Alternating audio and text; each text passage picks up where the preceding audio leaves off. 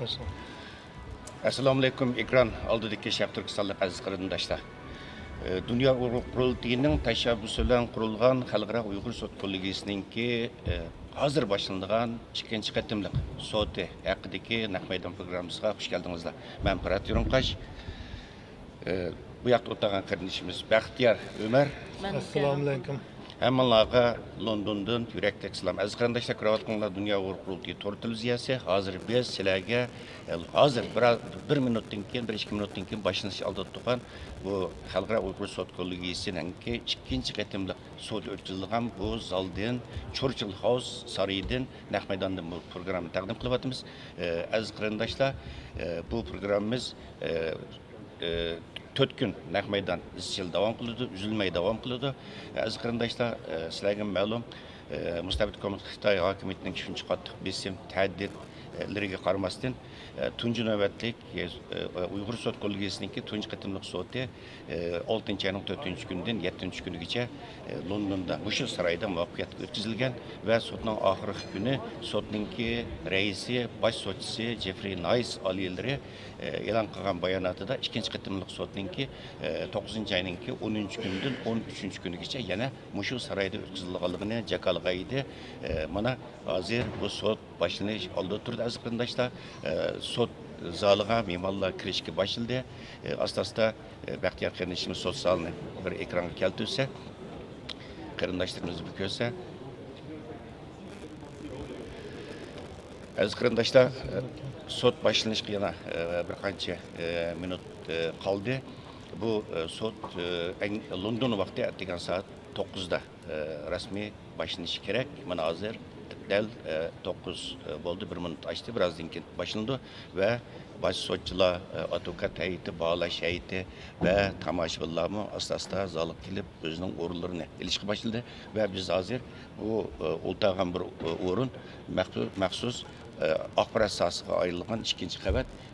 Bugün bu kelgan chet el muxbirlarining soni oz emas. Har qaysi matbuotlardan, agentliklardan kelgan muxbirlar va ularni sizlarning ekranga tushirish imkoniyatimiz bo'lmadi aziz qarindoshlar. Aziz qarindoshlar, sizlar bilasizlar, mana bu sud yaqinlab kelayotgan bir qancha kundan buyon mustabid Xitoy hokimiyatining bu sudga va bu sudninki tashabbusi va quruvchisi Dunyo Uyg'ur qurultiyiga bu sudda guvohlik berishga hozirlanayotgan guvohchilarga qaratgan hujumlar, ta'diddlari favqulodda kuchayyotir.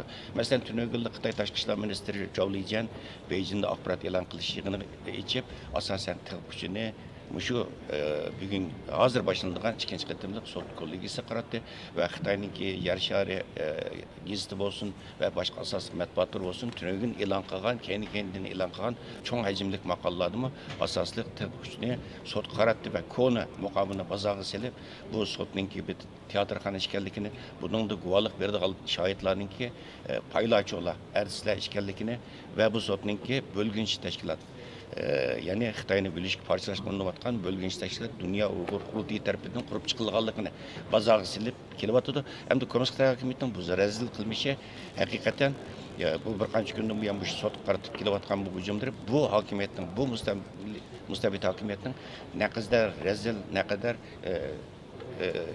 İplas bir hakimiyet bo'lganligini bütün dünya jamoatchiligiga o'zining abdi bashirisini yana bir qatim oshkorlab bergan bo'ldi. Xalqaro jamoatchilik bu mustabid hokimiyatninki abdi bashirisini yana bir qatim bilgan bo'ldi.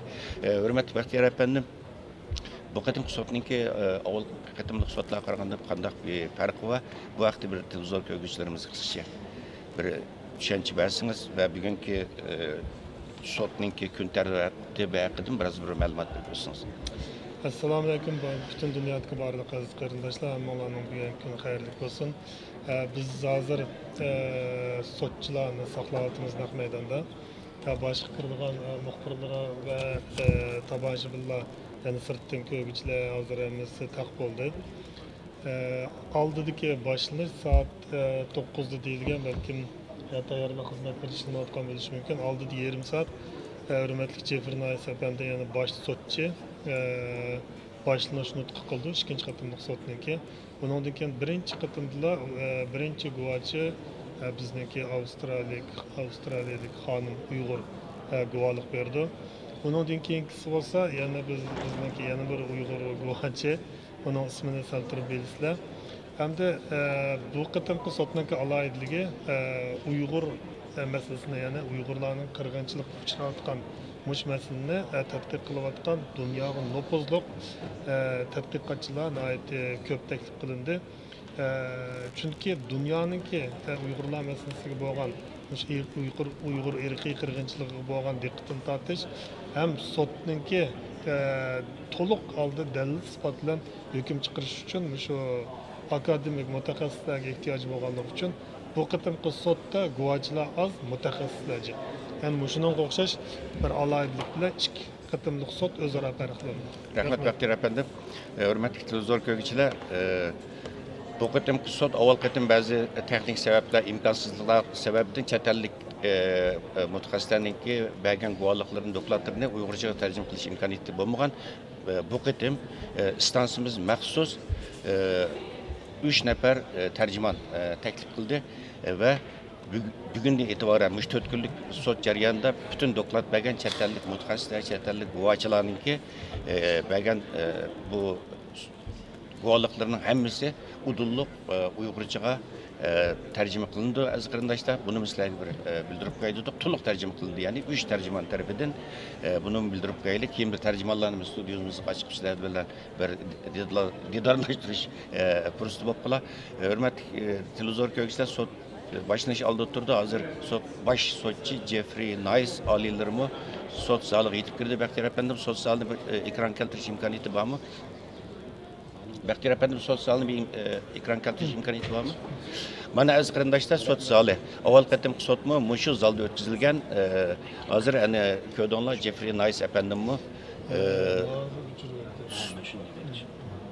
sot zaliga kirdi. Sot zalidimi bu qatimki tomoshabinlarning sonimi biroz ko'p. Uyg'ur qarindoshlarimiz var, har qaysi ellardan kelgan aziz qarindoshlarimiz var. Sot birozdan keyin boshlanadi. Hurmatli mukarram Qurbon Qarim Atoydan Kanada'dan bizga hamkorlash uchun bu yerga keldi. Sot tagida kirdi aziz qarindoshlar. Shunga qolgan gapni bu shu har bir damlish orliqlarda, tushlik damlish orliqlarda aziz qarindoshlar biz sot haqida maxsus mutaxassislar bilan, guvohchilar bilan, shohidlar bilan sizlar ko'rgan shu studiyada suhbat olib boramiz va gapimizni to'xtataylik. Hozir diqqatinglar rasmiy sotda bo'lsin.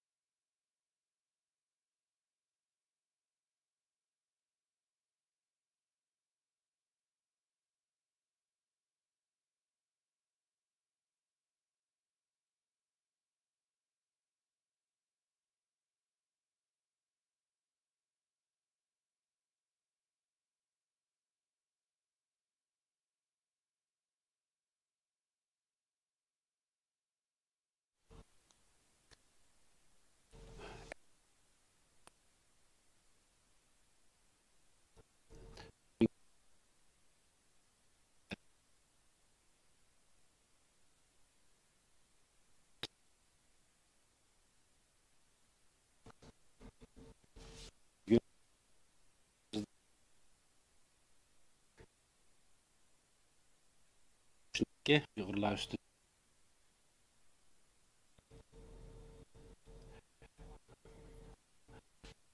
hozir biz ikkinchi qatimliq sotimizningki, ya'ni 4-kunidagi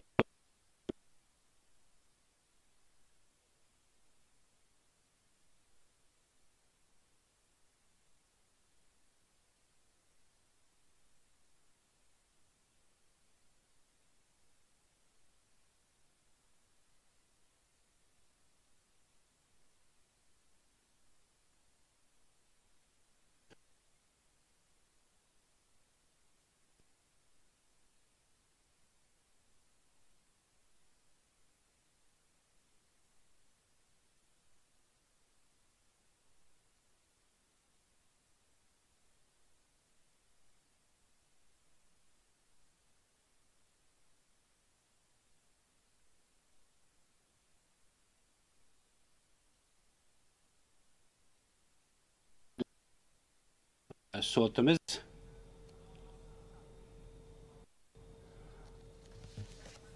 burunqi boshqa mamlakatlarning yoki boshqa xalqlar ustidagi ep berilgan sotlarninki da ep berilgan yoki xalqaradagi siyosiy qonunlar va davlatlarninki nizomnomalariga asosida ep beriladigan bir sot. Bizning sotninki Sodiya birligi va savol ya'ni avukatlari hammasi to'liq ishlab o'zininki vazifasini to'liq ep qilyotidi. Biz bu sotqa qatnashgan har qanday bir odamninki ya'ni sotqa qatnashganlarninki iqtisodiy talabi yoki ma'lum bir iqtisodiy talabsiz xizmat olib beryotidi. Ya'ni biz Uyg'urlarninki yoki Sharq Turkistonliklarninki Xitoyninki qo'li ostida olib berilayotgan bu besimi ustida olib berilgan besimlari ustida ya'ni to'liq ma'lumotlar bo'yicha yetkazib berilyotidi butun uchurlar.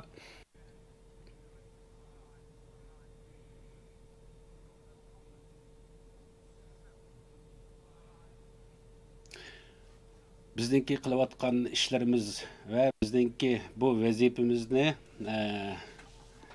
butun xalqarodagi shu genocide yoki so'yqirim talablari bo'yicha qonun nizomlar asosida olib beryapmiz. Ham bizning xizmatlarimizda hech qanday boshqa xalqaro tashkilot yoki hech qanday bir xalqaro davlatlarninki boshqurilishida yoki ularninki kuzatish ostida olib berilgan emas, yani mustaqil holdagi sud. Jungo Komünist Partisi yani PRC'ninki hep bağlan bütün şu milletler üstünden yürgüzgen besimleri üstüde biz naite köp tədqiqatlarını yapmadık ama hükümet tarafından bununla hiç qanday inkas yani temmedik.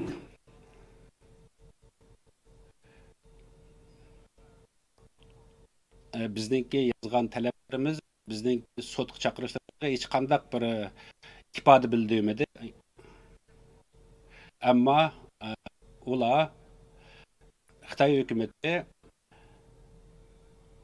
Bosh konsulligi va Tashqi ishlar ministrligi tarafidan bizningki bu sotimizni tanqid qildi, ammo ne sababdan uningki tanqidga uchraganligi to'g'risida hech qanday ifoda bildirmadi.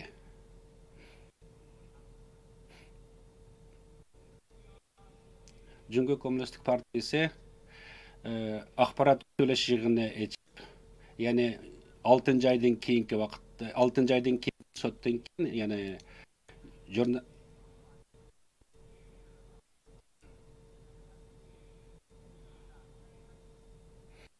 biz shu sot o'tkazilgandan keyin Jungo Komünist Partisininki boshqurilishidagi, ya'ni vatanda bu sotqa guvohchilik berganlarga munosabatlik odamlar yo'qolib ketish ahvollari yuz bergan.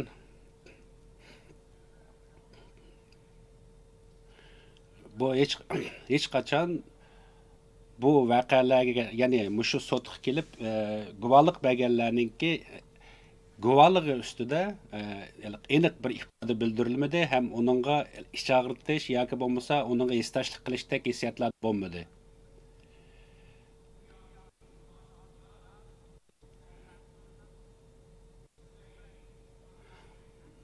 Agarda bizningki bu sotimizga Xitoy hukumati o'zininki ifodasini bildirgan bo'lsa, bizga vatanning ichidan, ya'ni Jungoning ichidan biz talab qilgan guvohchilarni Londonga kelib sotda guvohlik berishga avazsa to'g'ri bo'ladi.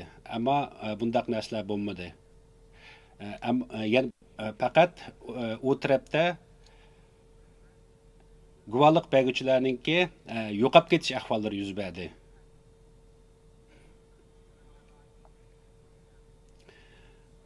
Kim Uyg'urlarninki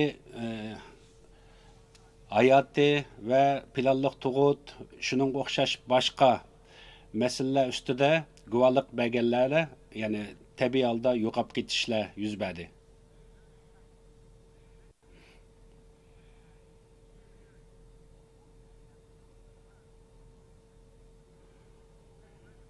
Biz 6 aydagi sotimizda anglagan, nurg'unlagan mushu sotga kelib guvohlik berganlarninki guvohligini keyingi vaqtlarda isbotlarining hammasini biz ko'rdik.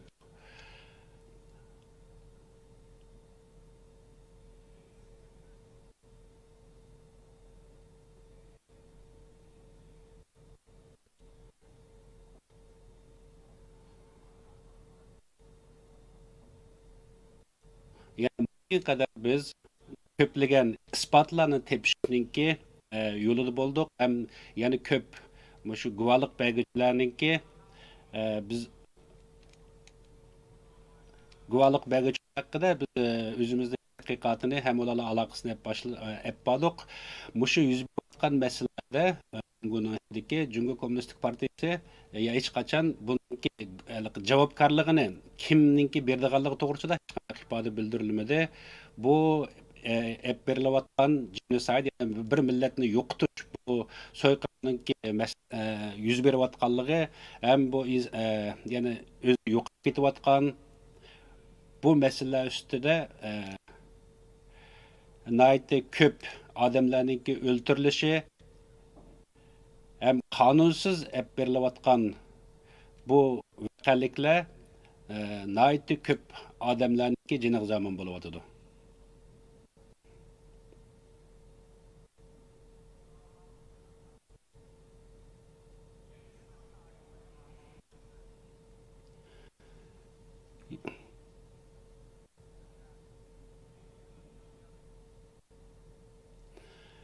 Her qandaq bir so'qirib yoki bu genosid hech qandaq bir yerda biz va sizlarninki hammamiz birlikda qonuniy o'lcham bilan qarg'a vaqtimizda bundaq genosidninki hech qachon qonunliq bir qo'g'dilish yo'li yo'q hech qandaq bir yerda.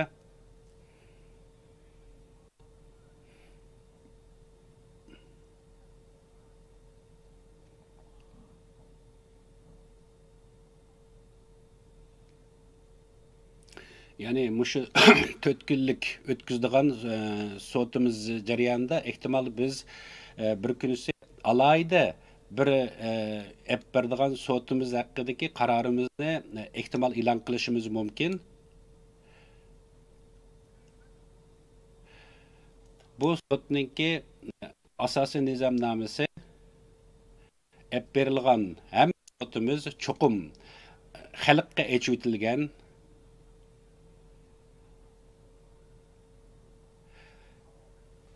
echitilgan bo'ladi. Hem bizning bu sotimiz yani bu o'ziga yoki sot yoki soch tarafidan qonun tarafidan qo'g'dilanmagan odamlarning huquqini qo'g'dash uchun ep beriladigan bir sotimiz, bu sot. Biz insoniyatninki hammasi tushuna oladigan bir til bilan hem biz hem başkalarını tushuna oladigan bir yo'li bilan biz bu o'zimizningki sotini umlashtirib ep beramiz. Bu yil dunyodagi ba'zi mamlakatlardagi parlament a'zolari yoki parlamentda Uyg'urlarga ep berilgan bu milliy yo'qotishni davlatning qonuni bo'yicha qabul qildi. Bu qabul qilgan davlatlarninki parlamentlarda elingan bu qarorlar umumiy parlamentda maslahat hem ovoz berish orqali ep berildi. Hem de dunyodagi har qaysi mamlakatlarninki bu bizning ep berip atkan sotimizningki kanuni o'rnini texmo muqimlab berdi. 6 ay ve onun burunqi bizning mushu Uyg'ur soti bütün mümkünçilikler içinde biz mümkün kadar arxivlar ve toplangan materyallardan xalq üçün keraklik isbotlarni tepishga tirishdik, ham shu ustida kuch chiqardik.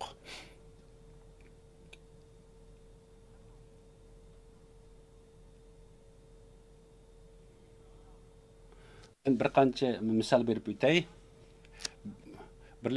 Amerika hukumati Pompeo'ningki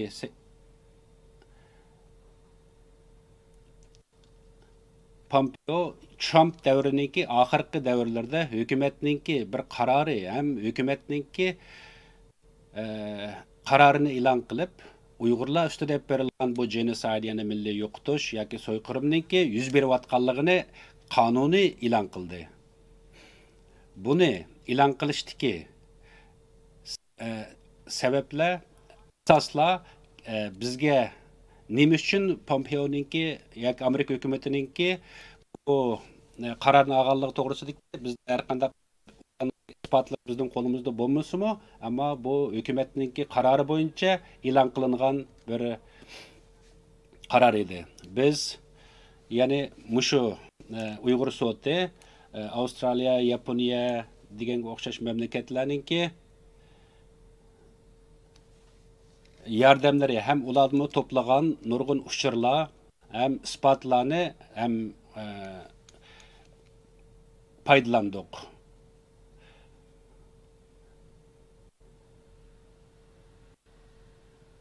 Hem Cumhur Komünistik Partisi'ninki Uygurlar üstüde məqsədlik yoki məqsədsiz ep beriyotgan bu milli yo'qotishi üstüde ispatlarını qo'lga keltirdi.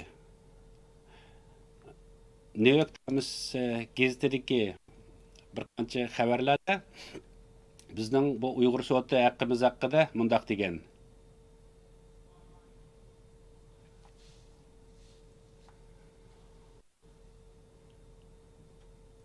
Yani bizningki xalq orasida mavjud bo'layotgan bir isbotlardan foydalanib berilayotganligimiz haqida xabar berildi. Ammo bu bizningki hukumatning qo'lidan bu to'g'risida, ya'ni mushu genosid to'g'risida yoki milliy yo'qotish to'g'risida ma'lum bir isbotlarni ololmaganligimiz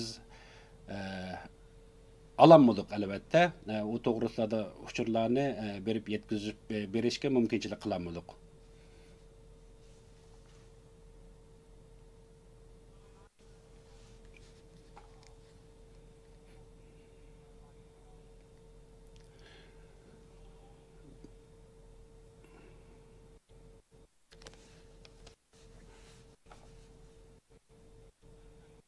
Cumhur Partisi'ninki bizniki mushu sotidagi odamlar ustida ep bergan qarorlari har xil qarorlarni ep chiqdi. Bizning mushu sot qatnashgan odamlarninki ustidan.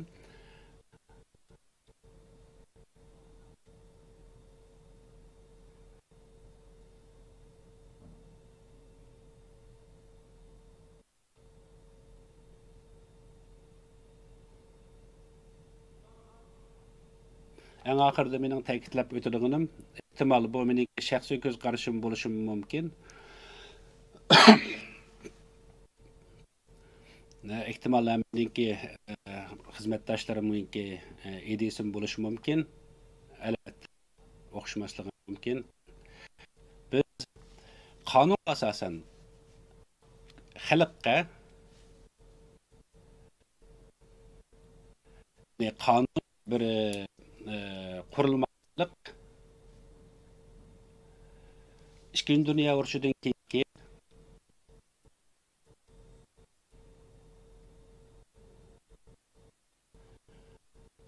ep berilgan ya'ni qabul qilingan qarorlarga asosan hech qanday bir xalqningki dunyoda har qanday bir xalqning Kenigüzsiz bu kadar bir trajedik ep verilayotgan yo'qotishninki, ya'ni qayta bo'lmasligini yoki never again qayta bo'lmaslik degan bu ideyasi ostida biz ep bordik. Ya'ni Avstriya ham Polshadagi Yahudilarning ustida ep berilgan shu so'yqirim bilan yo'qotish bilan o'xshash bir bo'lgan bu voqelikniki qayta yuz bermasligini maqsad qilgan bo'lib.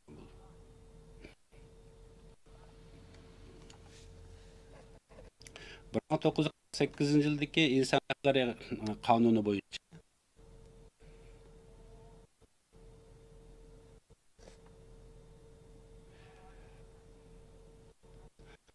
birleşiş ve dünyadaki her qandaq bir hukukların tamam buluş. Hukuklar qo'g'dash va o'zingizning huquqini qanday qo'g'dash u o'zimizniki huquqiy doira ichida bo'ladi. Ham bu huquqlarni qo'g'dash sening, mening va hammamizniki qo'g'dash vazifamiz bo'lgan bo'ldi.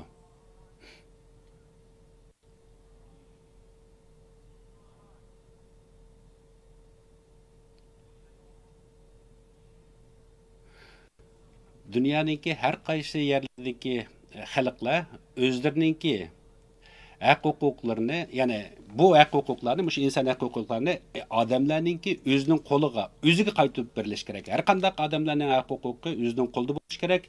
Bu çoqum şundaq bo'lish gerek. Çünkü her qandaq bir şəxsi əməliyyatda güçsüz emas, hammasının gücü var. Bu ama bu yani siyaset belgilçilerninki qandaq bo'lishig'a sabab bo'la oladi. Shunga har qandaq birisimiz mushu qonun belgilaguvchilarninki qaror chiqarishiga biz sababchi bo'la olamiz. Shunglashqa biz o'zimizningki xizmat o'rnimiz yoki universitetlar bo'lsin, maktablar bo'lsin yoki dunyoninki boshqa yerlarda har qandaq bir yo'l bilan mushundaq bir tushuncha bo'yicha bu huquqlarni qo'g'dashga ham qo'g'dilishga sebep buluşumuz gerek, hem şu tarafta turalışımız gerek. İnsan hakları ve insan hakları hukukları hakkında sözlüğümüzde bugünkü gün, yani bugünküdek müdahale bir modern dünyada dünyanınki her qandaq yerdeki ya bütün dünya boyunca muşu hukuklarını qo'g'dash bütün dünya karakterlik bir hadise. Yani bu mu? Yani NGO'lar yoki qiziquvchilarningki qo'llashi yoki xalqlarningki kuchi yoki ba'zi davlatlarningki parlamentlarningki kuchlari bilan qo'llanib keladi. Masalan, Angliya hukumatiningki parlamenti deganga o'xshash, masalan, nurg'un parlamentlar bu genoside'larningki xalq dunyoda bo'layotganligi to'g'risida nihoyatda ko'p munozaralar bo'ldi. Ham buningda insanlarninki yoki parlament a'zolarining yoki boshqa xalqlarningki nihoyatda qizg'in qiziqishini shakllantirdi. Bu hamma insonlarningki, butun xalqningki mushu inson haqlarini qo'g'dash va qo'g'dilishi uchun kuch chiqarishi bek muhim. Shunglashqa biz bu Uyg'ur sotini oldik. Hozir tunji witnessni sahnaga talab qilamiz. Sabiha efendim, rahmat Reis efendim. Good morning. Hamma atiganliginglar xayrlik bo'lsin. Ham bu Uyg'ur sotiga kelganinglarga ko'p rahmat. Biz ikkinchi qatimliq Uyg'ur sotininki birinchi kunni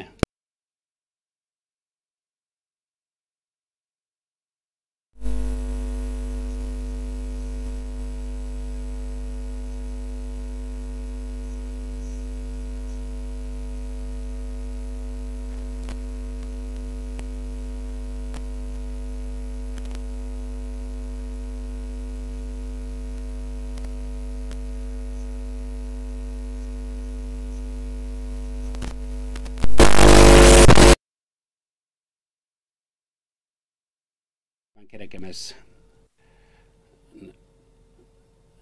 Mihray Hanım Avstraliyadagi Uyg'ur xonim, u o'zining yo'ldoshi Mirza Tayir haqida Xitoy vatandaşı bo'lgan Uyg'ur ustida guvohlik bermoqchi.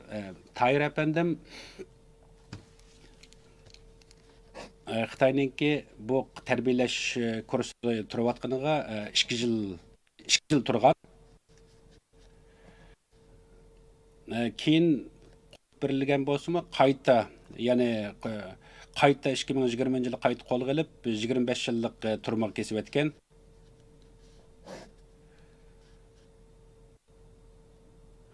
Tunji qatim 2007-yili qo'lga olingan sabablarning birisi Turkiyaga borganligi sabab bo'lgan.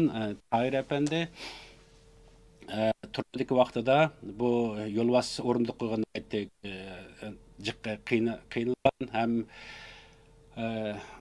psixologiyalik tarafdanmi nihoyat ko'p nimalarga uchragan, qiynashlarga. Guvochi bu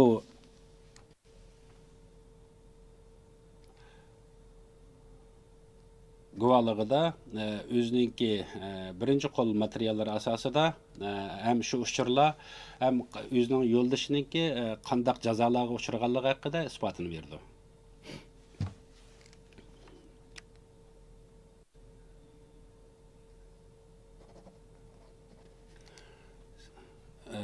Sizningki yo'ldoshingiz dastlab bizning bilishimizcha agar yeshil kiyim kiygan bo'lsa, u nim qilinma qiynalishga uchramaydi deb bilamiz. Sizning yo'ldoshingiz qanday kiyim kiyilgan ekan? Hammanglarningki aytganligi xayrli bo'lsin. Men bugun bu yerda bo'lganligimdan xush bo'ldim, ammo mishal bo'g'inimdan ham to'limi afsuslanaman. Ham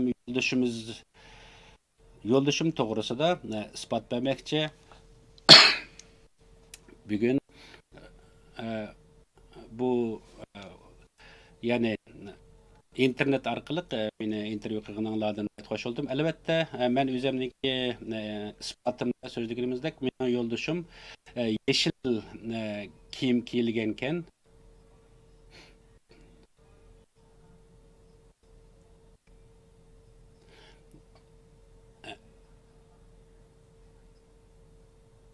Ama yana bu seriq rangli kiyimlar bo'lgan, kiyilgan seriq rangli kiyim bo'lgan vaqtida men ovozni anglayolmay qoldim, ovoz chiqmadi.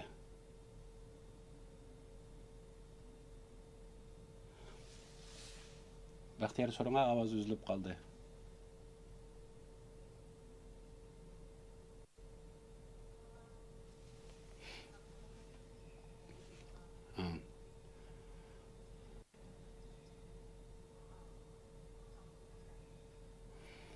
Men ishonamanki, yo'ldoshim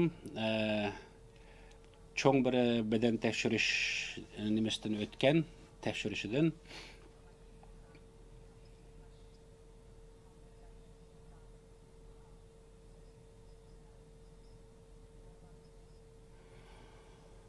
Yani qon tekshirish, sudik tekshirish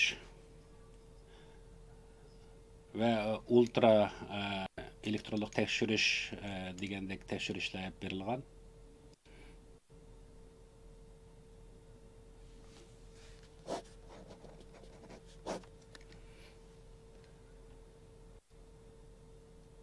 ...2019-yılı jinoyatchilarni qo'yib bergan vaqtida uyga qaytarganligidan xabarimiz bor bo'ldi. Siz nima uchun qo'yib etilgan, keyin qaytib ketganligi haqida bilamsiz? Men uni aniq uqmayman. Nima uchun qo'yib berilgan, qayta nima uchun tutib ketdi? Bu jinoyatchilarni nima uchun qo'yib berganligi haqida hech qanday xabarim yo'q. Bu turmudikilarni shu bir mezgilda shundoq bir qo'yib bergan, hammasini uyga qaytishiga yo'l qo'ygan, ammo keyindan yana qaytadan tutib ketgan. Undan keyin ularni har qaysi zavodlarda, fabrikalarda ishlashga avatilgan, haftada bir qatim qaytish mumkinchiligi bo'lganlarmi bo'lgan. Nima uchun unday bo'lganligi to'g'risida albatta men bilmayman. Siz o'zingiz qancha qatim Urumchigimi berib kelgan 2016dan keyin siz bu berip kelish jarayoningizda siz hech qanday bir avarchilik uchirmagan shundaqmi? Albatta men berip kelish jarayonimda boshqa so'roq savollarga uchirmagandim. Ehtimal bizning mening boshqa xizmatdoshlarimning savollari bo'lishi mumkin.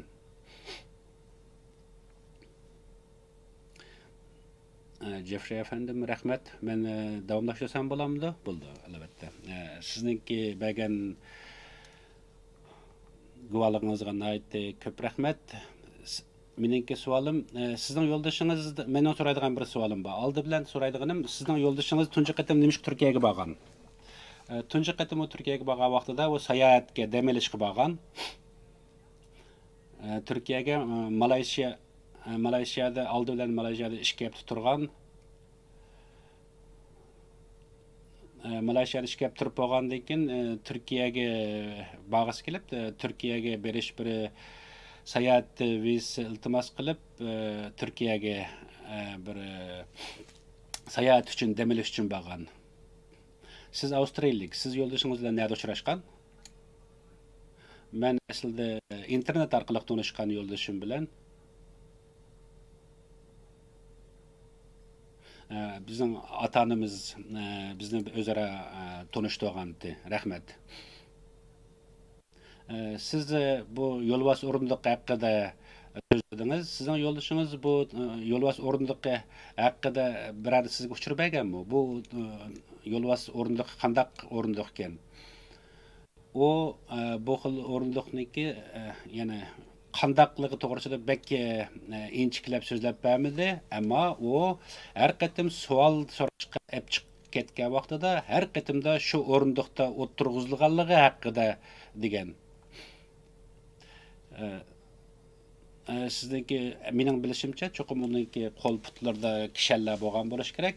Uningki badan yoki fiziologik bir qiynash, urush, urganlik mındaq bir ifodalar bormi, ko'rgan narsalar bormi? Bu narsalarni men uqmadim, ammo putga pul qo'yjilar bilan, kushanlar bilan o'ttirilgan. Siz yo'ldoshingizningki doktorlar tarafidan tekshirilganligi haqida so'zladingiz. Bu haqida tushuntirish bergan bo'lsangiz. Doktorxona, mening yo'ldoshim hep berilgan doktorxona Ürümçideki hammadan bildiğin çoğun bir doktorxona. Bu doktorxonada Ürümçideki çoğun bir doktorxona. Bunun da bütün tekşiriş üskünleri ilgar. Bular hem normal doktorni sestorala tekşiriş yapmagan, ama her qatim tekşiriş yapmaganda yenda saqchilar bo'lgan yenda. Hech qachon ayrim tekshirish olmagan, cho'qim saqchilar yenda bo'lgan.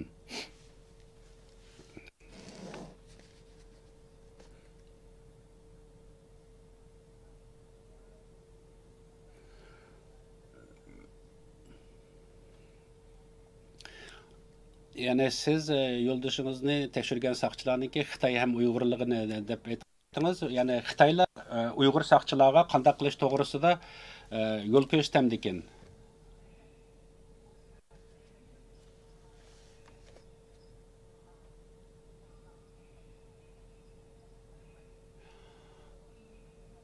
Shundaq, albatta bular yani qechib ketmasligi,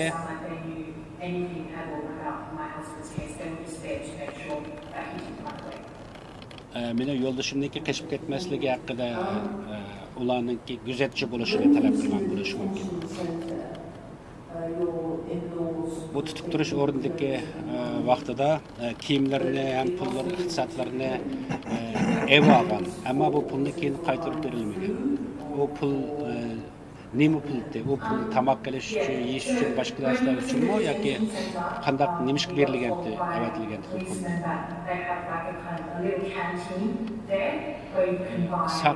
Saqchilar turmadagilarga kichik bir turmada bir do'konning borlig'i, agar pul bo'lsa, shu yoqdan paypoq ham ushaq-tushak bir narsalarni sotib olish mumkinchiligi borlig'i setvas bo'lganligini aytgan.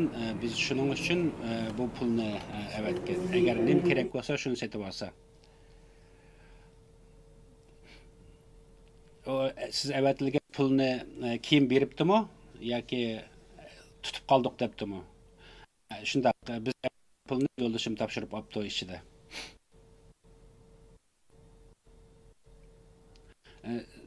Siz yo'ldoshingizdin ham bir rasm, ham bir xatni topshirib olibsiz. Siz buni saqchilar tarafdan yetkazilib berildimi sizga yoki boshqa yo'llar bilanmi desa, shu tutib turish o'rnidagi saqchilar tarafidan yetkazib etildi. Bu xatni qanday qilib, qaysi yo'l bilan sizga yetkazib beraladi?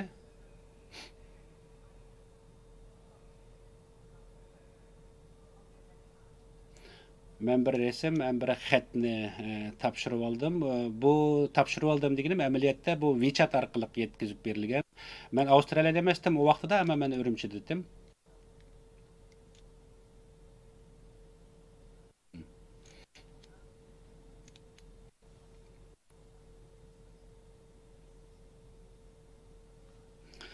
Sizin yo'ldoshingiz bir qancha qatim qo'yib berilib, qayta tutib ekitilgan, ham bu her qatim tutilgan, o'xshamagan shaharlarda tutilgan.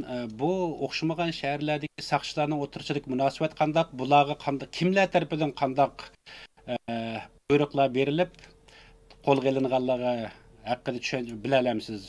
Bu masalalarni men aniq bilmayman. Men Urumchidagi vaqtimda o yo'ldoshimning oilasida nima uchun qaysi yo'llar bilan qaysi saqchilar tarafidan tutilganligi ham tutilganligi to'g'risida uchur egallamoqchi bo'ldi, lekin buni topolmadik.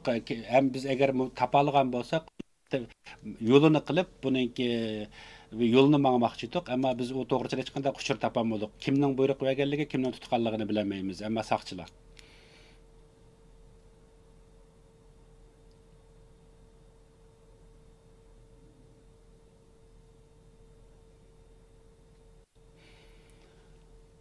Yani bu qo'lga ilinganlarningki hammasiga bir buyruq yoki berilgan bir so'zli, yani berilgan bir buyruq bilan yuqoridan tushgan bir narsa bilan tutiladi deyilgan. Siz mushu berilgan tutish buyruqlariningki qanday kimlar tarafidan berilganligini bila olasiz?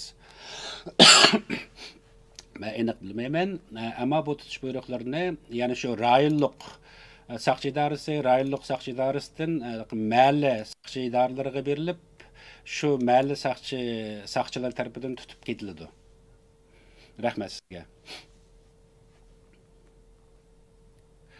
Sizning yo'ldoshingiz nihoyat ko'p psixologik bir qiynashlarga uchragan.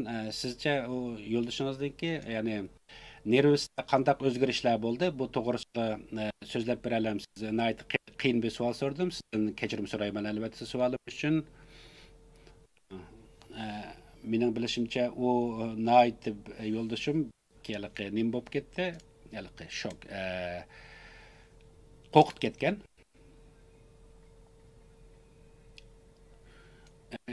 Gerçi o vaqt qo'yib berilgan vaqtdimi, menga degan bizga men maktab bitib chiqdim deganlar dalida uning ichida nim bo'lganligini demadam qo'rqib ketganligi uchun o'zini ham bexatar his qilmaydi. Thought at the back of his head that, like making this isn't over. So he was, even though he was out in the street, O hech qachon o'zini erkin ham o'zini bir sirtidagidek his qilolmaydi. O doim o'zini yani avtomat, yani o'zi tabiiy holda o'zini bir qo'rqinish ichida birsiniki ko'zi ostida nazorat ostida turayotgandek his qiladi, doim qo'rqib turadi. U doim o'ziniki dolosiga qarab, ikki tarafiga qaraydi doim. U kech uxlagan vaqtida uxlay olamdi yoki kechda uxlay olmaydi.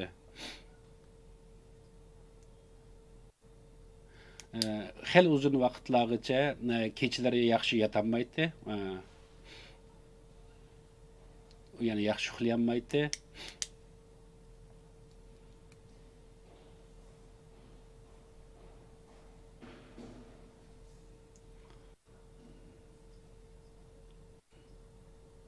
Yani kechalarda ehtimal tushi yoki o'ziningki qo'rqib ketganligi uchun uyqusim yaxshi emas. Bu savollarni so'raganimda sizga kechirim so'rayman. Endi siz Avustraliyada 20 yani siz Avstraliyaga kelgandan keyin yo'ldoshingizni 25 yil turmuga ilinganligi to'g'risida xabar olibsiz. Siz bu xabarni qanday qabul angladingiz? Meningki bir munosabatlarim orqali bu uchurni olgandim. Men bu uchurni olgandan keyin qayta menga uchur berayotgan bu odam bilan munosabatim üzülüp qoldi. Bu 25 yillik turma jazosini sudda qaror qildimi yoki qilmaganligini aniq bilmayman, ammo mencha u yerda sud bo'lgan, ham sudya bo'lgan, ham uningga 25 yillik buningki hukumatdan bir yo'l bilan berilgan 25 yil turma jazosimi yoki başka bir qarorlarmi men bu to'g'risida bilmayman. Ko'p rahmat sizga. Rais apandiga qaytarib beraman mikrofonni. Sabra hozir biz boshlagandan boshlab qancha minut bo'ldi? Qanchalik vaqt qoldi? Yana 25 minut vaqt bor.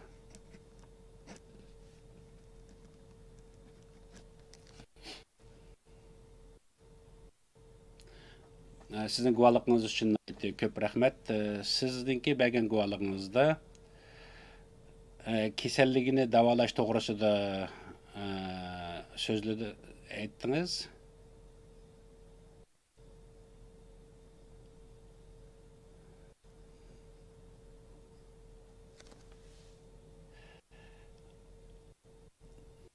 Yani bu vaqtda, yani şu tekşürüşke gəlib çıxqan vaqtda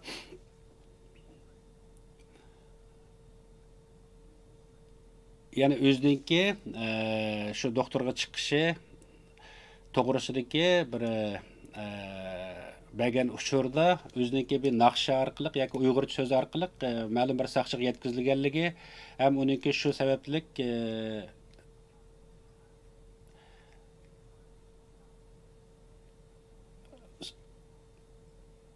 qandaq bo'lganligi haqidagi uçurni Benim bilişimçe onunki benim yoldaşım yoki turmadagilar çoxum Xitoy tili bilan o'zining maqsadini yetkazish kerak.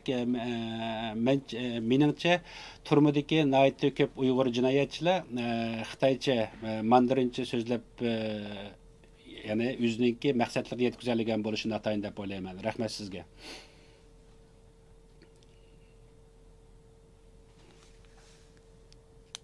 Siz xeyli uzun bo'lib ketdi. Siz yo'ldoshingiz bilan aloqa qilishamag'ini ham u to'g'ri uchira olmaganligi to'g'risida men bu yil 4-oydan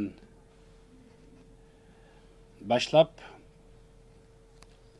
yo'ldoshim to'g'risida kelishni talab qildim. Ham shu talab ustida nima qilib keldim. Bugun 4-oydan bugungacha men hech kim tarafdan yoki hukumat tarafdan, saqchi tarafdan yoki ambiziya tarafdan hech qanday bir uchur olmadim. Ya'ni Xitoy konsuli bu to'g'risida menga hech qanday uchurni bermadi. Rahmat sizga. Siz to'g'risida nihoyatda ko'p rahmat. Siz ya'ni sizniki Avstraliyada bo'lganligingizdan bek xush bo'ldim. Ya'ni siz yana yani Xitoyninki sirtidagi vaqtingizda siz Xitoyning ichki tuqqanlar bilan qanday ko'risha oladingiz?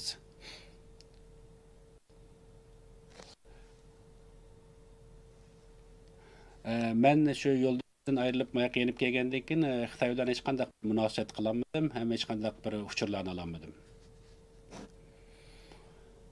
Guvalığınız üçün sizə köp rəhmət. Sizin yoldaşınız 3 qətim qayıtlab qo'lga olingan. Eng oxirgi qatimliq 3-chi qatimliq sudda bölgünçilik sababi bilan jazo hukm qilgan. Nima uchun 3 qatimda bu bölgünçilik jazosi berildi? Uningki oldingi 2 qatimliq tutilishda nima jazo berilmagandi? Mening tushuncham bo'yicha vaqtda men aytganimdek har qatim mening yo'ldoshim o'xshaman rayonlik saqchilar tarafidan qilinganligi uchun har xil sabablar bilan qilib ektirildi. Yani qumulda, yani qami deb ketgan. Nima uchun bu qumul tutilgan vaqtida yoki 3-chi bu so'tidan nima uchun bu bölgünçülük cezası berilganligini men aniq bilaman. Ehtimal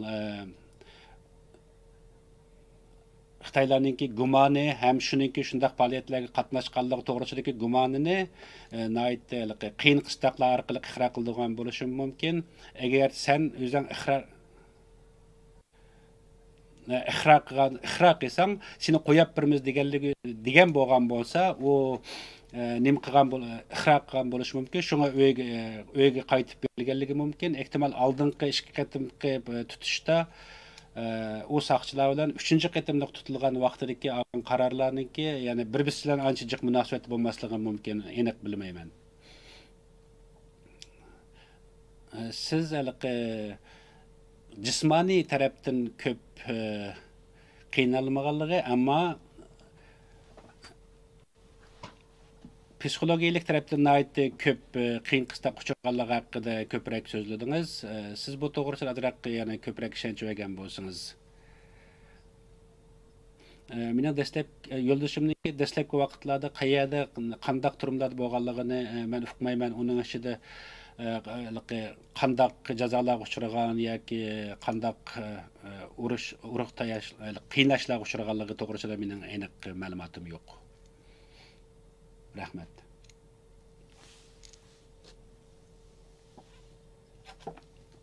Guvohligingiz uchun ko'p rahmat sizga.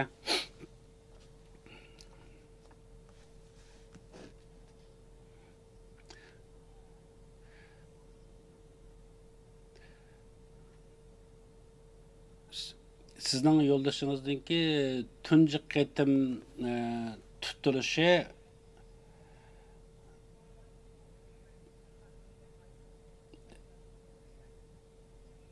yo'ldoshimninki tunji qatim tutilish qilishidagi sabablarning birisi yo'ldoshimga Avstraliyaninki vizasi berilgan edi. Ham biz birga yashalaydik. Agar shunday qiladigan bo'lsa,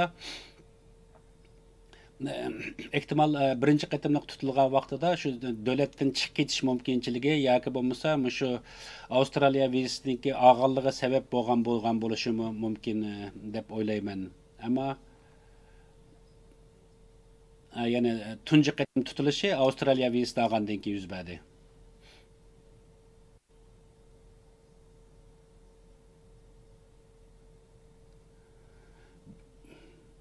Onunki bölgünçülük cinayeti bilen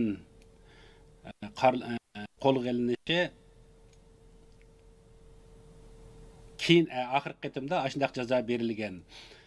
Siz nima uchun dastlabki va ikkinchi qatimki qo'lga ilingan vaqtida u qo'yib berilgan, ya'ni oxirgi 3-chi qatim shu qarorni olg'ich bo'lgan arliqcha sen ikkinchi qatim qo'yib berilganligidan nima uchun qo'yib berilganligi to'g'risida bizga uqtirib bera olamsan?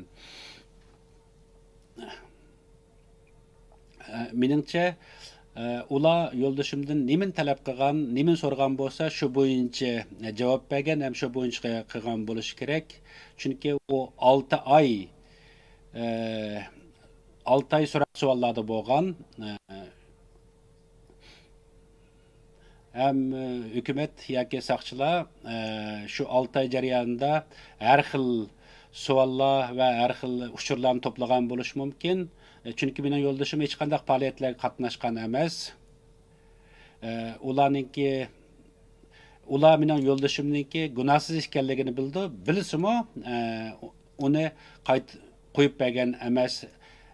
Gerçi bu tekshirish tugagan bo'lsa-mu, yana uningki gunohsizligini bilib turib qo'yib bermadi. Ham ma'lum bir sabablar, ya'ni men bilmaydigan bir sabablar bilan qayta tarbiyalash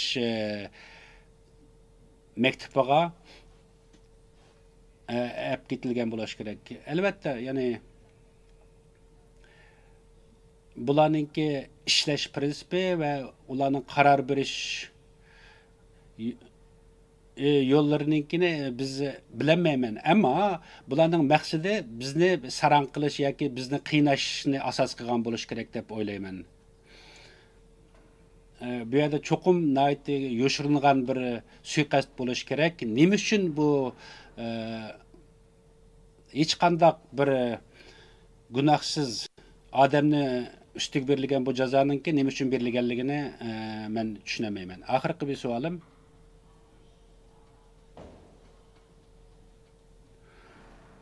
yo'ldoshingizniki Turkiyadagi vaqtida, Turkiyaga kelgan vaqtida ma'lum bir ishlar yuz bergan bo'lsa, ehtimol shu nima deymiz, shu bölgünçilikki munosabatlik biror ishlarga aralashib qolgan biror ish bormidi desa, mencha undaq bir ish bo'lgan emas. Hech qanday yo'ldoshimni Istanbuldagi vaqtida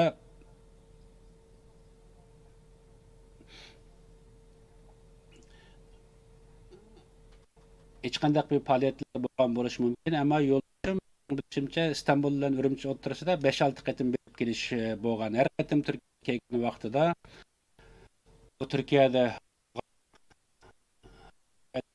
degan vaqtda sayohatchilarning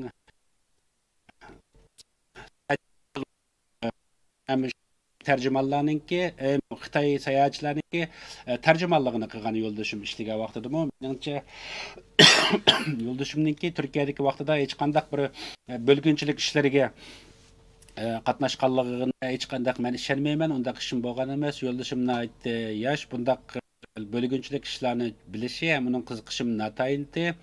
U qanday qilib shu hayotini qamdash ham pul tepib shu yoqda yaxshi yashash yo'lini o'ylaydi. Mencha u hech qachon bundaq bir bölgünçilik ishlarga aralashgan emas. Rahmat sizga.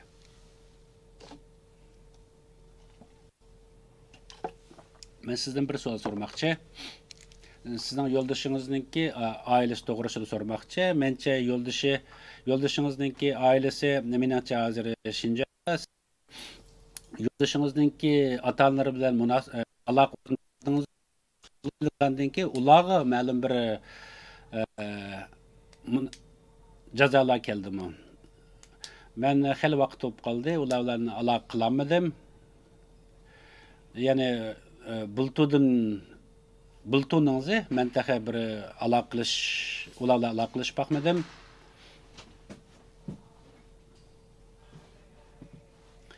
Men boshqa munosabatlarim orqali ularningki hozir yaxshiligini yaxshi turayotganligini bilaman.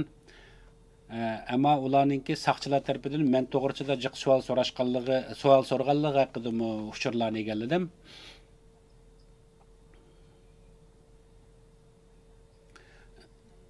Sizlar nima uchun u kelininglar bilan so'zlashmaysizlar deganga o'xshash savollarni so'rgan bo'lishi mumkin.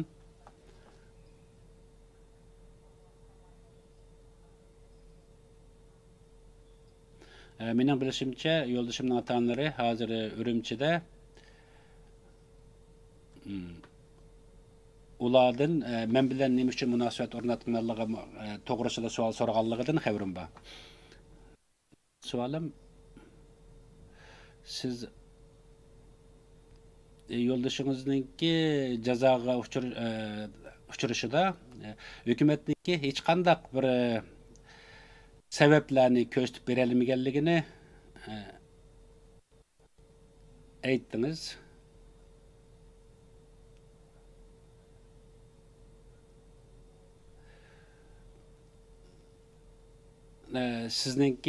Sizce bu yo'ldoshingizga berilgan jazolar ham mush qayt tutilishlar yerlik hukumatlar yoki mahalliy hukumatlar tarafidanmi yoki markaziy hukumatlar Beijingga o'xshash yuqori yerlardanmi?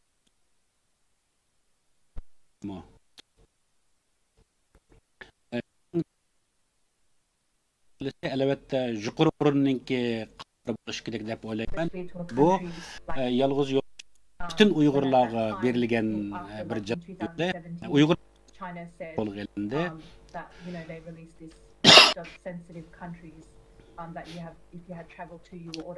Xitoy So I feel like, Bazı and from what he said as memleketler He made it seem like because they had traveled overseas, they had been to a different country, they had seen kind of how life was over there and how things were over there. So they, like, he made it seem like, he said that the police officers made it seem like they were brainwashed, you know, by going to these countries. So they needed to be re-educated. They needed to have their thoughts changed. So I don't think it was a local thing. It was definitely, I feel like it's a central thing. Like it's yani şu devlettek evet dep yoki shularningki qo'llari orqali because he's an Uyghur. You know, it's a target of tutgan bo'lishim mumkin, ammo eng cho'ng sabablarningki biri mening yo'ldoshimningki Uyg'ur bo'lganlik bo'lish kerak, chunki bir Uyg'ur etnik sifatida mushundaq bir jazolarga uchrashyapti.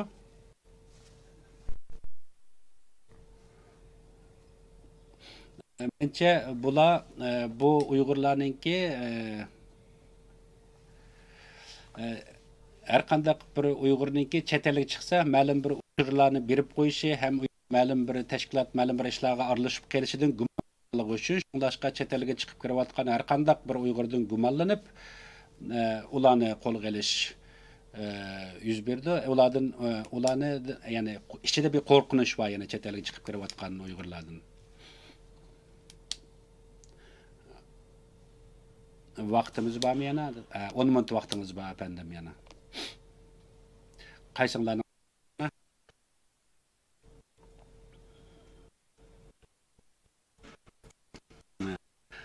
sizga matematik qarab men udliq men sizga qarab kelmoqchi. Bizning yo'lchi qilingan vaqtida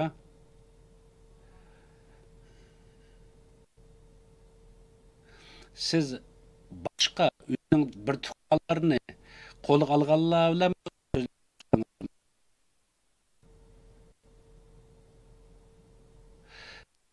yani boshqalar bo'lsangiz bu qo'lga olishlardanki qandayligi to'g'risida his qilalig'ingiz bo'ldimi? Albatta men boshqa odamlar o'xshash yo'llar bilan qo'lga bilan men so'zlashgan, shunga o'xshash qo'lga olinganlar bilan paranglashgan mening yo'ldoshimning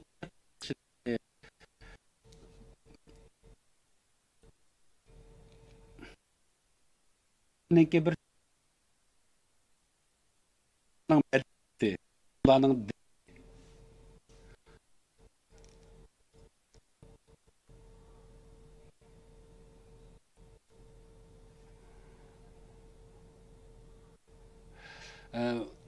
ularningki maqsadi bizning bu xalqimizni Uyg'ur bo'lishdan ko'ra Xitoyga o'xshaydigan, Xitoydek bo'lishga talab qildiganligi uchun ular o'zining madaniyati, diniga xiyonat qilishi, Xudoga Allohga ishonmaslik kerakligi,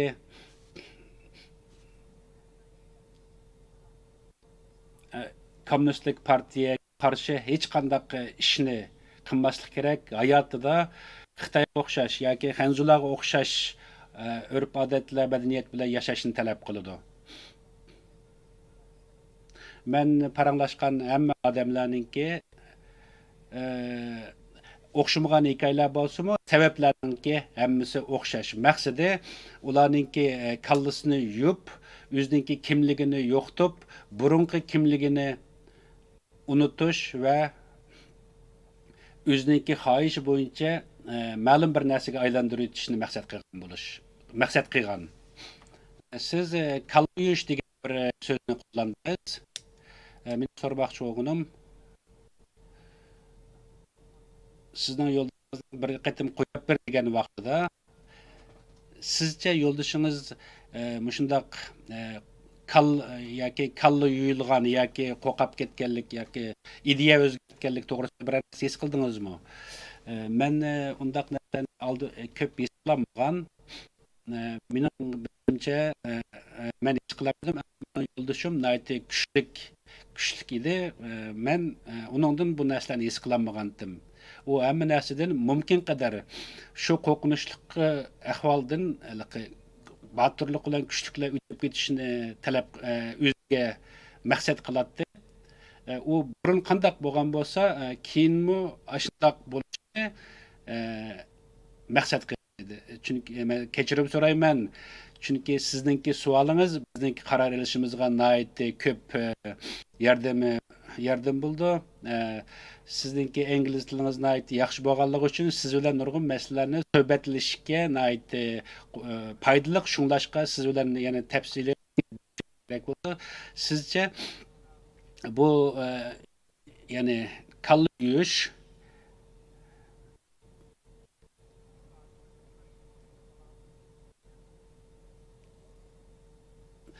bek muhim deb qarayli. Agarda sizce sizningki mushu jamoatingiz yoki millatingiz ichida Xitoylar yoki hukumat g'alabalik holda kalla yuyish maqsadiga yetganligini siz ko'ra oldingizmi? Mencha bir bundaq vaqtida bir millatninki kimligini butunlay yo'qotib o'tish deganlik bo'lgan o'zining millatidan tanlagan madaniyatidan tanlagan mumkinchilik undaq o'ng'ay bo'lmaydi. Meningki yo'ldashim 25 yoshda, shunglashqa bundaq bir kichik bola bo'lgan bo'lsa, uning o'zgarib ketish mumkinchiligi bor. Ammo u undaq aldirab, meningcha undaq chiqlar adil ularninki kallasini yuyib kimligini bildirgan tarbiyalash yo'li bilan ularninki o'zining kimligidan tandigan odamlarga aylantirib o'talishiga ishonmayman bunda.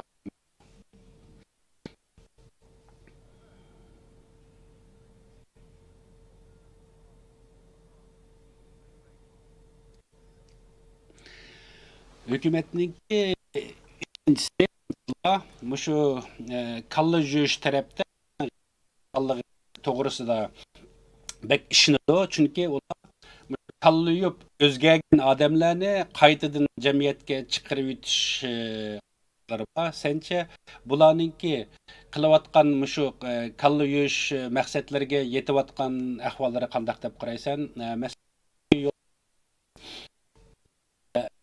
Ehtimal ba'zi taraflardan ular o'zining maqsadiga yetdi lekin bo'ldi. Chunki mening yo'ldashimniki bir ish qatim qo'yib berilishimdek sabablarning birisi hukumatning yaqsoqchilarninki nima talab qilsa, nimani so'rasa shuni deb berganligi ham shunga ixro qilganligi sabab bo'lgan bo'lishi mumkin.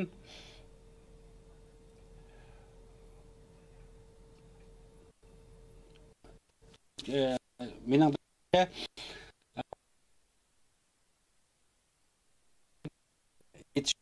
o'zining deganlarini ham ixro qo'yib berilganligi kengchilik kutilganligi uchun naiti ko'plar ehtimol shu vaqtda e'tirof qilgan ham shularning degani bo'yicha bo'lgan bo'lishi mumkin. Yana bir so'zlar qancha vaqt qoldi?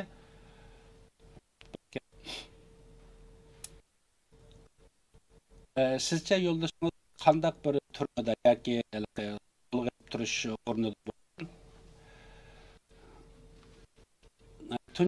qo'lga qilingan vaqtida yani qo'l turish ep ketilgan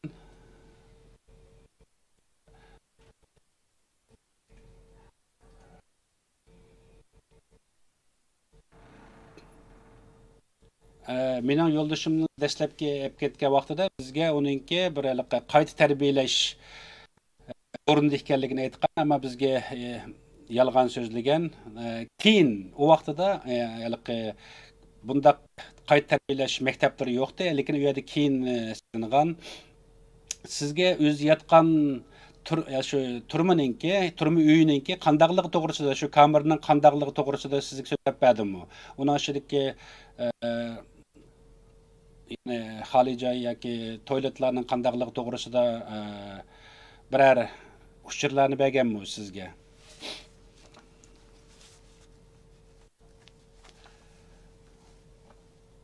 Mening yo'ldashim bir qancha qatim qo'lga ilinganligi uchun u o'xshamagan yerlarda tutib turilgan yangi turmalarda, yangi sog'an bu tarbiyalash markazlarida xoli joylarninki shu turmuninki içide ekanligi, ya'ni turmu uyning içide ekanligi, kamerning içide bir uyda 7-8 odamning borligi to'g'risi degan. Ammo bu yengillangan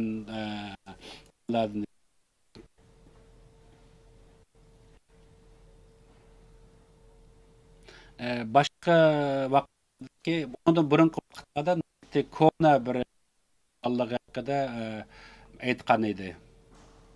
Mushu yasagan binoning ichidami, shu turmalarning ichidami hukumat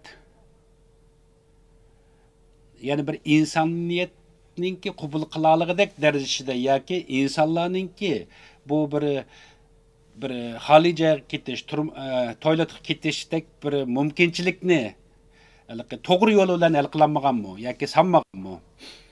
Mening yo'ldaşimning menga aytqani, ya'ni bu odam yotadigan turdigan yer bilan bu xoli joyninki yoki o'birninki ayirib o'tilmaganligini aytgan. Boshqa koni binodagi vaqtida, boshqa yerdagi vaqtida turmanki u turmalarda o'birning ayrimligini degan. Ammo keyingi eng oxirgi yotgan turmasida tamoq yeydigan, uxlaydigan, ham shu xoli joyga boradigan, ya'ni bir kamera ichida ekanligini aytgan. Mening oxirgi yana bir savolim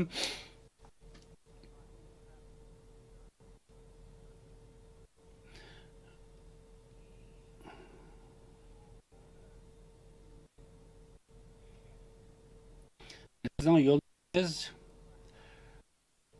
tam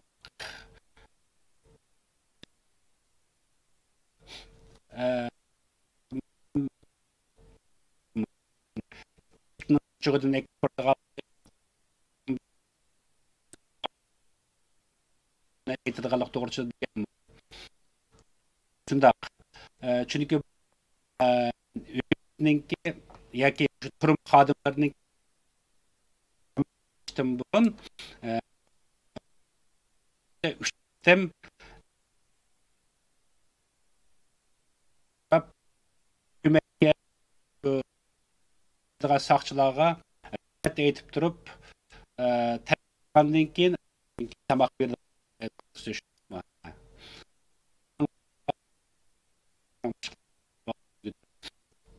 Sizning vaqtingizni chiqarib, bizning so'zimizga guvohlik bizga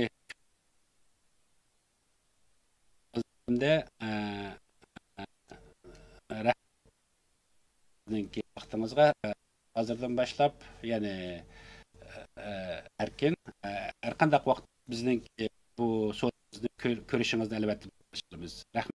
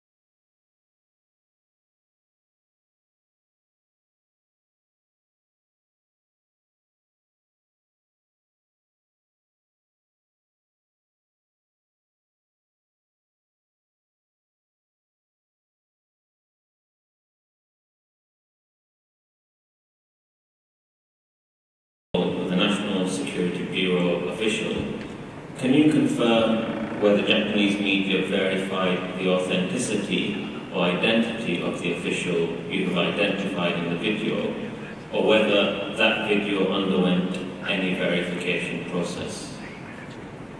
Benim birinci sualım, siz bayanatınızda Xitay saqçılar bilen, yani devlet security, Gobaninki saqçılar bilen video söhbət qopdu. Bunu Yaponiyanınki media buna xəbər qıpdı. Bunlar şu devlet saqçılarının həqiqi şular, yoki shular emasligini buni aniqladimi? Aniqlagan bir ahvol bo'ldimi? Endi bu benim videonun men sizlarga tarqagan videoda Barchaning o'zidagi videoni men bilan tarqagan. Aniga 6.7 videoni men bilan Yaponiyaning davlat televizor stansiyasi NHK bir tarqagan. So there are two videos. First one, which I recorded on the 10th of May, and the second one was actually recorded by the media. That was in June the 7th.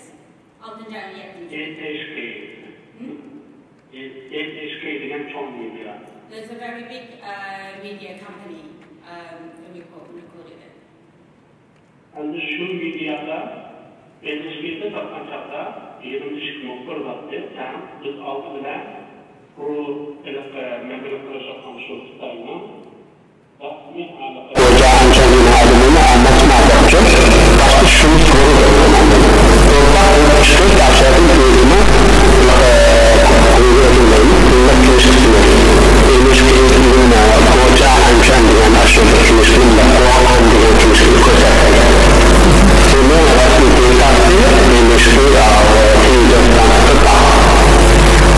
Yes, during the second time that when we had the video call, when I asked their ID, and they have shown their proper state security police ID on the screen. I'm having a bit difficulty because of the the echo. I don't know whether it is better if I have the headphone. Ondan ki yani şifreden aklımı aldığımı benim şuraya çıkıyor. Aslında. Bak bu cahil kendini adamları yapacak. Also, my brother have confirmed that they were the state security. You stated that the Chinese National Security agents initiated the video calls with you through your family. Are you able to tell us why you might have been targeted? Can you just repeat? Yes. You've stated that the Chinese National Security officials initiated the video calls with you through your family in Xinjiang. Are you able to tell us why you might have been targeted? Sizin şu hükümetin saqçıları, yani devlet saqçısı sizge telefon qildi, yani aileniz arqali. Sizce nima uchun ular sizni asosliq ko'zladi, yani asosli? Bu 18. yılın 18. yılın 8. ayda tattı, 2019 yılı 13. ayda benim ailemle Allah'tan bir kurtarak bildirdiğim telefonu işlemi bildirmeye kalmıştı Allah'ta. Şu Allah müşerrifçi sayfasında. Yeah, from 2018 to the end of 2019, I lost contact completely with my family. Anki şu altta anki 2019 yılında 13. ayda Amerika'da uygulanan kanun çıktı. Şunun aklını taktı, benden yoktu. Ayağım aklıyla, ayağımın telefon aklıyla alaklaştırış başlandı. Then suddenly on the 3rd of December 2019, they contacted my wife asking to speak to me. Bu anlarda ben aşışkına 18. yılın tatlı aslında yorumlar kuvvetten bu kırıcılıkne yaptığın hükümlüğe, yaptığın medyalıkma anlatışlar en fazla hep geldim. So from the 2018, I was one of the very active members in Japan to expose what is happening to the genocidal policies. Aslında bunun başka yapıya uygun cemiyetinden daim erzarlık var, şu topluluğu kırgan. Siz, so I became the executive member of the Japan Uyghur Association in 2019.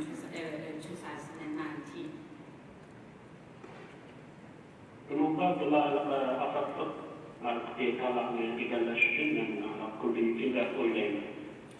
In my opinion, that they might the reason they targeted me because I am their executive member, so they can obtain information from me. You stated that after the second call with your relatives, you ignored your older brother's calls. Was the reason for that your political activities in Japan? Siz ikinci qetimliq görüşüp bolgandan keyin akınızınki sizge telefon qilgan siz pisand qilmadingiz, yani telefonni olmabsiz. Buningki asosliq sababi shu Yaponiyadagi sizning faoliyatlaringizning sababini olmadingizmi? Şimdi matsuanın yanlış tarafına kaçan telefon olmasını algılanmasını ne yapar? İkinci qetimliq telefon paranlashib bo'lgandan keyin bayonotingizda siz keyin bir qancha qetim siz bilan paranlashaman degan vaqtda siz bu telefonni olmabsiz yo qaytarmabsiz. Buning sababi shu sizning o'zingizningki Yaponiyadagi qilayotgan faoliyatlaringizning sababidirmi?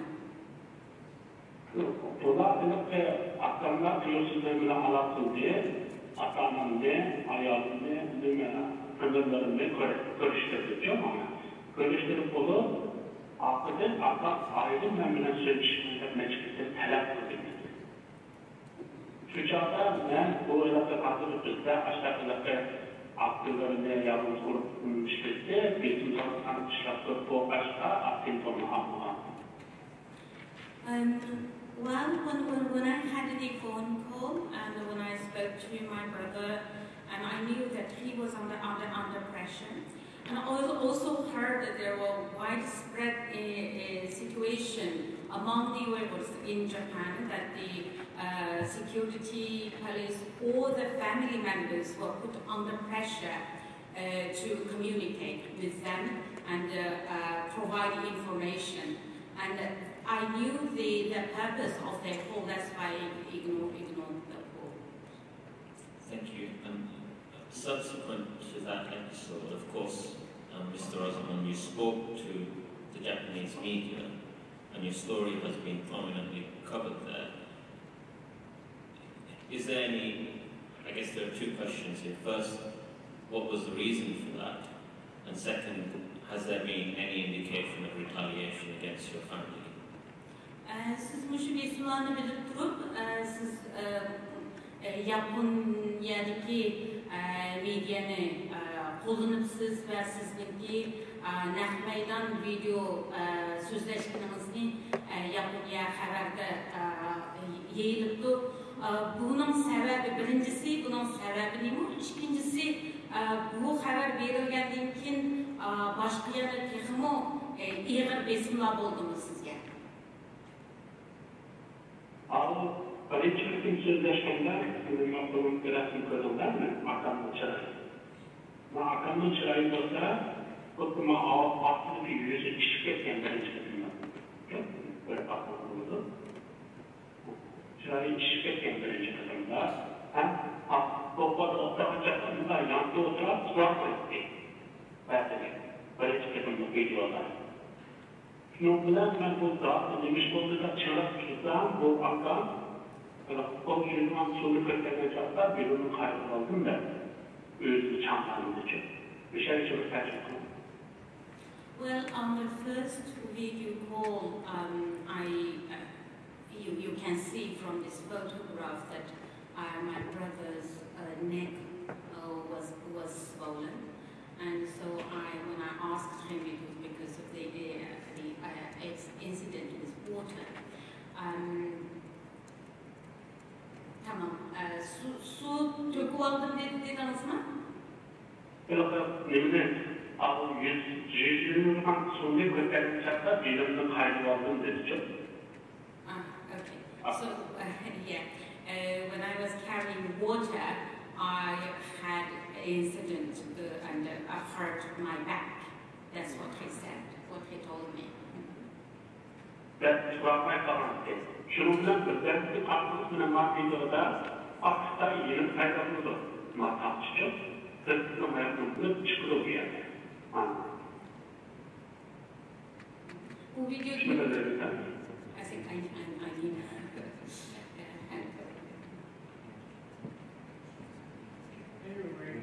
arrange for headphones, please. Apparently there's a difficulty in getting them before the break, but we'll try this. I'm happy to go back to there if it is easier. Sure, that's fine. If that's, let me do it from here. Şunundan benim aklımda bu break çıktığında Keçirsiz mən kulaklıqını işlətmisəm, avaz bək qayıtıb yaxşı anlayamayadım.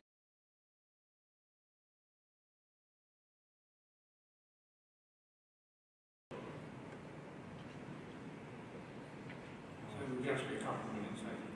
Yes. I only have 2 questions.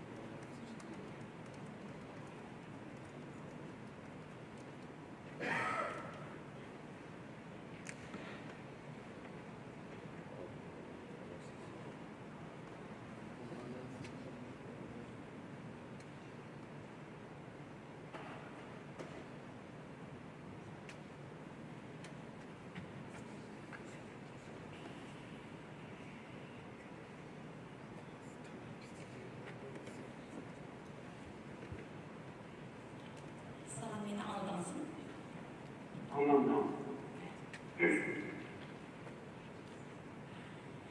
Evde devamlaşmasınız oldu. If it assists, perhaps I can just remind the witness of the question. So my question was why you decided to take your story to the Japanese media, and whether there's been, as a result of that, any indication of retaliation against your family. Bayan bu sualın yanı kaydedin sizge kalkırıktaydım. Birincisi film için siz Japonya'nın medyada bunu aşkarlaş karar verdiniz. İkincisi bu aşkarlamandan keyin kandak yana başka zorluklar, besimler oldu. Aslında dinlediğinden de birinci şu akal şundan böyle tırmangan halatlar münasebet yüzlerce maaş. Ve kulakla anısı altında ve kısa çıkan videonun içine çıktığında. Mağmurda. Tam çıkıp arkamdan baktığım bir barışlar var. Ağırlıklar sözleşmek. Onlar doğrultuda aydın sözleşken çağda bunda katılılıkla şunda dönüşüyor. Müşahişli karşılıklardır. Okay, so as I mentioned earlier, when I spoke to my brother first time on the video, I could see it's visible that he was abused, and then I also caught the police with him, and later then the policeman or the official, when he spoke to me, he was very rude, intimidated me. Peki bu videonun başta saklanacağı da ben fakat avazını patlayacağım şu başta hem bir şeyler. Bakıyor patlan atlarını çalışıyor da kıymandan çalışan bir tatlılarıyla tatlan bundan bir şey alıyor. Nasıl bu video falan bir şey alıyor işte. Initially, my plan was to just record the audio, the conversation. However, seeing my brother, the state of my brother, I decided to take video, which lasted about 40 minutes. Şimdi şu gündemdeki benim özelliğim kavramda bir genç olacağım. Bu aklımda Kazakistan'da After seeing the state of my brother, I had a fight in my head. I've been thinking, what can I do? What can I do to help my brother? Bunlar anda akam tutmuşken ya şpiyonlukla, şpiyonluktan olan şahsının gibi konuşarlarsa ben onu da cevap kaydıramam ben birisine. Onun aksici bu aklımda benim bölümünün saçaklıktan çıkırsam da yalnızda kısmı sınırlıktan da bir oyunu düşünürler. Then thinking about how to rescue and save my brother's life, I had to make some decision. Either I work for them and spying for my people as spying and help them provide information. But I also know that situation, the demand from them might become even more, it will increase. So also I worried about my brother, whether they will torture him, break his neck or his leg, and that was an extremely difficult decision for me. Ondan ancak bu oyunun yerine kalktığında bu dünyanın eksi vardı. Onun bir takatlıktan kış vardı ve bu kitapçı. Şunun başka bir şu medya gücünü takip başka dünya aşkası baktan o kitap iş olmanda akamların başını topluda doğandı ve yani siyah kızının ilgili çalışmış. Then I thought there must be justice in the world. If I can expose exactly what is happening and the suffering of my brother, then the Chinese government might stop and there might be some kind of justice. Şunlar bunu değerlendiren bir yerde. İspanya'da bu kuvvetleri, bu akıllı bölümler var. Terörist kuvvetleri, Mamayla teröristler, sen, sen, Mağlu Alem hayatlarının üzerinde bu akıllar, bu özellikle şişyon komutan, sen ölçülerinde ölçüle denetliği, bu dünyanın sapısı olan, dünyanın ölçüsü olan dünyaları, şekle, tahsilleri olmasın, mesela dünyanın tahsil etmiş o medyalar elinde. Bundan kısa aslında akıllarını ölçülerinde kutulduğu medyalar. Well, in my opinion, what the Chinese government is doing isn't the state terror against me. It's like taking hostage, the terrorists taking hostage of people and demand the money. And this is exactly what is happening. They are taking hostage of my brother and putting pressure and forcing me to do things against my will. And that's why I thought it is important for me to expose this to the world through media. Thank you, Mr. Mazhar. I'm going to hand over the questions to the panel, who may have some further questions of you. Endi yana başkalar sizden sual soraşı mümkün. Benim sualım hazırca müşahede bileyim. Agar sualım çıkmışsa, şunun ki beni tartıştıkça ben ailem bilen bir telefon, bir telefon yapılırsa bir görüşüş hazırlıcı yok. Öykülerde atanın ayakları ancak hazırlıcı bilmeydi. Regarding your question about if there is any retaliation after what happened, and my answer is that I lost contact completely. I have no information regarding my family, my siblings. Thank you. Well, good morning and thank you for joining us this morning. Can I go back a bit? I think by my calculations you've been away from Xinjiang for about 20 years now. Can you just tell us how easy was it for you to leave, to obtain a passport and to go to Japan when you left? Endi bayonotimiz qaraganda siz Xinjiangdan ayrılganınız 20 yıldan eşitdi. Xinjiangdan ayrılış üçün pasport eliş qolaymı deyip qandaq mümkün to'g'riliq hozir bir tushundirish bergan bo'lsangiz. Ben 2005 yılı yapım geldim, şu 16 yıl oldu bugün. Uçaklarda bunlar siyaset mandatçı olmadan için paspортlarını kontaktisek ağırlıkta, paspортlarda şurada kontaktisek gelip yaptıkta çıkıyor. I left my country in 2005. It has been 16 years now. At that time, the situation wasn't so severe like now. And also, if we pay extra money when we apply a passport, we could get it. And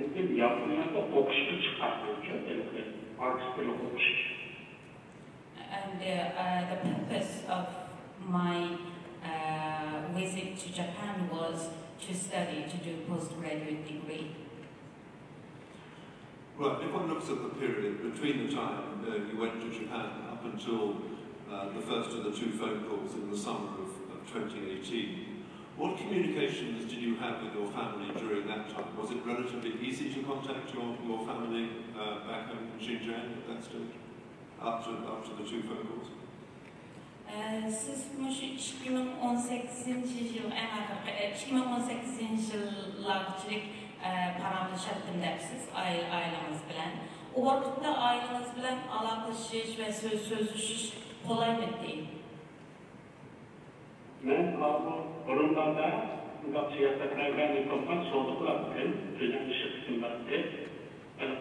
Uçağlarda ama yaptığımdaki bir daha köpeğine okumucu bulak erişte fikirlerine müziğinde görüşecektim. Şu cadın alt görüşecektim. Ona kuşkumun altıdan ki bir ayda görüşecektim ya şirketin görüşecektim. Bunun tercihti.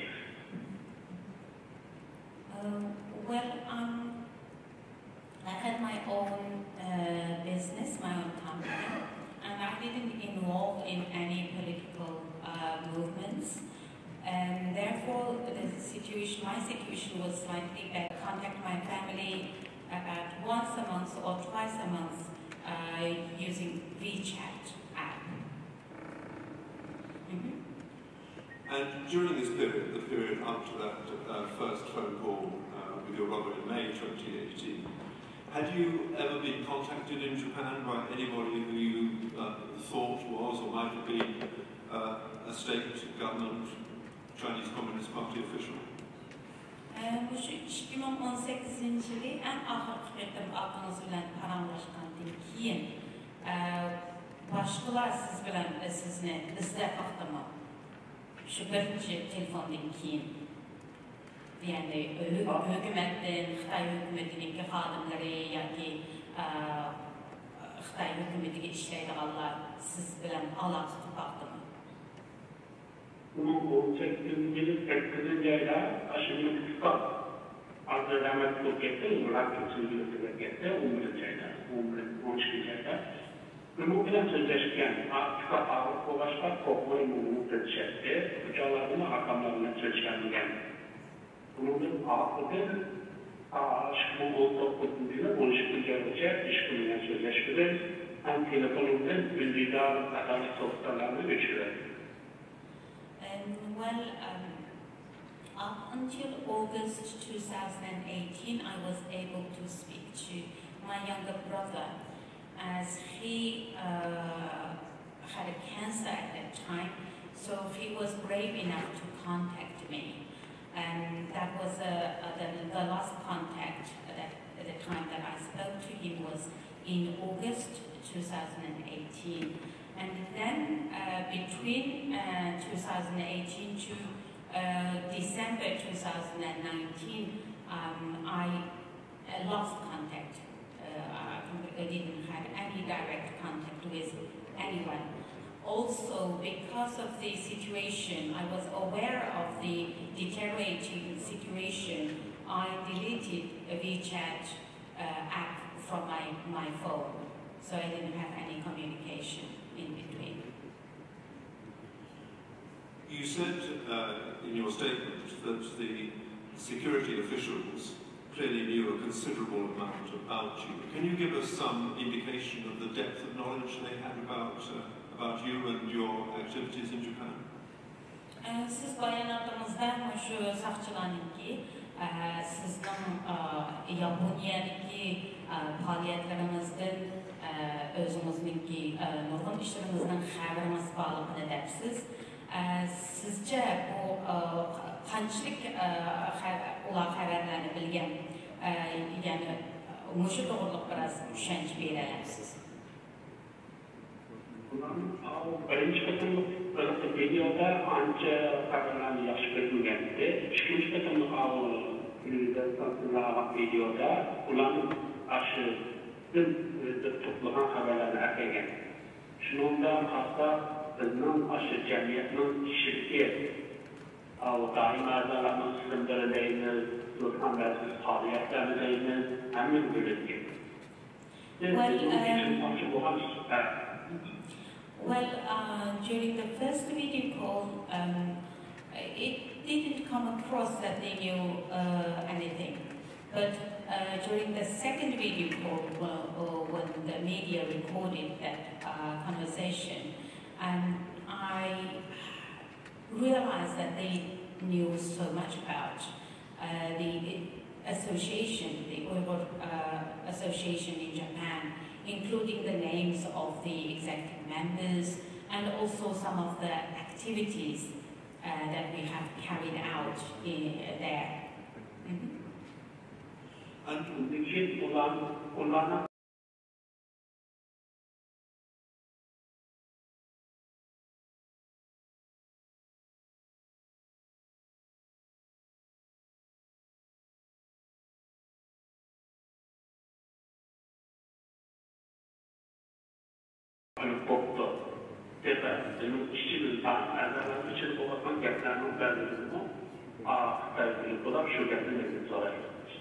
So what surprised me most was that we planned a meeting on the 24th of June.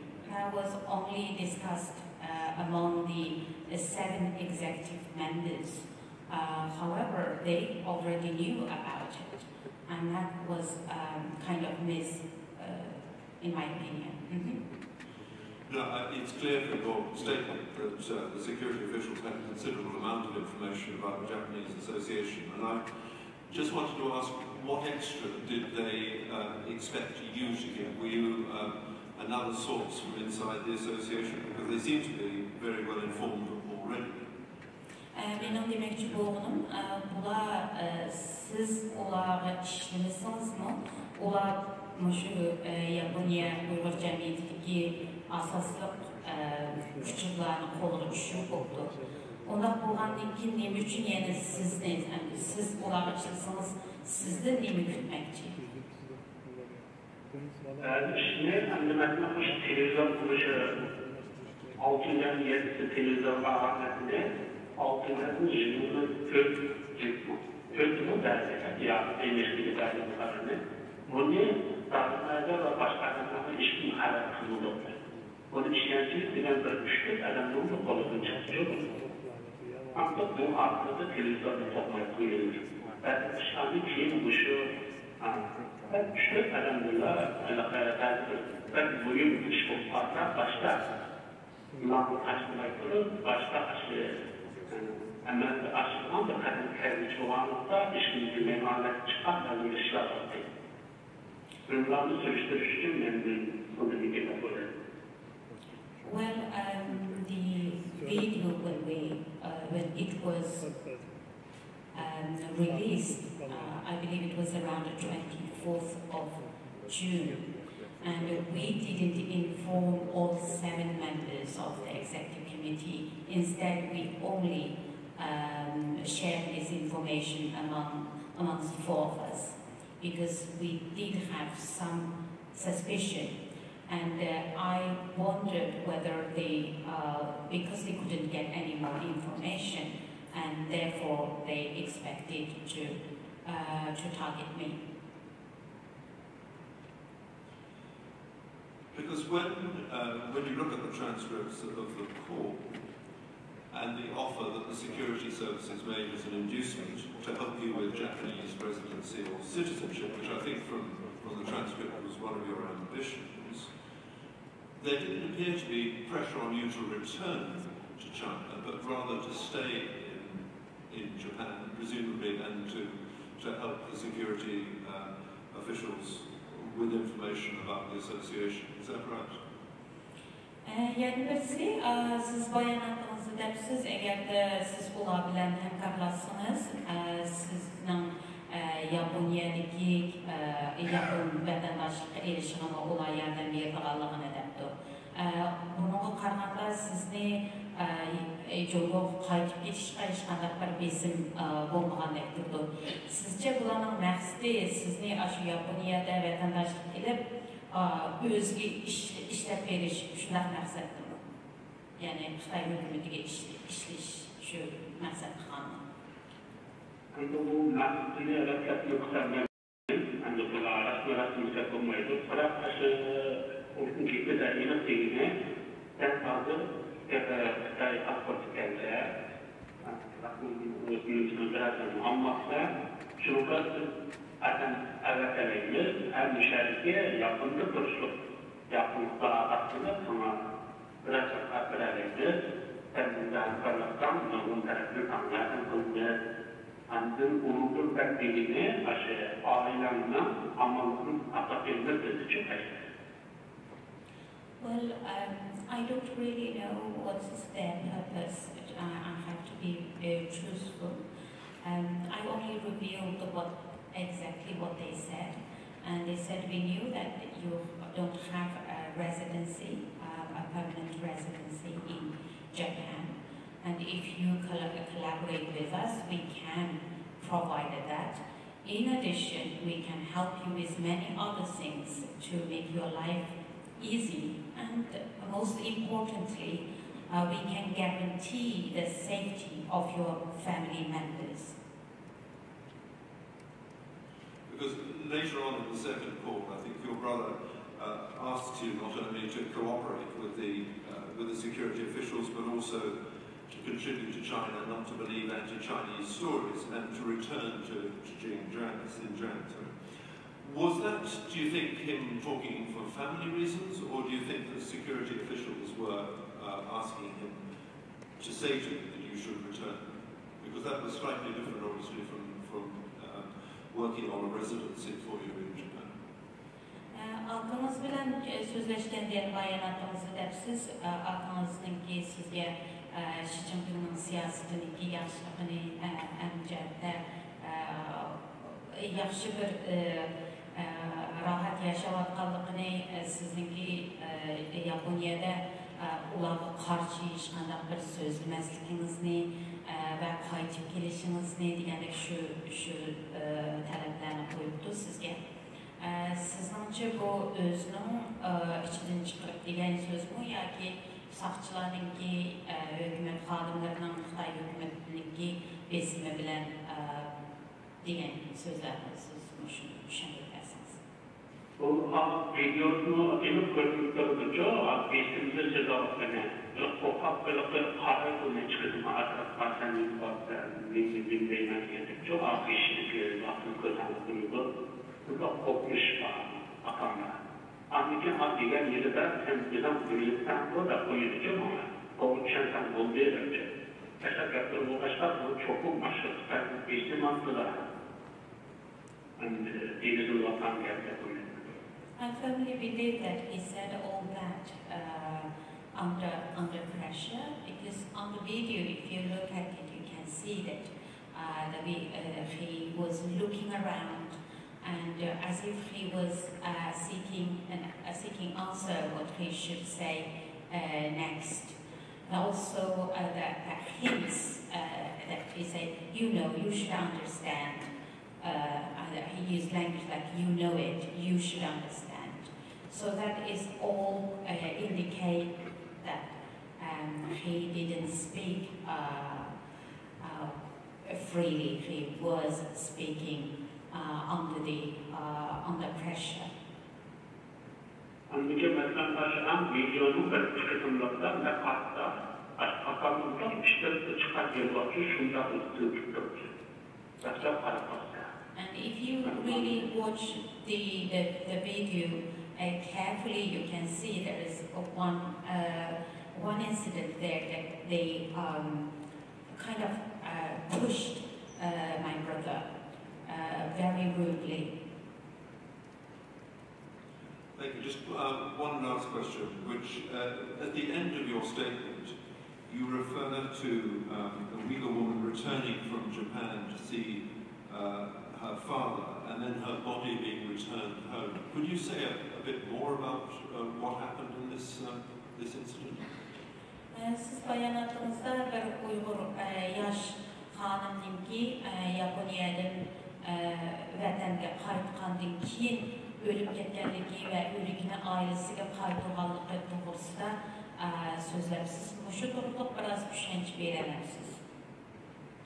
Aslında benim bilmem degende Yekay'da bir vakti bu yaptığım yerde Tokyo olmuş dedim. Taraftar mazıkçılık müşteriye. Bu çıkımın 19. yılı ektirin yerde. Yok kaçtı. Bunun karşısını çıkıyoruz ki böyle. Şunun bilen bu kızlarla demiş zaten bunu da kaydırın içeri. The person that I mentioned, the young lady, her name is Mikal. She was studying in Tokyo University, and in August 2019, she returned home after learning that her father was detained.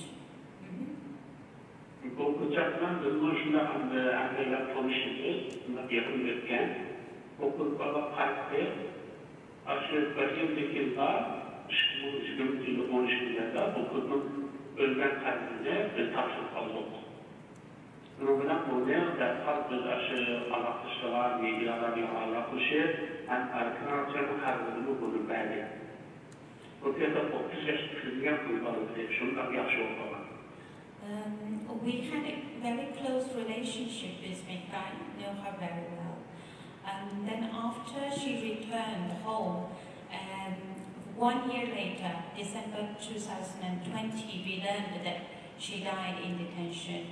And so we contacted the Japanese media to report what happened to her. And also Radio Free Asia reported this, what happened to her as well. Bütün erken atlayan harcada bunu Lazlık'ı eklemiştir, Lazlık'ı öldüğünü topluluk harcada. So the Radio Free Asia reported that she was detained in a camp where she died. Thank you. Thank you for your testimony. You talk about the officials being from the National Security Bureau. Is this the same as the Xinjiang Public Security Bureau, or is it another branch based in Beijing? Siz ko'p rahmat bayonotimizga va hozirgicha bergan javoblarimizga. Bayonotimizda shu saqchi deb olibsiz. Bu Xitoy saqchisi Beijingdagi saqchimi yoki shu o'zimizninki turayotgan yerlik saqchilarmi? Bu başındaki bu sapçının şu boğaca hançerçiliği, boğaca hançerçiliği. Bu başta bulundu mu artık kendine?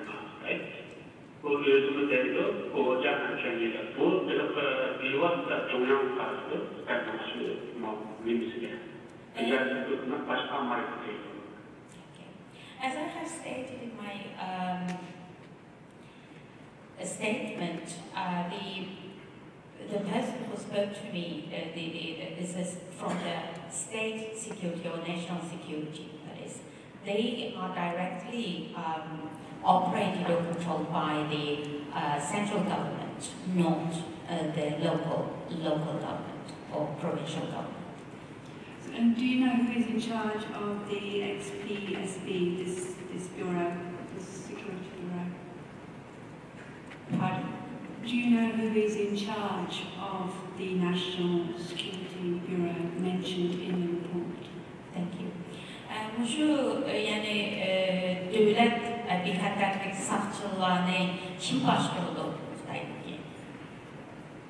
Endi bunu özünü tutup bakmada bu Xitoyni o'zini bizni aşı Cumhuriyet başqurdi deydi. Cumhuriyet başqurdi her qaysi devletdagi elçixonaning boshlig'iga bevosita telefon qilaolamiz deb o'zini daftardan yig'ilmoqchi.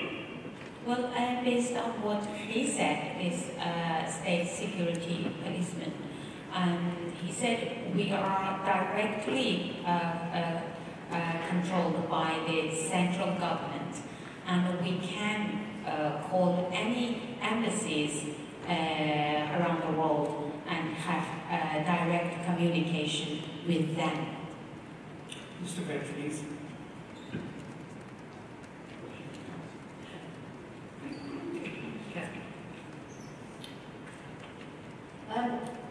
Could you please let us know whether any of your colleagues in the Uyghur Association in Japan have had similar approaches to seek information from them from Chinese authorities? Thank you.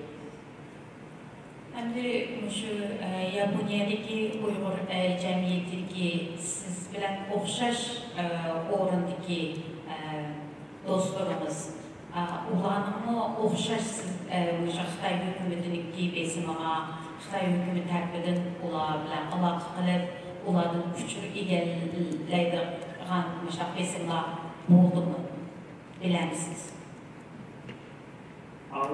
Benim burun, bunu artık mağdur reisimiz Ahmetcan Yetkafendi'nin tartısını aşırı göz alınıp, aşkın sözlük şartını bizge asıl bilmem kıtlarda giden videosu bu muhabbetimiz çıktı. Aşırı yapmayan çoğun videolarında da muhabbetimiz. Well, yes, the typical example was the Vice President Ahmed Litip, and he also experienced the similar situation. They pressured him after holding his father, the police holding his father, became his father, and pressurizing him to provide information. Andaki hafta reisimiz artık gelip belirtişimiz buldu. Aşağı atanımına alındı. Bölge var. Aşağı ben tanıyaklarını toplat. Yine de kesinlikle vardı. Also, there is ongoing pressure against Abdul Karim, who is the president now of the Japan Uyghur Association. They are continuing pressurizing him to stop his activities. So there are similar situations that other people are facing. Mr. Sabi, we are out of time, but Professor Kumar might like to ask one question. Can we permit her? I'll make the very shortest. Okay. Any questions from Council? Thank you very much for coming to the tribunal, attending the tribunal to give your evidence, which is now concluded. Sizge şu Uyghur Sultan'a çıkıp bayanat belgeleriniz için size teşekkür ederiz. Çok rahmet. Hazır sizinki bayanime verişimiz ayarlaştı, ahırlaştı. Can I say a few words? If it will start, and I may stop you, what do you want to say? Buldu, eğer bu kopyası verdim siz buldu koymayın. Anne, şu sokakta mevzudan çıkacaksınız, orada benim aşık olup tutarlarında iyi çıkışın ya. Bizim Uygurlarının şu izin şu ahvalını dünya bilse, sizler güzel sonuçlarla, orada katına geçip verkenler, benim Uygurlarının bir şey sorsan, Sorry, I will stop you now. Yeah, I just would like to say that, through giving this evidence, and I would like the world to learn what is happening, and so more pressure to the Chinese communist government, and to relieve my people from the atrocities that they are facing. Thank you. Thank you. Mr. Sabi, how long do we have for a break? 20 minutes.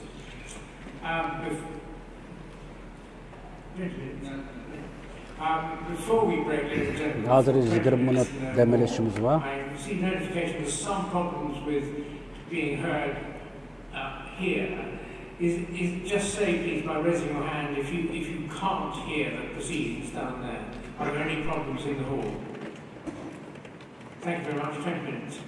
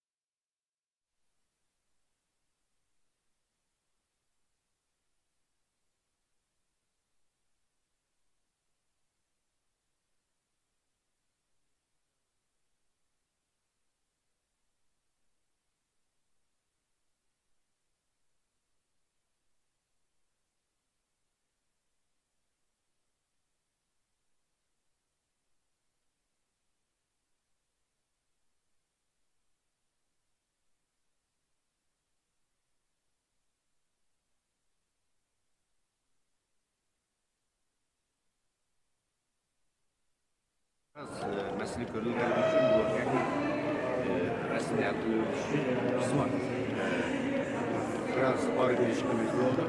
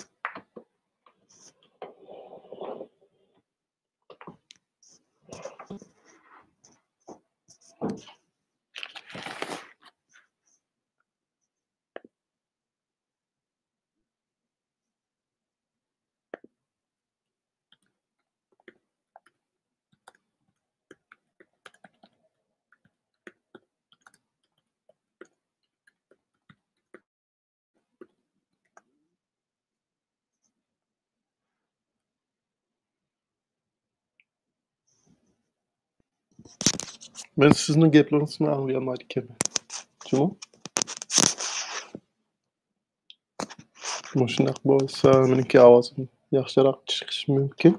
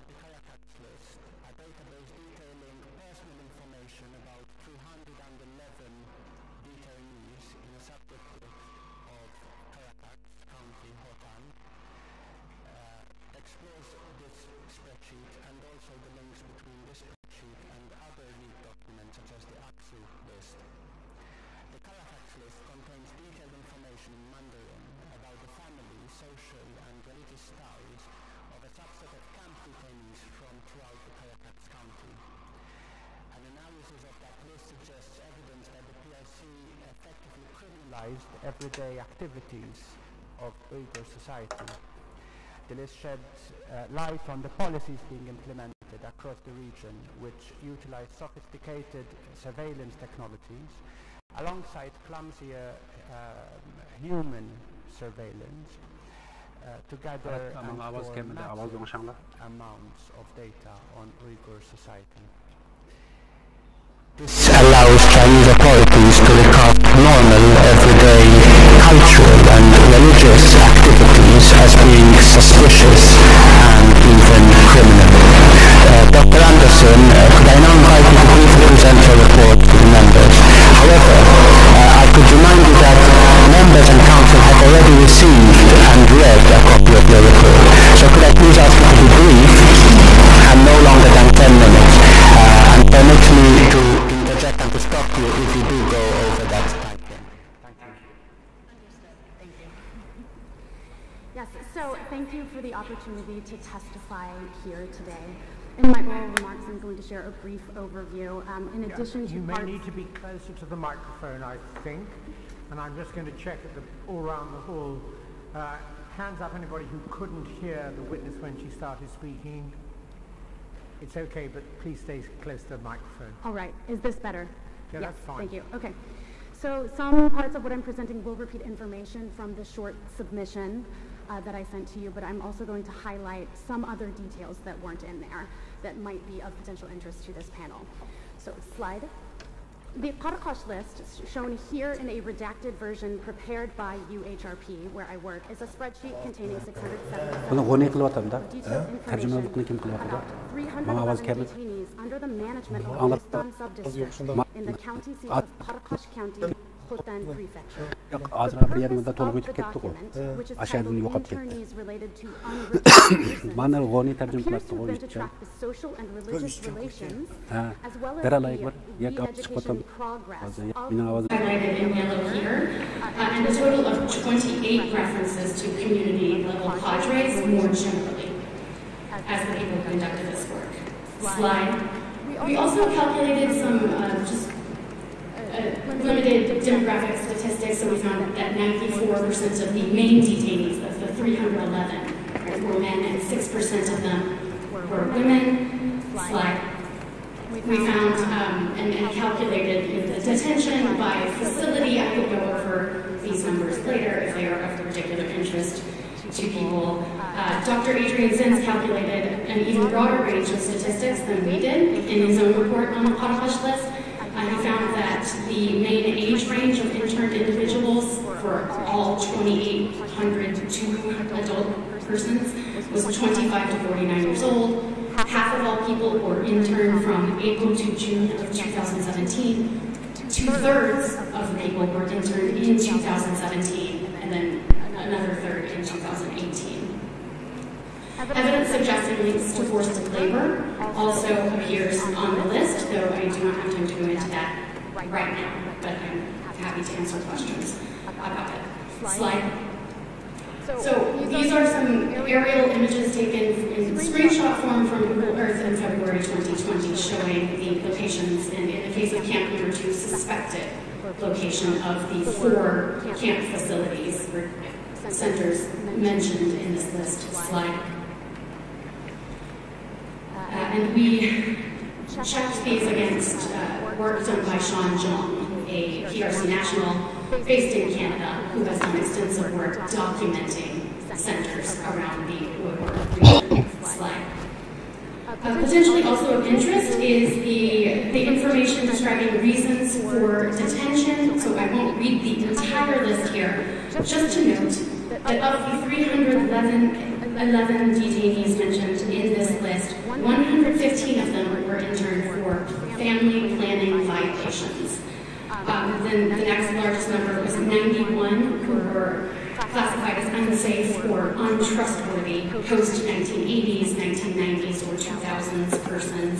And then the next highest category was violations involving religious practice in some form or another. Slide. These are just images of an appendix from the UHRP report that details an even more granular detail those different reasons for detention. Slide. Also of interest is the final judgments of the sub-district and community officials who appear to have compiled this document. So, final judgments by officials showed us that many detainees were remaining in detention or under some form of close monitoring and control even when they were let out. So, for example, 98 of the 311 were released into community management and control.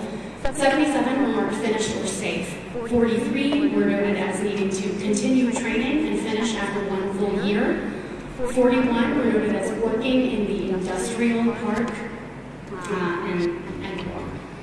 Right, and so to wrap up, I want to mention some of the implications. Slide. At the time that this document was published by UHRP, by Dr. Adrian Zenz, and by representatives in the international press, it was the third high-profile leak of Chinese government documents related to the campaign in the Uyghur region. And it was significant for the way it provided a granular look into the system of repression as it operates on the local level. And the document has several important implications, as you've already heard a bit in the description of my testimony. Evidence for linkages between the IJOP and information gathered and stored on individual Uyghurs at the local level of geopolitical administration in the region. Linkages between this information and other government policies and tools, including programs such as Becoming Family and Program of Forced Labor. It raises implications about the scope and intent of the data gathering and the relationships between that data and repression. It also has important implications for the role of guilt by association in the repression of Uyghurs. And finally, evidence that the party state has effectively criminalized everyday life as it restructures Uyghur society from the ground up. Thank you. Thank you very much for that presentation, Dr. Anderson.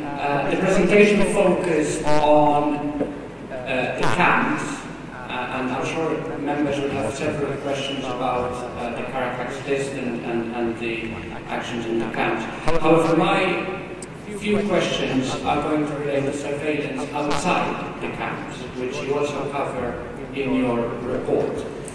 For instance, in your report you describe a system of intense, intrusive, extensive and high-tech surveillance comprised of high-tech systems such as the iJob, which you referred to, together with human surveillance. And in fact, you referred towards the end of your presentation to the Becoming Family program, where more than 1 million individuals, mainly Han Chinese, are paired off with Uyghurs in order to spy on them and report on Uyghur families. And my question, therefore, relating to this kind of surveillance outside the camps is, for those Uyghurs who are free, supposedly, for those Uyghurs who are outside the camps, how closely are they monitored by Chinese authorities? Or put another way, to what extent are those Uyghurs who are free, who are outside the camps, placed under almost total and continual surveillance by Chinese authorities? Thank you. Given what we know about the surveillance and monitoring system, even Uyghurs who are free, as in outside some form of detention or other state custody, are constantly subjected to monitoring and checks at checkpoints located throughout the different jurisdictions where they might live, right? Where they have to, in some cases, plug their phones in tools that the police there use to scan phones. They go through facial recognition systems, body scanners and other forms of scanning and checking, right, at these checkpoints. In addition to that, it is the free Uyghurs, in fact, who are visited by representatives of the state in, for example, the Becoming Family program. Right? It's not people who are already inside from detention who are visited by those people. And so accounts in the secondary literature, right, that mention this Becoming Family program have detailed the ways that Uyghurs reportedly do not feel free to speak any Uyghur language, for example, or to perhaps cook the food that they want to cook, or in instances where they might be cooking with the Becoming Family member who has joined them, they can't ask, for instance, what kind of meat is in that food you are preparing, because that might be a sign of religious extremism. The family members are reportedly tasked with coming in and documenting, what happens inside the family home, asking children about their parents, asking about daily life, daily habits, daily practices. So that technological surveillance, and then through checkpoints, through facial recognition cameras, through scanners that people go through, and then also what I've characterized as this more clumsy human element where there's a little more room for error, right? Those two things combine to that effectively, in my opinion, Uyghurs are not free, even when they are, quote, free. Thank you for that. And to the extent of your knowledge, to what extent is the same kind of intrusive, extensive surveillance accorded to, for instance, Han Chinese people? To the best of my knowledge, this same kind of surveillance is not used on Chinese people in the region. Now, I was last in the region in 2018. And when I was there, I saw that, for instance, at checkpoints, there are separate lines. Or there were in 2018 separate lines that the Uyghurs and other non-Han peoples had to go through than for Han people. So there was very different treatment, even though Han people had to go through those lines as well. They didn't have to go through the checkpoints as well. They did not have to go through the same lines.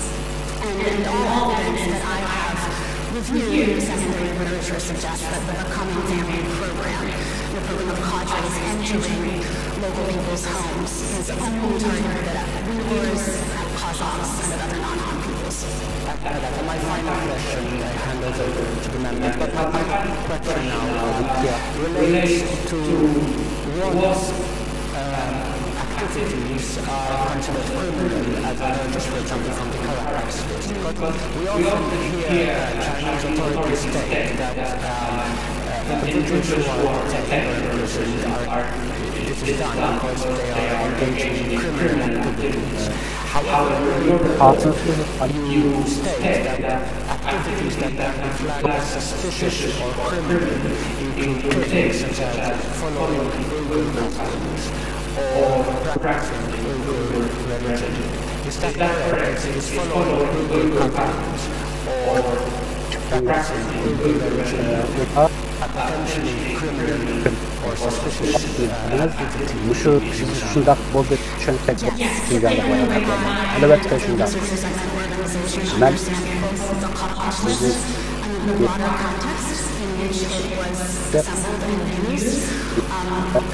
again if not all expressions of distinct religious and cultural identity are at the very suspicious, if not outright criminalized. So, for instance, in the excerpt I read in English translation from the circles entry for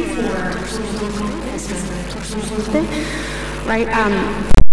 The note that he performed dua, which is a kind of prayer, cinayetinin sonuçta tamak yegenden keyin bu dua qilgan tamakdan keyin dua qilgan yana birisi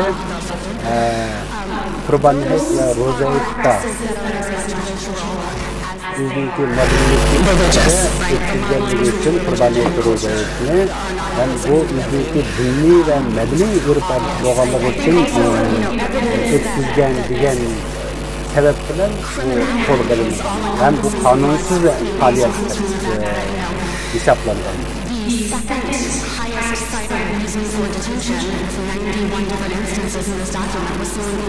Kolgalıkta 19'u okşulan bir sebep bilen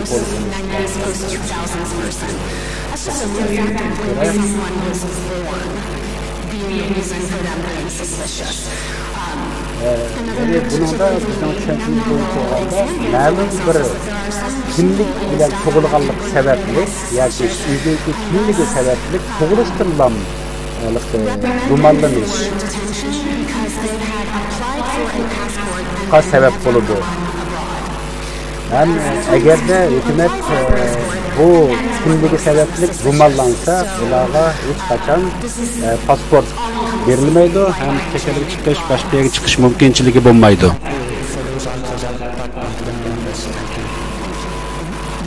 Rahmat.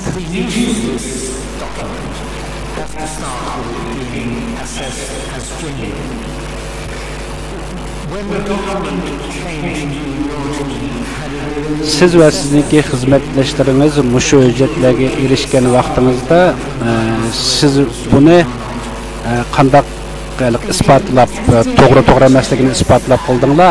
Albatta biz buni hem o'zimizningki tushunchamiz hem o'zimizningki tajribamizga asosan biz buniki to'g'ri xatoligi haqida haqiqat emasligida qaror berdik. Ben bizningki sizga bergan uchurimizda, guvohligimizda tafsili so'zlangan. Albatta men uni o'qib ko'rdim.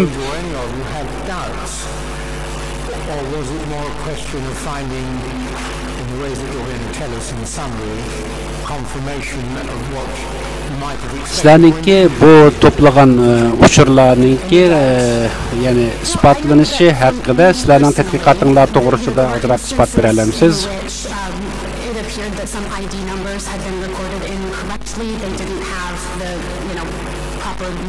Masalan bizningki tadqiqotimizga ko'ra ba'zilarninki kimlik nomeri orqali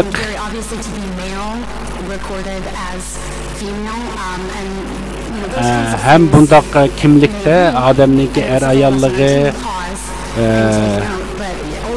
ve şununla o'xshaydigan nurg'unlagan isbotlar yezilgan hem insonlarninki bu adamlarninki her bir shaxsninki uchurlarni to'playotganligi hukumatninki bir uchur sifatida biz isbotlab chiqdik. Possible to say how many different people may have contributed to the entries, or would it have been a single scribe? Sizlar mushu isbotlarni qarorlashtirishda qandaq asas qildinglar?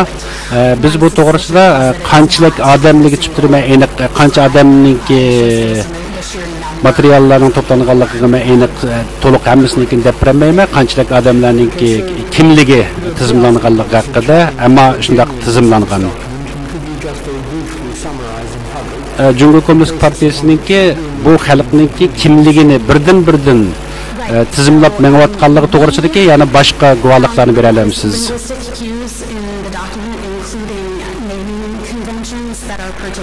Bizningki masalanga odamlarninki ismlariga asosan biz buning qarorlarini chiqarib desak bo'ldi. Chunki bu rayondagi odamlarninki ismi o'xshamaydi. Shu ismlar asosida bularninki to'plagan ismlarninki yani yerlik xalqlar ekanligini isbotligini bo'ladi. Bu bir. Ikkinchi birisi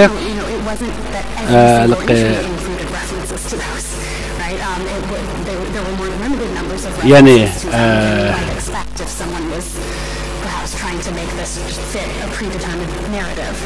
bek sizga qilib ketdi, erishmay qoldim.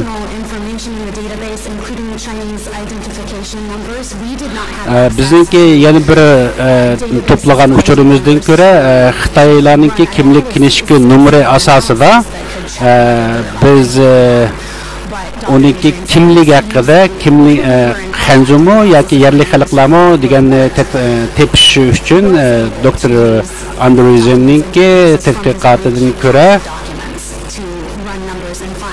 ham shuningki asosida biz nurg'un qarorlarni olgan bo'ldik desak bo'ldi. Ham shuningki tadqiqotidan ko'ra bizning isbotlarimiz o'tirib qo'yilgan. I already touched on it to an extent, but the final point I'll make is that in discussion with other experts, sözbek tiz bo'lib ketdimi, egishemidimi? Other people, right, that we reached out to and talked to in the process of doing this research, we all determined that the document appeared authentic. It appeared genuine. Was there some incident involving a bit of a giveaway by an individual in the People's Republic of China? Yes. Thank you for asking that. So in the days that followed the publication of our report, Dr. Zenz's report, and media reports, including by CNN, bizningki ham doktor yoki CNN'dagi xabarlarga asos bizni bergandan keyin Xitoylarningki kundalik xabarlar gazetida biz bergan uchurlarningki kimlik haqida berilgan uchurlarda this particular individual's information had not been made public in the redacted document that we made public when our reports went live.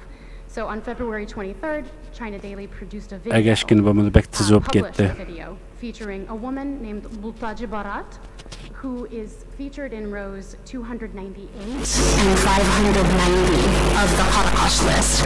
And in this video, Ms. Bultaji claims that she was never interned. She notes her age, which is the same as the age that is given in the Holocaust list in the rows concerning her.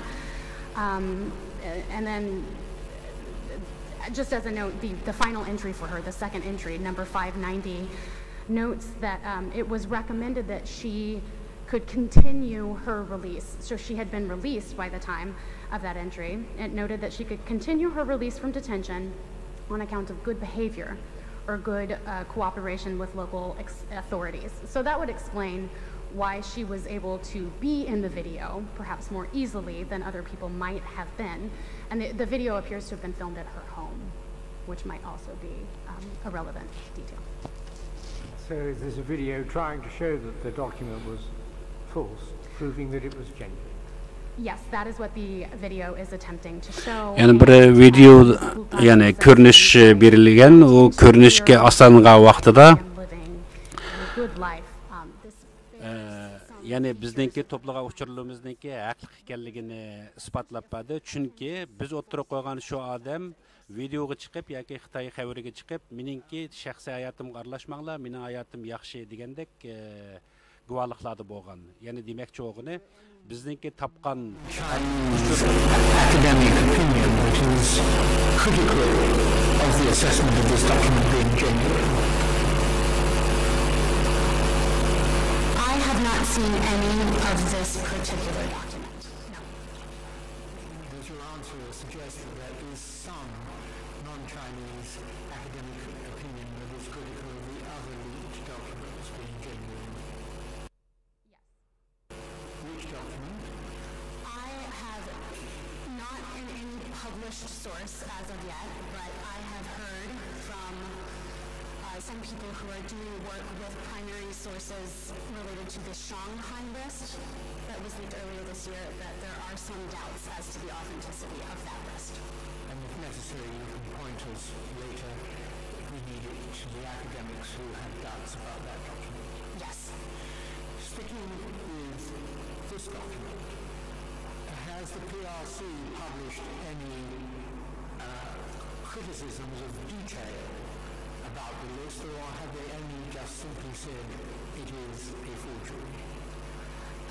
They have published between China Daily and Global Times. There have been several other reports bringing out people who are mentioned on the list to do similar things as Ms. Bultaji, whose video I was just describing to you. So I believe I have a name here. A February 24th article in the China Daily, for instance, brought out someone named Khabar Mahsoud. and who was mentioned in a family circle for a detainee in row 346 of the document, right? And they quote him as saying that this is untrue, right? And he doesn't understand why he is in this document. But it's the attempts at refutation and questioning of the document have mainly been in this form. And has the refutation always been out of the mouth or in the words of a person rather than by reference to inaccuracy of the statistical or other details? Correct. I am unaware of any references to inaccuracy of statistics or other details. And your evidence suggests already that in the PRC people may say things that are not accurate at the behest of the government in some form. Yes. If anything is known about the person who leaked this document that would expose anyone to risk, don't answer this question, but is anything known about the person or possible category of person who would have leaked this document? So we do describe in our report the chain by which it came to us because several individuals were willing to be public about that. So we received the document from linguist and activist Abdulali Ayub, who currently lives in Norway, and he received it from Asya Abdulahad, who is Biz bu qo'limizga o'xshagan uchurlarni Abdulali Ayub va Asiya xonim orqali biz erishgan bu uchurlarga bizning bilishimizcha Asiya xonim bu materiallarni Qarqash tarafdan o'zininki yo'li orqali buningga erishgan ham bu erishgan vaqtida buni xalqarodagi cho'ng axborot vositalarida e'lon qilishni o'zi ham qaror qilgan. Non-Chinese criticism, academic or otherwise, which you're aware? Not that I am aware of. The likely source then is an official in the department that either constructed this document or had access to it. Yes, correct. And given your broader evidence of the state of affairs in the area concerned, this is of course indicative of at least one person not being persuaded by the philosophy that lies behind the control of the Uyghurs. Correct. There has been at least one other instance of that's been reported on of a relative. Said anything to the Uyghur culture, the Uyghur religion.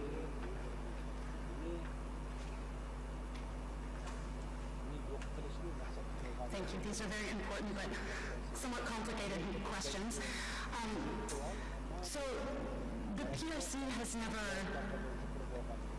come out and said in those words, right, we intend to eliminate Uyghur culture, Uyghur religion, Uyghur identity, language, and so forth. But I think when faced with evidence, for example, what is happening with language in schooling, to eliminate a language is to cut off education in that language, which is what we see happening, right? That in the course of a generation really begins to impact. Forgive me for cutting you short, but I'm running out of time, and we've got evidence of that from elsewhere.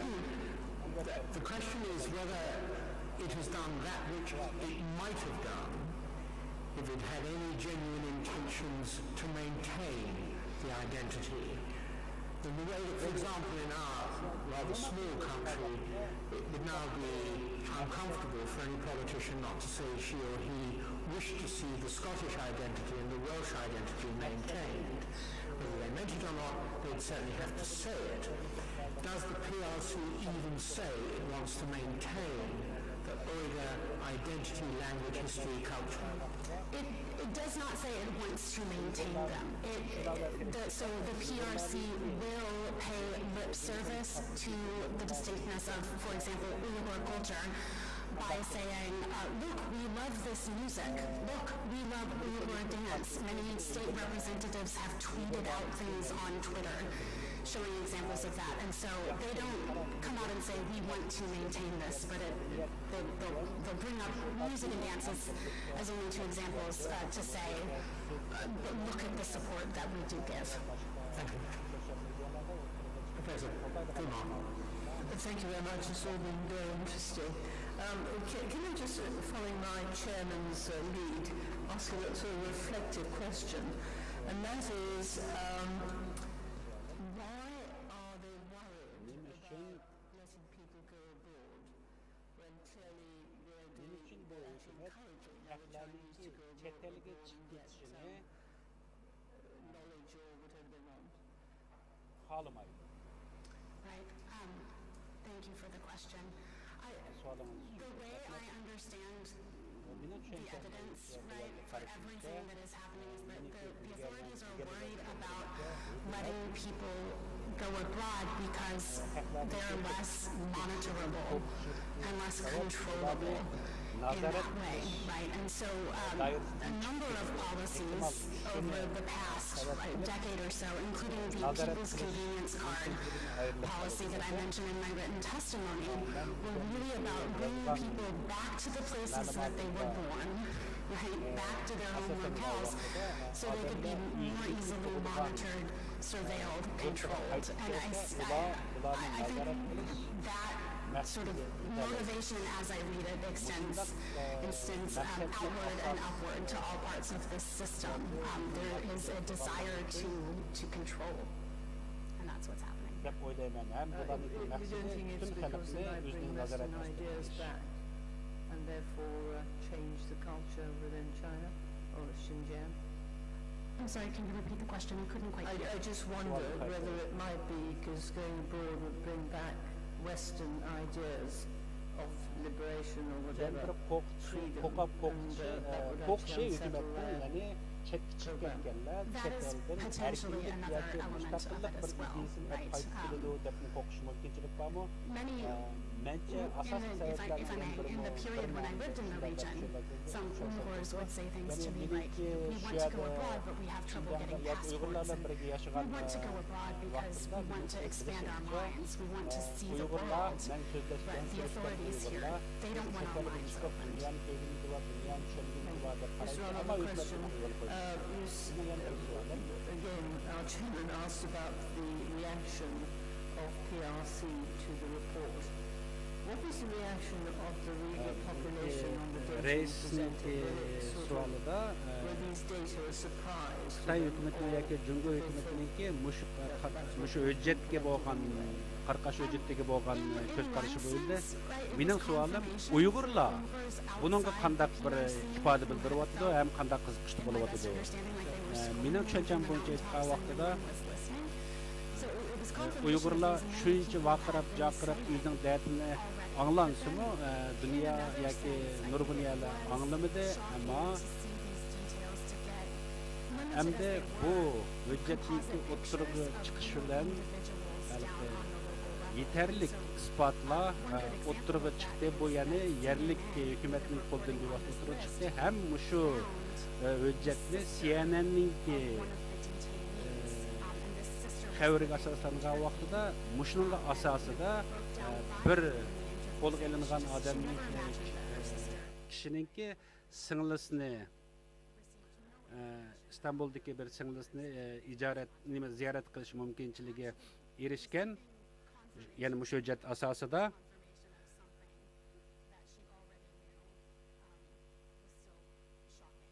keyingi chunki bu arada bu singlisi Turkiyadagi singlisi uzun vaqt o'zining munosabatini uzib qolganligi ham mush hujjat orqali ba'zi nimalarga erishgan, kuchurlarga erishganligi haqida xabar berilgan.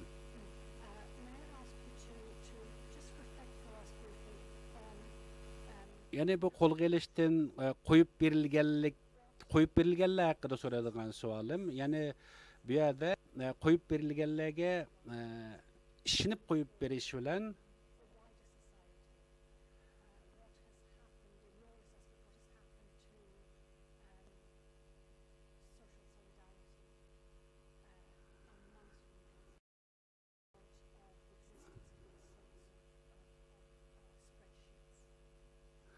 Yani muşundaq Uyg'urlarni tutib ekirib ham qo'yib berish degandek mushu hadislar Uyg'urlarning ichida ko'rsatayotganki ahvolini so'radi.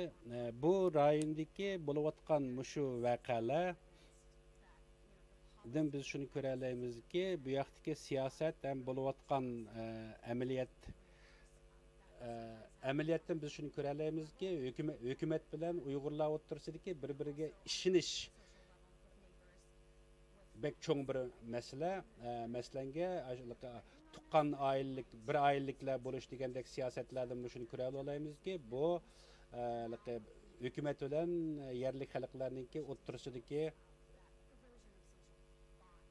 ishonchsizliklar to'g'risida. Yana bir tadqiqotchininki 2018-yildagi shu voqealarga asosan o'ziniki tadqiqotidan ko'ra Uyg'urlar bu to'g'risida uchur berishni rad qilgan. Chunki Uyg'urlar bir-biriga ishonadigan bir mumkinchilikni o'tib ketgan. Uyg'urlar hukumat bilan Uyg'urlar o'rtasida emas, Uyg'urlar bilan Uyg'urlar o'rtasida ishonch tugagan. Mena yana bir savolim, doktor Zenninki Qarqash list haqida ishlagan xizmati haqida jiq so'zlab o'tdingiz. Sizlarningki shu qilayotgan sizlarningki tashkilotlar yoki idoralarda doktor Zenninki tadqiqotida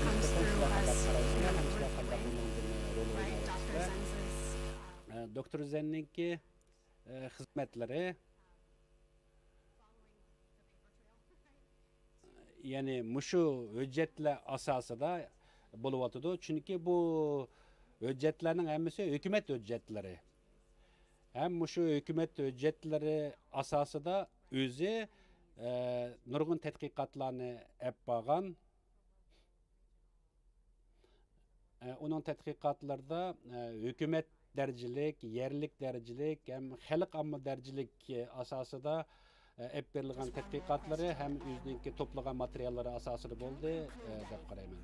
Biz shunga ergashib Siz Qarqash tizimligi haqidagi bu hujjat to'g'risida qanchalik odamningki tutilganligi haqidagi aniq bir uchurni bera olasiz? Qarqash listningki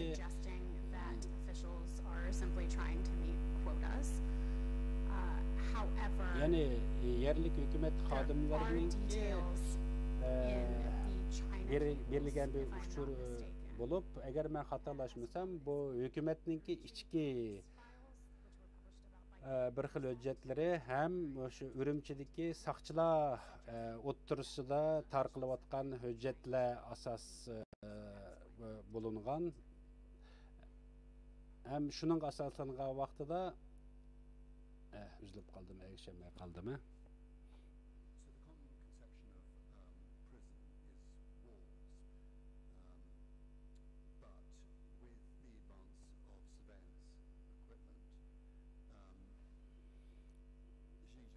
Yani bu turmalarınki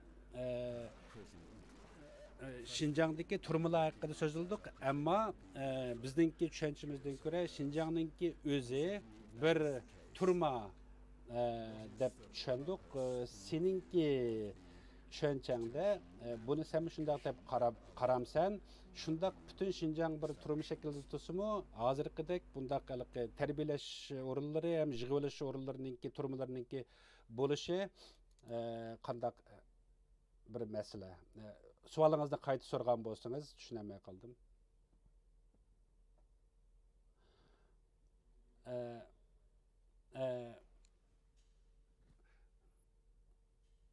Masalan, odamlarni turmalarning ichiga yoki shu tomningki ichiga ekirib turib o'zgartish bilan Şinjanni umuman bir turma deb qarasak, umuman Şinjandagi hamma xalqni ham shundaq bir nazorat ostida tutayotgan turg'uliq nima uchun yana bir turkum odamlarni yana fizikal bir jismoniy turmalarga elishninki muhim kerakligini qanday tushunsan desa, albatta mening deganimdek Şinjan umuman qilib aytgan vaqtida bir ochiq turma bu 2016-yildan keyin muşundaq bir resmi turmağa aylandı deb düşünsek buludu. Bu mening tushunchimda hukumat o'zininki huquqini ko'rsatish ham o'zininki huquqini xalqlarga bildirish uchun qilayotgan bir siyosat deb qarayman. Bu o'zininki huquqini ko'rsatishdan iborat. Mening oxirgi savolim 2 minut vaqtimiz qoldi. Shunglashqa sizninki tadqiqotingiz ham bilishingizga asoslangan vaqtida bu bir nəhayət strategik bir hadisə bolayotgan Cumhuriyet Komünistik Partiyasininki yoki mərkəzi hökumətninki yoki Beijingninki olib berayotgan siyasəti tügüş mümkünçiligi barmı? Without the approval of the central authorities. Mr. Clark, 1.5 minutes for question and answer. I got the message. Savalim var. Birisi ahirki sizlarninki bergen guvalığınlarninki en ahirdeki programı to'g'risida sormoqchi. Shuningda so'zlangan mushu qarorni berguvchilar sizcha kim? Bu qarorni kim beradi?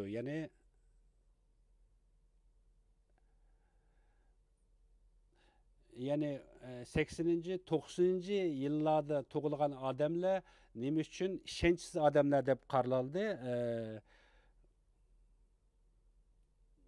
Chunki 90 yillardagilar nihoyatda ko'p 30-40 yoshlikdagi odamlar hisoblandi. Buni siz qanday deb qaraysiz?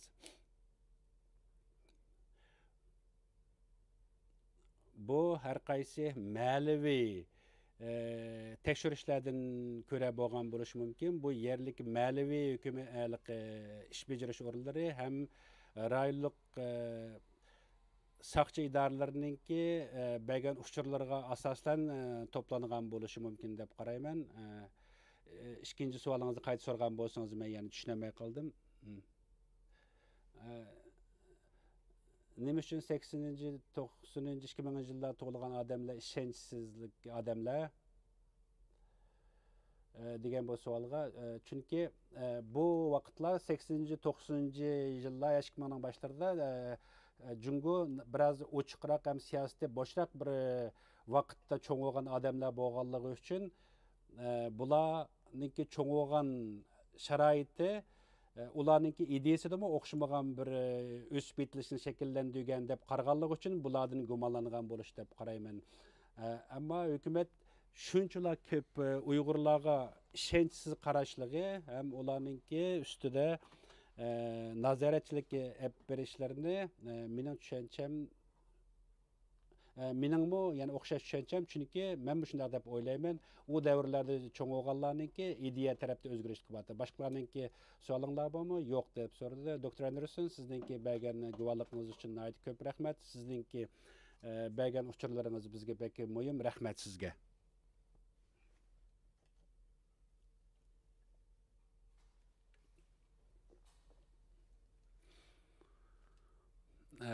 Yana bir guvohchimiz, 3-chi guvohchimiz hozir o'tirg'a chiqadi.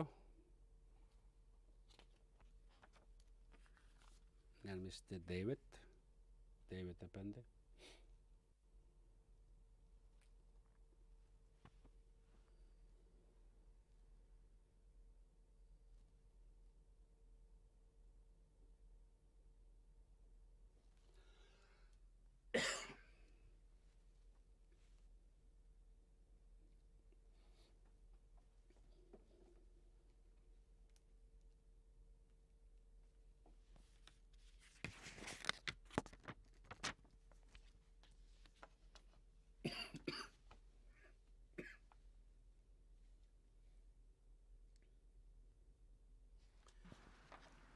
Dr. Tobin, etkileriniz hayırlı olsun. Dr. Tobin David, Sheffield Üniversitesi'ndeki Şərq Asiya tədqiqat ordu tədqiqatçı, hem hem Manchester University'ninki Xitay siyaseti tadqiqoti mutaxassisi Şinjan hem Xitayninki Asıllık Milletler siyaseti hakkında köp tadqiqatlarını yazgan, kitaplarını neşr qilgan kişi. Bu adamninki yana bir eserlerden biri Şinjanninki bexatarlik hakkında yazılgan kitapları. Hem Uygur ve Hanzula oturuşudaki, yani Xitaylar oturuşudaki münasebet degan eserleri var. Cumhur Komünist Partisi'nin ki qandaq siyasi qararların chiqarilganligi to'g'risida berilgan reportları var. Bizga bergan bu xabarlari va uchurlardan ko'ra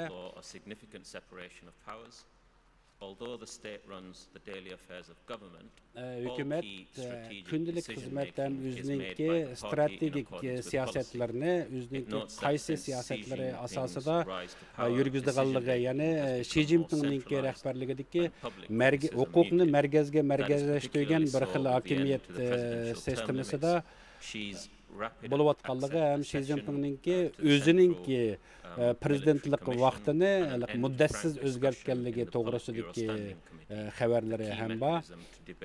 Policy in the PRC and an outlet for political factions to debate and direct policy. The practice of cross-posting young cadres in key party and government roles yaş kadrlarınki hükümet bilen bir qandaq ishlash, hem merkezi hükümet bilen qandaq işbirligi olib bardiganligi, hem qandaq tarbiyaligi to'g'risidagi xabarlaringizni biz ko'rib o'tdik. Biz sizniki 6 ayda berilgan bizga bergan bu uchurlaringizni biz paneldagilar yoki shu guruhdagilar hammamiz ko'rib chiqdik. Biz sizdan shu uchurlaringizni qaytadan bir 10 minut ichida bergan bo'lsangiz, qayta uchur bergan bo'lsangiz yaxshi bo'ladi.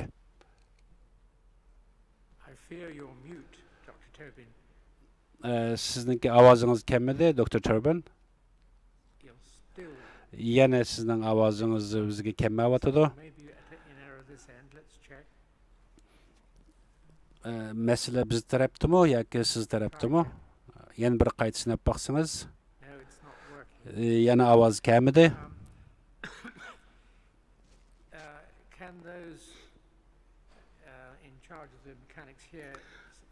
Texnikal meselelerni qilayotganlar Dr. Turbinninki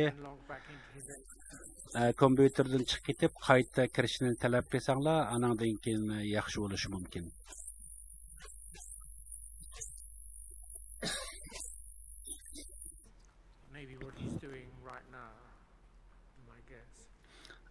Menchimi ehtimol ovozni o'ngshash uchun harakat qilayotgan bo'lishi mumkin.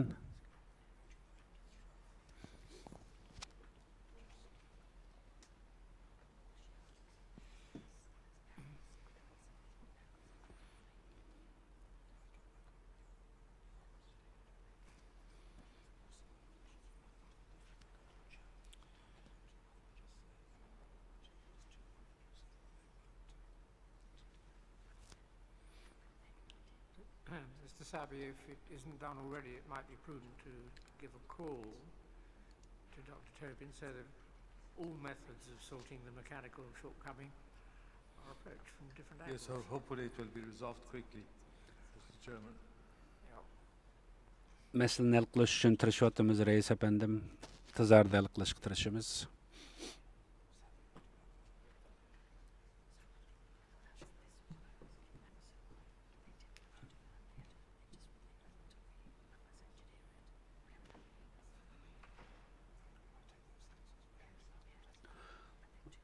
Bugün nurg'unlagan texnikal meseleler ko'rilyapti. Ovoz chiqmaslik, yetishmaslik sababini aniq emas hozircha. Can you stop the clock or rewind it a bit?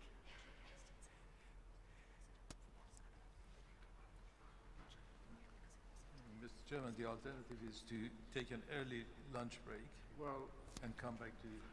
Menche tushlik tomoq baldorak chiqib tushlik tamoqdan keyin qaytib kelsak Dr. Turbinga yaxshi bo'lgandek turamdi nima degan maslahatni beryapti.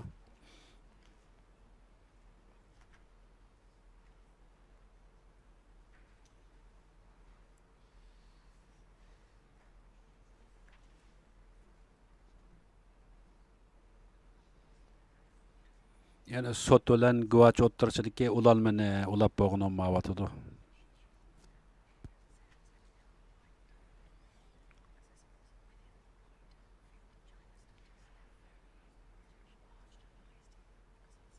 I don't know if the people in the gallery are able to explain whether it's this end or that end problem.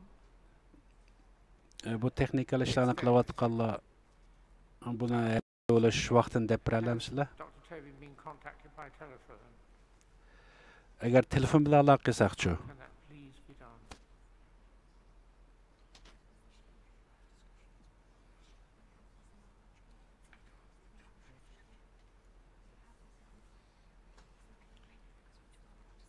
Or email. Yoki email bilan aloqa qilib boqqan bo'lsanglar deb talab qilyapti rais.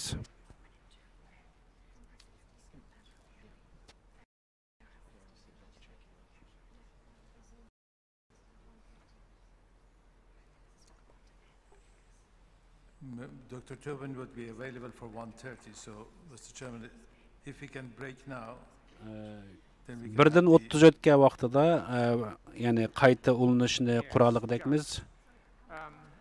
Does he... 1:20, please. Birdan 20da, London vaqti birdan 20da. We can come back at 1:20 for Dr. Tobin and have a lunch break now. Hozir tushlik tomoq chiqili. London vaqti 13dan 20da yoki 1dan 20da qaytib kelamiz. We can't just assume that an academic of his status is not busy in the afternoon. Biz professor apandininki tushdan keyin vaqti bor yo'qligini aniq bilib olsak yaxshi bo'ladi. Aloqa qilish mumkinchiligini qursanglar.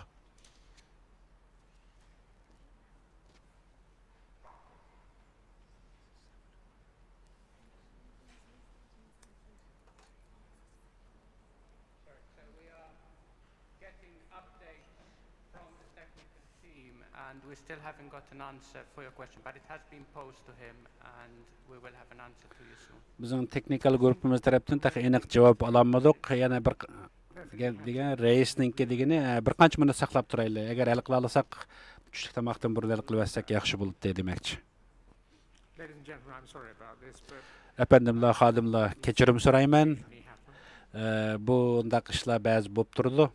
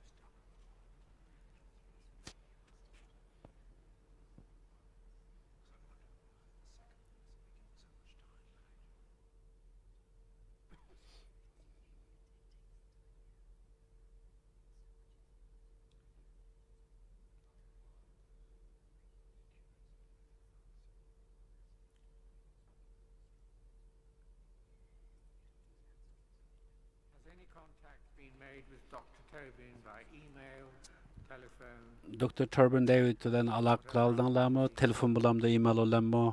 Aloqa qilish mumkinchiligini qila oldinglarmi? He's on his way. He's on the phone, right. Is his computer letting him down, or does he say it's us?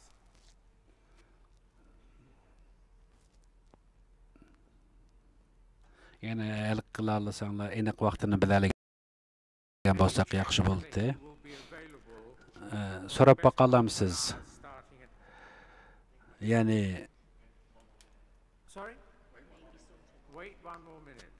bir minut saqlab tursanglar, bir minutgacha hal bo'lib qilish mumkin. Nayt xo'sharlanarlik bo'ladi shundaq bo'lsa.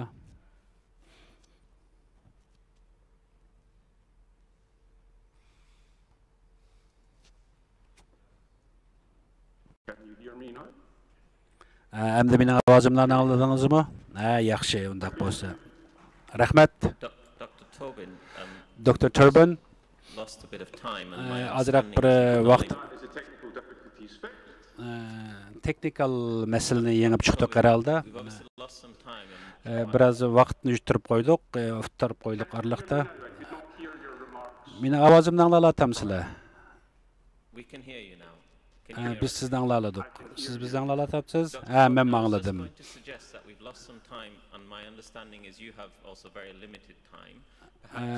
Biz bir vaqtlarni o'ttirib qo'ydik arliqda. Biz hozir sizdan bevositlam udul savolimizni so'rsak, keyin shu javob jarayonida yetkazib bergan bo'lsanglar. Albatta men tushuntirish vaqtidan o'tib ketay. Hozir udullam savolga tushsak hozir. I'm content. I'll check whether Professor Lynch is content. Professor Lynch'ning savolini boshlasa deb nim qilaman. Professor Lynch, I think the floor is yours. Professor sahna sizniki, siz savolingizni so'rasangiz. Of course, I'm sorry. Savolimni so'rasam bo'lamdi. Thank you. Bo'ldi albatta. Xato tushunib qoldi. Doktor Tobin, siz Abnum rayonida udullam bevosita Merkezi hükümet tarafından avtonomiyanınki her daim başkurulduğanlığı hem Abnum rayonunki her kaysi yerlik hükümetlerini başkurulduğanlığı ya da bevosita başkurulduğanlığı doğrusunda uçurup ediniz. Siz bu doğrusunda aniqroq bir tushuncha bergan bo'lsangiz. Institutional oversight has not changed since its original establishment in terms of the institutional framework, what's written down on paper. Abnum rayonu qurilgandan boshlab bugungi kungacha maqsad Xinjiang Uyg'ur Abnum rayonini boshqarish yo'nalishida boshqa siyosatda o'zgarish bo'lmadi. Ammo meningki bergan hamma hujjatlarimni o'qib ko'rsang, meningki to'plagan butun o'qishmagan davrlardagi hukumatningki siyosiy hukumat hujjatlariga asoslangan vaqtida asoslanib chiqargan xabar uchurlar men sizlarga yo'llagandim. Bu albatta ochiq o'tirib qo'yilgan, yozilgan report yoki xabarlar emas. Buning hammasi Xi Jinping'ninki yürgüzdiğen siyasetleri hem onundan keyinki Xi Jinping hukuk çıqqandan keyinki hukukni merkezleştirish siyasetleri degan bu uchurlarni men o'zimninki tadqiqot nishonim qilgan. Ya'ni bundaq g'ayri avtonom rayonlik bundaq siyosatninki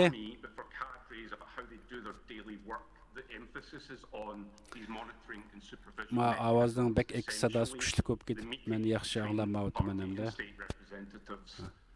To justify how policy is being implemented and whether it is being effectively implemented. So I think there's evidence on paper, but also in terms of how people's daily work. Meningki tadqiqotimga asoslangan vaqtida hukumatning hujjati ham odamlarning kundalik hayot o'zgarishlarga asosan tadqiqotimni chiqardim desam bo'ldi. Sen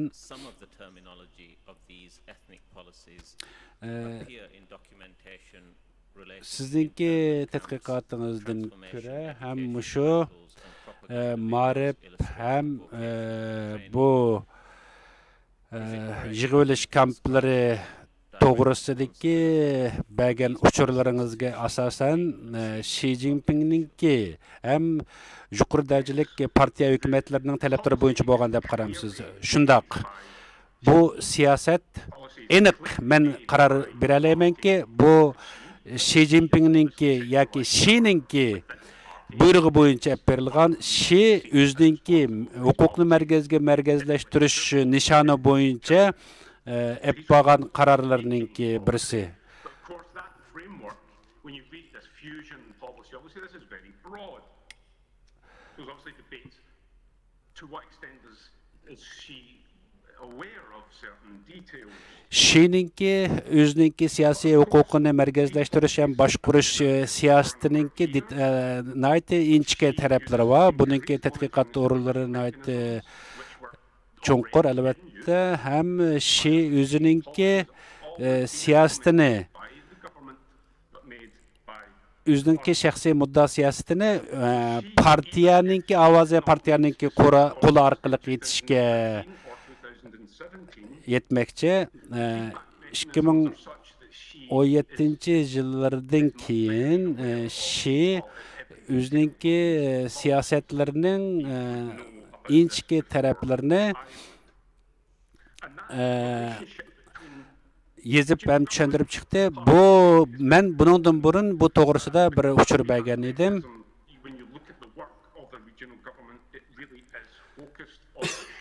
Yani yerlik hükümetninki Şininki siyasetini kandak icra kılış hem kandak bu rayında yürgüzüşü bilen bir vasıta münasebetlik hem bu Şininki bir vasıta bergen buyrukları kandak cazalaş ep beriş gerek yani torture kılış, cismani cazalık uçuraş. Bunun hemmesinden Şininki haberi var hem şuninki bir vasıta buyruk bilen bulup atkan. Şininki bu milli siyaseti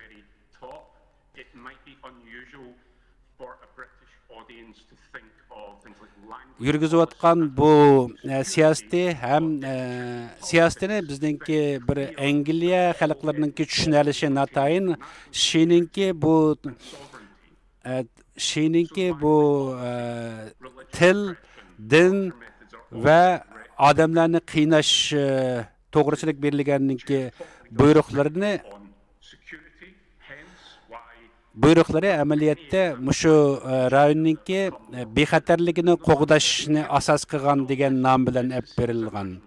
Bu Çinninki devlet bexatarligini qoğdaş siyasetininki bir tarmaqı.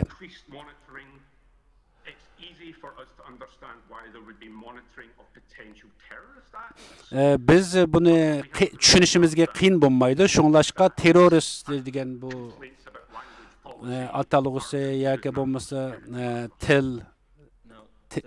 terörist dedimi, terörist dedimi. Düşünem anlayamay kaldım. Avazı bek güçlük ekse de ba. Şinjan'daki Uygurlarga yürgüzgen siyasetlerini kandak kılıp kanunlaştırış yoki merkezi hükümetinin siyasetleri asasında kandak bir ceza hüküm kılış nemeleri ba. Siyasetleri ba dese. Mençe merkezi hükümetninki bu Abnur ayını buluvatkan hem iş doğrusu da merkezi hükümetninki haberi ba dep qarayman. Bunu yerlik hükümet mexbi aldı ep baralaydigan bir hareket emas. Bu mümkinçilik bolmaydı. Yani bu Xitay hükümetininki bundaki nazaret kılış siyasetini merkezi hükümetininki bilenmegen asasda buluşu mümkinçilik yok. Ular hemini biladi dep qarayman. Bular her xil yollar ulan hem bilalaydı hem ularni körep turalaydı. Mena yan bir sualım. Merkezi hükümet yoki partiyaninki bu cinayetlerini turguzuşta kandak bevosita uçurları bağlığı hakkındaki malumatlarınız var mı? Ameliyette Şi özü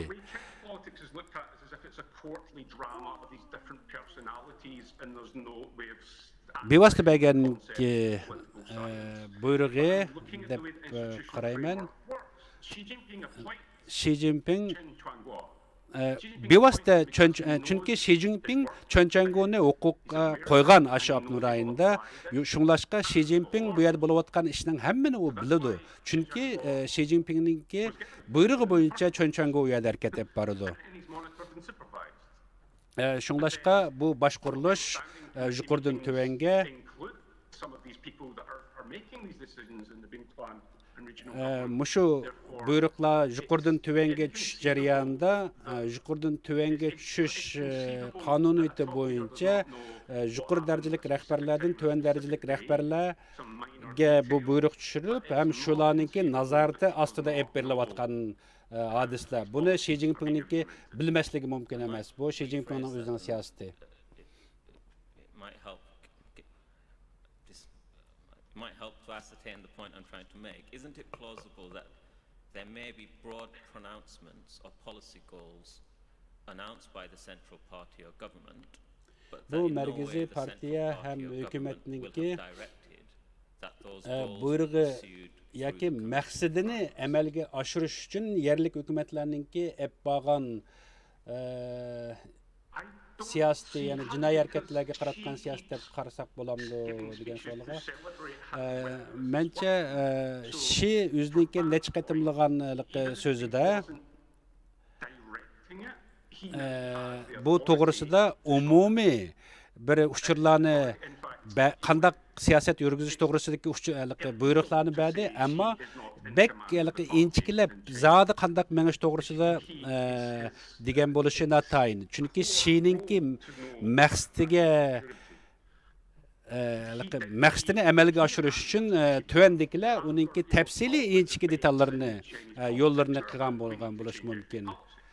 Ya'ni Xitoy siyosatchilari yoki Yang degan birsiniki siyosat bergan tushunchasidan ko'ra Yang biz yerlik siyosatni tegishmay o'zgartmay turib bu maqsadga erishamaymiz degan ideyani o'tirib qo'ygan. Ham bu siyosiy byuroninki bevosita, ya'ni markaziy hukumatninki bevosita buyrug'ini tövanda ijro qilish uchun siyosat o'zgartish va siyosat, ya'ni siyosat yurgizish mumkinchiligini ko'ra olamiz.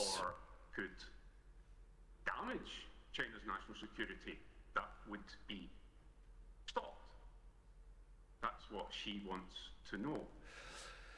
Xi'ning faqat bilmoqchi bo'lgan bir maqsadi bor. Har qanday mush davlatningki bexatarligi va siyosatni yurgizishga ta'sir bo'ladigan har qanday ishning yuz berishini Xi xohlamaydi.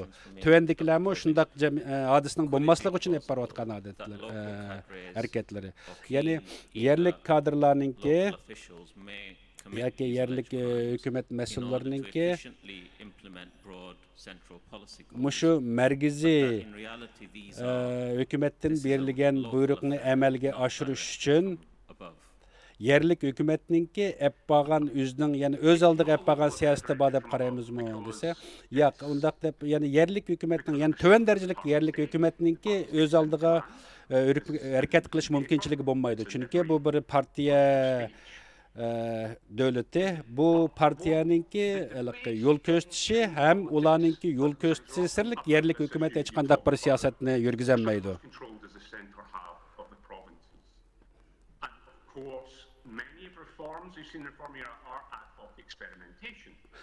Nurg'un bo'layotgan siyosatlar bular bir tajribadan o'tkazyapti. Chunki Deng Xiaoping har qanday bir ishni tajribadan o'tkazmay turib erishkin bo'lmaydiganligi to'g'risida yo'l yo'riq bergan, ham bularmi shu davlatninki bexatarligi ham davlatninki birligiga ta'sir yetkazadigan har qanday mumkinchiliklarninki oldini olish uchun cho'qim, ya'ni bir yo'l tepish kerak, yangi bir siyosat o'zgartirish kerak. Shunglashqa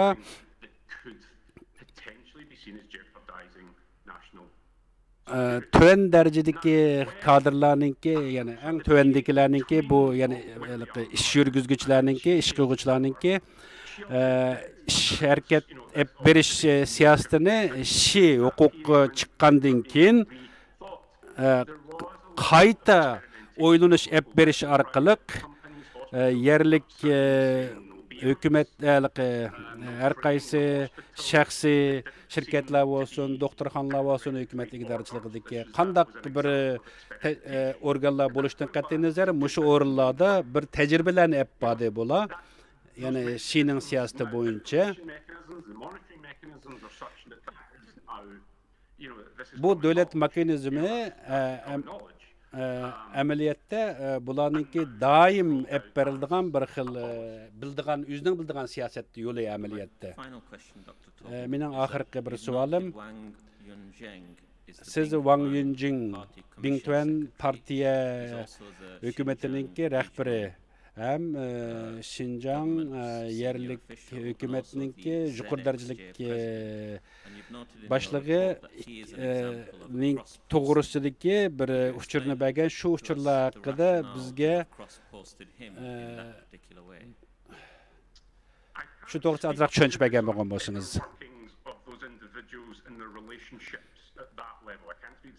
Men bu odamninki yani shaxsiy yani hukumat bilan yoki bo'lmasa Xi Jinping bilan bo'lgan yoki markaziy hukumat bo'lgan bevaqti munosabatini men bilib olmayman albatta, ammo mening tushuncham bo'yicha bo'lgan vaqtida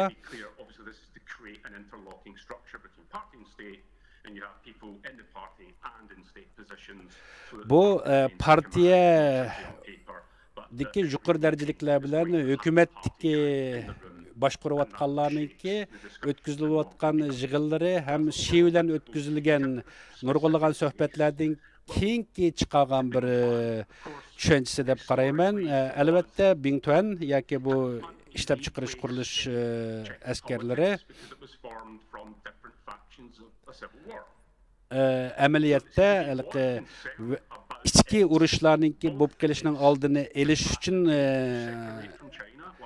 turg'izgan bir o'rni amaliyotda Xinjiang'dagi bu yani Xi Jinping bu Bingtuanlar orqali Uyg'urlarni qandaq boshqarish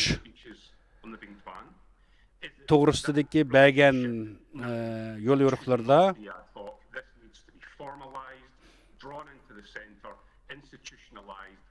yani qandaq qilgan vaqtda Bingtuanni bevosita sentral hukumat bilan bo'lgan munosabatini qurib chiqish oraliqda erishmay qoldim.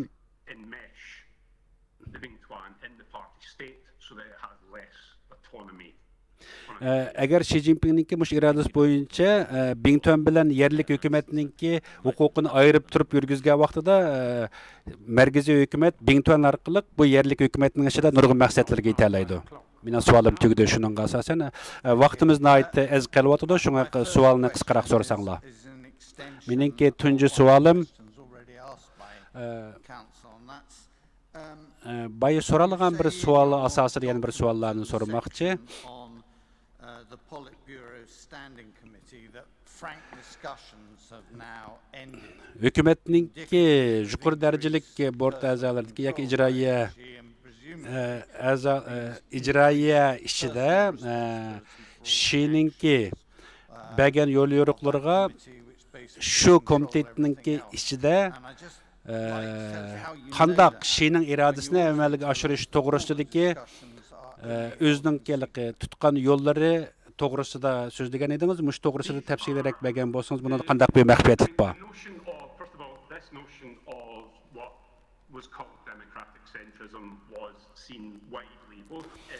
Bu amaliyotda Xitoyniki bir demokratik holatini ko'rsatish siyosatidan iborat. Bu Xi amaliyotda mushu ijroiya odamlarni ijroiyadagi rahbarlarninki ovoz orqali ham o'zininki ovozini medialar orqali xalqqa yetkazish orqali o'zining demokratik bir yo'lni ko'rsatmoqchi ham o'zininki bu Xitoydagi kommunist hukumatninki o'zininki xalqqa ochiq bir siyosiy muhimlar siyosiy tuzilmasininki bog'lig'ini ifodalamoqchi. Albatta bularninki o'zininki maxfiy muddo maqsadlari albatta yoshirilgan.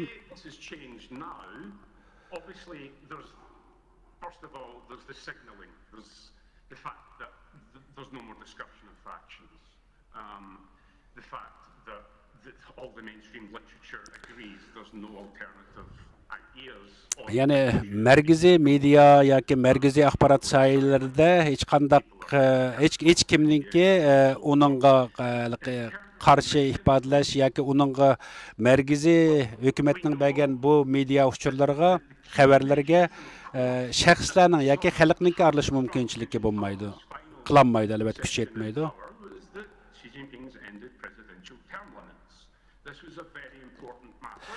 Yana birisi bu politik byurodikilar yoki bu rahbarlik guruhisidagilar Xi Jinpingningki prezidentlik huquqininki o'tib ketmasligini qanday qilib hal qilish to'g'risidagi nurg'un maslahatlar o'z ichida bo'lgan bo'lish kerak. Ham Xi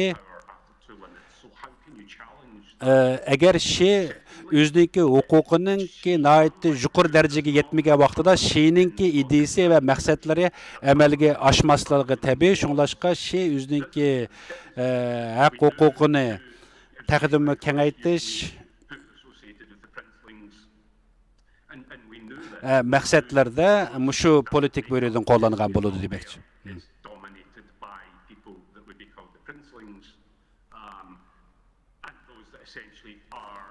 Would be seen as more in Chinese politics would be seen as more nationalists than socialists. Menimcha Xitoydagi siyosiy yo'llar, Xitoy siyosatchilari, partiya siyosatchilarini ularni sotsialistik siyosatchilar degandan ko'ra ularni millatchi, naziy xarakterli bir xil millatchilar deb qarasak bo'ldi. Ham ular huquqni markazlashtirish asosida Xi'ningki maqsadlariga yoki muddaoga etmoqchi. Rahmat. You say that in 2005 they were granted the right to administer. Markaziy sud hukumatninki qaroriga asosan vaqtida 2005-yili o'lim jazosi berish haqida berilgan qarorlar to'g'risida uchirib bergandingiz. Siz shu vaqtdan boshlab qanchalik odamga o'lim jazosi berilganligi to'g'risida statistik bera olamsiz deb so'rayman.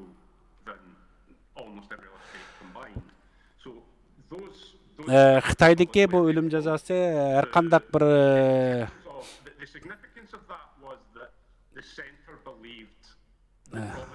agishmay qoldimi?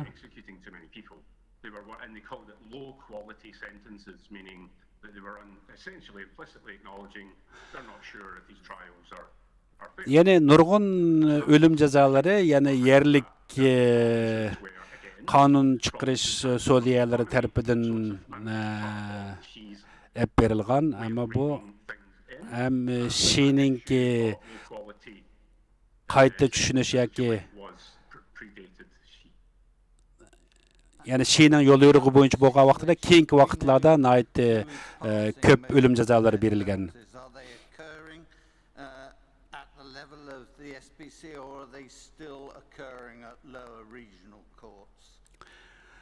Yani ölüm cezası umuman qilib aytgan vaqtida yerlik hukumatlarninki bergan bu ölüm cezalari markaziy qonun chiqarish organlarininki bergan buyrug'idan ko'proq darajadami qanday qilib? Do the Bingtuan courts pass death sentences? Bingtuan sud mahkamasidami o'lim jazosi bormi?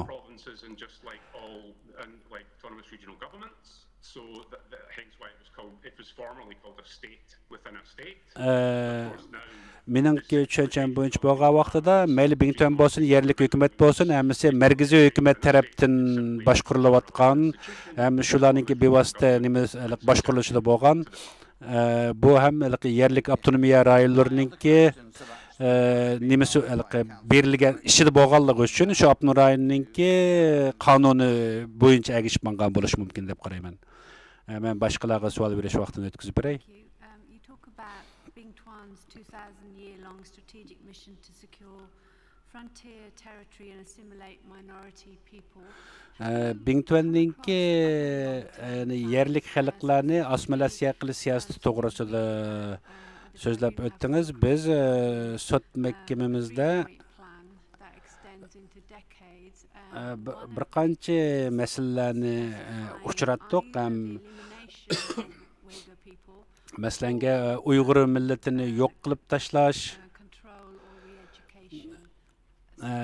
yoki bo'lmasa yana bir yo'lda masalan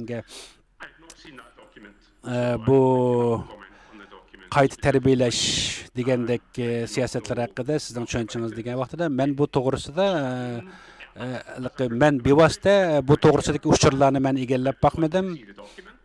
Men ashundaq bir dokumentni ko'rgim bor, shundaq bir hukumatninki, ya'ni hukumat tarafdan tushirilgan bu hujjatlarga erishish bek muhimda albatta.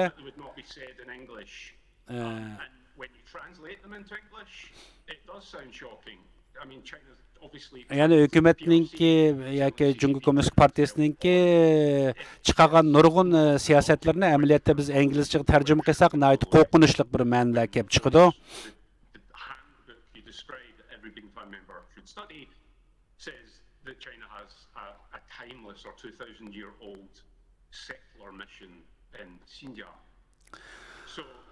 Yani merkezi hükümetninki Şinjan'da yapmakçı olan yani bir xil dinsizlashtirish siyasetini amalga oshirishda Bingtonninki roli ham cho'ng bo'lganligi.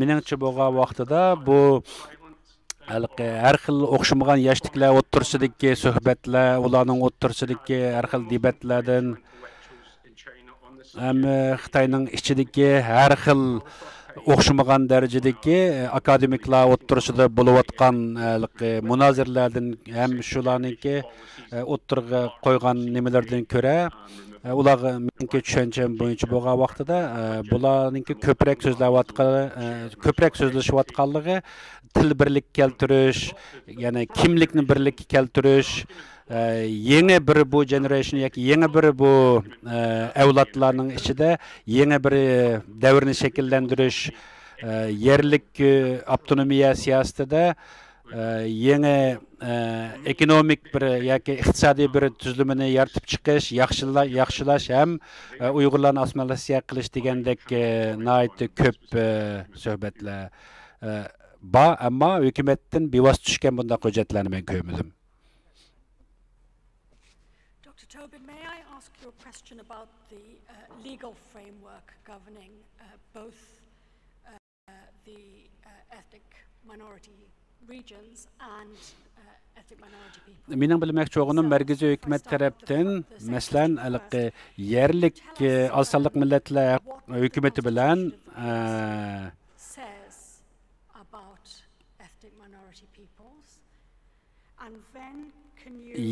yani yerlik musha avtonomiya huquqidagi oz sonli millatlarningki huquqi bilan umuman yani bütün devlet karakterlik siyaseti o'ttirisida ki farqlar hem yakın umuman bütün devlet bo'yicha chiqqan siyosiy qarorlar bilan yerlik avtonomiya qarorlari o'ttirishlik munosabat to'g'risida tushunchagan bo'lsangiz.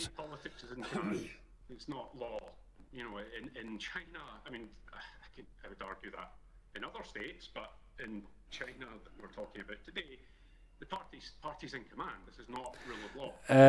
Mındaq chiqib aytgan vaqtida Xitoyda ham bir qonun yo'q. Chunki buni qonun degani bo'lmaydi. Ya'ni bu Jungo hukumatida bir partiyaninki xohishi bo'yicha partiya hukumat boshqurdi. Ham shu Xitoyning Jungoninki bexatarligi degan shu maqsad faqat shu partiyaninki maqsadi ham partiyaninki boshqarish yo'linishi bo'yicha.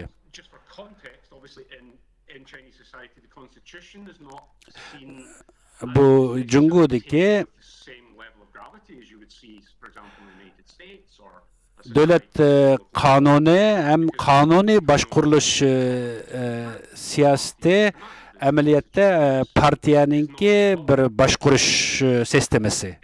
O yana hukumatninki huquqi deganlik emas, bu partiyaninki boshqarish sistemasi. Ama bu yerda mening bilishimcha bu davlatninki qonunida Jungodagi har qandaq yoki Xitoydagi har qandaq bir xalqninki huquqlari teng bab barobar bo'lish kerak, har qaysi asonliq millatlarning ma'rif tili va huquqlari bo'lish kerak deb belgilangan. mening tushunchimcha bo'lgan vaqtida men o'zimningki ko'rgan, ya'ni Yanlodagi, Urumchidagi, Islom universitetida ko'rganlarimdagi anglaganlarimdan ko'ra bularga o'rgangan siyosat ham qonunlar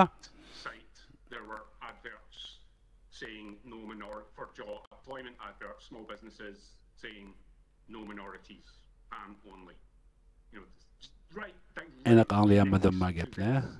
Slogan. People don't take it seriously. But yes, it does guarantee ethnic equality. Elbette qonunda millatlar barobarligi, til va din huquqlari belgilangan. Avtonomiya huquqiga kelsak, partiya qonunida hammadan yuqori turdigani partiyaninki maqsadi ham partiya huquqlari. Bu qonun amaliyotda 49-yili Mao-Zedongninki chiqargan siyosati, bu avtonomiya siyosati Mao-Zedongninki bu Tibetliklar, Uyg'urlar, Mong'ollarga berilgan bir avtonomiya huquqlari yoki Bavariyalar yoki Yavaylar ustiga berilgan bir huquq degan bir qonun asoslarida, undan keyingi sotsializm yoki Mao-Zedongninki, ya'ni bu sotsializmninki boshqarishi asosida har xil avtonomiya huquqlari bo'lishlari yo'l qo'yilgan. Shu vaqtlarda yerlik rayonlarninki o'zininki til huquqlari bo'lganligi ham buni zamonaviylashtirish kerakligi, ham shaharlashtirish degandek qonunlari ham aniq belgilangan. Xitoylarninki bugungi siyosati Uyg'urlarni bugungi siyosati asosida zamonaviylashtirish degan siyosati asosida Uyg'urlarninki til madaniyatini, dinini yo'qotish siyosati yurgizyapti hozir. U avtonomiya huquqi hech qachon Xitoyninki bexatarligi ham Xitoyninki partiyaninki hukumatninki maqsadini yuqori turolmaydi albatta. 84-yillari bu qonun bir qatim qayta retlangan.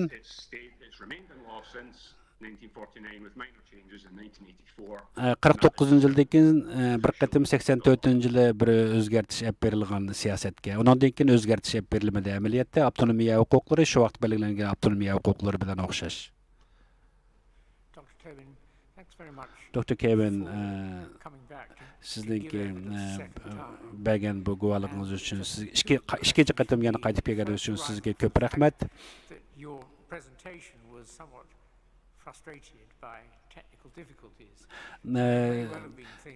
Siz bilan bo'lgan bu suhbatimizda bu texnikal masalalar ko'rilib qoldi. Vaqtimiz qisqa, lekin biz oldingi qatim siz bilan nihoyat ko'p suhbatlarda bo'ldik, ham nihoyat ko'p bizga uchurlarni bergan.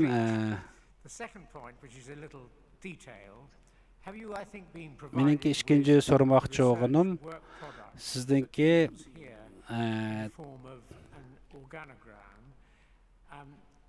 I know you haven't felt the need to use it, but before you part from us, if there's anything about that organogram that you would like to say is... Siz o'zingizningki keyingi vaqtda olib borayotgan tadqiqotingiz to'g'risida bizga uchirib bergan bo'lsangiz, bizga nihoyat yaxshi bo'ladi, yordamchi bo'lgan bo'ladi. Jeffrey, sizga ko'p rahmat. Meningki ikkinchi qatim berdigan bu reportim yoki ushurim PRC'ninki asonliq millatlar siyosati ham davlatninki bexatarlik masalalari, masalan Ilhom To'xti masalasi, Ilhom To'xtini bo'lginchilik siyosati bo'yicha ham uningga bevosita hujum, uningga nim berilgan. Buningda hech qachon Ilhom To'xtininki, ya'ni akademik tadqiqoti degan tarafga qaralmagan, uni faqat bo'lginchilik jinoyati bilan qaralab jazo hukm qilgan.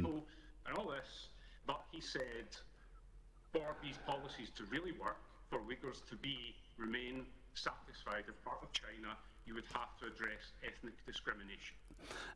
To'xtaninki asosliq talab qilgani agar Uyg'urlarningki tinchlik hamda Uyg'urlardagi norozilikni qo'zg'amaslik uchun Uyg'urlarga teng barobarlik huquq bermisi bo'lmaydi degan so'zi eng cho'ng bir gunoh hisoblandi.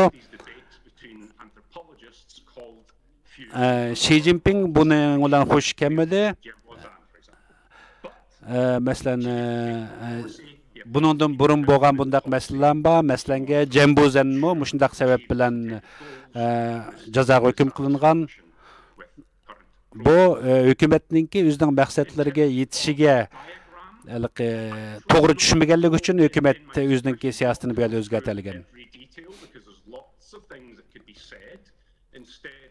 Men bek inchikilab chunqurlab kirolmayman, chunki ma'lum bir so'zni bir masalani boshlasam, albatta nihoyatda chunqur bir-biriga munosabatlik masalalarni so'zlashga to'g'ri keldi, ammo men eskartirganim bu butun umuman qilib aytgan vaqtida bir partiyaning boshqurishi ham partiyaning maqsadi uchun bo'lyotidi degan javobni beraman. Boshqa savolinglar bo'lsa, so'rsanglar bo'ldi. Başka savollarni biz sizdan so'rdik. Agar yana bizningki boshqa savolimiz bo'lsa, biz sizga yezib so'raymiz. Sizningki yana bir qatim bizga mush to'g'risida uchurlarni berishingizni umid qilamiz albatta. Mencha hozir sizga bizga biz bilan birga bo'lganligingiz uchun sizga ko'p rahmat.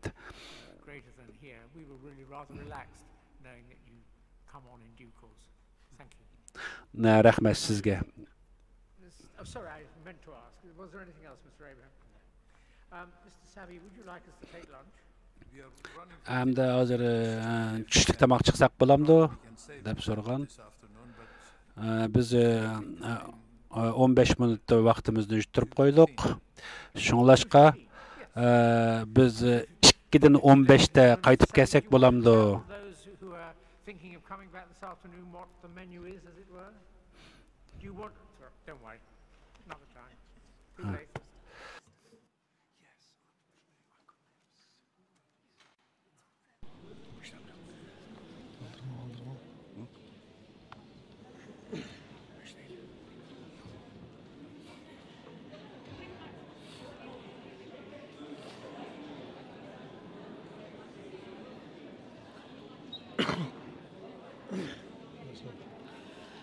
Assalomu alaykum. Ekran oldidagi aziz qarindoshlar. Kiravatganlar Dunyo Qurultiyi to'g'ri televiziyasiningki naqbaydan programmasi. Hozir biz sizlarga Xalqaro Uyg'ur sud kollegiyasiningki bugun Londonda boshlangan ikkinchi qatimliq sudningki naqmaydan ko'rinishlarini sizlarga taqdim qilyapmiz aziz qarindoshlar. Xitoyning shuncha qattiq besimi, ta'diddlariga, to'sqinlik qilishiga, buzg'unchilik qilishiga qaramasdan mana Xalqaro Uyg'ur sud kollegiyasiningki ikkinchi qatimliq sudi bugun London vaqti ertagan soat 9 da muvaffaqiyatli boshlandi va sudningki tushdan burungi qismi g'alabalik oxirlashdi. Aziz qarindoshlar, mushu hozirgacha degan soat 9 dan hozirgacha ekran oldida zerikmay, terikmay mushu sudga ko'ngil bo'lib o'ltagan butun qarindoshlarimizdan Alloh rozi bo'lsin. Mana sizlarning duoyinglar bilan shohidlarimiz jasorat bilan, mardonlik bilan bugun tushdan burun chiqib o'zining guvohliklarini berdi aziz qarindoshlar. Keyin bu nimaga qatnashgan ba'zi qarindoshlarimizga izoh berib qo'yaylik. Bugun tushdan burun ertaga soat 9 da boshlangan bu sud kollegiyasi, ikkinchi qatimliq sud kollegiyasi, bu sud kollegiyasininki raisi Jeffrey Nice efendimning ichilish murosimi bilan boshlandi. Oqdilla tunji bo'lib Avstraliyadan Mehray xonim guvohlik berdi. Uningdan keyin Yaponiyadan Helmat Rozaxon efendim guvohlik berdi. Uningdan keyin hammalar tunish bo'lgan Uyg'urshunos bu yerda Elisa Anderson, ya'ni Nazokat xonim, Uyg'ur ismi Nazokat xonimmi boya guvohlik bergan bo'ldi. Uningdan keyin bu yer professor doktor tadqiqotchi David Tobinninki guvohligi bilan tushdan burungi sot oxirlashgan bo'ldi. Birozdan keyin yana takror davomlashadi. Mush fursatdan foydalanib turib, sizlar bilan biroz paranglashaylik degan maqsadda bu yerda o'rtada aziz qarindoshlar. Bu yerda shuni aytib qo'yaylik, avval qatimliq, tunji qatimliq sot kolligi istedimi, texnik jihatdan tunji kuni biroz masalalar ko'rilgan, ba'zi qiyinchiliklarga duch kelgan aziz qarindoshlar. Bugunmi o'xshash bo'ldi. Tushdan burungi qismida texnik jihatdan biroz shunday Baxtiyor afandim, biroz qiyinchiliklarga duch keldik va 1,5 soatni ortiqroq bu yerda bizningki berayotgan bu naqmaydan programmamiz biroz bir o'ngishsizliklarga uchragan bo'ldi. Bu munosabat bilan ekran oldidagi butun qarindoshlarimizdan takror afu so'raymiz, uzr so'raymiz. Xo'sh, aziz qarindoshlar, sizlar matbuotlardan kiravotgansizlar, mana hozir qadar mushu sot başını şarpsıdımı Mustabid Komissiyasi hokimiyati mushu ikkinchi qatim sot qarshi qattiq bir kampaniya başlatgan ikki tashqi jihatdan butun tashviqot vositalarini safarbarlik qilib tunugimmi Xitoy tashqi ishlar ministrligining bayonotchisi Javlijan bo'lsin, Abnurayliq atalmış Abnurayli Xalq Hukumatininki bayonotchisi bo'lsin, maxsus arqadan axborot e'lon qilish yig'inlarini chaqirib, bugungi sotga qilmagan haqorat qilmadi, qilmagan tuhmat qilmadi va oshkor holda bu qatimliq sotda guvohlik beradigan shohidlarga oshkora tadbir silishga boshildi va qonun maqomini bazaga soldi. Bu qonunsiz sot, bu bir teatrxona, uningda guvohlik berganlarning hammasi artist degandek, endi Xitoy hokimiyatininki bu xil razil vositalarni qo'llanishimi amaliyotda bu hokimiyatninki naqadar razil, naqadar pastkash, mustabid bir hokimiyat bo'lganligini, mutam bir hokimiyat bo'lganligini butun dunyoga qayta bir ro'shan namoyon qilib bergan bo'ldi. Aziz qarindoshlar, bu naqmaydan programmamiz boshlangandan keyin dunyoning har qaysi elleridagi ko'rilmalarimizdan keyin yaxshi go'zal inkaslarni topshirib oldik. Bu yerda yana bir shuni eslatib qo'yaylik, biz atdiganmiz programmani boshlagandan keyin naqmaydan programmasini Dunyo Qurultiyininki televiziyasida Xitoyninki hakkerlarininki va Xitoy josuslarininki qattiq hujum uchirdik. Nurg'ulg'an yolg'on ism qo'yib olgan ba'zi bu Xitoyning gumashchilari Çoğunlukçıları, tor çoğunlukçıları bizdeki Dünya Qurultiyininki YouTube sayfasiga kirib bu yerda sot kollegiyasiga Dünya Qurultiyiga qilmagan haqoratlar qilmadi. Aziz qarindoshlar, buni bu yerda eskartib qo'yaylik.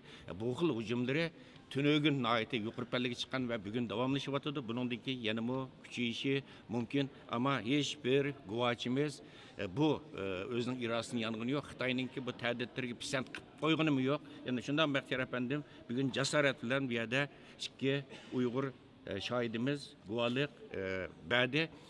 Ulardanmi Allah razı olsun. Aziz qarindoshlar, biz oldi bilan mana sot muvaffaqiyat boshlandi. Bu vaqtda ba'zi Uyghur strategiya mutaxassislarimizninki fikrini ilish uchun biz hozir Turkiyadagi bu Dünya Qurultiyining ma'muriysi va hammalarga tanilgan strategiya mutaxassisi doktor Erkin Ekrem bilan bir söhbet ötküzeyli, onun bir qarashlarını anlaylı, ortaklaşaylı, bir sınaf bakaylıqını.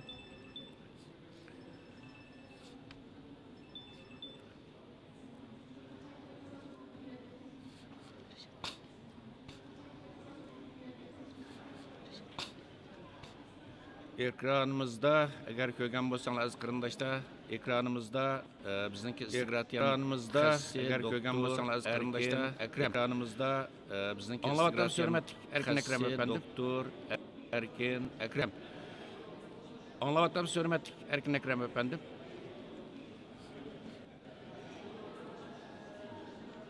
Türkiye'den hazır. Bizdeki Uyghur istiqoratiya mutaxassisi doktor Erkin Ekrem'ga bağlandı. Türkiye'den hazır sot kollegiyasi. Bizdeki Uyghur istiqoratiya mutaxassisi doktor Erkin Ekrem'ga bağlandı. Sot kollegiyasi qurgan. Bu avval qatim o'xshashlar, bu qatimki qayta bir sanab baqaylar aziz qarindoshlar. Sotga avval qatim o'xshashlar, bu qatimki sotga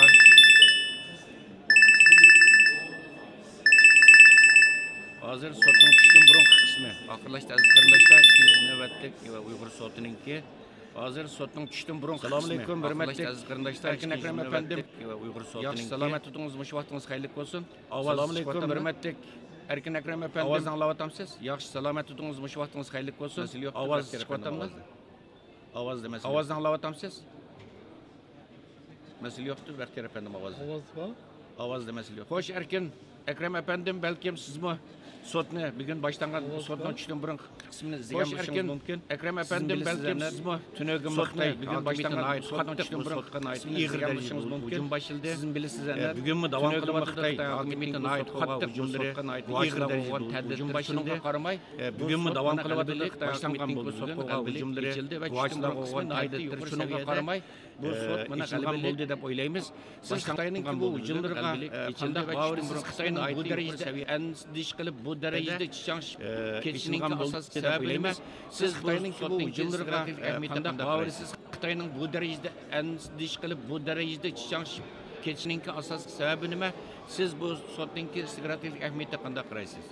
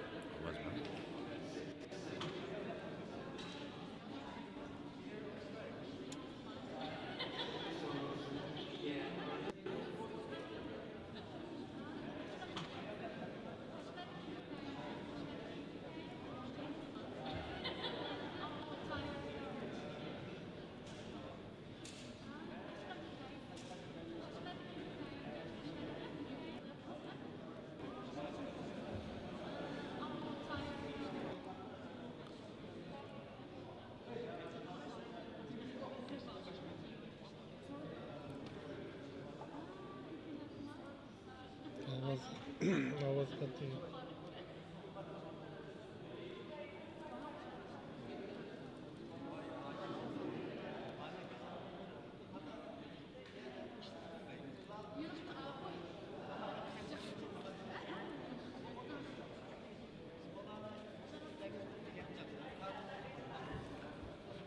Hürmetlik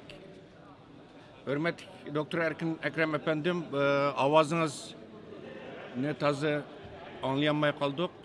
Teknik cevaptaki mesele bolsa kerak. Hürmetlik ekran aldığındaki kırındaşlarımız sizlerden özür sorayımız tekrar. Qayta bir sınap bakaylı. Bahtiyar efendim.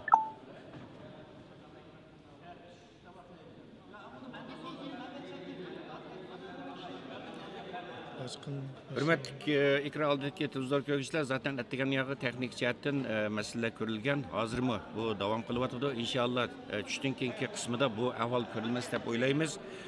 Az kardeşler bir yerde şunu da böyle şu London'da şu sot zalı tasqıgan Dünya Uğur Kulti Tor Televiziyasınınki hazırki şu teknik işlerine mesul fakat birla Bahtiyar Ömer efendim var. Bir yerde nurgun üskülerin özü yalğız idare kılışka bir yerde mecbur buluvatıdı. Şunu bir yerde özüm biraz kıyınçılıkı duş geldi. Ettiğinin yağı. Onun denken bu sot kol içilivatkan bu sot kolu giysininki zale. Ninki teknik aparatlarımı yığılangan aval kıtım karagan nurgun farklar var. Şunu nurgun kıyınçılığa duş geldik. Azıkırında işte doğru düşünüşümlerini ümit kılınırız. Aval kıtım şunda boğan ama peydinpey yaxşılashqa tirishib manga edik. İnşallah düştünki bunda mesele görülmeydi deb o'ylaymiz. Aziz qarindoshlar, bu sotninki marhamatlik hesab edim. Aziz qarindoshlar, bu sotninki düştün keyingi qismi texmi qiziydigandek turdi. Chunki düştün keyin bu yerda Amerikadagi tadqiqotchilardan Tingbyo efendim, ya'ni Xitoy millatidan bo'lgan Tingbyo efendim guvohlik berdi. Avval ketim hamılarının xabari var. Wang familiyalik bir Xitoy saqchi yani Sharq Turkistonda saqchi bo'lib ishlagan bir Xitoy saqchi guvohlik bergandan keyin buning ta'siri matbuotlarda bo'lsin, nihoyat favqulodda cho'ng bo'lgan. Xitoy hukumati nihoyat qattiq ig'ir hujum qilgan, ta'dis solgan bu guvohchiga va oldingi bir qancha kungacha Xitoy hukumati bu xil ta'didlarni davomlashtirib kelyapti. Xo'sh, biz texnik masalalarni hal qilib bo'lguncha hurmatli Dolqun Aysa apandimni studiyamizga taklif qildik. Hurmatli Dolqun Aysa apandim, mana Xitoydagi 3-chi besimga tadbirlar qaramay bugun sud nihoyatda muvaffaqiyatli holda ochilgan bo'ldi. Milletimizning duosi bilan, xalqimizning qo'llashi bilan, madadi bilan nihoyat chiroyli bir shaklda buning 3dan burungi qismi tamomlangan bo'ldi. Masalan, bugun atdiganning yog'imi Xitoy yana tunaga hujum boshlagan, bugun atdiganning yog'imi butun ichki tashqi matbuotni ishga sirib hujum qilyapti va haqorat darajasiga bordi Xitoyningki bu xil hujumlari. Doktor efendim, bu sotun muvaffaqiyatli geçirilganligi munosabat bilan o'zingizning deydigan qanday yurak so'zlaringiz bor? Hamma yurtdoshlar ko'ryapti deb o'ylayman. Bütün Sharqiy Turkistonliklarni nihoyatda taqozo bilan kutgan sud muvaffaqiyatli ochildi, ammo oldingi qatim shunday bo'lgan. Bu qatim ochilishning oldigacha biraz bizdimi biraz hayajonlanish shunda ansirashim bo'lgan bunday chunki kutilmagan har xil o'yinlarni Xitoy bu qatim bu ikkinchi qatimni sotdi, birinchi qatim sot qargan chaqda texmo bek g'aljirlashganligini ko'rdikchu.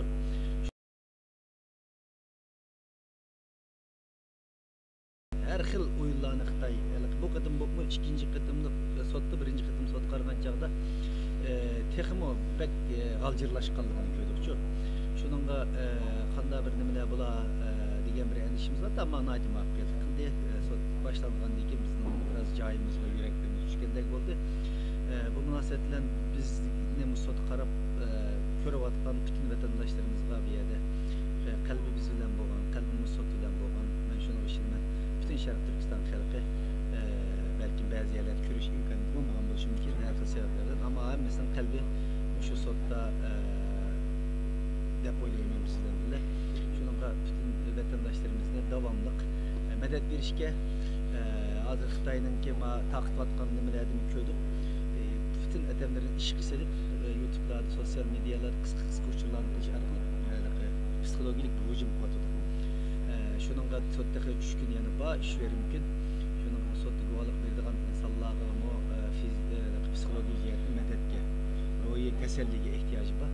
Chunki erta uyguning ichida bu kampda yetib chiqqan insonlarga guvohlik berdi. Chunki Xitoy 2-3 kundan buyon hatto bugungacha boshqa davlatlarning qo'li orqali besim qilib guvohlik bermaslikka tirishayotdi.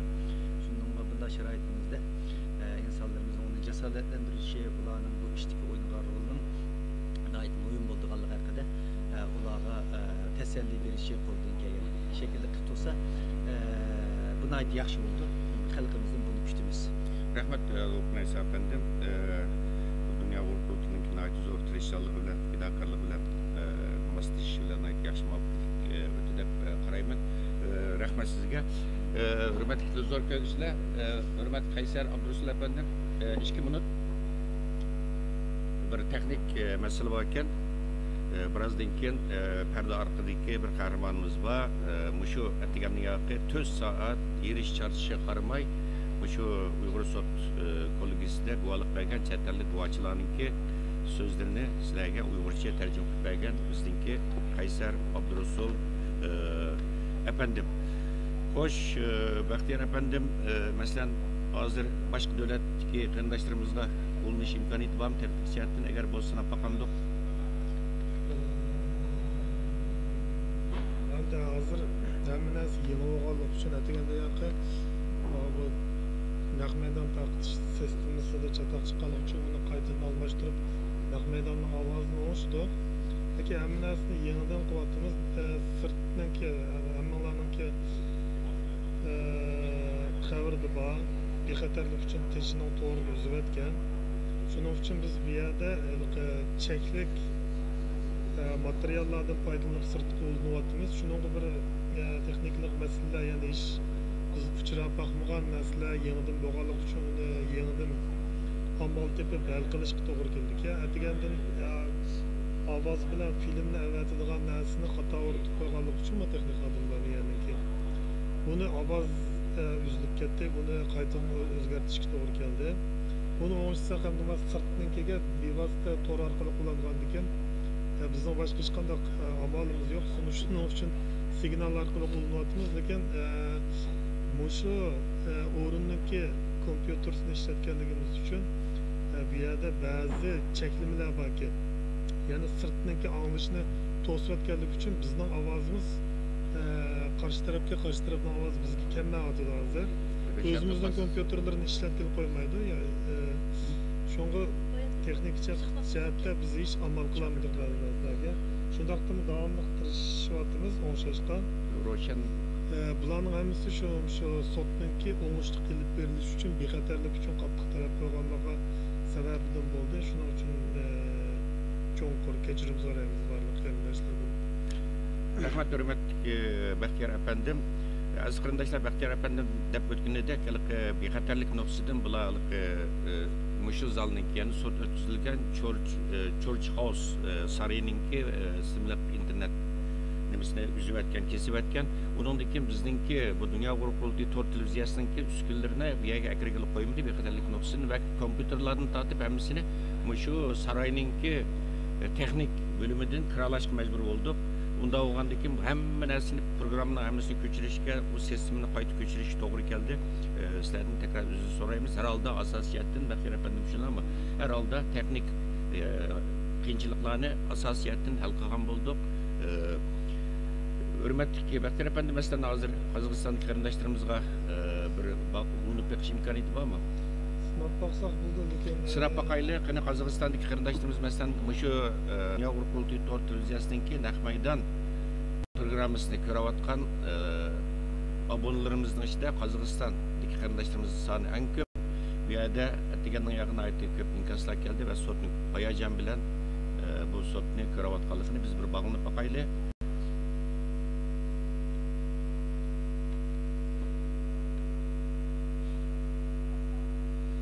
Aziz qarindoshlar, bizningki bu vaqtlik studiyamiz shu zalninki 2-chi qavatida. Bugun ataganda chet el matbuotlarning ko'p, 10 dan ortiq agentliklarninki muxbirlari ketdi bizningki yon tarafda. Undan keyin avval qitim qarag'an vaqtida bugun tomoshabinlarning soni favqulodda ko'p, zal asosiyatdan to'ldi. Koronavirus sebebinden ilingan karantin tedbirlerine asasen bu tüzümlerine asasen arılıp kaldırıldı bir 20 metre etrafında.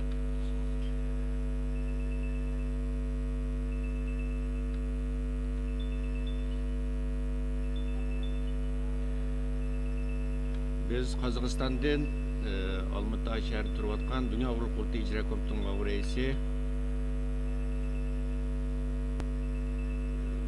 Erkin Ahmet efendim bilen aloqalashib tirishyapmiz, chunki ular kollektiv holda aytgan yo'g'i bu sotning naq maydon ko'rinishini ko'rayotganligini bizga bildirgan. Biz ularning bir ta'siratini qarashlarini apaqayli, sinab baqayli.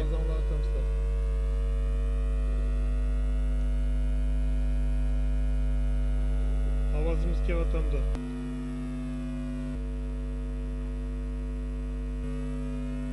Ekranda ko'ryapmiz Dunyo qurultiyining oliy maslahatchisi Qozog'istondagi bizning jamoat arboblarimizdan milliy ustozlarimizning Qayramon Xo'jambadi akamiz ekran oldimizda ko'rdik, boshqa qarindoshlarimizni ko'rdik. Hammalarga Londondan salom. Ovozimizdan ekranda ko'ryapmiz Dunyo qurultiyining oliy maslahatchisi Qozog'istondagi jamoat arboblarimizdan Alloh razı olsun. Atgan ustozlarimizning Qayramon Xo'jambadi. Şu akımız ekran aldığımızdan ko'rdik, boshqa qarindoshlarimizni ko'rdik. Hammalarga sizlarning yordamingizdan salom, sizlarning duoyinglar bilan bu sot ovozimizdan oldingizda va hammalarga guvochi, ya'ni Uyg'ur salom yo'laymiz. Avstraliyadagi Alloh razı olsun. Hadingi duolar bilan boshlandi.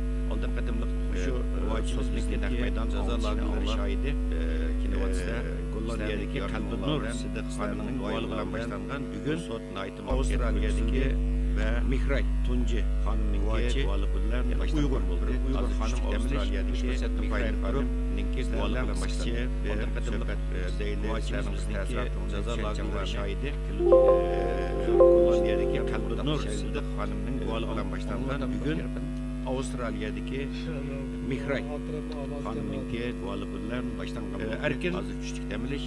Efendim qarshi tarafning ovozi kelmayotdi. Qisqacha bir suhbat o'tkazaylik. Sizlarning bir ta'sirotlarini, tushunchalarini Kechiringlar, hurmatli zor ko'pchilik, shunday ishga har xil qiyinchiliklarga duch kelgan gapga taqdimiyatdan. Xotiramni ovoz kelmayapti. Erkin efendim qarshi tarafning ovozi kelmayotdi. Hurmatli Qarmanka kechiringlar, hurmatli sizlar kamerani bek graf qo'yib oldinglarmi? Ovozinglar chiqmayotdi. Gapga texnik jihatdan.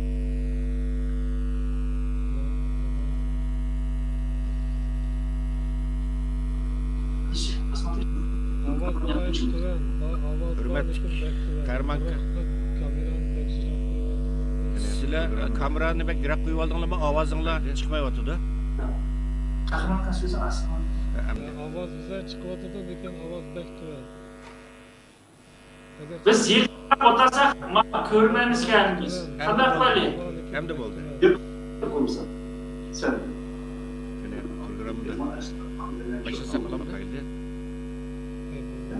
Assalomu alaykum, hurmatli Qarmanka boshda Qozog'istondagi butun aziz qarindoshlar, hammanglarga yurakdan salom. Mana sizlarningki hamda bo'ldi. Sizlarning moddiy va ma'naviy jihatga qo'llashinglar bilan butun xalqimizning duosi bilan ikkinchi qatimliq sotni bugun atdiganda muvaffaqiyatli boshlab oldik. Assalomu alaykum, hurmatli Qarmanka boshda Qozog'istondagi butun aziz qarindoshlar, hammanglarga yurakdan salom. Mana sizlarningki sizlarning moddiy va ma'naviy jihatga qo'llashinglar bilan butun Qarmanka shu ikkinchi qatimliq boshlanganligiga deganda muvaffaqiyatli qarshinglarni hissiyotlarni muvaffaqiyatli bir paqaydirdik. Marhamat Qarmanka bunga to'sqinlik qilyapti, buzg'unchilik qilyapti. Assalomu alaykum. Bugunmi ig'ir hujum Dunyo Uyg'ur hukumatining raisi Dolqin Esanov tashabbusi bilan va arzimiz Qarmanka shu ikkinchi qatimliq sudning muvaffaqiyatli boshlanganligiga bo'lgan sotining ikkinchi sotini chin qalbimizdan tabriklaymiz. Bu sot tarixiy ahamiyatga ega. Bütün Qozog'istonliklar diqqat bilan qarayotdi. Birinchi sotdan sizlarning tajribanglar va yaxshi o'rgandinglar.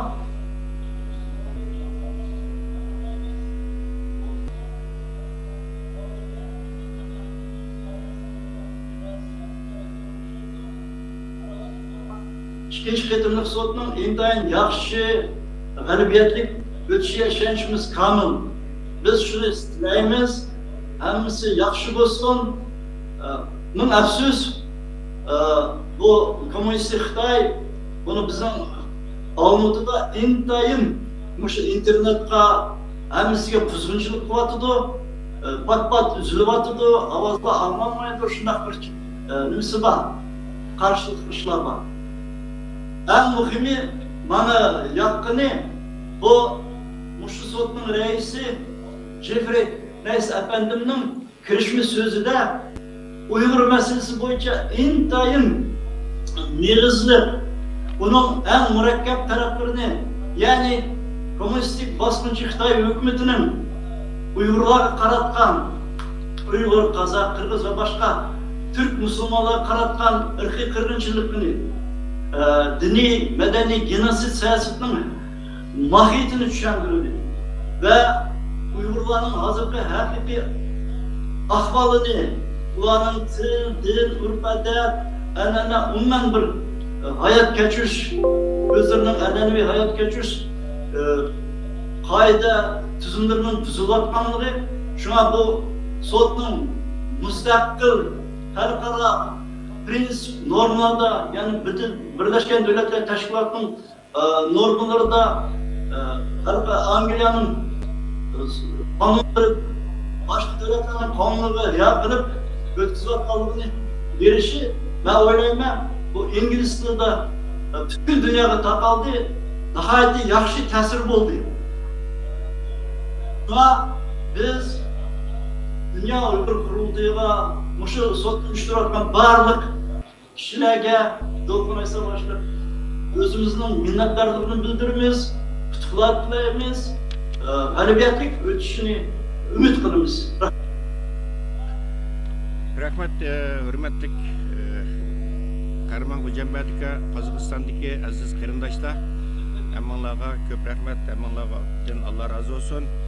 Mana Qozog'istondan atoydan 3 nefer Şarq Türkistanlık Kazak qarindishimiz Qozog'istondan rahmat hurmatli isim ta'diblarga Karman Gujambadga Qozog'istondagi aziz qarindoshlar bu amallarga ko'p rahmat qildi bu Londonga razı olsun Xudayimiz Qozog'istondan aytan 3 nefer ularning birisi Şarq Türkistandan Qozaq qarindishimiz Qozog'istondan 6 oydan qattiq ta'diblarga Kazak qarindishimizlar isim chiqarmasdan lager shahidi bo'lamiz lager deyotgan muvaffaqiyat qildi shu beshini Londonga yetib keldi ko'rgan Xudoyim bo'lsa bularni sotning 3-chi kuni bu yerda aqzab yerda sotishimiz guvohlarning birisi rahmat Qarmankan boshliq Qozog'istondagi butun aziz qarindoshlarimiz Qozaq qarindishimiz rahmat bildiramiz lager shahidi bo'lamiz lager deyotgan davomlashadi bular 3-dan keyin sotdi deganimdek lager tugagan zulmni Üçtün keyingi sot Amerikadagi guvohlarning rahmat Qarmankan boshliq Qozog'istondagi butun aziz qarindoshlar bilan boshlanadi bundan rahmatimizni bildiramiz birazdan keyin boshlab yana davomlashadi 3dan keyingi sotdi deganimdek bu yerda avval qatim deb o'tganimdek sot Wang Pamillik Amerikadagi sog'liq tadqiqotchisi buning ta'siri pek chong bo'lgan Tingbyo ismli Xitoy tadqiqotchi bor guvohlik bilan boshlanadi Xitoyning bundan keyin dunyo guruhining boshlanib chong ta'sir qiladi deb o'ylayman rahmat hammanglar rahmat Alloh razı olsun Wang Pamillik bir Xitoy soqchi guvohlik bergandan keyin buning ta'siri pek chong bo'lgan bugun Tingbyo ismli bir Xitoy tadqiqotchi bor hurmatli televizor ko'ruvchilar Erkin apandim yana bir meningcha bu Turkiyadagi sigaretga mutaxassisimiz hurmatli rahmat hammanglar rahmat Alloh razı olsun apandimga yana bir rahmat payli Alloh razı olsun bu texnik jihatdagi qiyinchiliklarning asosida hurmatli televizor ko'ruvchilar Erkin apandim yana bir bizningki Turkiyadagi sigaretga mutaxassisimiz hurmatli doktor Erkin Akram apandimga yana bir ulinib payli bu texnik jihatdagi qiyinchiliklarning asosida konuşup etyapmiz herhalde.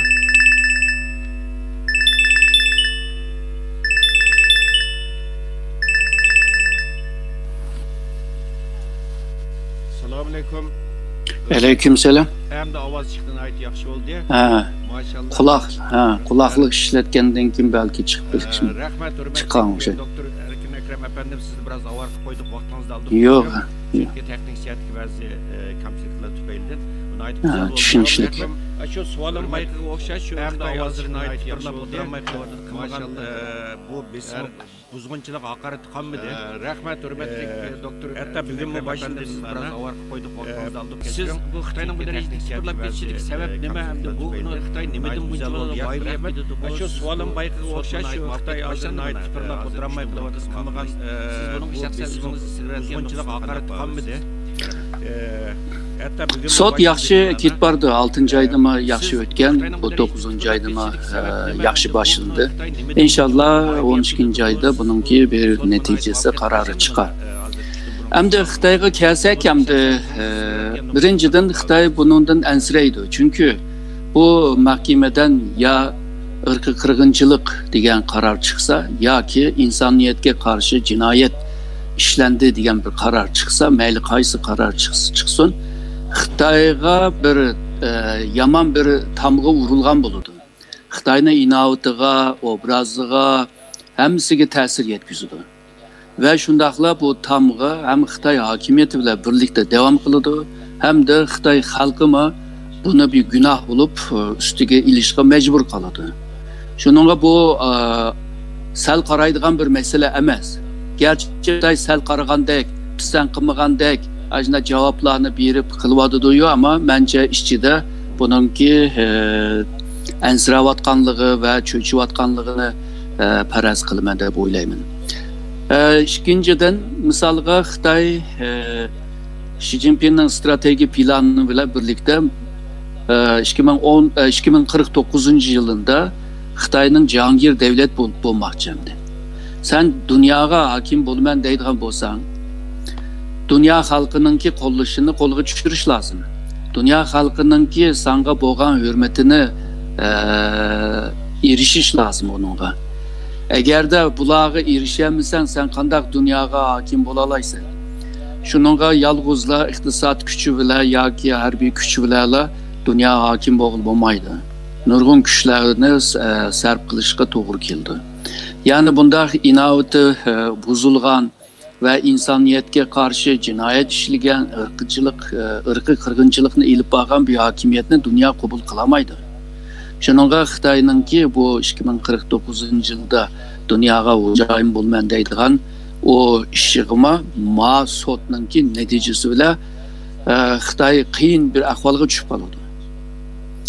Üçüncüsü hem de en muhimi hem de şu karar çıkıp kalgan takdirde xalqarada Xitoyga bo'lgan bir bisim şekillenadi.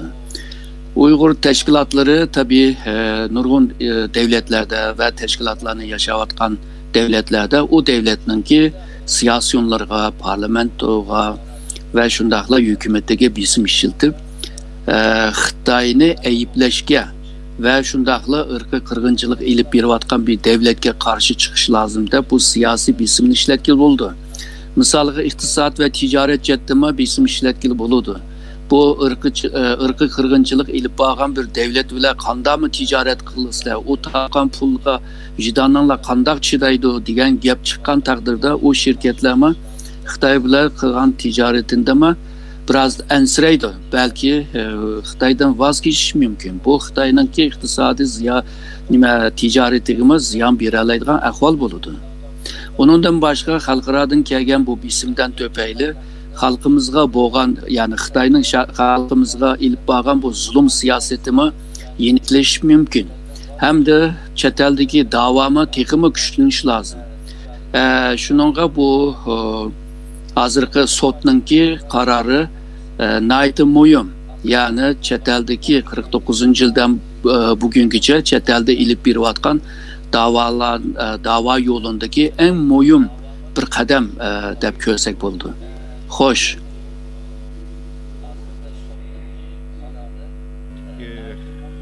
Doktor Erkin Ekrem efendim, bergen cevabınız için çok rahmet. Sizge tekrar rahmet eğitimiz, huzur görüşlerimiz bu akıl. Ben rahmet eğitimi. Ben rahmet eğitimi. Yok. Rahmet, ben rahmet eğitimi. Hürmet Doktor Erkin Ekrem efendim, bergen cevabınız için çok rahmet. Benim avazım tekrar rahmet eğitimiz, huzur görüşlerimiz teknik sıra aldı.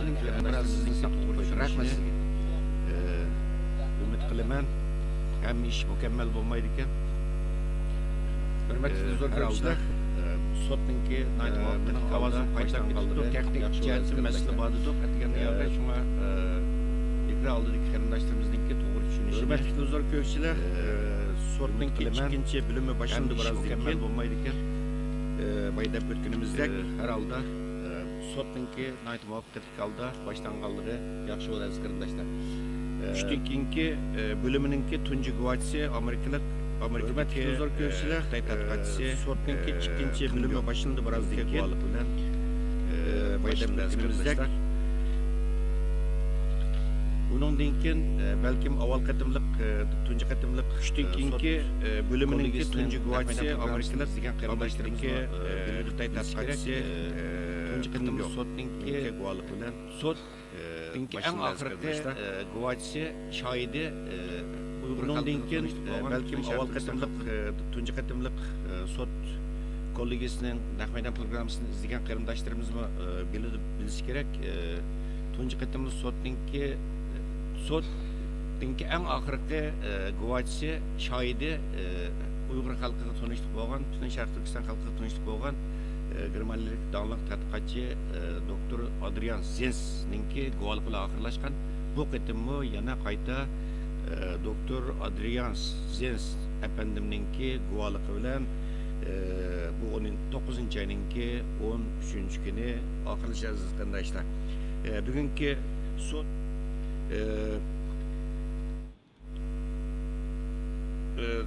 saat London vakti saat 18 London vakti saat 18:20 ötkiş yani 18:20'gacha yani keş 6:20'gacha devam kıldı ders arkadaşlar ve Fütkül sotninki umumiy jarayonni sizlar ko'rayotgan bu dunyo Qultiyning to'rt televiziyasidan ko'ralashda programmamizni uzib qo'ymaslikqa tirishamiz. Aziz qarindoshlar, Unda sot birazdan keyin başlandı. Bizge biraz ruhsat kılыңlar, bir 3-4 minut ekrandan ayrılmanglar. Çünkü bir Xitoy guvochininki guvohlik bilan başlandı. Tushdan keyingi guvohlik. Birazdan keyin yana tekrar sizlar bilan görüşimiz aziz qarindoshlar.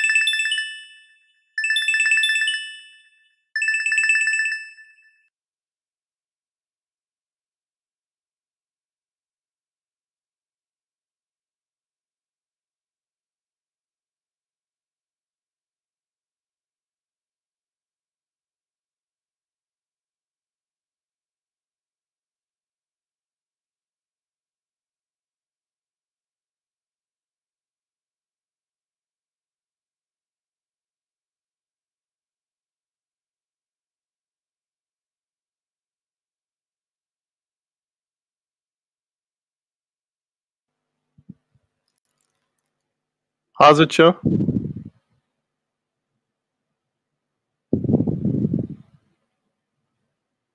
Ovozim anglayaptamdi?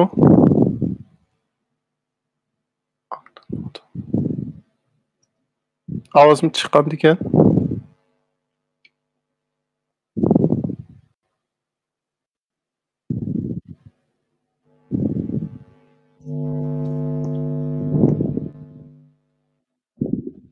Ha, bor. Ha. Endi bo'ldi. Qanaqa qilamiz? Mushu yerda qilamdiq yo boshqa kanalda qilamdiq? Ma'qul.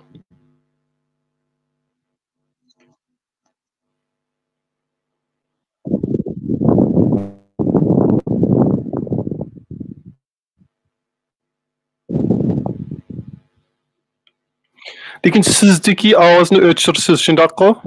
Bo'lmasa men ikki tarafdan o'xshamaydigan vaqtda o'xshash shu gaplarni anglab turyapman. Bosh ha, shunaqa. Lekin hozir chiqyapti.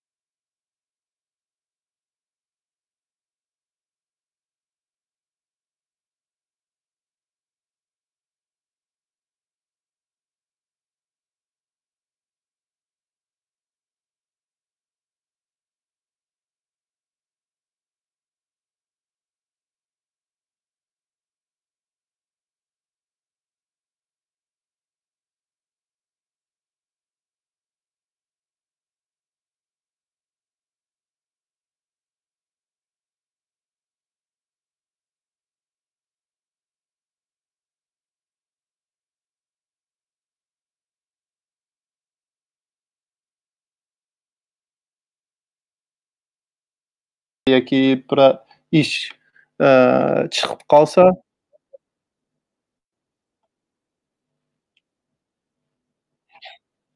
mm, mm. Shundoq.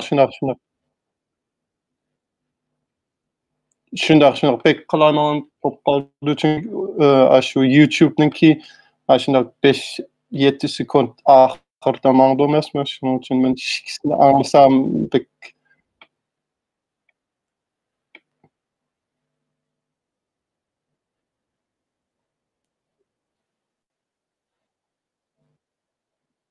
ma'qul.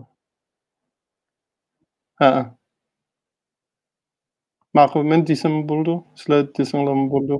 Sizlar meni shunaqa tanishtirib qo'yamsizlar yoki men bevosita tarjima qilyaptim?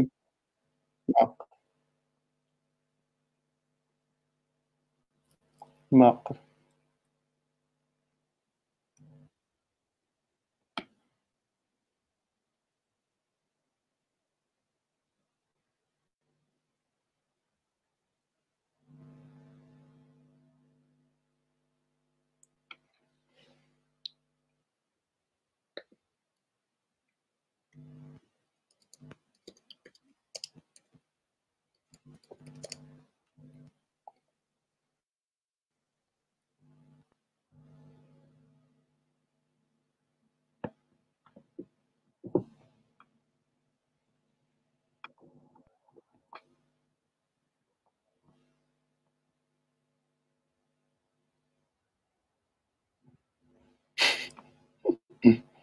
Yaxshi bo'ldi. Ha, men bu texnikani bek yaxshi tushunmayman.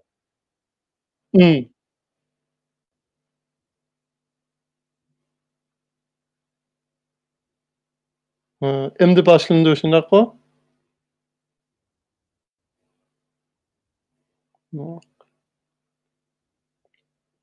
Shu YouTube'da 000 deydi ekan. Dem elish tugidi deganda. Ma'qul, men tayyor.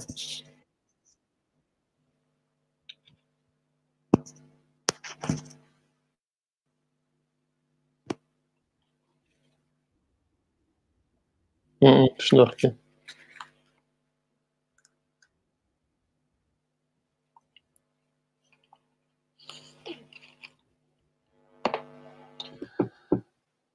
Meniki bu kamera echishning hojati yo'q, shundaqmi?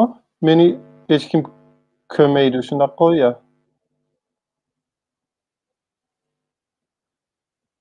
Ma'qul.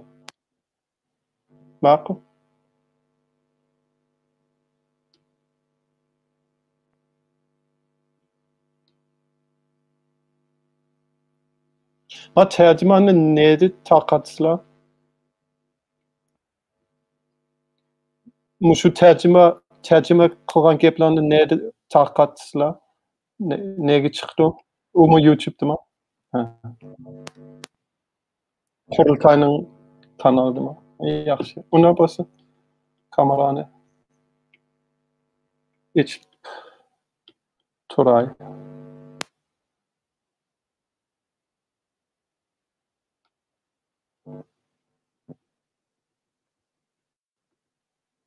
Ma'qul.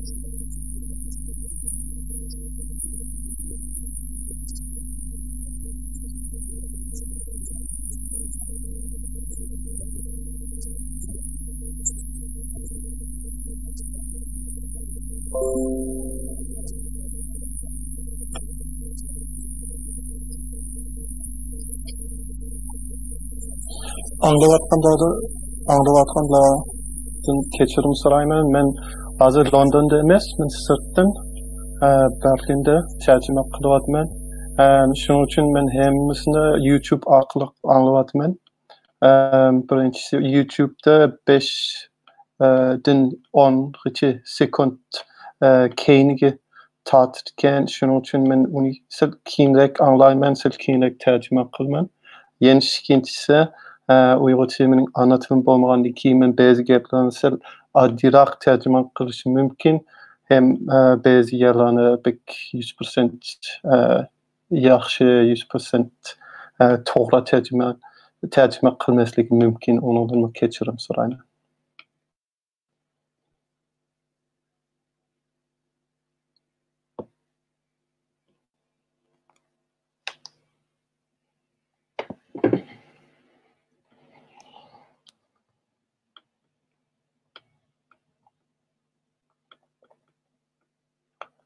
Doktor Biyav'ның tortu bağımı yok mu?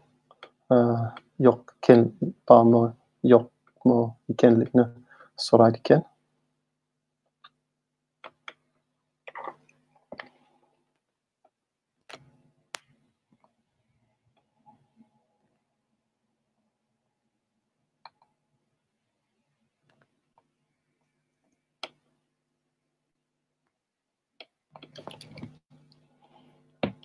Doktor Biyav bir advokat 2003'ten 2014'te Xitayda turgan. Aşiyada kişilik hukukning kanun bilan shug'ullangan. O hükümetga qarshi ko'rsatgan. U kişilik hukuk kişilik hukuk bilan shug'ullanadigan tashkilotni boshlagan, qurilgan. Birisi o'lim hukmiga qarshi turadigan, yana birisi kişilik hukuk to'g'riliq harakat qiladigan. U 3 qatim turmaga tashlagan, tutilgan. 2014'te Jonggo'dan Xitoydan ketib ketdi. Uningki bir balasi sirtqa chiqolmabdi ekan. Xitoy hukumati uni bermadi. Biyavapenda hozir to'rda, hozir chiqdi.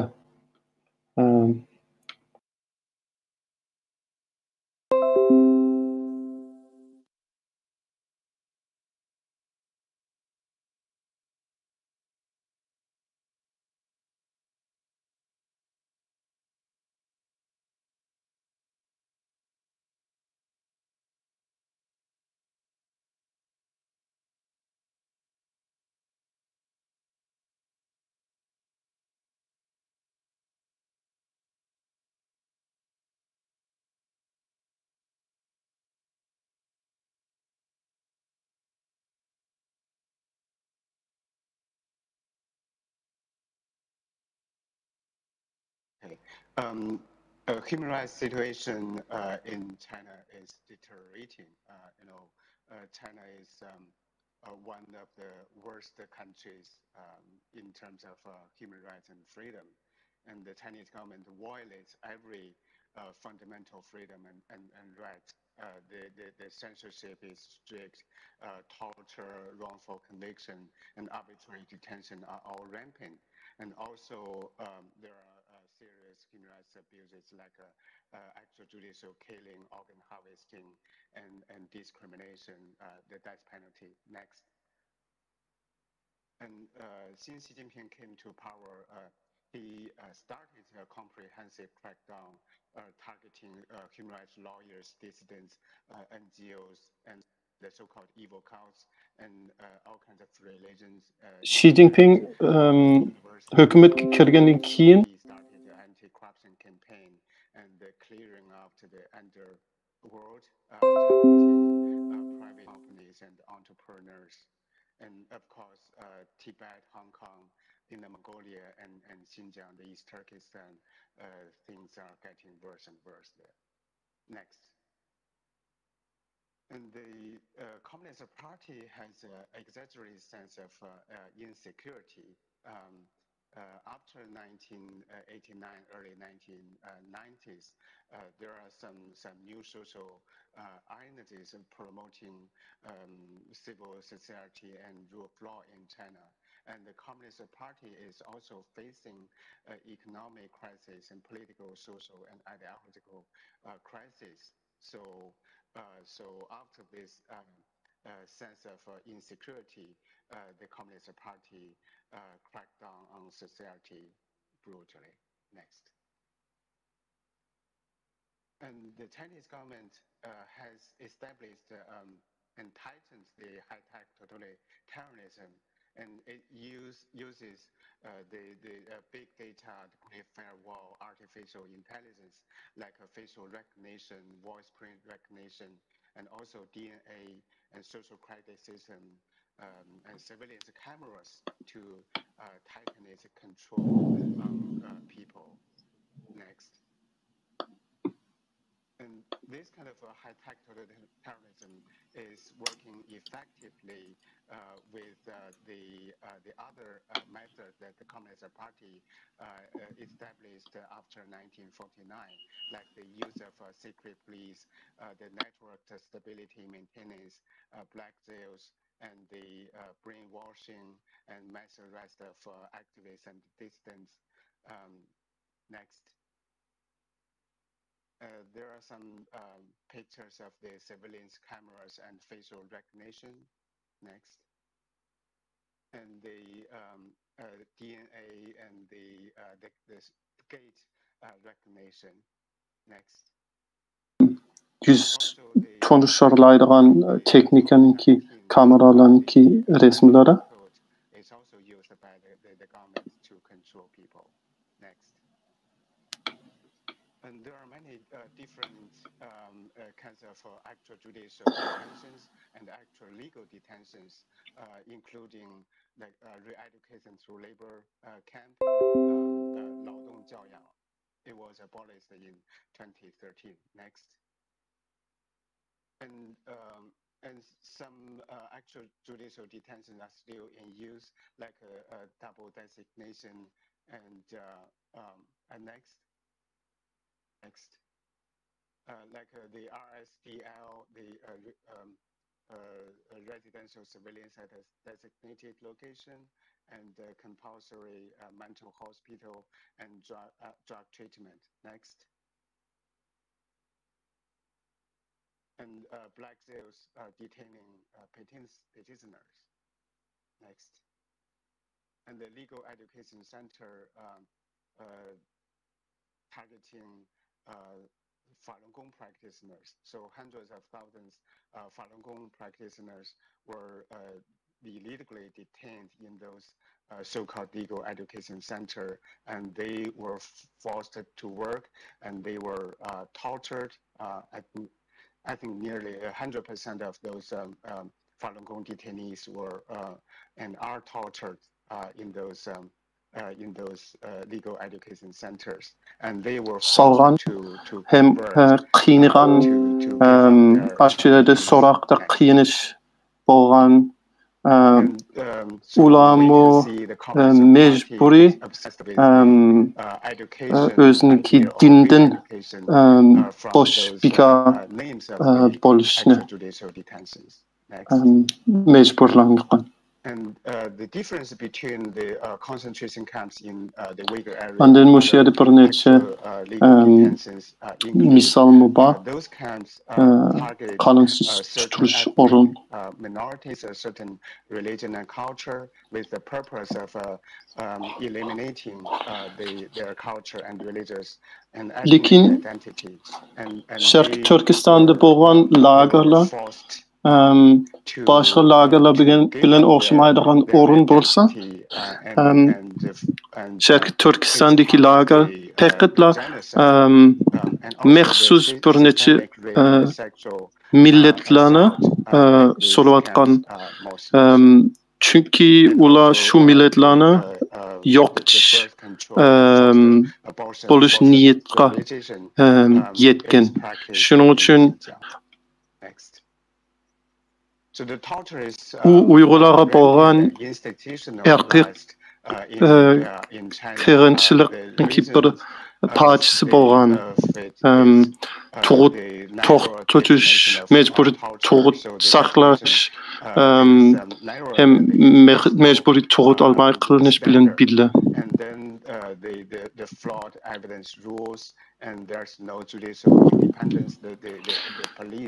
Xitayning qonunida da qiyinish başka devletlerin kanunu bilen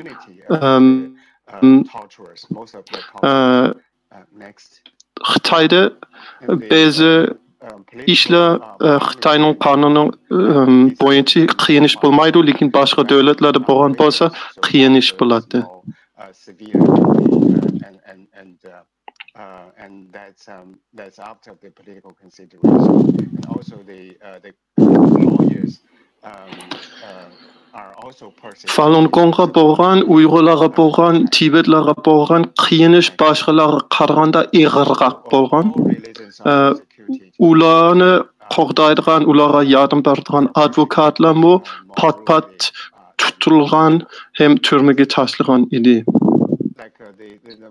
The most persecuted religions include Tibetan Buddhism, Falun Gong, and of course Uyghur Muslim, and to a lesser extent the Christian. Eng ig'ir tutganlar Tibetlar, Falun Gonglar bilan Uyg'urlar. Lekin Hristiyanlar bu xeli ig'ir tutgan edi. Uyg'urlarninki tek ig'ir emas.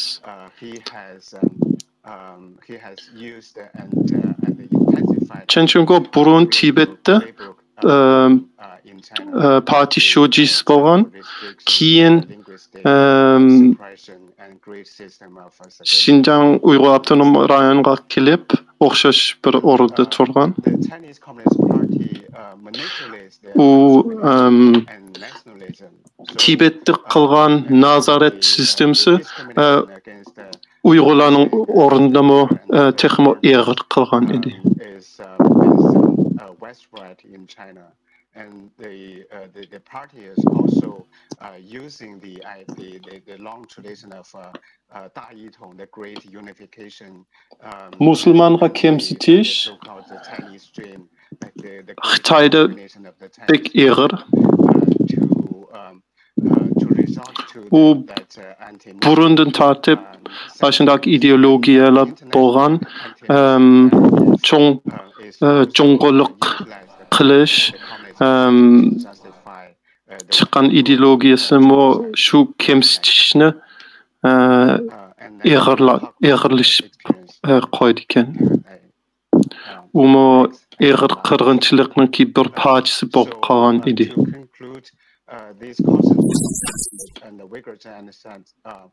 Shu eng oxiridagi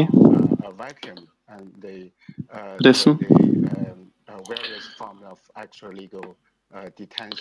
Shuning uchun lagerlar ham ig'ir Uyg'urlarga bo'lgan ig'ir qirg'inchilik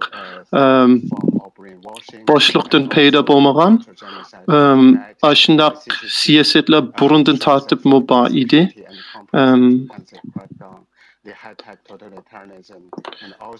Tibetda bo'lgan, lekin Kompartiyaningki qo'rqib ketganligi bilan eg'irlashib ketgan shu siyosatlar asta-asta eg'irlashib ketgan ham hozirgi yerga kelgan edi.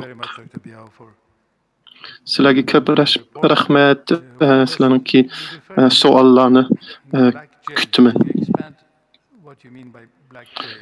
Sizga ko'p rahmat. Meniki bir savolim bor.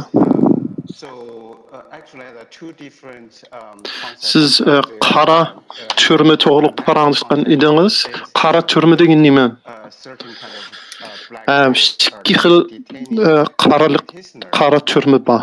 Petitioners are those Chinese people who suffer the wrongful convictions and miscarriages of justice, and they go to big cities or Beijing to with the hope of birisi hukumatni tanqid qilayotgan odamlarni tutish uchun bo'lgan tutish o'rni ya turma desak bo'ladi. The wider meaning of black jail Esli ularning haqqi bor, uni hukumatni tanqid qilish uchun, lekin ularni shundaq qora turmalarga tashlab etdi. Detaining Falun Gong practitioners. Ikkinchi xil qora turma qonunsiz turmalar bo'lgan. Masalan, Sharqiy Turkistonda bo'lgan tarbiyalash lagerlar va boshqa lagerlardan iborat bo'ldi. With the concentration camps in Xinjiang is the legal education centers with that detain. Jungoning boshqa yerlarda bormi shunday lagerlar? Documented their meningcha hozir Sharqiy Turkistonda bo'lgan lager bilan eng o'xshab keladigan lagerlar balkim burunki Falun Gong nima soldigan lager edi. Part of the genocide and detain at least 1 million Uyghurs, Kazakhs and other lekin Sharqiy minorities. So that's Turkistonda az degan 1 million odamlar bor, Uyg'urlar, Kazaklar va boshqa Turkiy millatlardan bo'lgan odamlar. Yana u ig'ir qirg'inchilikning bir parchasi bo'lgandan keyin yana boshqa Xitoyda bo'lgan lager bilan o'xshamaydi. Training centers and the legal education centers. Sharqiy Turkistondagi lagerlar so both hem tarbiyalash markaz deb atalgan lager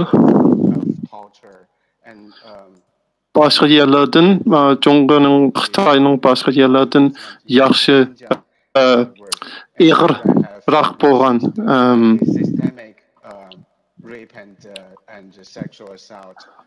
Sharqiy Turkistonda zulm eng ig'ir bo'ldi ekan. Yana Osiyada bosqinchilik ko'p yuz bergan, balkim sistemlik bo'lgan, u boshqa yerda ancha ko'rmadik.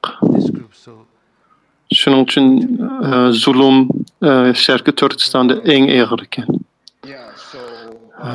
Doktor Tangbyan, sizningcha nima uchun shunday bo'lgan? Nima uchun Uyg'urlarni boshqalarga qaraganda shuncha ig'ir tutgan?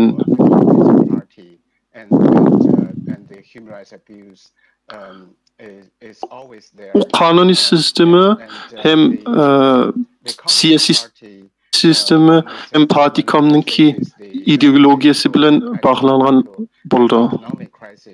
It intensified its crackdown on the civil society. Kommunist partiyaninki krizisi bo'lib qolsa, bo'lib ideologiya krizi bo'lsa yo iqtisodiy krizi bo'lsa, different race, different culture, different language, and different religion, and the ular boshqalarni tepib, the Uyghurs and other Turkic people Gunayni boshqalarga soldi. Uyg'urlar, qozaqlarninki dini boshqacha bo'lgandan keyin, ularning ideologiyasi boshqa bo'lgandan keyin Xitoyning hukumati ularni bir xil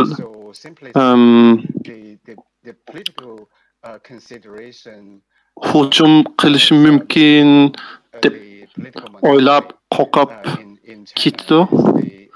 Hem iniqlikqa qarshi turishi mumkin deb o'ylaydi. Thank you. In what way do you think that Xinjiang situation is worse than the rest of China compared to Tibet, which had a difficult time as well? Is it worse than what happened in Tibet? Yes. So according to a human rights report, Hozir Sharqiy Turkistonning ahvoliga qarsak, Tibetdan boshqa Xitoydagi yerlardan ig'ir bo'lamdi. Shundoq. Sharqiy Turkistonda Tibetdan ig'ir bo'ldi hozir. Freedom House'ninki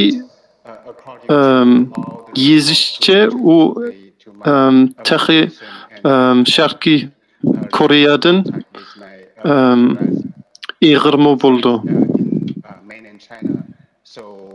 So it's obvious the human rights situation in Xinjiang is. Men hozirgacha Jungo Xitoydagi advokat do'stlarim bilan aloqa qilishib turyapman.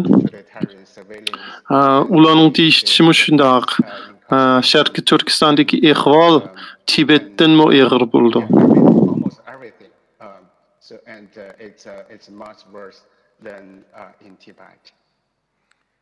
Thank you very much.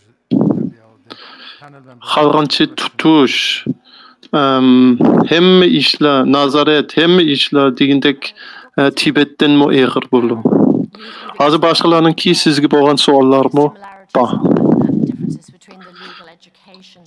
Dr. Tang.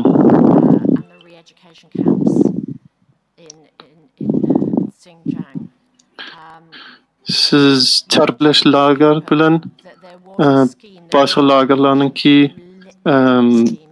o'xshash va o'xshamaydigan yerlar to'g'riliq qarashgan edingiz. Burunki Laogai sistem to'g'riliq qarashdingiz. U 2013-yilda to'xtagan. Siz shuni to'g'riliq ozroq so'zlab beramsiz? Vazidiki mecburi emgek bilen o'xshash bo'lgan yerlari bormi? Rahmat sizga. Laogai 40-yillardan boshlabla bo'lgan edi. U 2013-yilgacha bo'lgan program. Those people who commit very slight crimes and also Laogai lagerlar ya çürümelerde aşu adetki cinayetçiler mübaidi, siyasi cinayetçiler mübaidi, hem aktivistler mübaidi, bazıları pek ağır cinayet kılmagan, aşağıya bazı dindarlar tutulgan, solagan, ular aşağıda mecburi emgek kılgan.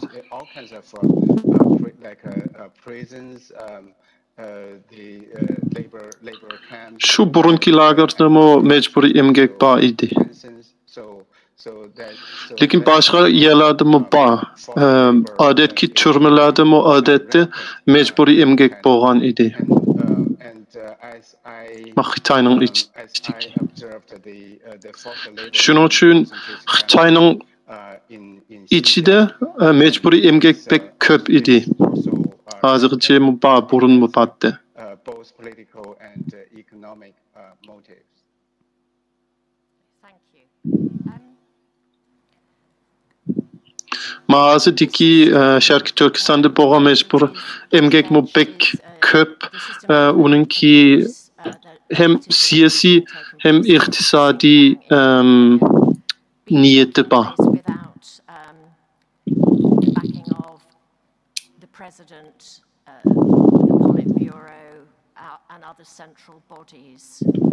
And are there individuals that you would identify as principally responsible for the decision? Sizningçe azı Şarkı Türkistan'da bolayotgan zulümler, sizningçe Xi Jinping çoğum biliş kerekmi? Ya belki mu bir imkaniyet bar bo'lishi mumkin, Xi Jinping bilmasligi mumkin deb o'ylamsiz?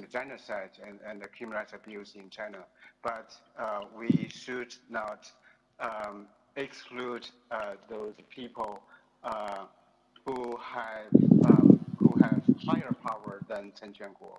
So and of course the Politburo and the.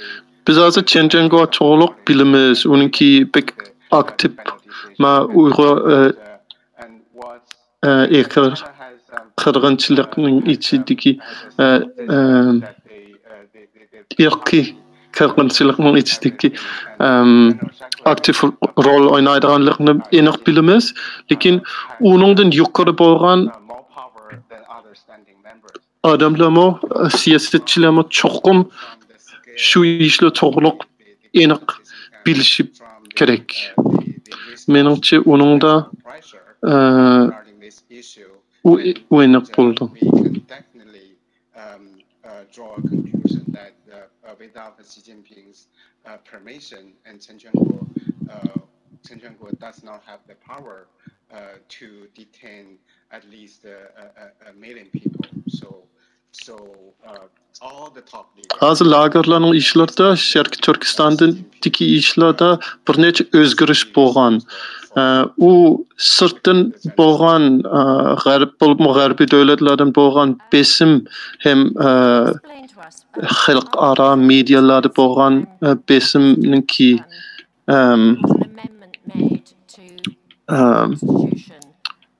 uningdan bo'lgan.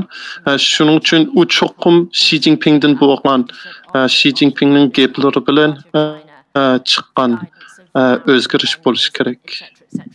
And the new bit was, and Xi Jinping thought on socialism with Chinese characteristics for a new era. Could you help us understand the significance of that phrase and its addition to the Constitution? Yeah, Xi Jinping has removed. Xi Jinpingning ideologiyasi to'g'riq azroq so'zlab tushuntirib beramsiz? Bo'ldi. Xi Jinping bir necha o'zgarish qilgan. Birinchisi o'ziningki prezident cheklash tuzumni o'zgartgan. Hozir u umrlik prezident ya diktator bo'lib qolgan. U boshqa o'zgarishlar qilgan. Uni tanqid qilganlarni ya tutib olgan yoki sirtqa chiqargan partiyaning yoki hukumatning sirtqa. Shuning uchun o'ziningki huquqni qo'g'dash uchun cho'ng o'zgarish qilgan. So in my opinion, he has changed the political landscape. Partiyada bo'lgan diktatorlik, partiya diktator bo'lgan edi. Jiang Zeminning vaqtida Hujintao'nun vaqtida uni hozir Mao'dagi zamaniga qaytarib, hozir bir odamning diktatorlik Mao bir adam diktatorlik Xi Jinping shundoq. While at the same time it's harder for people to access independent information. What is your sense of the Sizningcha hozir tashviqot ig'irroq bo'lgan Xitoydagi odamlar tezroqda rost bo'lgan ishlarni bilib oladi. Sizningcha boshqa Xitoylar, Xinzular, Uyg'urlarni qanday qaraydi?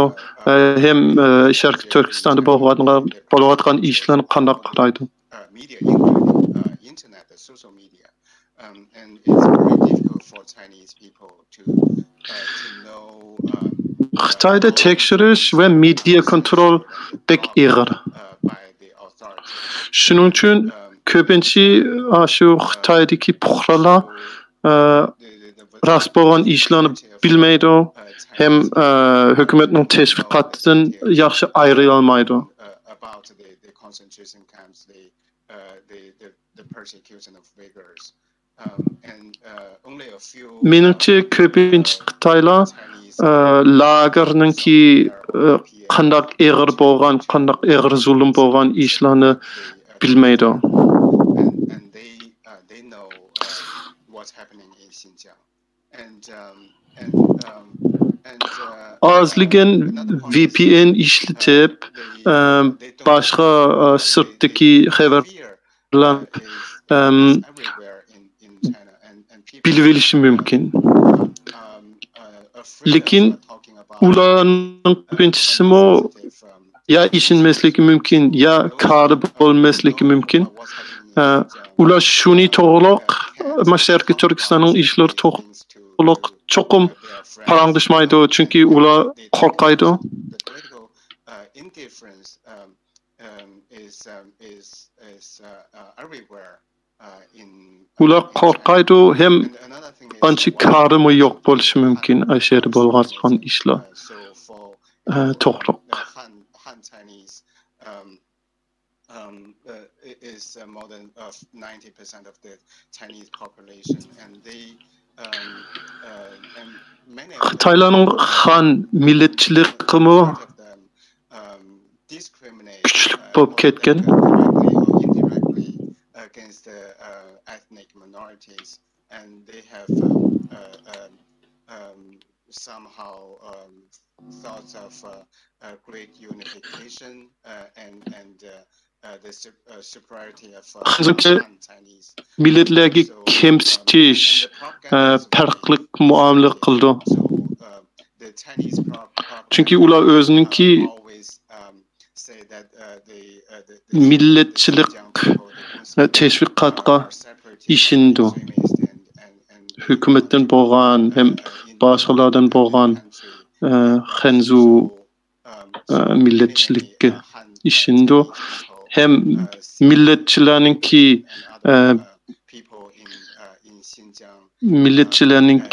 terörist, bölgünçi, cinayetçi bo'lganlikka bu ishonishi mumkin. U hukumatning tashviqotidan kirdi. They don't care. They even applaud the policy. Men Xinjiangdagi bir necha Xinzularni taniyman. Lekin ularning qari bo'lmaydi. Men ularga tushuntirib berdim. Hozir Xinjiangda bo'layotgan ishlar to'g'riq, lekin ular xo'sh bo'ldi. Hukumat yaxshi qilibdi deydi. Ular lager to'g'riq, lagerning ichida bo'layotgan ishlar to'g'riq ancha bilmaydi, lekin kishilik huquq qarshi bo'lgan ishlar to'g'riq ancha ensimraydi. Hozir muqimlik bo'ldi, yaxshi bo'ldi deb turdi. given that you've described a widespread system of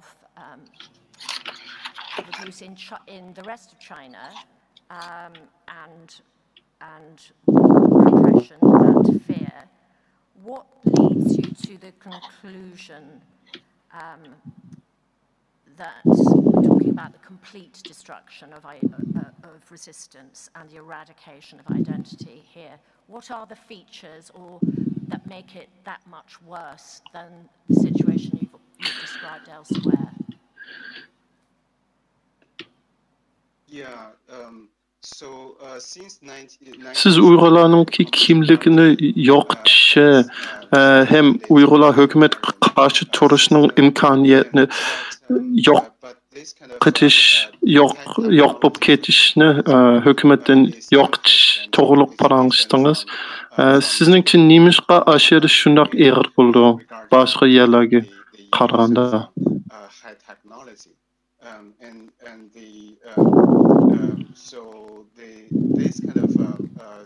Meningcha Turkman bo'lgan zulm pek yuqori texnologiya bilan qilingan. Shuning uchun u eg'irroq bo'ldi. Uning ustiga uningga qarshi turishmi pek tez, pek qiyin bo'lib qolgan. Chunki texnologiya bilan hukumat hamma odamninki nima ish qilayotganligini ko'rlaydi. Aktivizm qilish yoki hukumatga qarshi turish mushundoq nazorat texnologiyaning ostida pek qiyin bo'ldi yo bo'lmasligi mumkin.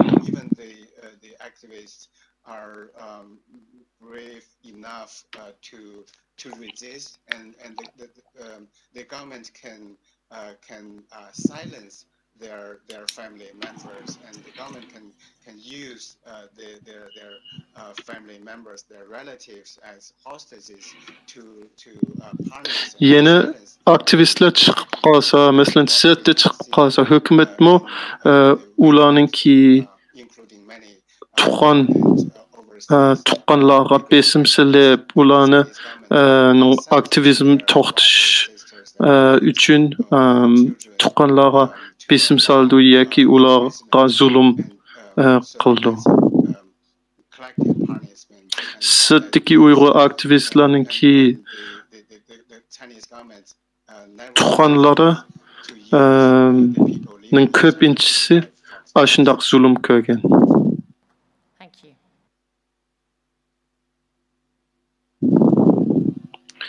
Shuning uchun Xitoyning hukumati hech nimani qilmagan odamlarga zulm soldi. Ularning tuqqanlar qilgan ish sababli.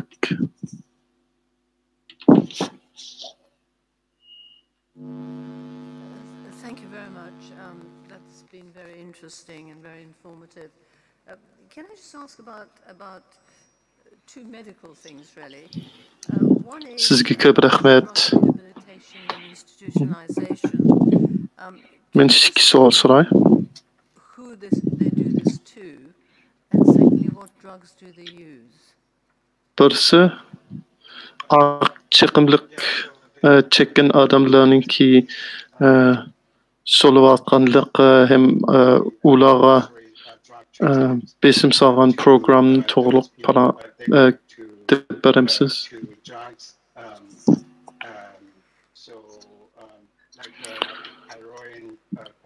Bo'ldi. Shu oq chiqimlikka chiqqan masalan heroin, kokain chekayotgan odamlarni majburiy programga soldi ekan. Chunki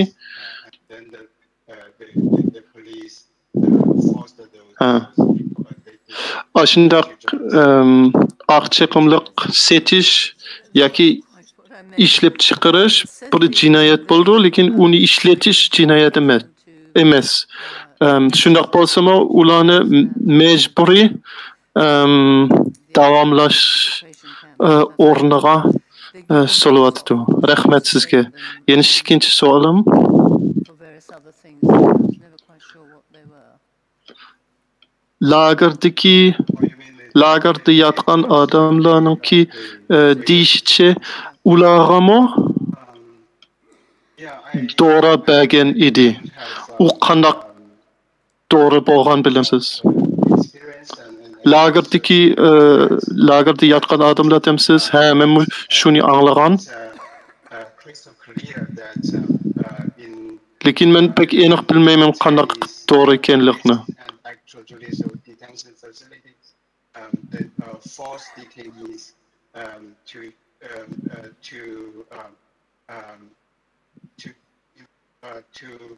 have the kind of medication that drugs was happening many times, and so one example is we call it the 709 crackdown. Lekin boshqa Xitoydagi yerlarda shundoq ishlar bo'lgan. Turmada yatqanlarga doğru bergen ishlarni burun bo'lgan.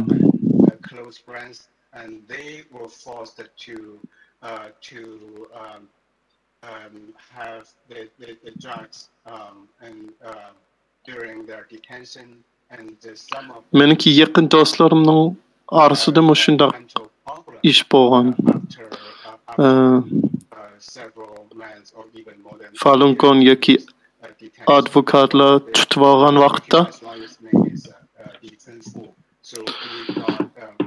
ularga majburiy doğru bergan edi Xitoy hukumati.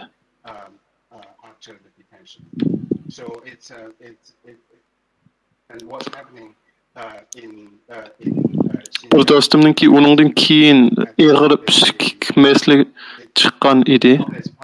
Umu balkim doğruga bağlangan bo'lishi mumkin. Sharqiy Turkistondagi lagerlarda bo'lgan. Touched on it but didn't go on, and that was really about organ transplantation. Is there a system? İşlerde shunaq ish chiqqan bo'lishi mumkin. Everybody has their DNA done. Sizmi organ ilvilish ve setish ma ichki eserlarni ilvilish ve setish ishlar to'g'liq parangishgan edingiz. Sizningcha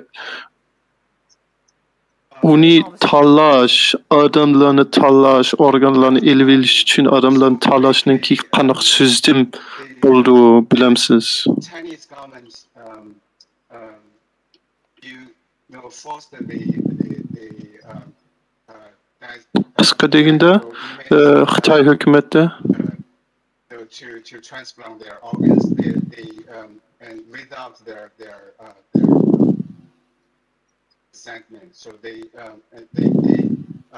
targeted the organ harvesting, the victims of organ harvesting at the beginning were the dental inmates, and then mostly Falun Gong practitioners. There have been many big laws about the organ harvesting. Aldı bilen ma ölüm hükümge salgan ölüm hükümetten öldürgen ölüm hukuk hükümge salgan adamlardan ilvagan kin Falun Gonglardan mı ilvagan işle boğan. So they have a long they have a lot of experience. Falun Gongçilerin arasında o işle köp yüz bergen iken. Çünkü partiyanınki organ ilvilişninki hele tarihi ba.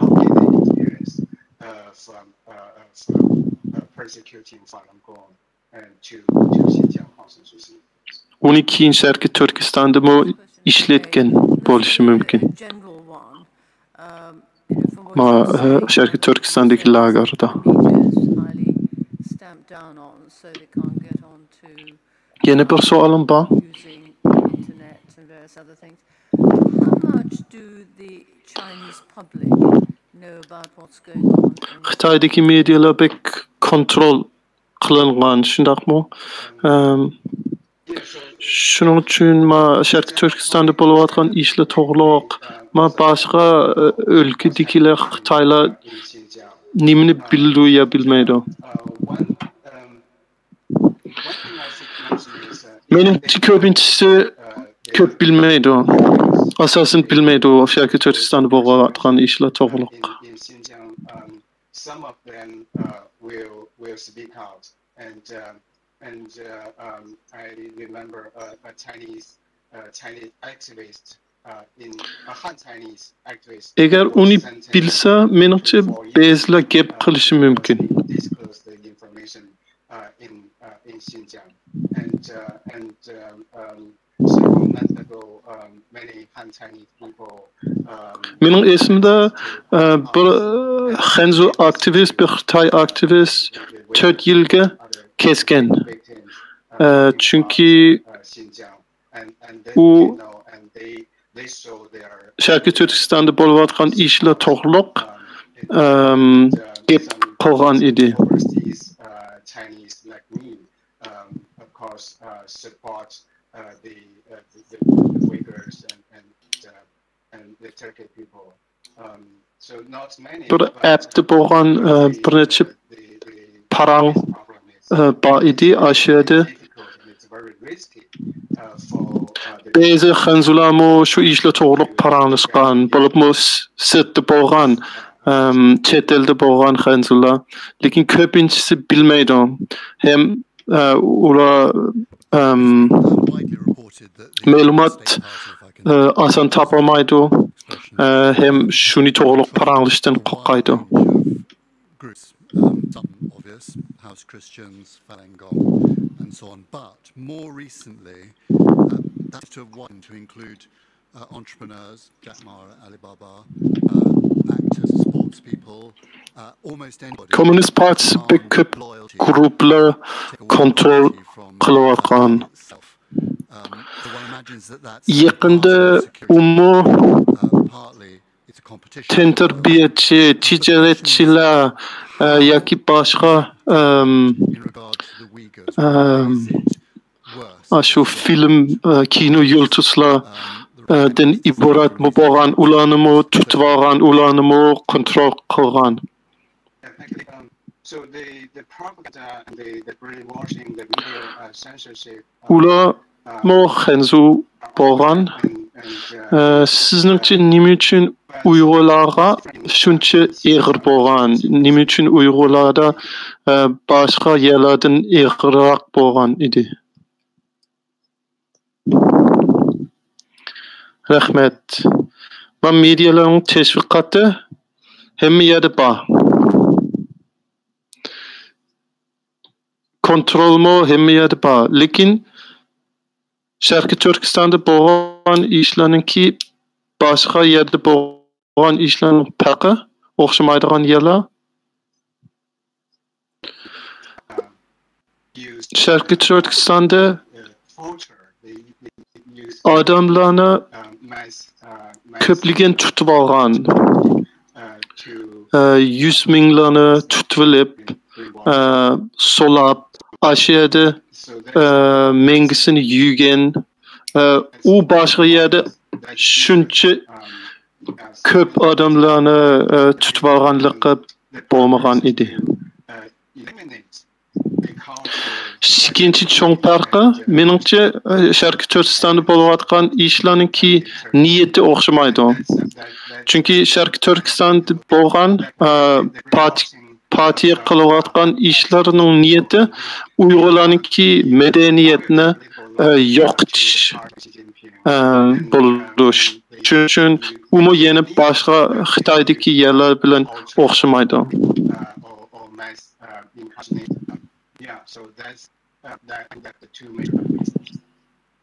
Shuning uchun Osiyada Sharqiy Turkistonda bosqinchilik, qiyinish ig'irroq bo'ldi, chunki ularninki niyati o'xshamaydi. Niyati Uyg'urlarninki madaniyatni yo'qotish.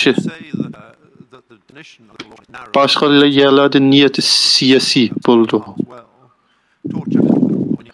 Siz kıyınaş toğruluq azdaq yazdınız. Şunu toğruluq azdaq yine düşündürüp veremsiz. Sizningçe Xitoydagi qonunda qiynash boshqa davlatlarninki qonun bilan o'xshamaydi. Siz uni ozroq tushuntirib bera olamsiz?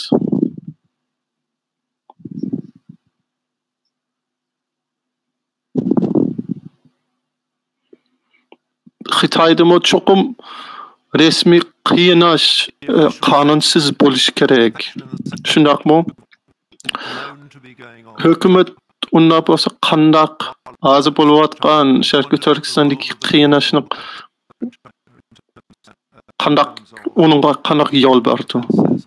To'g'ri, Junggoda qiynash albatta qonunsiz bo'ldi.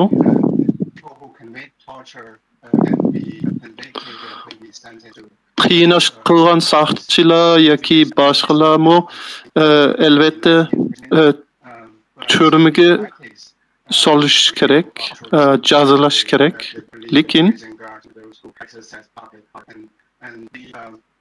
very few of the torturers were arrested, convicted, and even some of them have been convicted. Lekin Xitoyninki tarixida qiynash qilgan odamlarninki ko'pinchisi jazolanmagan. Ashunaq ishlar bek oz. Undan jazolangan odamlar bo'lsa, ularninki jazisi mo bek yengil ig'ir bo'lmagan. Ularninki qilgan qiynashga qaraganda.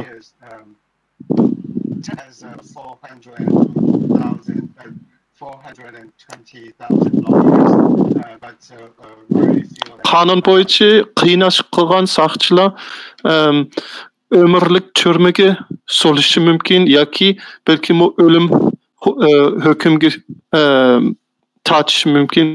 Lekin emniyatlarga qarsak, ashunda qiynash qilgan saqchilarning ko'pinchisi ko'p degan bir necha yil keskin bo'lgan edi.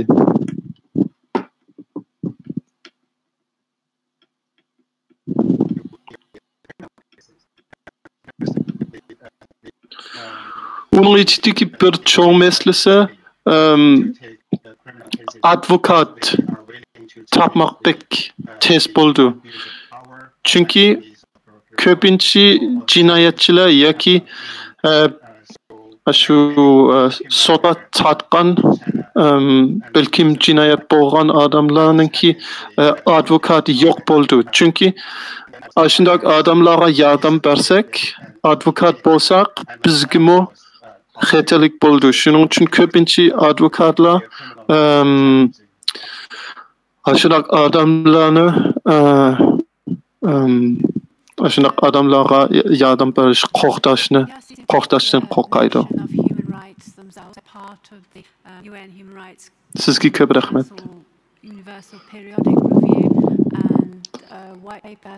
Xitoy hukumatiningki o'zininki kişilik huquqqa o'zgacha ko'z bilan ko'raydi. Ularni Birleşken Devletler Teşkilatı'nınki ichiga kirib, o'sha yerda huquq kişilik huquq bo'lgan qog'ozga imzo qo'ygan, lekin ularninki tushunishi, kişilik huquq tushunishi bizninkiga o'xshamaydi. Uni ozroq tushuntirib beralamsiz?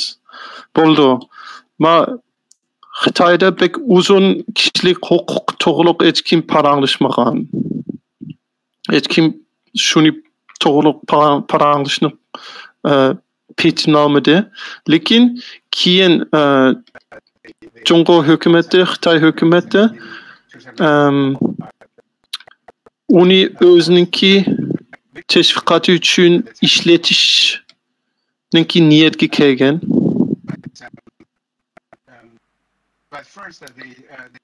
Shuning uchun ularninki kishilik huquqi fuqumni o'zininki Xitoyga xos bo'lgan bir kishilik huquq fuqum qilgan.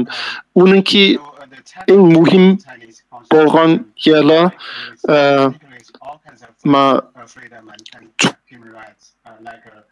right to vote, personal freedom, free speech, all the ish bir yerda turish, lekin turmush erkinligi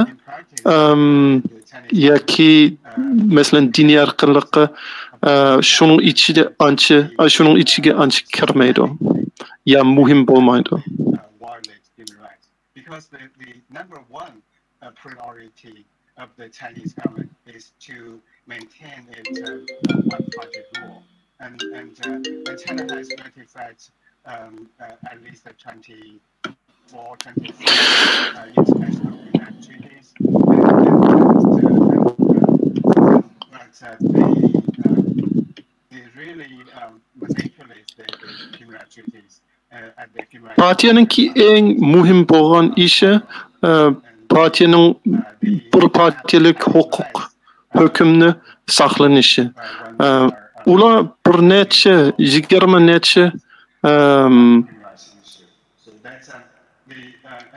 qog'ozga imzo qo'ygan kishilik huquq to'g'riq, lekin uni amaliyotda imzo qo'ygan bilan amaliyotda unga hurmat qilmaydi.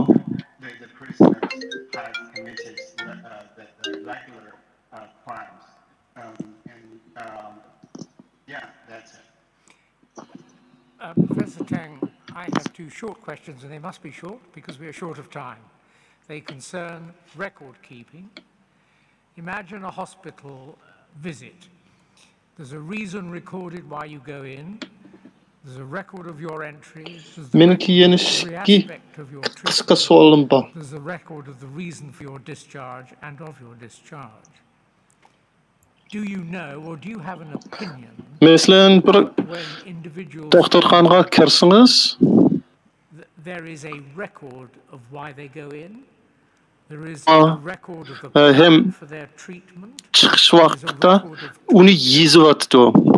Bir yerda saqlanadigan bo'ldi. Sizningcha shu lagerlarda ashundoq dokumentlar bormi? Ularninki kirish, chiqish, hem balki muqiyinishninki ifodalaydigan qog'ozlar Xitoyninki hukumatning ichida bo'lishi mumkin. Mümkün mü?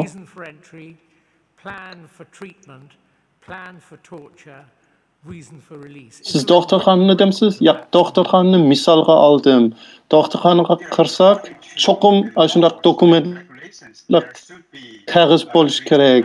Qachon kirdi, qachon chiqdi, ichida bo'lgan ishlar to'g'rilgan qog'oz bo'lishi kerak. Lagerga kirsangiz, shunday qog'ozmi bormi? Shundoq esli bo'lishi kerak. Xitoyning qonuni bo'yicha shundoq qog'oz bo'lishi kerak.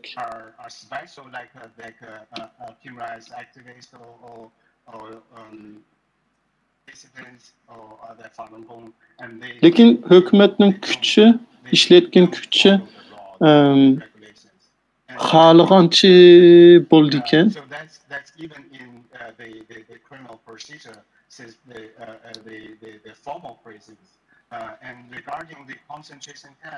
Shuning uchun ular qonun bo'yicha bo'lmaydi. Falun Gong'ninki meslilarda, ishlarida qonun bilan ma'murgan. Sharqiy Turkistondagi lagerda shundoq ekan. Bizning vaqtimiz az bo'lib qoldi. Yana bir savolim bordi. Eğer sizningcha qiyinish to'g'riliqmi shundoq yezilgan qog'oz bormi? Eğer Hökümet uni süzdümlük kılgan bolsa çokum aşındaq qağız bolishi mümkün demsiz? And often they don't care about the legal requirement. And should there be a record of the requisitioning of the thing called the tiger chair? Its only purpose is to torture. Should there be written records of the requisitioning by... Menimçe aşındaq qağız qiyin iş deb yazgan qağız yo'q bolishi mümkün. The Chinese government Sizningcha Yolvas orunduq degan qiyin ish qilayotgan jabduq to'g'liq ashuna qag'izmi uni elish uchun yoki selish uchun ashuna qag'iz sizningcha bormi?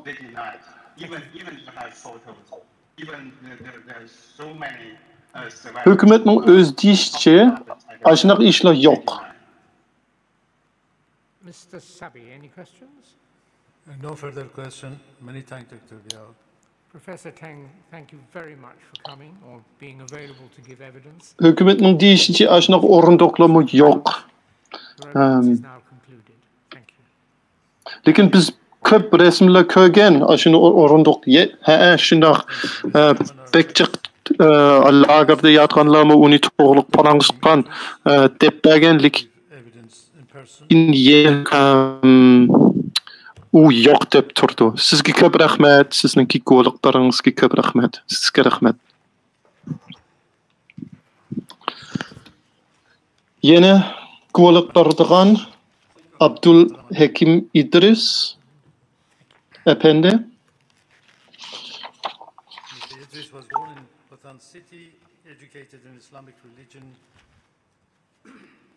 in underground madrasa in Khotan, and then went to Al-Azhar and settled in Germany. He's a co-founder of World Uyghur Youth Congress,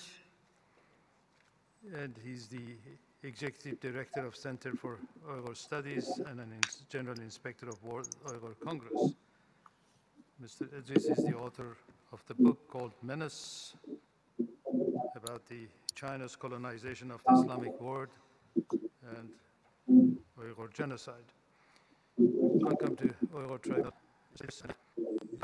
that you would like to say. The Tribunal has read your report, and I would appreciate you just as possible. Thank you.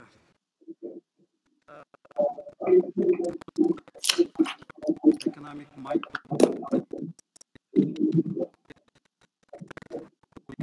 we were Muslims. Usually we would expect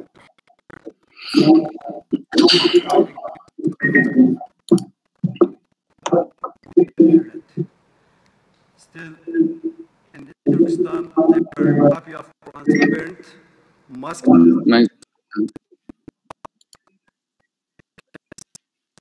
The schools still we didn't heard any word from any Muslim leader, any Muslim institution. Men Xitoyning Uyg'urlarning madaniyatini yo'qotish va Uyg'urlarni yo'q qilish muddaosini yushirish uchun iqtisodiy mukofotlash jihat huquqi qanday qo'llanganligi to'g'risida uchurlarni so'zlab o'taman. China to use this information in Islamic countries, they use several arguments. First is internal affairs discourse. They say Benim tədqiqatım asasıga bolsa, Xitoyning iqtisodiy kuchini qanday foydalanib, aslida Uyg'urlar bilan ittifoqdosh bo'la oladigan davlatlarning jimjitlikni sezib olganligi haqida.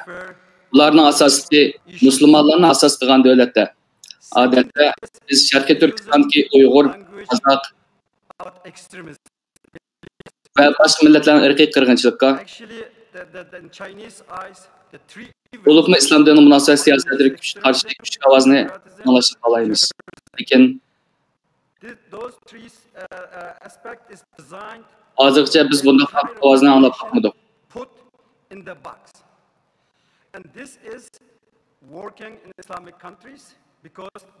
Xitoyning dunyoni kontrol qilishi nishoni islom davlatlari bo'lgan kontrol etishdan boshlangan. Musulmon davlatlarini muvofiq kontrol qilish va uni foydalanish uchun Xitoy hozir iqtisodni kengaytirish qatorliq har xil usullarni islatmoqda. Birinchidan, bu deydigan gapi bu ichki ishlar masalasi. Bu Xitoy Kommunist Partiyasining 1949-yili Xitoy Xalq Cumhuriyatidan ishg'ol qilingan Sharqiy Turkistondagi irqiy qirg'inchilik siyosatini yuritishda eng ko'p qo'llangan usullarning biri. Xitoyning to'xtamay tekrarlagan gap bo'lsa, Xinjiang masalasi Xitoyning ichki ishi deyishdi. Ikkinchidan, oshqo'llikni cho'riga aldab tilishildi. Xitoyga nisbatan ta'limot doirasida hal qilish tegishli kuch bor. Bular diniy oshqo'llik, bölgülik va terrorlik. Albatta, yuzaga jihatdan qaraganda bular qarmoqqa muvofiq ansiraysak bo'ladi. Lekin dal aksicha Xitoy bu siyosatlarni Uyg'ur xalqining madaniyati va jismoniy mavjudligini yo'qotish bilan barobar. Ular jamiyatdagi ba'zi illatlar uchun bir diniy e'tiqod va madaniyatni bu nuqsani jazolarga tashlaydi. Uchinchisi bo'lsa tashviqot.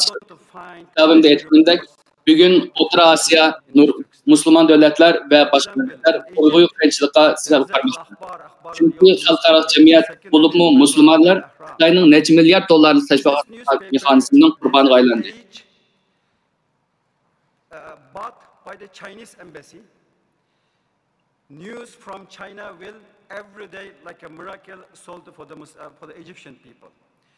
So, men o'zim alarmda o'qidim. Agar qarab boqadigan bo'lsak, ijtimoiy tarmoqlarda Uyg'urlar fajialarni so'zlaydigan hech bir ijtimoiy tarmoq yo'q.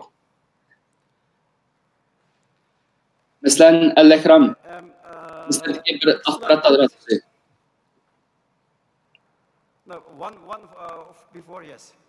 Bular Xitoy elchixonasi tomonidan setib olingan.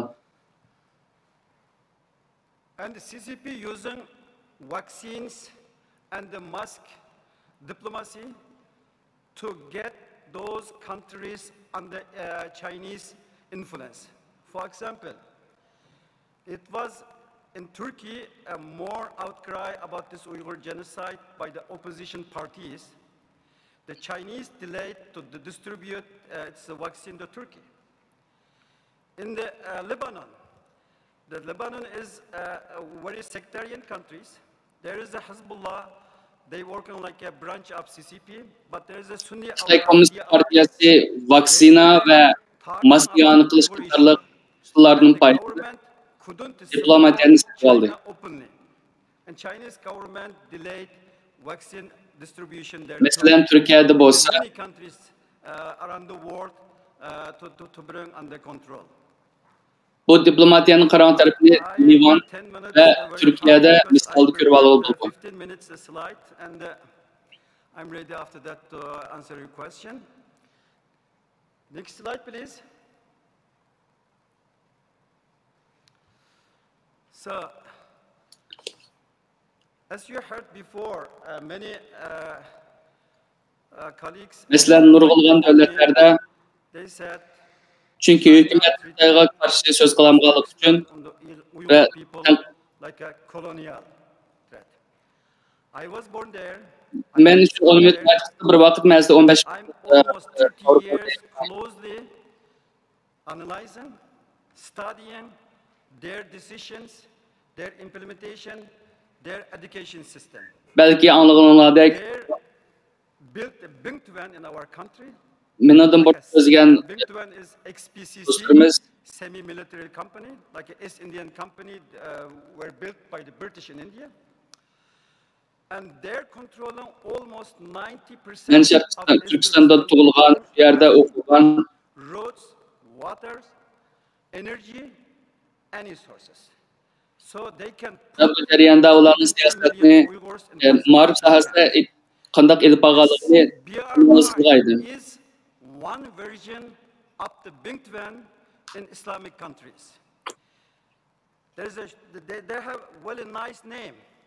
When connect the people to people, serve the mankind. Those are the slogan by the CCP. But reality is very tragical. This Silk Road. Mesela Bingtuan yani işlep çıkarış. Three contents. Silk Road economic build, the 21st century maritime Silk Road, and digital Silk Road. Bir belbağ ve bir yol teşebbüsü nayeti çıraylık bir isim bolgan. I skip the details. İşten kişilerge bağlaydigan. Slide please. İnsanlar üçün hizmet kıldı deb Xitay Komünist Partiyası tarafından teşvik kılıngan.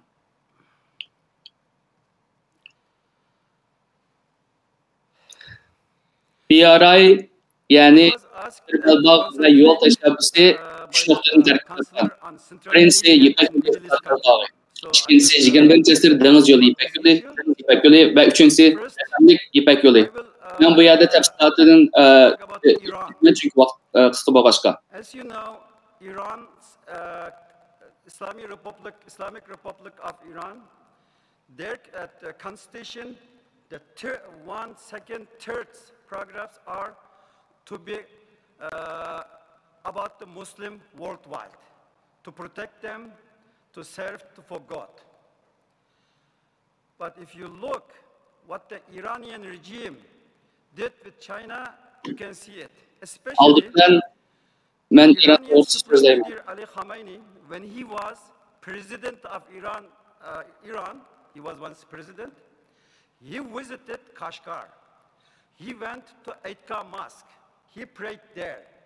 And he said, when I was that time in Egypt, he said, İran İslam Cumhuriyeti'ndeki asasi kanunu koygan bolsak, aldık bir neçe maddede dünyadaki Müslümanlarınki hak-hukukunu qoğdashlar deyilgan. Why I talk this? Because Iranian supreme leaders knows what's happened right now in East Turkestan. Ali Khamenei devlet rektörü bolgan vaqtda Kashgardagi Eitka ziyaret kılgan. It's not war between Jewish and Muslims. It's war on entire religion. O vaqtda mundaq degan edi. Men shundoq o'tgan chig'imda Kashgar to'g'risida she'rlarni o'qay. Bugun oxirgi orzuyim amalga oshdi. And they closed 400 billion agreement. Yani u yan devlet rahbarlari Turkistonda bo'layotgan ishlarni nihoyat aniq Xitoyning islomga qarshi ochgan urushini 5G networks and many more. What's the Huawei systems mean for the China? It means Xitoy yani Hristiyan dini ve bulup mu İslam dinine karşı uruş açtı. Ötken 25 yılda İran bilen Jungo, Xitay birlikte tahminen 400 milyar dolar to his 2030 vision. He wants to build Saudi Arabia and modernize it. And China investing right now in Saudi Arabia more than 93 billion US dollars, including drone factory near Riyadh. After MBS visited China, he gave a statement on Chinese. Saudi Arabistan'da veliahdi Muhammed bin Salman Xitoyning mablag' siyosiy tasdiqlanganligini aniq o'tirib qo'ydi. Hatta 30 yildagi tasavvurini amalga oshirishga oshishlik tayanch qildi. Telling the Uyghur people, even Saudi Arabia, Mısır'dan nurg'on milyard dollar mablag' saldi. Veliahdi Muhammed bin Salman Xitoyni ziyorat qilgandan keyin unda gapni qildi. Xitoyning o'zining bexatarlik huquqi va terrorga qarshi tirishchiligini qo'llaydi. To work with China very closely. There is Confucius Institute. Veliahdning so'zini hamma yerda e'lon qildi. And singing in the anniversary of 100 years CCP's day. Recently in Dubai, onun sırtında Pars Golf'taki devletler mi var? Internment prison to keep Uyghurs Arap Birleşik This is all after they deported or they didn't exceeded the Xitoy Arab Birleşik Xitoyning Saudiya Arabiston qalsalar Xitoylar Central Tayland'ın Asia, son soda hemrahi. Saudi Arabia, Turkey, in the Emirates, there were many Uyghur business people. They were doing business with the local people. They have Dubay'da Uygurların Chinese companies. After Xi Jinping began this genocide against the Uyghurs, they lost their entire business. Right now, Eğer O'rta Osiyoga, Saudiya Arabistoniga, Arab Birleşmiş Xalifligi Turkiyaga qaragan. Bu yerda nurg'unlagan Uyg'ur tijoratchilari bor. Okay, I talk about Egypt. Egypt has very good relationship with China. They building an Xi Jinping Sharqiy Turkistonda irqchilik qilib bo'lgandan beri savdogarlar, tijoratchilar davlat bilan butun munosabat. Muslim Brotherhood President Muhammad Mursi, when he was president, he went first to China. After him comes Sisi, he is doing business with China. And Egypt deported many students. They were studying in Al-Azhar University. Al-Azhar University is the oldest Islamic institution in the world. They deported Uyghur students back to China. As you see, investment. This is nice word, but that is not investment of a Chinese version. It's corruption, disinformation, this is security. Mısır İslamiyet'inde Al-Azhar Üniversitesi'nden nurg'unlagan Uyg'ur o'quvchilarini Xitoyga qaytarib berdi. Have many military personnel under name security companies in Kazakhstan, Kyrgyzstan. Whatever happened in Kyrgyzstan, mablag' silishtirgan governments, but nothing lekin nisbatan bu cheriklik. They are in control right now. Next slide, please. Diplomatik baskı.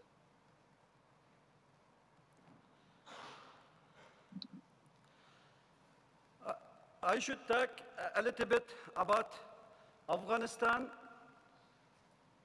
Taliban, and Islamic organization, very shortly. China has very close relationship with Pakistani military and in security apparatus. And Pakistani military can choose their government, how they choose, we know it. The Taliban had, since its foundation, very good relationship with China. Even 1998, Chinese ambassador to Pakistan met with the Taliban to'g'risida in 2000, before 2000, they deported 13 Uyghurs from Afghanistan to China. Recently, the Taliban announced Muhammad Hassan Akhund will be Taliban kurulgandan beri 1998 when the Taliban deported Uyghurs. Pakistan'ın Pakistan Türk baş elçisi Kandahar'da Ömer bilen China doing the same. 2001 Afganistan'dan Uygur'unu kaybettiler. The Shanghai Cooperation Organizations. Since its establishment, Muhammed Akhund'un Afganistan'ın baş ministeri bulduğanlığını ilan etti. Against the Uyghurs. The Uyghurs have border with Bildiğimiz hazır Taliban Xitoy'dan kardeşini Tajikistan, Afghanistan. But there is no one can flee those countries. If they flee those countries, even in Pakistan, they give them back. So the Uyghur refugee, what we today have in Turkey, they went through China, went to Southeast Asia, come those countries. What means that? That means those Central Asian countries already under Chinese control. Xitoy o'rlashtirib harbiy xizmatni O'rta Osiyo uchun ochdi va Turkistondagi formasida. Bu davlatlar Shanxay hamkorlikda imzolangan bexatarlik kelishuvnomasiga Xitoyning talabini o'rindamoqda. OIC, Organization of Islamic Cooperation. They, 2019, early 2019, there were direkt berildi. Bu demek, yani O'rta Osiyodagi davlatlar Xitoyningki betlab qoldi. In this delegation, there were some diplomats from Central Asia, especially from Kazakhstan. Hüseyin Celil, Xitoyningki turmusida ömürlük jazoga mahkum bo'ldi. This situation in Turkestan, it was in the Dubai summit. The China interferes through Saudi Arabia. 2019 İslam Birliği Teşkilatı davanç Ürümçi'ye barıp ziyaret kıldı. Bu ömekte bazı diplomatlar O'rta Osiyodan kelgan, Malbuluq Kazakhstan kelgan diplomatlar var. Ular qaytib kelgandan keyin Sharqiy Turkistondagi bu qilmishlarni boykot qilgan. I believe there were some particular facts you wanted to highlight because I discussed it with you. But if he's covered them, then it might be time for the Lekin Saudiya Arabiston va boshqa davlatlar qaytib kelgandan keyin o'zlarining gaplarini qaytarib oldi. Ask those questions, but otherwise I yield that to the panel. Yes, thank you. There will be questions from the panel now. Yes. Just before you start, Professor Kaur, Mr. Idris, we are drawing you to a close now to answer questions. We fully understand your commitment to the cause and the passion with which you speak, but you must understand that we are completely dispassionate and you will be asked questions of fact, and it will help us if you are able to be as... Sual cevaptan ahırda eğer vakit olsa yani sözlüsünüz buldu. Thank you for your testimony. Could I begin with a question about yourself? You grew up in Xinjiang and you left a few decades ago. Why did you leave and when was that?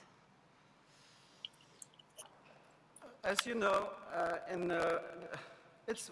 my testimony is all politics, because I am a victim of Chinese policies in Turkestan. I left Turkestan in 1986 after my parents put me in underground madrasa, studied 5 years in hotel, because at that time the Soviet Union invaded Pakistan. So China gave us a little bit freedom to build our mosque, learn a little bit about our religion. So I went to underground mosque, underground madrasa. My teacher were be prison in Chinese prison over 20 years. Ben 1986'da çıktım.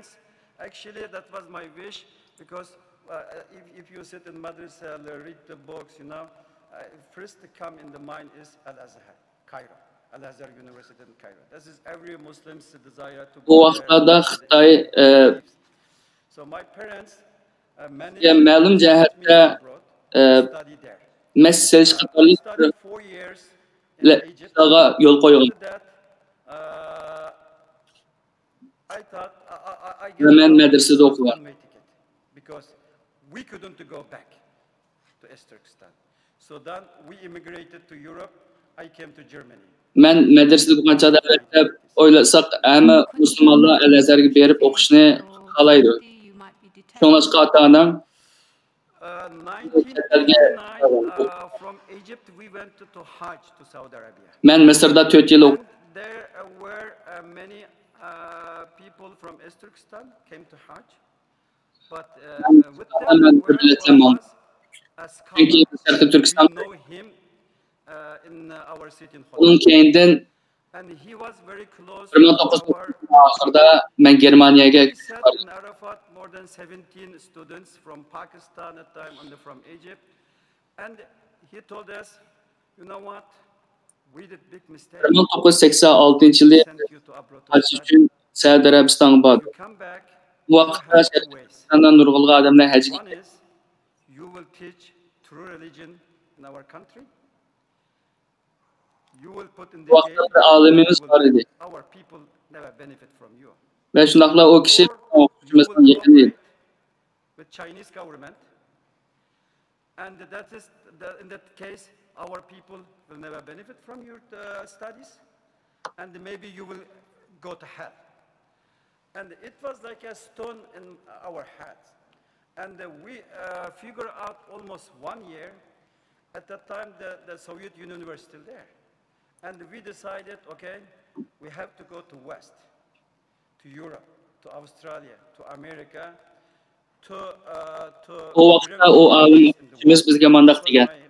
Agar chet eldan qaytib kelsanglar, ikki yo'linglar bor. Birisi haqiqiy dinni o'rgatsizlar, lekin uningki bo'lish nemisi yuqori bo'ldi. Ham bizning hukumatning flattering China for its successes on human rights, and then it increased to 50. So can you elaborate on, first of all, these 37 countries that supported their human rights record and the increase to 50? Yes, in 2019, it was almost 2 years. More than millions of people were in jail. 2019, it was 2 years. I didn't spoke my parents. As me, thousands of Uyghur people lost the country. Siz bergen bu altınızda 2019 yılı Birleşken Milletler Komisyonu aynı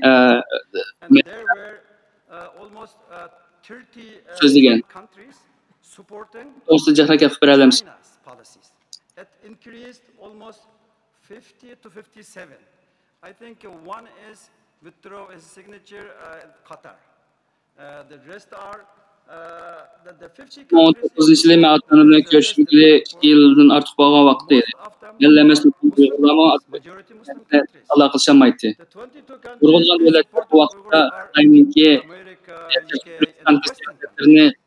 and recently joined just one Muslim, we call Muslim country or Muslim lives there, Bosnia and Herzegovina.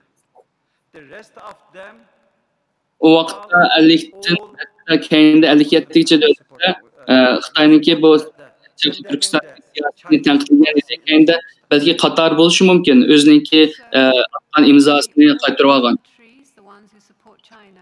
Are they all countries with BRI investments? Of course, there are BRI investment, and if you look what they have to go. Hazırlıkta Uyghurlarni qo'llab quvvatlayotgan davlatlar biz Amerika va G'arbdagi Yevropa davlatlari, lekin Müslüman bo'lgan Bosniya Herzegovina some of them member of the BRI. Third is China's disinformation and the United Front plus Chinese embassies working very well.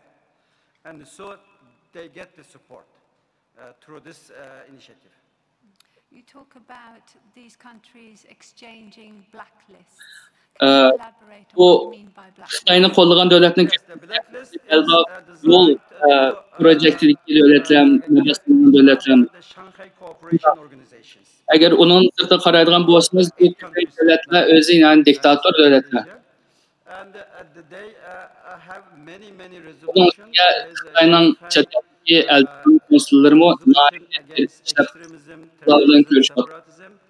And they agreed to like siz bayağı devletler Xitay bilan buyoqki partiyaniz texnik ko'proq tafsili bir those person are terrorists or they have criminal economic criminal record. Xitay Shanxay tashkilotiga a'zo bo'lgan davlatlar bular. Kazakhstan or Kyrgyzstan can say the same. Aşqulluq, terörlük ve karşı bir to bring the Uyghurs under control, especially karşı münasebet nurgul adamlar isimli birlik ekilip years. Bu teröristni işler kandak degandek tizimliklarni tayyorlagan. Soviet collapsed. China jumped up to establish this Shanghai Cooperation Organization, and through this, and they announced the BRI again. And these countries do all or most have Bu kartizmlik asosiy maqsadi bo'lsa Uyg'urlarni O'rta Osiyoda yashayotgan nurg'un Uyg'urlar bor. Ularni kontrol ostiga elish. Masalan, Qirg'iziston nurg'ulg'a Uyg'urlar yashaydi, Qozog'istonda nurg'ulg'a Uyg'urlar bor. I think the Shanghai, what I saw and analyzed in the reports, Sovet İttifaqı başlangandan keyin Xitoy Shanghai hamkorlik tashkilotini qurdi. Extradition treaty, because they already agreed on this organization to cooperate and arrest and deport each other. But China tried to get extradition treaty with several BRI countries. For example, Mesela şartnamesi tuzgan devletler bo'lsa odatda Xitoyga istagan bo'lsa Morocco want to deport him to China. Hassan Idris, his name is, but the legal process still going on in Morocco.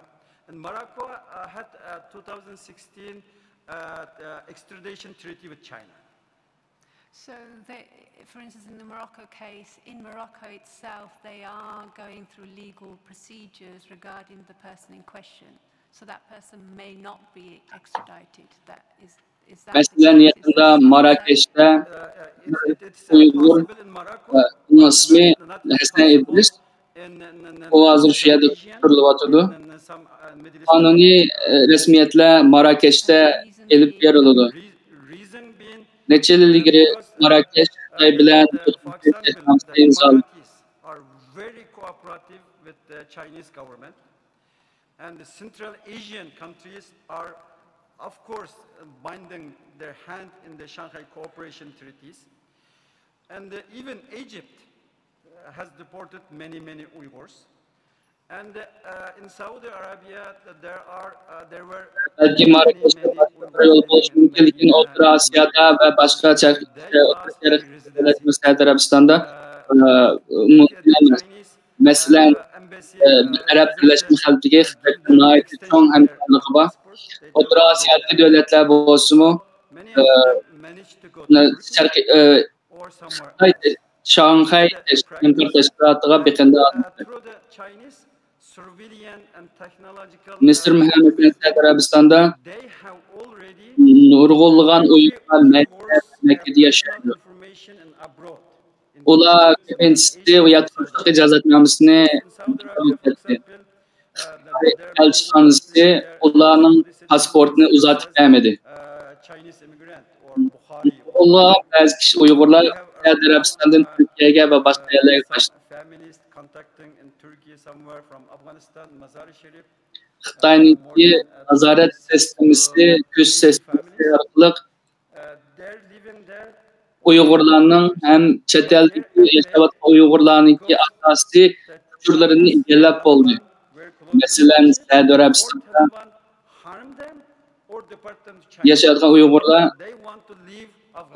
gerçi masalan Saudiya Arabistonninki vatandoshi bo'lgan bo'lsa-mu, ular yana Buxoriy yoki Turkiston deb bilinadi. So are you saying that the PRC are also buying their silence? Yes. China has invested more than 40 years in Mesela Afganistan'da Mazar-i Şerif'te nurg'ulg'an Uyg'ur ailesi yaşaydı. Lekin shundan hozir qo'rqib Talibanninki Xitoylarga o'zlarini o'tkazishni ansiraydi. Big companies CEOs or their wives or their employees are from China. So if you have today like a Hilton company, Hilton Hotels, building a hotel. Siz bayadigan Xitoy Xalq Cumhuriyati yani g'arbdagi cho'ng shirkatlarniki qilishni oldimi? Evet, shunda. They doing it because fear of Chinese money. The same is in Hollywood, NBA, Nurg'ulg'an cho'chon shirkatlar qaraydigan bo'lsak, nurg'ulg'an Xitoylar o'ziga sig'ib kirgan. Masalan, yaqinda Hilton mehmonxonasi o'zbektilga bir mehmonxonani salmoqchi bo'lyapti. Biz ularga unda qilmaslikni chaqirdik. Denying that anything is happening regarding alleged crimes against humanity, or are they ignoring the information or evidence out there? As you know, I recently BMW, Volkswagen, Adidas, Bosch ve başka nurg'ulg'an şirketler yana O'zbekistonda tijorat qilmoqda. They didn't answer. They were so silent on China. Demek ki oğlumuz bu çoğu şirkette şirayını bulatkan insana karşı cinayeti görmesi adamdı ya ki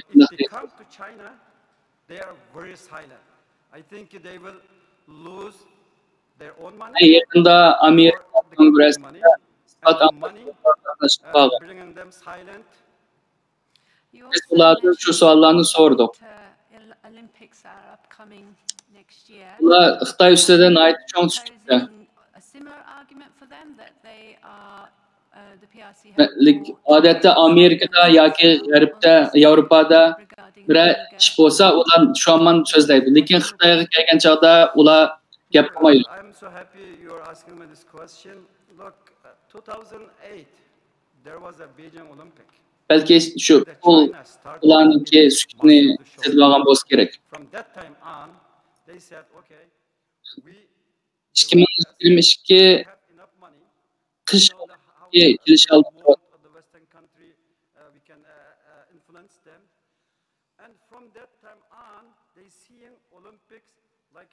Sizce ular Uyg'urlarmi bo'lgan? 2008 Beijing'da olimpik bo'lgan.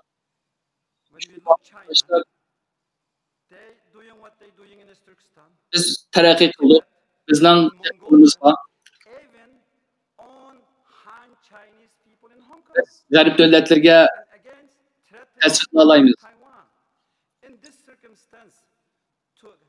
Shu vaqtdan beri ular olimpikni o'zininki qiyofati bir propaganda tashviqot bo'lganligini biladi. 2020 qish olimpikida agar Xitoy qaraydigan bo'lsak,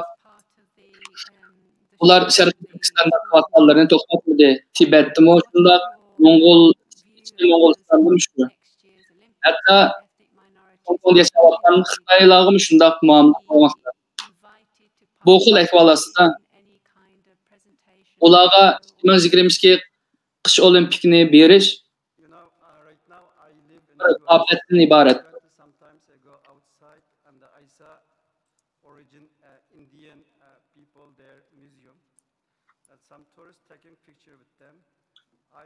Bilishim 2008 yildagi olimpiyada vaqtda asonlik millatlarmi shu vaqtdagi ularning yurgizilgan.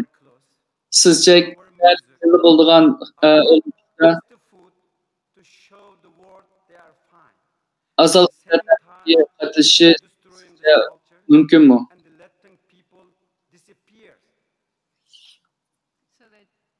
I think they will show let some Uyghurs happy dancing like this. I think as part of men yerli indiyalar muzeyi olgan chog'da Amerikaliklarning shularga rasmiy tushyaptini ko'rdim.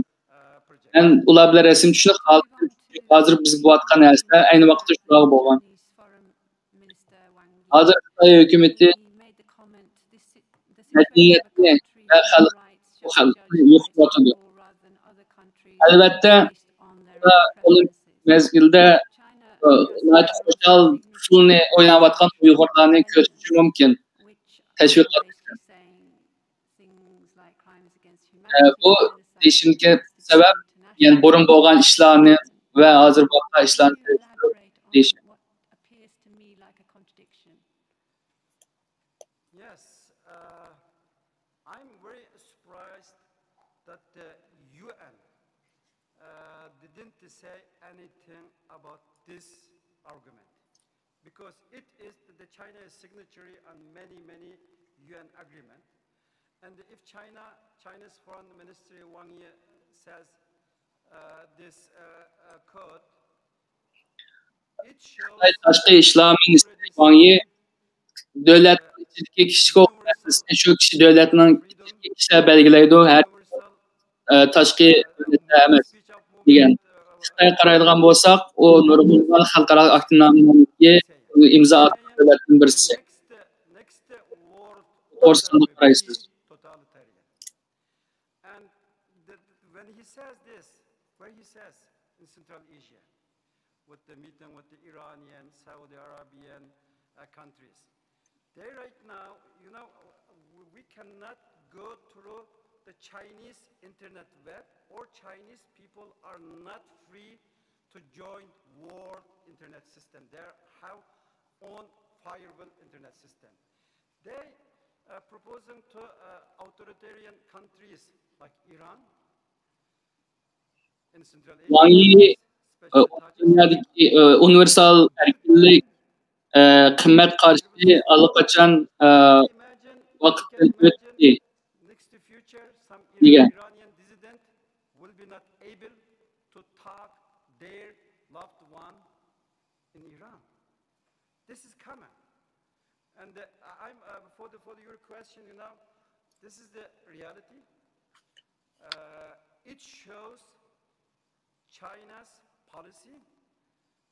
If you look back, China did everything what they planned and what they said.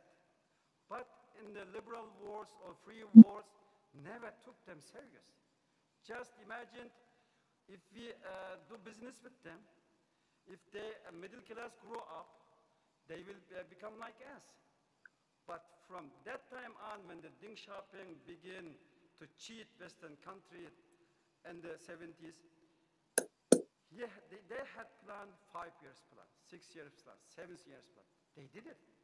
And when the Chinese foreign ministry says universal value is collapsing, they mean it, in my analysis. Okay, I have two more questions. One is on the Chinese Islamic Association. You write that in order to Sinicize Islam, the Chinese Islamic Association has led the demolition of the domes and minarets on the few mosques and masjids left standing. Now, what kind of Islam are they promoting? And in that kind of Islam, is Ramadan allowed, for instance? Benim bundan başka iki sualım var. Everything else we're hearing is that in Xinjiang, these are not allowed. Is it just in Xinjiang? You know, when I begin here, I said, Assalamu alaikum. Xitoyning islomni xitoylashtirish siyosati bu. Ba'zi masjidlarninki minoraları tashlandi. Mesela Xitoyning zodi bu siyosati nima degan? Mesela Ramazon, mesela Xinjiangda qaysi yo'l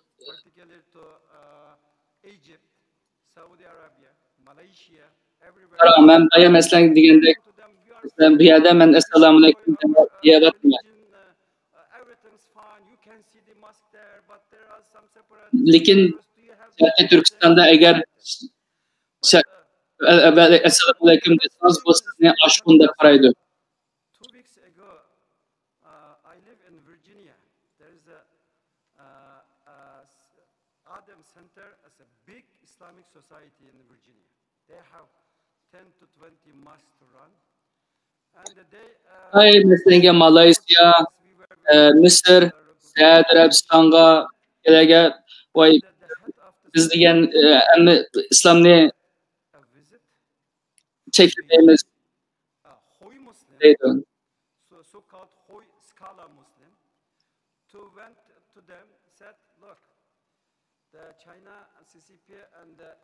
Uyghurs have problem. Uyghur Muslim are separatist. We Hui Muslim are not. Right now, Chinese government repression them, but they threatening us very good. If you cooperate with the Uyghur Muslims, may China repress us too. What's this shows? This shows Chinese United Front religious department sending their employee on the so-called Islamic scholar, not the disinformed that Islamic country or the institution in Islamic country, but they going in Islamic societies in Western country too. This head of the Adam Center was a little bit thinking, you know what he says? What the cost of benefit? If I support Uyghurs, maybe China already doing this. And they begin to repression the other Hui Muslims. You know how the Chinese CCP's mentality to disinform and they bring the other people under control. This shows their thinking. Yes.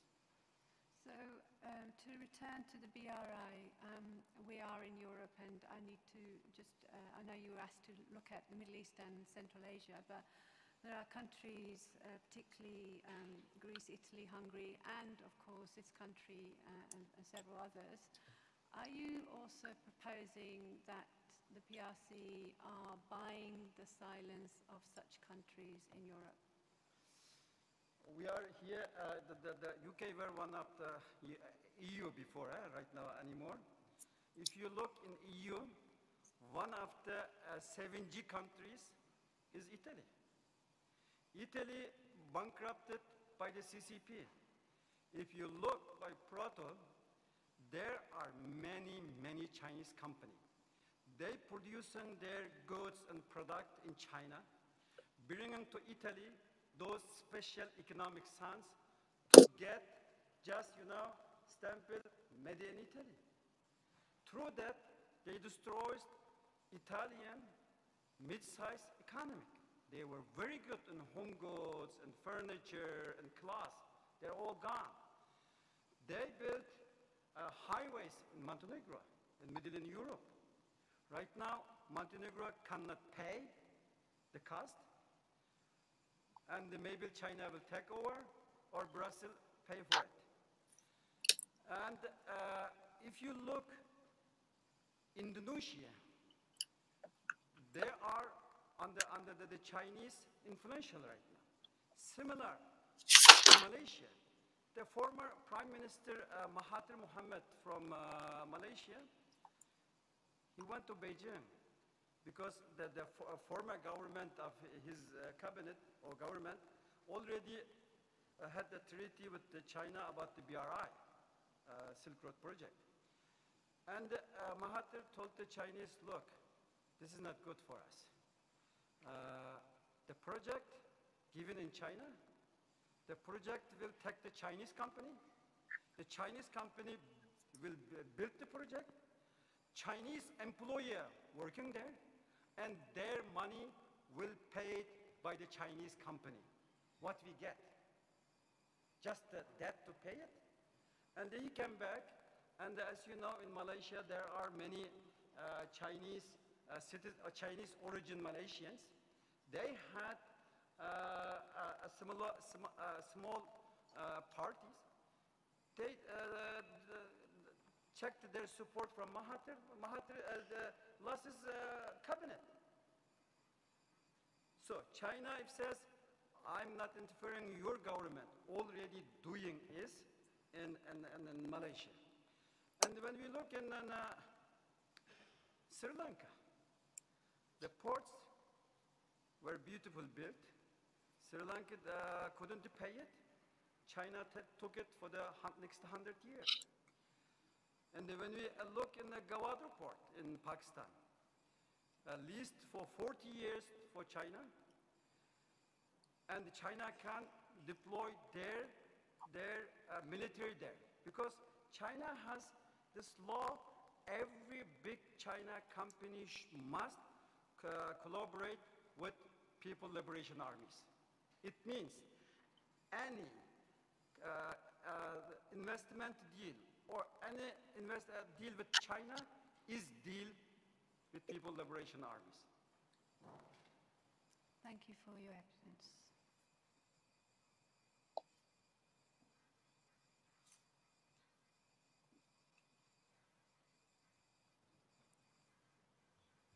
The Uyghur people are in the way of the Belt and Road Initiative, aren't they? Yes. Let's use the word persecution just for the purposes of this question. Are they being persecuted because they're in the way of the Belt and Road Initiative? Or are they being persecuted because they are the Uyghur people?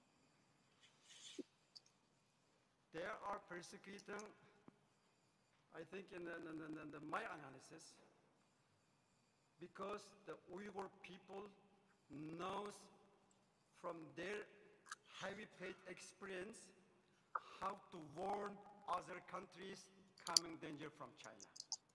To conquer Central Asian, they have to destroy Uyghur people. Because Uyghur people, we are in the Silk Road. We had many religions. Sizin soraygan sualım tüvenlik. Uygurlar bir belbağ bir yol projesiga joylashgan. Shundoq bu. Uygurlar shu sababdan ziyonkashga uchrayaptimi yoki Uyg'ur bo'lganlik? They are persecuting because they are owner of this land and they blocking them to go west. Let me try and get to the same topic. Imagine an area of China away from all the Tajikistans and Kazakhstans, no minerals, and there's the Uyghur people. Would China bother to persecute them then? Gapingizni o'zgartirganim uchun kechiring. Demakchi bo'lganingiz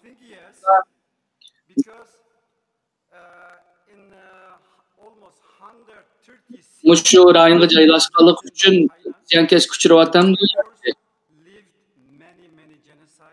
Ya, mushu tuproqniki egilib bo'lg'achqa, shu yerga yashagan bo'lg'achqa.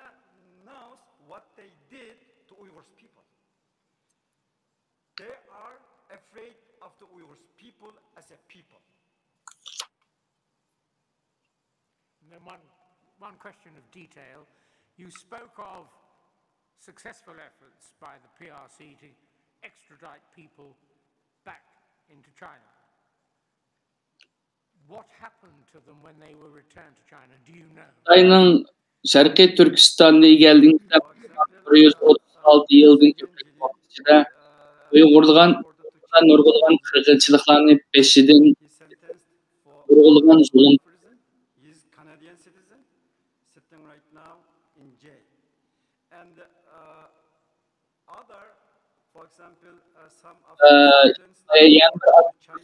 Yana so'rab, siz masalanga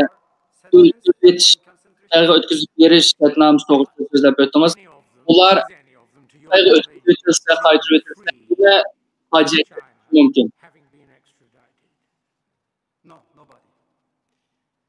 Masalan, O'zbekistondan Xitoyga kelgan kishi bo'lsa, Kanadaning vatandoshi edi. Lekin Xitoyga qaytarib kelgandan keyin ömürlük jazoga uchirdi.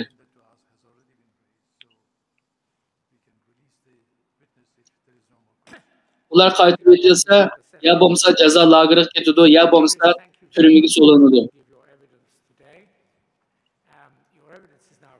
Qaytarib etilgandan erkin yashagan birasi bormi? Yo'q, hech kim yo'q. 15 minutes, ladies and gentlemen. Thank you. Hocam tabii sizge 8 minut vaktimiz var. Ben sormakçı olan soruları sordunuz. Vallahi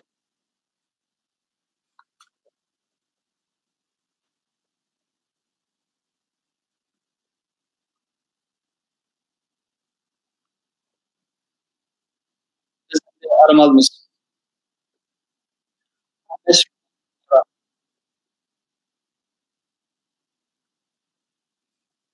Köyüçülük Sotu bugün ettigen London vakti ettigen saat 9'da.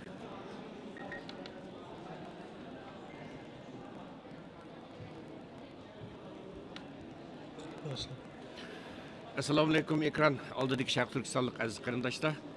Mush vaqtinglar tekrar xayrli bo'lsin.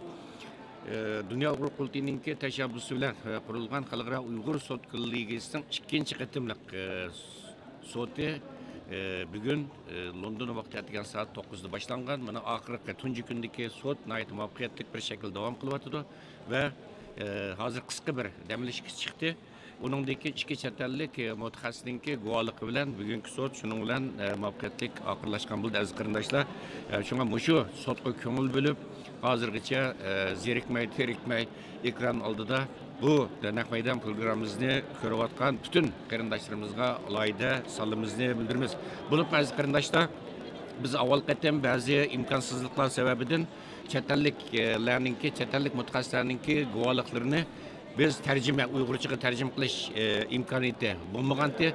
Bu da maxsus Dünya Uyg'ur Qurultayi tarafidan alohida taklif qilingan 3 nafar tercüman ettiganning yog'i navbatlashib, chet ellik mutaxassislarninki bu dokladlarini televizor ko'rguvchilarimizga Uyg'urchaga tercüme qilib berdi. Buning uchun biz stansiyamizga vakolatlanman bu yerda tercümanlarimizning Qaysar Abdurasul apandimga, Mustafa Aqsu apandimga, uningdagi o'ziga Yusufjon deb Uyg'urcha ism qo'ygan Girman do'stimiz Runa apandimga alohida rahmat aytaman.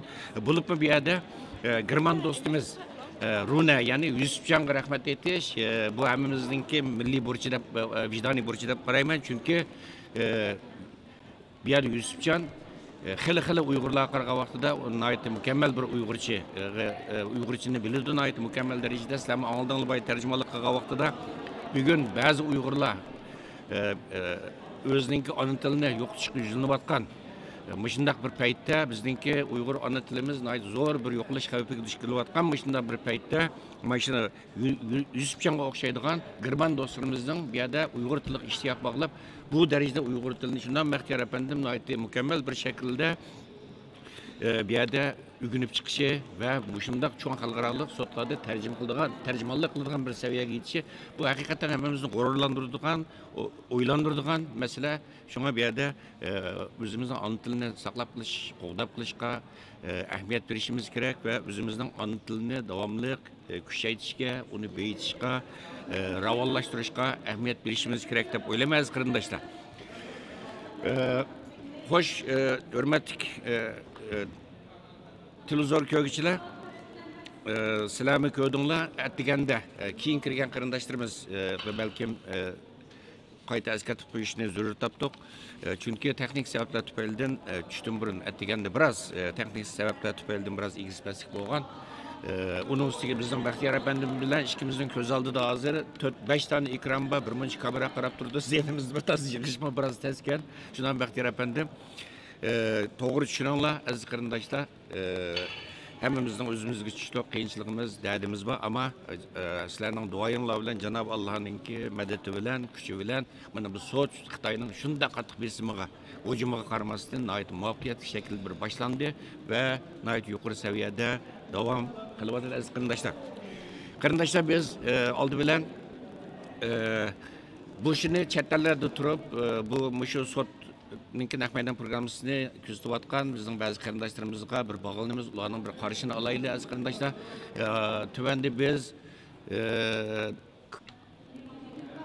Dünya Uyg'ur Qurultayiniki muhojirlar komitetininki mudiri Kanadadagi hammalar tanishib bo'lgan bizningki Uyg'ur siyosiy faoliyatchilarimizdan Mehmet To'xta apandimga bir bog'lanib boqaylik. Mehmet To'xta apandim oldin qatimliq sudda guvohchilarga tarjimonlik qilgan.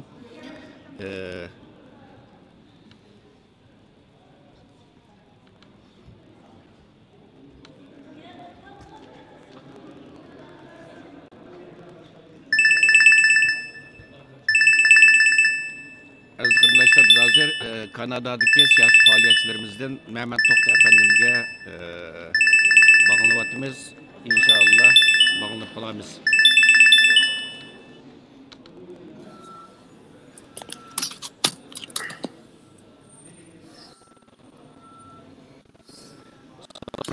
Assalomu alaykum. Ovoz bormi? Assalomu alaykum Muhammad efendim. Men mana nimani ishlatyapsam bo'g'ri.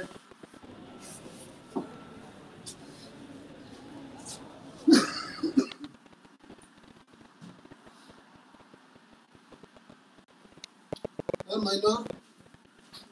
Hoş Mehmet. Ma ovoz yaxshi kelmayapti-da menga.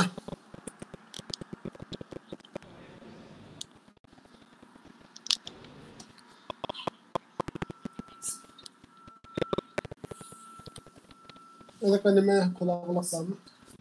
Bunda biraz sabır qilib turaylik.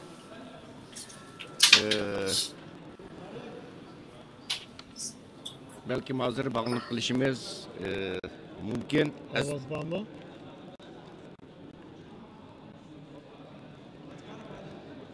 Ekranni to'g'rilagan bo'lsangiz.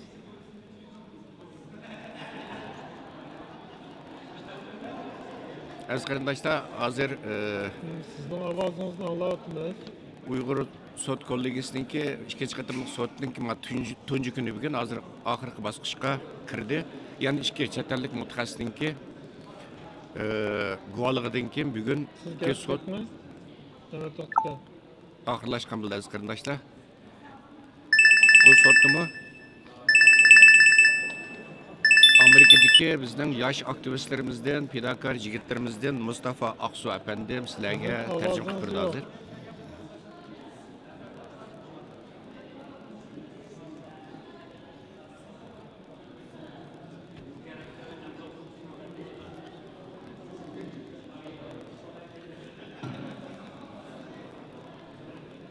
Hürmetli ekran aldığındaki televizyon köylüçiler bizmi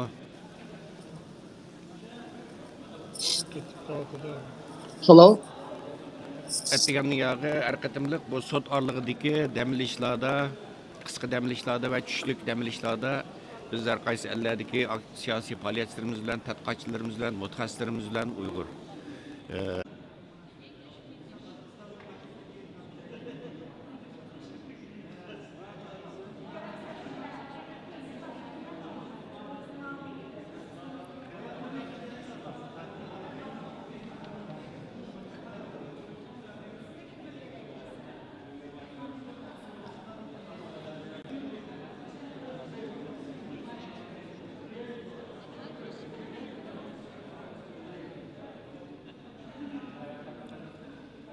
Selamünaleyküm. Assalamu alaykum aziz qarindoshlar, ekran oldidagi özür so'raymiz. Texnik sebepten biraz masala chiqdi, chunki bu biraz internet ulanmasida biraz masala var.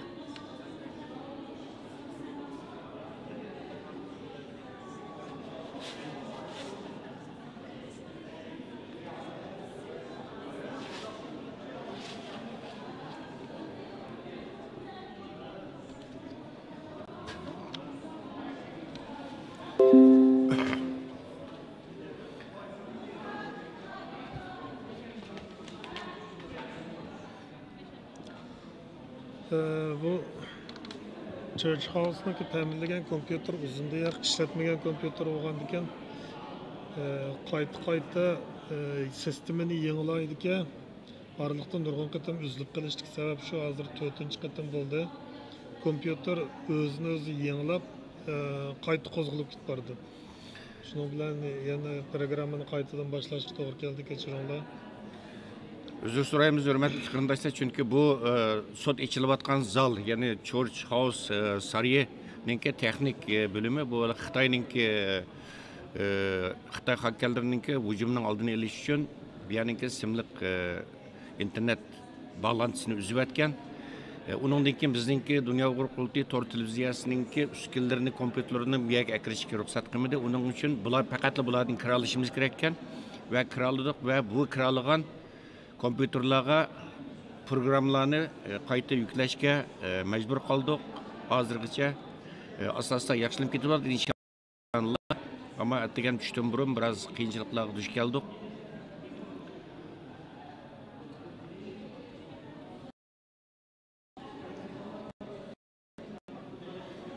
biz yana qayta hazır bağlanğandık Kanadadaki bizning Uyg'ur aktivistlerimizden, siyasi faoliyatchilarimizdan Mehmet To'xta efendimga bağlanıp onun bir qarashlarini alaylı degandik. Yana bir bağlanıp baqaylik qani, agar mumkin bo'lsa. Mehmet To'xtaninki bu sud haqidagi qarashlarini sizlar bilan bir o'rtoqlashamiz.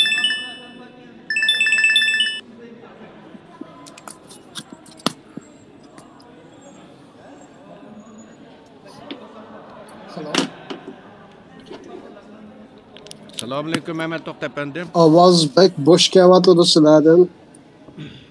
Ekranni Halo.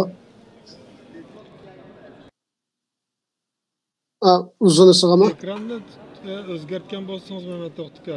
Endi-chi?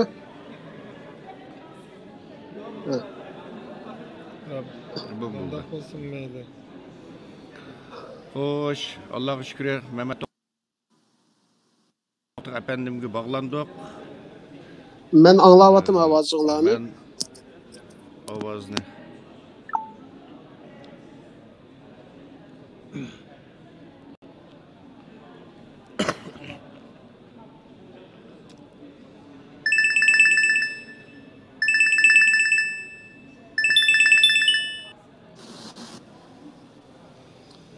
Hello.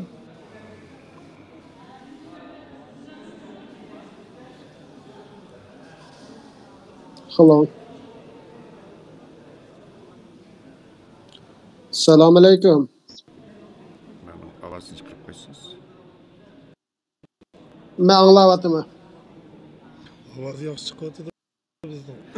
Assalomu alaykum, hurmatli Mehmet To'xta efendim, ovozimizni anglayapsizsiz? Xo'sh, unda bo'lsa sizni so'raydiganimiz siz avval qatimlagan bu yil 6 ayning 4 kundan 7 kunigacha Londonda chaqirilgan, mushu zalda chaqirilgan tunji navbatlik Xalqaro Uyg'ur sud kollegiyasining tunji navbatlik sudida tarjimonlik qilgandingiz siz. Mana hozir mening bilishimcha, mushu ikkinchi qatimliq sudni izlab kelyapsiz. Hozir mana sud Xitoyning shuncha qattiq besimlariga, hujumlariga qaramasdan bugun muvaffaqiyatli bir shaklda boshlandi va guvohlik berishga va'da bergan shohidlarimizning hammasi bugun jasorat bilan o'tirib chiqib, atgan niyog'i kayni-kayindan bu yerda guvohlikni aytyapti. Siz shaxsan ko'p rahmat. Mushu sudninki ahamiyatiga qanday bag'risiz? Guvohlik bergan qarindoshlarimizga oliy salomimni yo'llayman. Assalomu degandan buyon mush sudda bo'lib o'tgan guvohliklarni va shu yerdagi amaliy ahvollarni xalqimizga dal vaqtida yetkazish uchun kechalab kunduzlab jafo chekyapsizlar. Sizlarga salomimni yo'llayman. Har bir qilgan ijringlardan Alloh rozi bo'lsin, xalqimiz unutmaydi. Deganingizdek bu sud her qanday bir sudga o'xshamaydi. Chunki bu sud Xitoyga qarshi ilib berilayotgan bir sud. Hozirgi dunyoda Xitoy xafa bo'lamdikin deb xili cho'ng davlatlar keyniga inayotgan, keyniga dojiyotgan Xitoyni xo'sh qilish uchun qiladiganiga qiliq topolmaydigan shunday ahvolda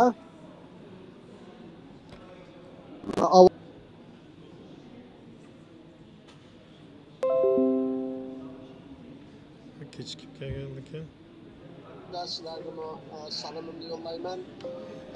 Har bir qilgan ijringlardan Alloh rozi bo'lsin, xalqimiz unutmaydi. Deganingizdek bu sud har qanday bir sudga o'xshamaydi. Chunki bu sud Xitoyga qarshi ilib berilayotgan bir sud. Hozirgi dunyoda Xitoy xafa bo'lamdikin deb xili cho'ng davlatlar keyniga inayotgan, keyniga dojiyotgan. Bu naq maydondan taqib bo'lganligi uchun bir qism kechikish ahvoli bor turdi. Shuningga bu bizniki anglagan ovozimiz amaliy ovozdan bir qadar kechikib keldi. Shuni to'g'ri tushunishinglarni so'raymiz.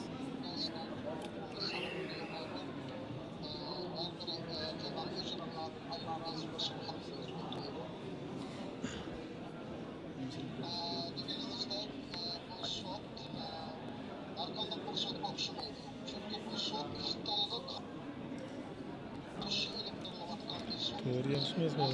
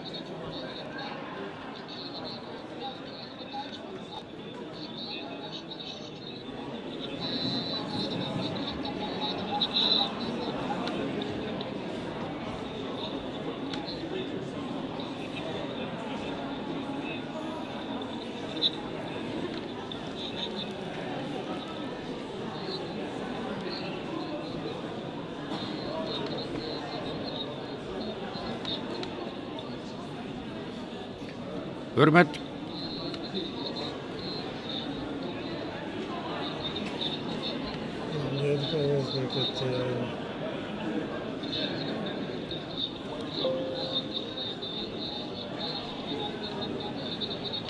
Hürmetli Mehmet Toqta efendim, rahmet sizge çünkü bu kısa demleş vakti uçap kılıp hazır sot bağlaş ayıtı sotçular özünün orunu ilişki başladı. Sizni avar kıldık, sizge köp rahmet. İnşallah ete ögün sot jarayanda sizler yani tepsili şu demleş ağırlıklarını paranlaştırışımız. Bugün biraz teknik cihetten cek meseleler çıkıp biraz kıynaldık. Toğru düşünüşünüzü ümit kılımız ve ikra aldıdaki kırındaşlarımızın bu toğru düşünüşünü ümit kılımız ve apı sorayımız inşallah bunundakin asla teknik cihetteki kıyınçılıklarını hal kılıp yetiştirişimiz. Rahmet Mehmet Toqta efendim sizge rahmet. Rahmet. Aziz kırındaşlar sot başını aldı turdu. Sotun ahırkı baskışı bugün. Yani iki guvaçınınki guvalıqdan keyin ikki chetalik tadqiqotchiniki guvalıqdan keyin bu sot oxirlashdi. Bugungi sot oxirlashdi. Hozir sot sotchilar o'zining o'rnini yetishib boshladi. Sizni avar qildik, sizga ko'p rahmat. Inshaalloh erta o'g'in sot jarayonida sizni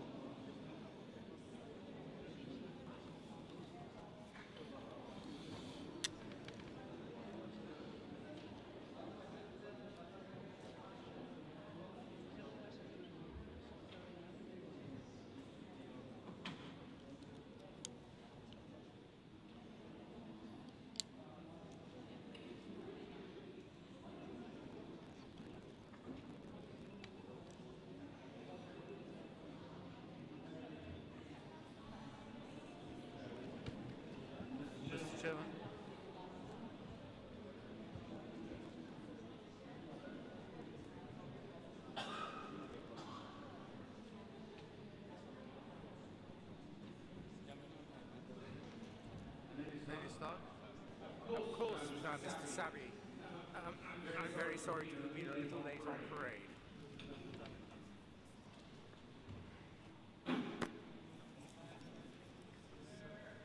Our next witness will be testifying remotely and audio only. Could I just confirm that the witness is online?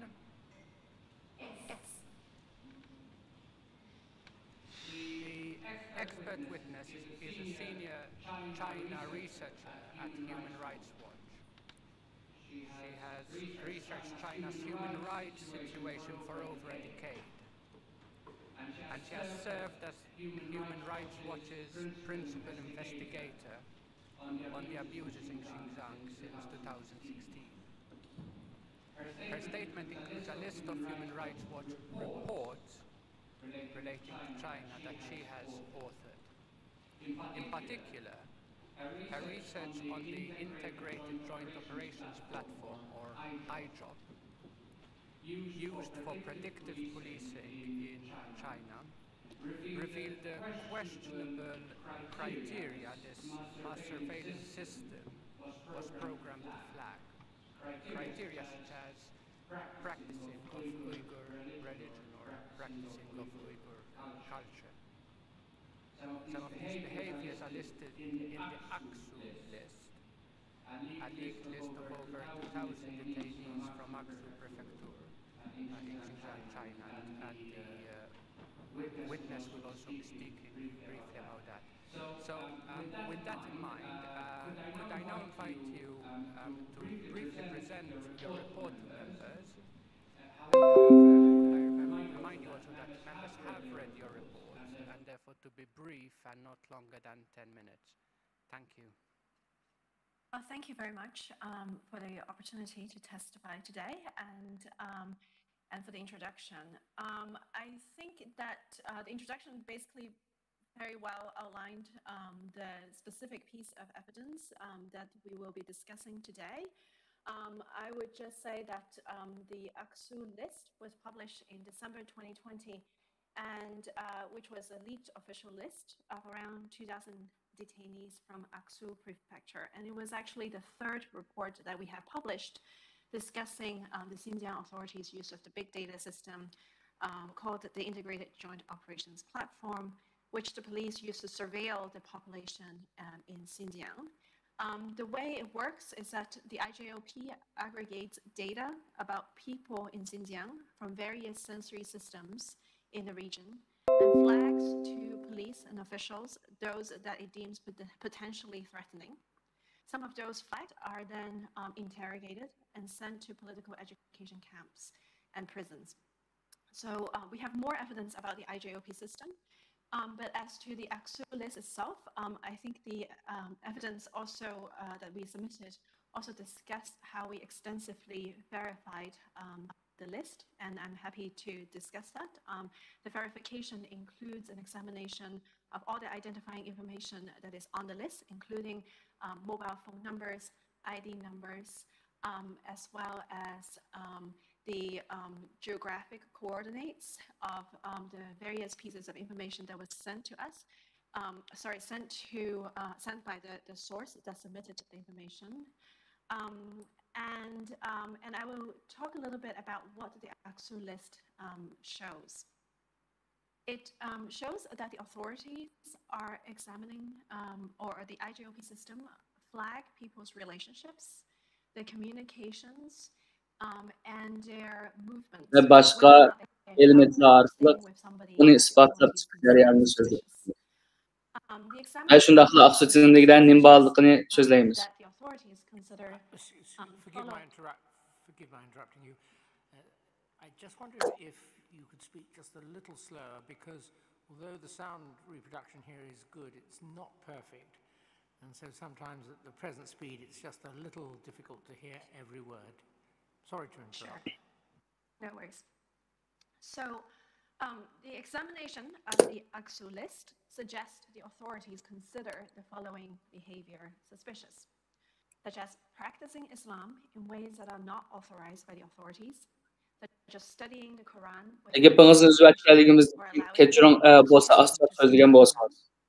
Using suspicious software, such as virtual private network, traveling to sensitive countries. Aksu tizimdeki hükümetinin güvenlikdek işlerini kumallıkta paraydıganlıkını bir mesele. Kur'an okuşu yoki ballarını Kur'an okuşuga ruhsat kılışı.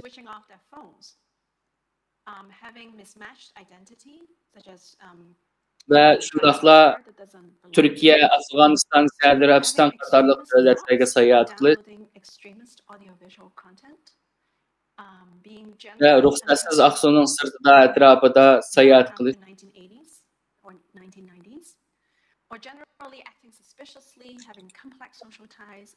Bundan başka aşkın mezmunlarını telefonda düşürüş ve şundakla yaş buluş 1990 yıllardaki doğulgan buluş.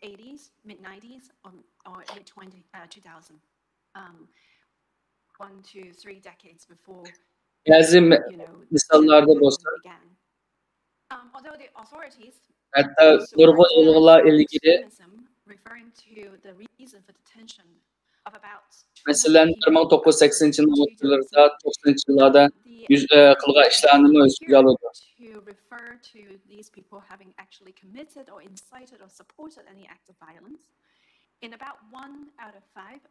Gerçi hükümetlere terörizm, bölgünce degендek atalık olan işletmen dostlar.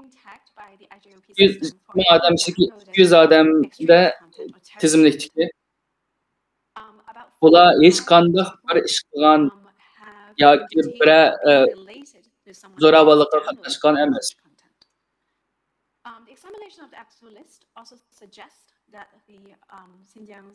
Ularni terörist yoki bölgünçi deb belgi qo'ygandan keyin IJOP ya'ni birlashma sуда ularga chek qo'yilgan.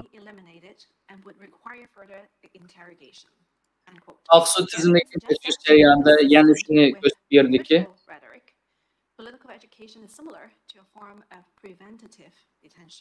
masalan, bir odam tarbiyalash o'rni jazo lageriga avatilgan.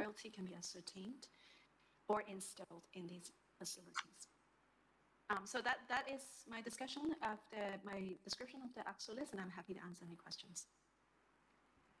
Thank you very much for that. I'll begin with a few questions at this end, and then I'll pass you on to the members, who I'm sure will have several questions. My first question relates to iJob, to the Integrated Joint Operations Platform. I'd like to get a sense of how much of the extent of information that this system iJob collects. Benim birinci sualım IJOP bilen münasebetli. Goes out, whom they meet, where they eat, until they return home, for instance. From, to the best of your knowledge, how much of these daily activities are captured and recorded on iJob? To the extent of my knowledge, a person's daily activity. Benim sualım IJOP zaten kançilik derecedeki sistem uçurunu yığalaydı. Mesela oğanğa vaktan başlayıp keşke kançilik haklarının hareketleri toplanıyordu.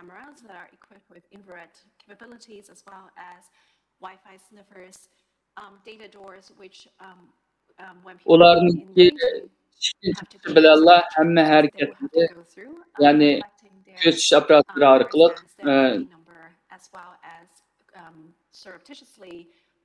mesela kamera arkalık Wi-Fi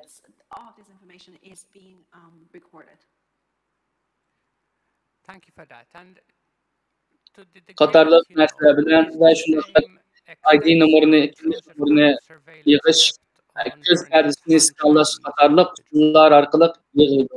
Bunlar mangan çağlarda meselenge hatta markette yani bazal falan çağdımı bunların uçurları yığıldı. Toplanıldı. It is only the Turkic peoples whose information is used usul hem yaygın işletemdi. First of all, they are under greater scrutiny, and as I said, they are essentially. Elbette bir halda bu yer yaşayan barlık adamlarının uçurları toplanıldı. Lakin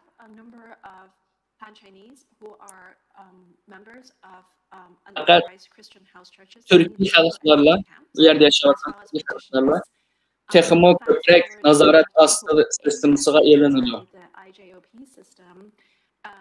As a matter of examining their behavior is generally overwhelmingly Uyghurs. The absolute list is entirely made out of Uyghurs.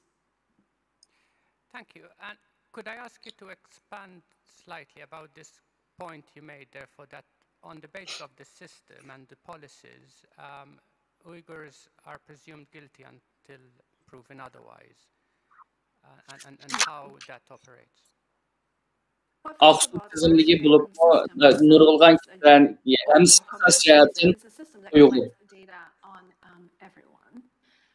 Without any kind of law at all to specify kind of specifically or narrowly what kind of behavior would trigger a particular, the collection of data is general and all the time. So, and then in addition to that, if you look at the official literature, the authorities' terminology is that everyone who ought to be detained should be detained. So it does not presume that people are innocent before they're proven guilty. In fact, I think that the official language would suggest that to the extent it is possible, ethnic minorities should be held in these facilities until they can be vetted and to be proven safe. Thank you. In your report, you also mention, however, that this system, and I quote, arbitrarily selects Turkic Muslims for possible detention.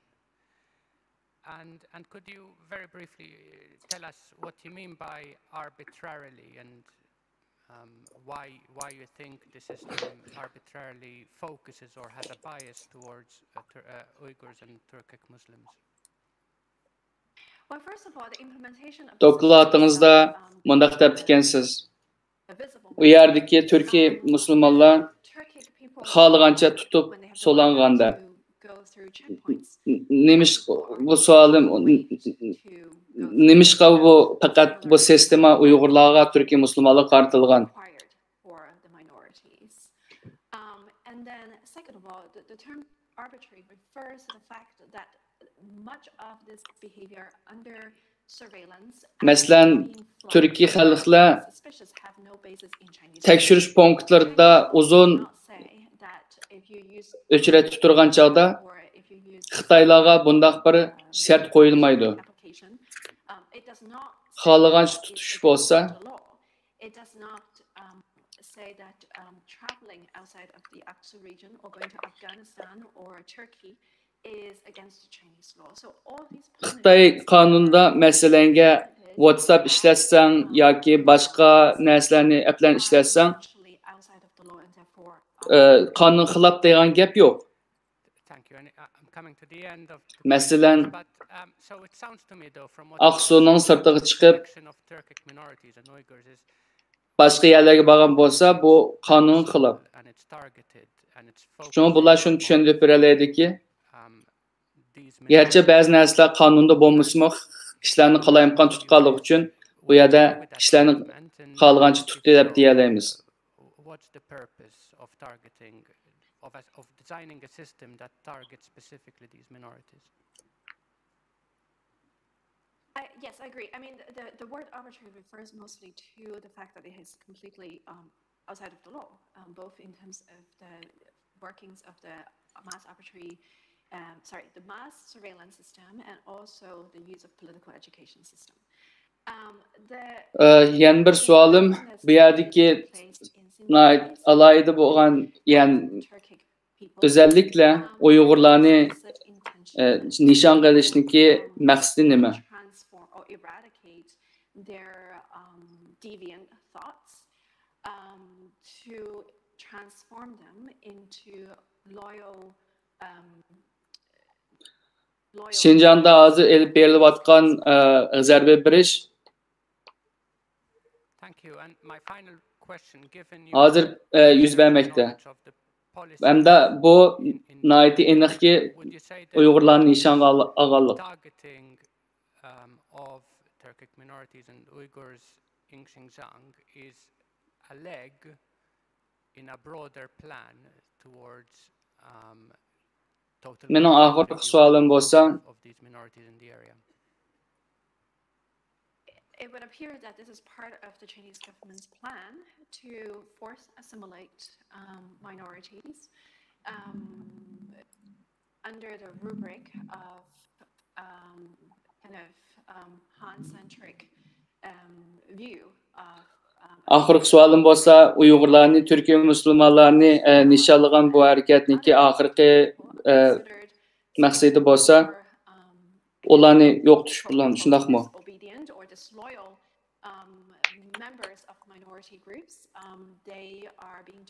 Ularning plani bolsa, Uyg'ur va boshqalarni assimilyatsiya qilib, ularni Xitoyga yaqin bir Türküm toplum qilish.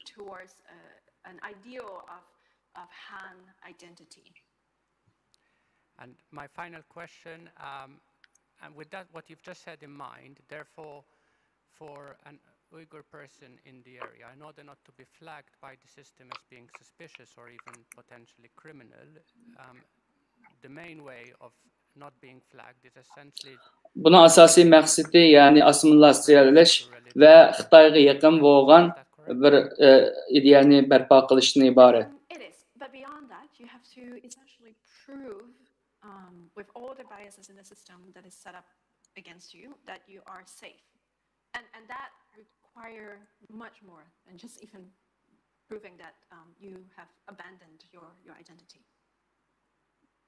Thank you. I'll pass you over to the members now. Thank you. Thank you very much for making yourself available to speak to the tribunal. I have structured my questions under two heads. First, and I want to speak to you in relation to the Aqsa list in particular. First, I want to... Ben hem de sizin başka hizmetdaşlarınız soruşuna yo'llayman.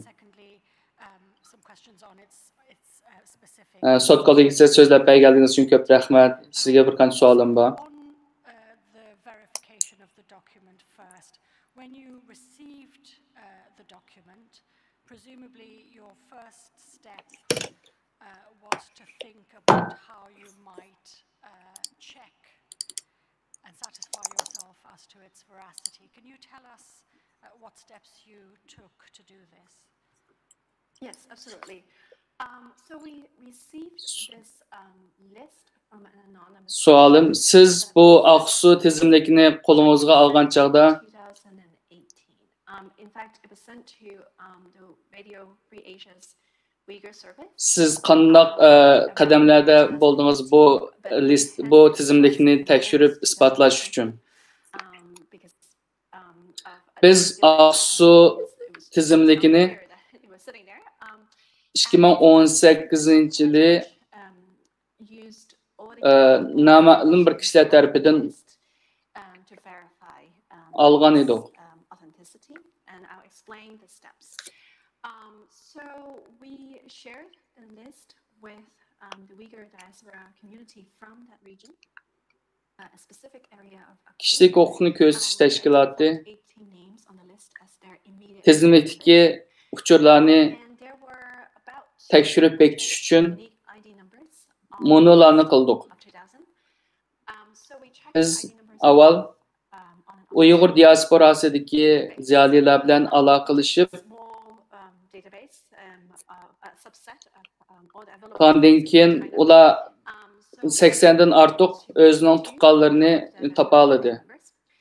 After the publication of our report, another policing database was leaked by a separate person, and it was reported by the Intercept.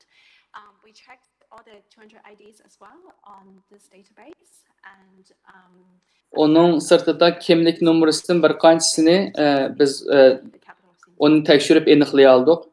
The list also contains 27 unique mobile phone numbers. 14 of them were able to look up and match on WeChats. And in most cases, the photos, names. Yani biz Intercept tarafından qo'lga tushgan ba'zi uchurlar orqali yana tekshirib chiqdik.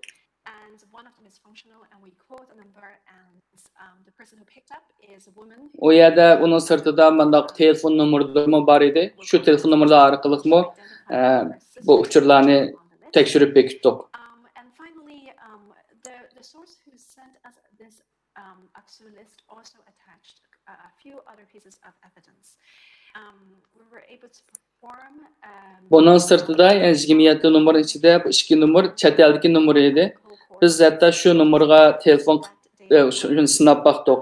Telefon qilgandan keyin haqiqatan darvaqa bir bu kishi telefonga javob berdi. Strategic Policy Institute, I think, Australia. So based on all this information, we were.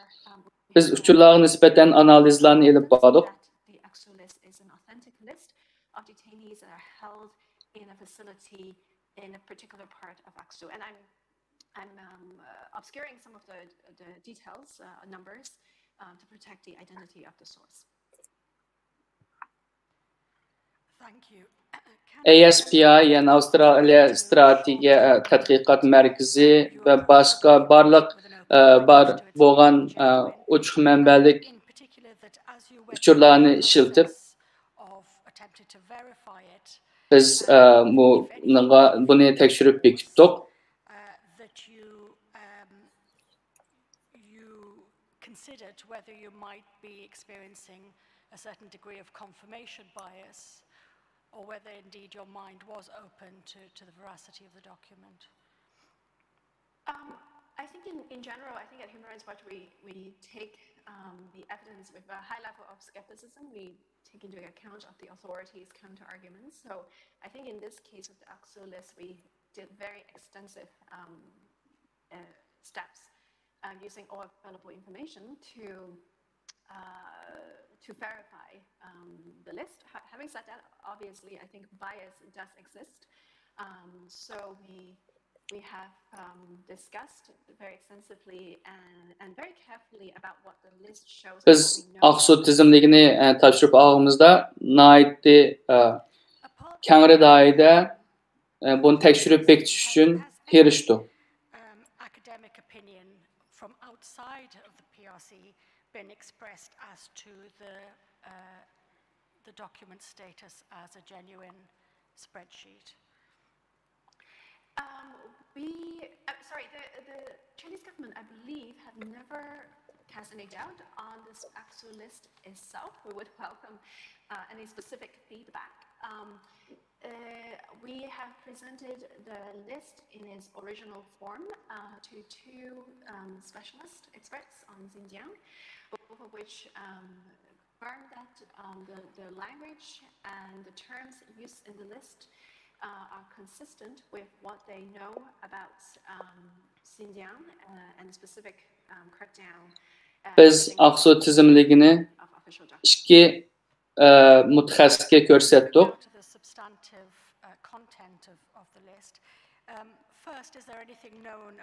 Tizimlikda ishlatilgan huquq va til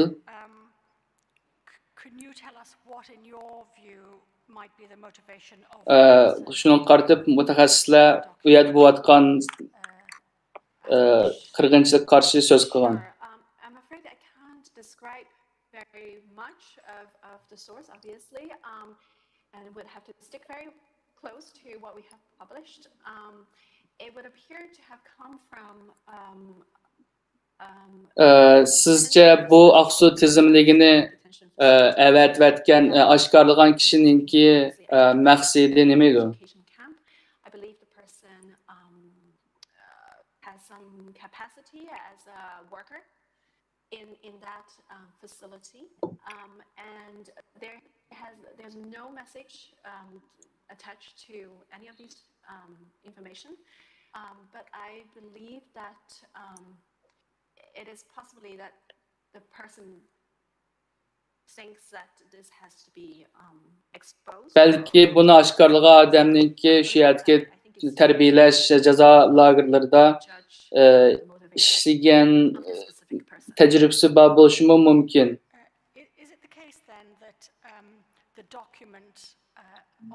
Ben şunu işlemen ki bu tizimlik şu aşkarlıgan kişi bu tizimliknin ki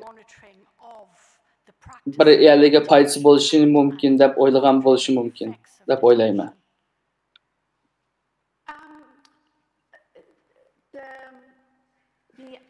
The list itself would suggest that the authorities take meticulous records of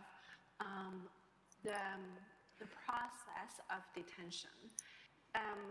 The impact of detention, however, is not contained in the Aqsu list. I would rather think that it's contained in a separate list that was leaked to another researcher, the Caracas list. That, I think, outlines what the authorities consider to be the impacts of detention. What happens to the detainees after they have been subjected to political education, and whether or not to kind of release them or detain them or imprison them further.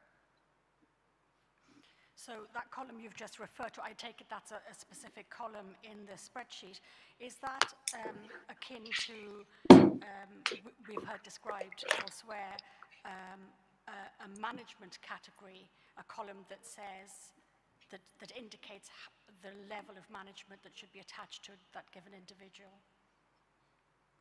You're referring to, for example, strict management versus, I believe it would be ordinary level.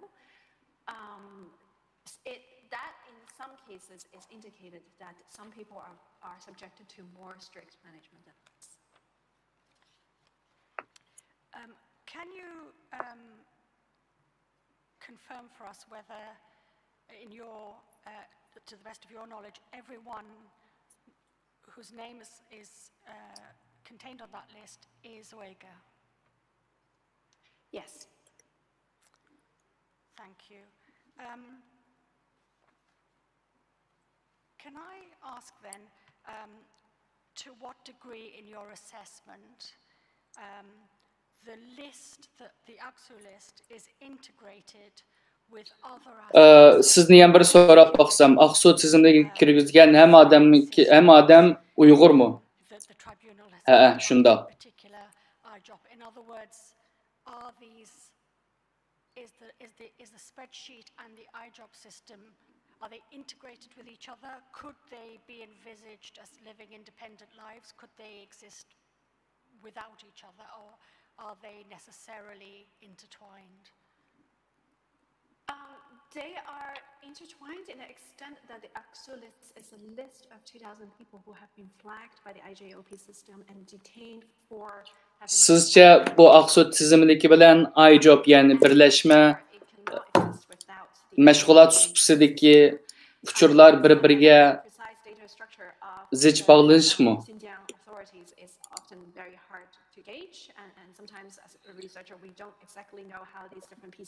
Aqsu tizimideki 2000 kişi IJOP'da körsilgen kişilerden ibaret.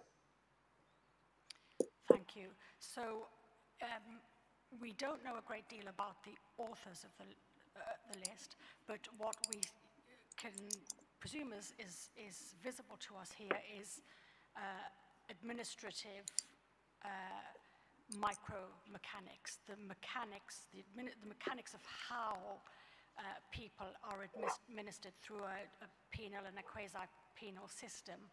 I wonder if you could say anything to the tribunal that would help us to reflect on what the role of the judicial system is here. So Article 37 of the Constitution states that Aqsu tizimdeki qaraganchada biz ko'ralaymiz-ki, bu boshqarish, yani mikro mexanizmning qaysi darajaga yetib borganligini bilamiz. But is it the case that neither of those agencies are involved in the detentions here? Is this a record of extrajudicial practices? None of the judicial system is referred to or involved in the detention of the people listed in the AXU list. It is completely extrajudicial. Thank you. That's the end of my questions. My colleagues may have questions for you. Before any of my colleagues ask you questions, first of all, can you see us? If not, can you see us? Yes. Okay. Yes, definitely. So there's something I must ask of you and read into the record. There is another Human Rights Watch report this year called Break Their Lineage, Break Their Roots. You're probably aware of that report. Xizmatdoshim sizni savol so'rab bo'lishim bilan so'rab qo'yay. Bizni ko'ryapmisiz? Ha, ko'ryapman. Sorry, that's a different report. Yes, we published this report about crimes against humanity. Sorry. Yes, let me ask thank you. Let me read the passage and ask you the question. Onun başqa yana bir kishilik huquqni ko'zitish tashkiloti yana bir doklad chiqargandi. Ularningki manbasini, aloqasini, yildizni And the parliaments of Canada and the Netherlands have determined that China's conduct also constitutes Avval shu paragrafni bir o'qay, undan sizga bir savolni so'ray. Human Rights Watch has not documented the existence of the genocidal intent at this time. Nonetheless, nothing in this report precludes such a finding, and if such evidence were to emerge, the acts being committed against Turkic Muslims in Xinjiang, a group protected by the 1948 Genocide Convention, could also support a finding of genocide. The central sentence of that, then, is that Human Rights Watch has not documented the existence of the necessary genocidal intent at this time. May I take it that that remains Human Rights Watch's position? Yes, correct. Thank you very much. Yes, anybody else?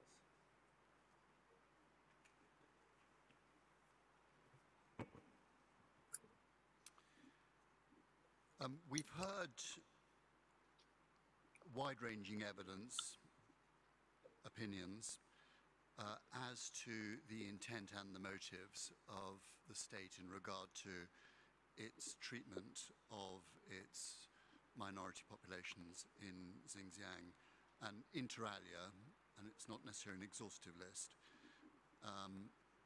it has been suggested that that might include a desire for land and resources, a sort of Lebensraum, the BRI and the strategic policies there around it, a perceived lack of loyalty, or the other side of the coin, an inability for the state, or the state party in this case, to brook any kind of competition for its sole loyalty. And then lastly, a desire, and it may be interlinked with all the above, for homogeneity in terms of its population. Do you have a view on any of those, or are there or specifics in regard to priorities, in your opinion? Sorry, forgive me, and just indeed anything else that would come to mind in terms of motives or intent? I mean, of course, the Chinese government is incredibly opaque. I would say that this is consistent with deepening repression under President Xi, that the region of Xinjiang has been very repressive for a very long time, a particular part of China that has been more repressed than kind of any other regions. So as China becomes more repressive, it also kind of go further into that scale. Having said that, I think the Chinese government, as it has to kind of invent itself as a great nation, it is using the minorities to reflect themselves as a kind of a greater group of people by kind of subjugating another group of people to its power.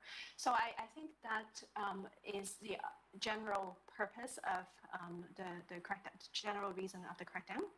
But I think crackdown in China generally has a life of its own. So what that means is that police departments claims and tries to get greater resources by claiming that there is a big problem in Xinjiang, and is raised to the bottom everywhere in China, where initially small problems have been invented as a bigger problem. And so this is how we see the human cost of a completely unaccountable government system, where crackdowns are being held up as a governance model, and in order to get promoted through the party system, whoever comes harder at the minority groups get promoted faster. So I think this is generally the mechanics behind the situation there in Xinjiang.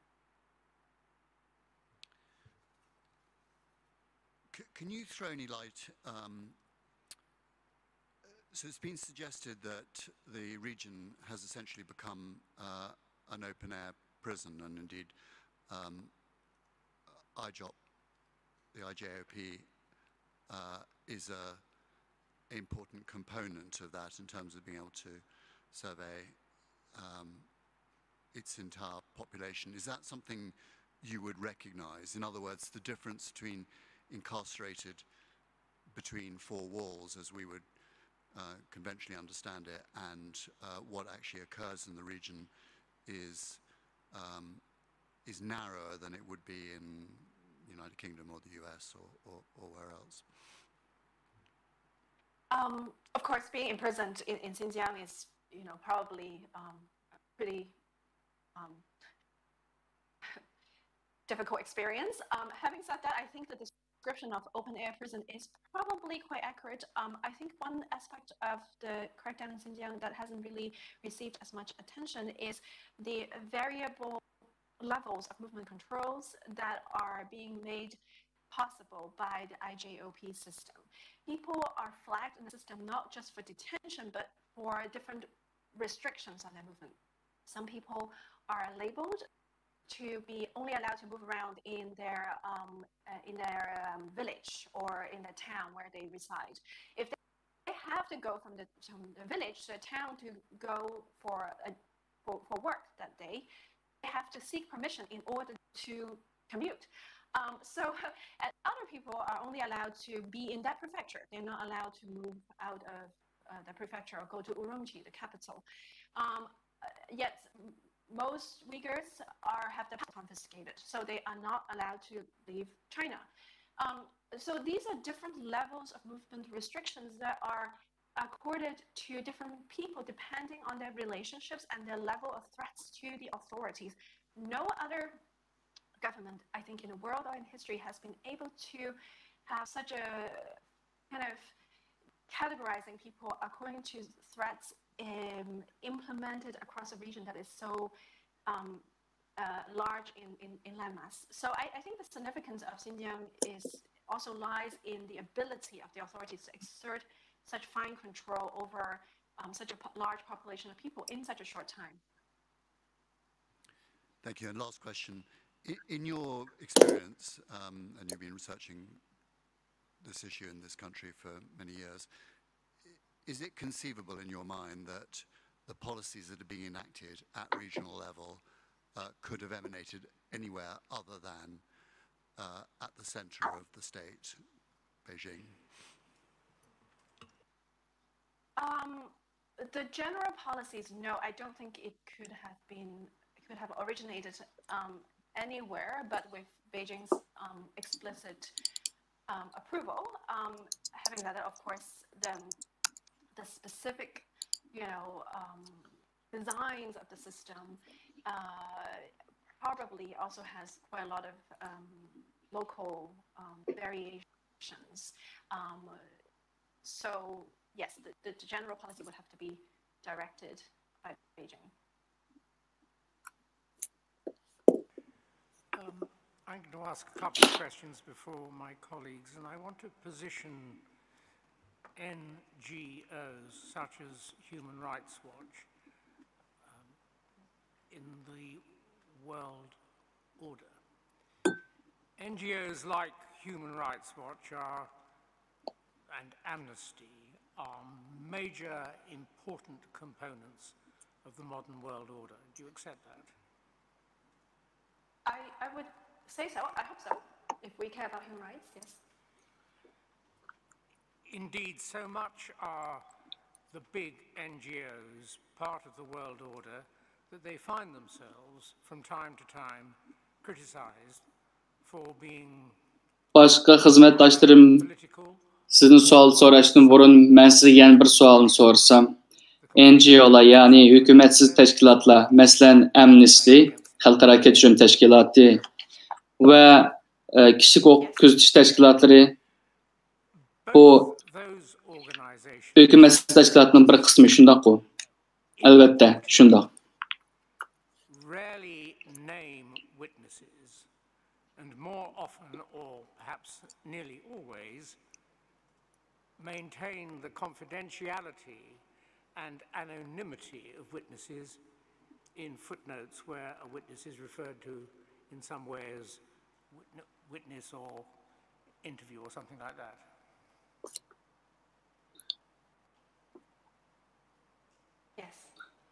Meyli insan hukukunu kechirim qilish teşkilatı yoki kişilik hukukunu gözetish teşkilatı bolsun, dokladlarda asas jihatdan guvohchilarning ismini olgan emas. Shundaqmi? Against the People's Republic of China in respect of the Uyghur people? I'm not aware of that specific report by Amnesty International, but no. The use of the pseudonym has been a long-standing practice for the region of Xinjiang, for the repercussions that would Kişilik hukuk közetiş teşkilatından başka, yani Amnesty mi sizler o'xshash şekilde bir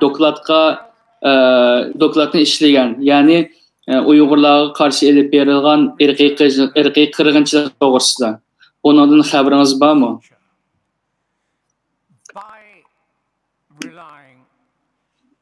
By quoting anonymized witnesses, the big human rights organization rely on the public reposing trust in them to be honest and accurate in their reporting.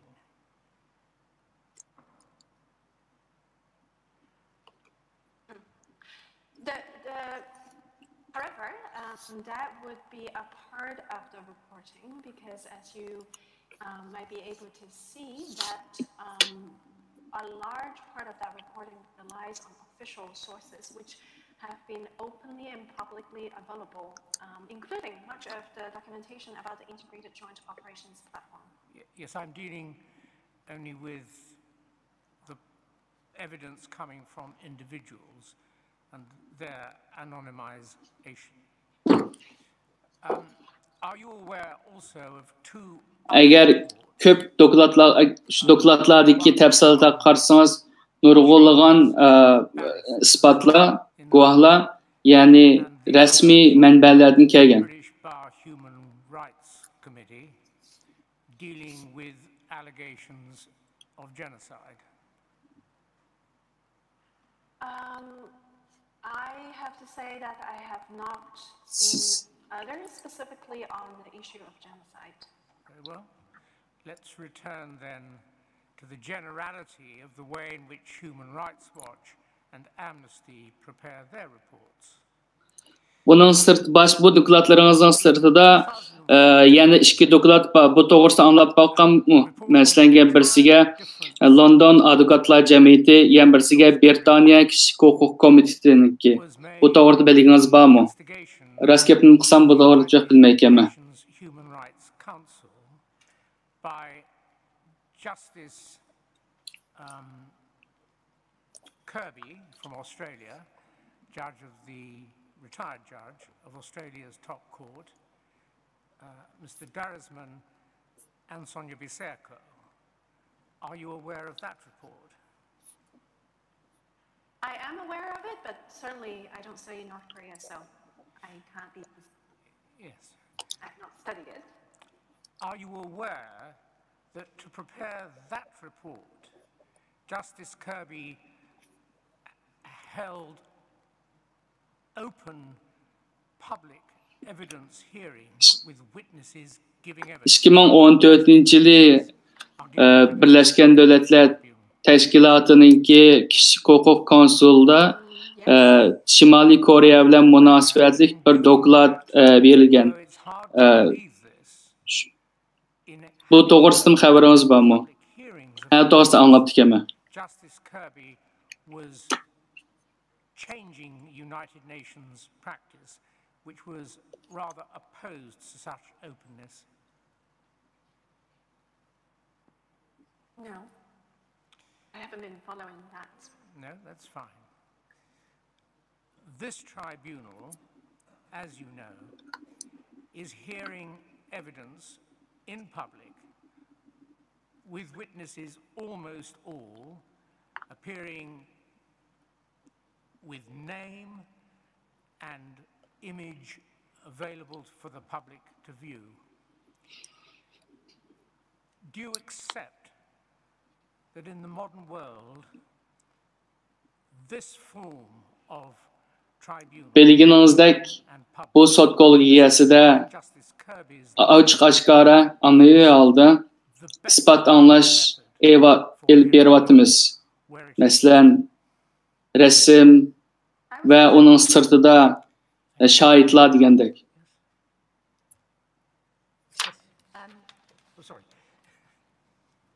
Just to go back to the IJOP, you've described its sophistication as a system. Sizce bu xil şəkildəki sotkologiyası, yəni uçuq aşkar halda ispat anlaş sizce ən yaxşı bir xil usulmu? Şundaq oylayman.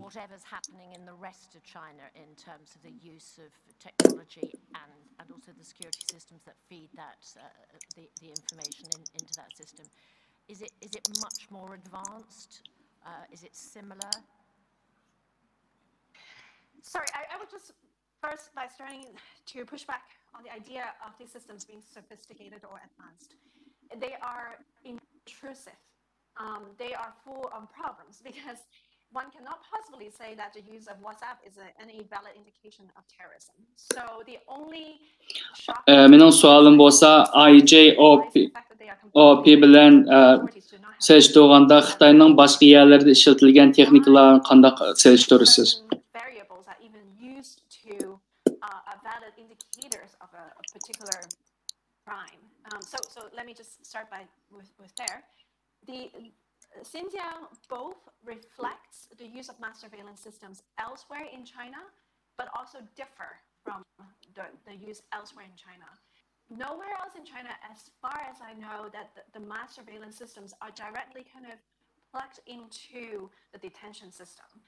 In Xinjiang, it's very clear that the use of surveillance is a feature of the crackdown. Is a feature of the use of surveillance. Şinjan'da işletilgan keng ko'lamdagi ko'z tush nazorat sistemasi Xitoyning har qanday yerlaridan cho'ng farq qiladi. Big data systems known as police cloud that identify, track, monitor people of their movements, relationships, and to set parameters, certain behavior. Xitoyning boshqa yerlarida, o'liklarda buningga o'xshaydigan sistemlarni ko'rdik. Masalan, son numberlarni toplaydigan, kimlik adresini, uchurlarni toplaydigan degandek. So I think the consequences are very different, and it would seem to me that the intrusion, for example, the collection of biometrics in Xinjiang requires that anyone between the age of 12 and 65 submit their biometrics, including DNA, and without consent. I don't think that kind of collection is happening elsewhere in China. Some other forms of collection is taking place, but not to that extent and not for everyone.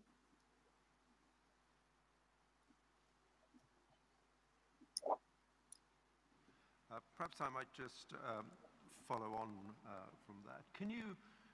Do you have any information looking at the IJOP system? Mesela Şinjan'da yığılgan 12 yaşdan 65 yaş arasındaki kişilerin özününki ruhsatını almay turib yığılgan, mesela DNA'ni yığgan narsalarni Xitoyning qolgan yerlarida ko'rmadi.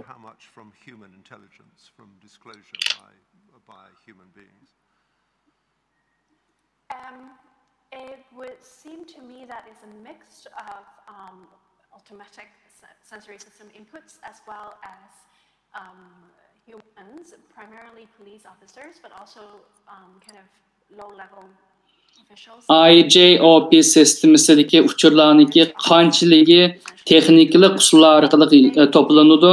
Qolganlari kishilarningki axborot berish orqali toplanadi. Understand the IJOP system is because we obtained a copy of the police mobile phone app that communicates with the IJOP system, and we reverse engineered the app to understand how it works. So it is Odatda aholi komitedagi xizmatchilar va tuvan darajadagi soqchilar kishilarningki bu uchurlarini yig'ib IJOP sistemasiga, ya'ni birlashma mashg'ulot supasiga kirgizadi.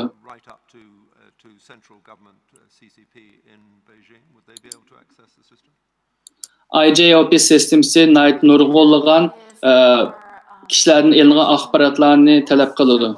Odam kuchi talab qiladi. single data point on each individual in Xinjiang. But how that permission level is organized is unclear. What we also do know is that this Xitay Kommunistik Merkezi, Xitay Kommunistik Partiyasi, yani Beyjan taraflar bu uçurlarga ega bola alamdı. In real time is being collated in some ways, generating a very large database or databases. Bu ruxsat qilish sistemasi qandaq shaklda bu ancha aniq emas.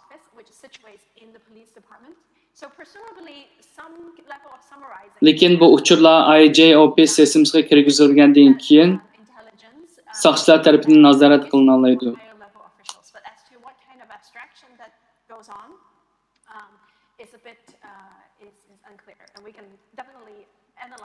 O yerda yani IJOP yani birleşme ve meşgulat qilish subsi ishxonasi degandek bir ishxonlar va nayta cho'ng zo'r ambaridek.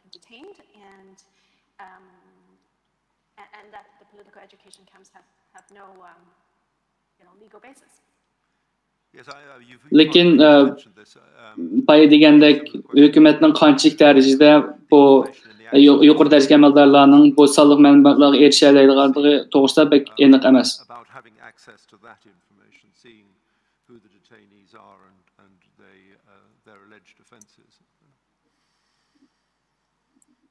Sorry, I don't understand. Is that a question? Yes, well, it was trying to be. It was really asking the same question about access in relation to the AXU list as I asked in relation to IJOP. Do you know who has access to that list? As I said, I would imagine that the particular camp authorities have that list, and that the IJOP office, that is part of the Xinjiang police, have the information. The list is pooled. Yani o'xshash bir savolim, xuddi IJOP'ga kimlarniki kiralaydiganligiga o'xshash. Aqsu tizimligiga kimlar ishlatiladi? I would not be able to know, but people are categorized, it seems to me, according to threat levels. And that threat level analysis appears to be available outside of Xinjiang, and there are Xinjiang offices responsible for monitoring people outside of Xinjiang. Aqsu tizimligi, yani nurg'unlagan uçurlarni to'plagandan keyin ro'yobga chiqqan bir tizimlik bo'lg'achqa, buni endi Xinjiangdagi soqchilar buningga kiralaydi.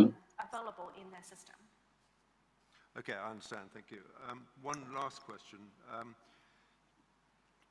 We were listening this morning to evidence about the Caracas list, and one of the matters that was covered was the 3 circles and people's detention or monitoring on grounds not of what they may have done themselves, but actually what their friends, their family, or others may have done. Is there anything in the AXU list that shows you what the approach is to that kind of reason for detention through your neighbors, through your friends, through your family? Yes, the AXU list very precisely described exactly that people are being monitored for their relationships, and that they are detained for those relationships. So biz atiganda anlab chiqqan dokladda isbotda men Qaraqash tizimligida kishilar o'zininki ba'zi urf odatlari bilan ziyonkashga uchraganlar va masalan yana 3 chambarak deb bir narsa qo'yilgan. Aqsu tizimligidagi kishilarninki qaysi xil shaklda tutilganligi to'g'risida aniq uchurlarni bera olamsiz?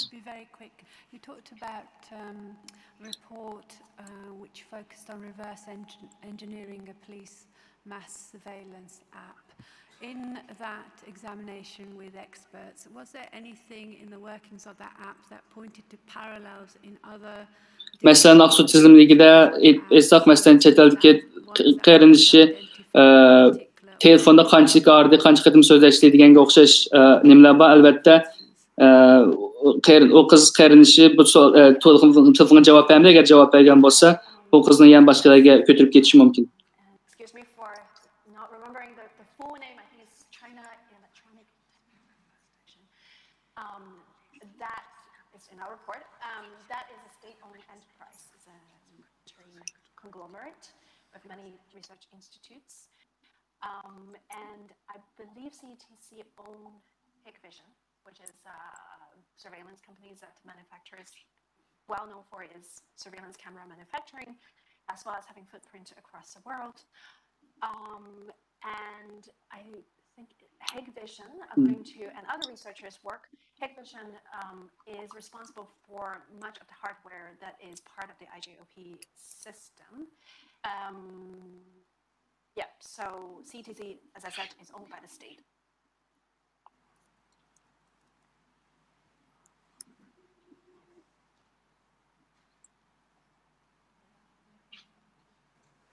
Thank you very much.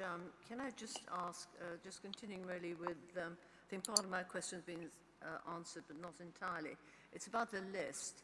I just wonder now, really, we've got the list and we've found sort of various data there, and I suspect it wouldn't take the PRC long to find out who the source was, because only a few people would have access to that list. But what I really want to know is, having got the list and knowing what's going on, Ben sizden tizimlik hakkında bir soru sorap baksam. Going to Human Rights Watch going to do about it? What's your next step?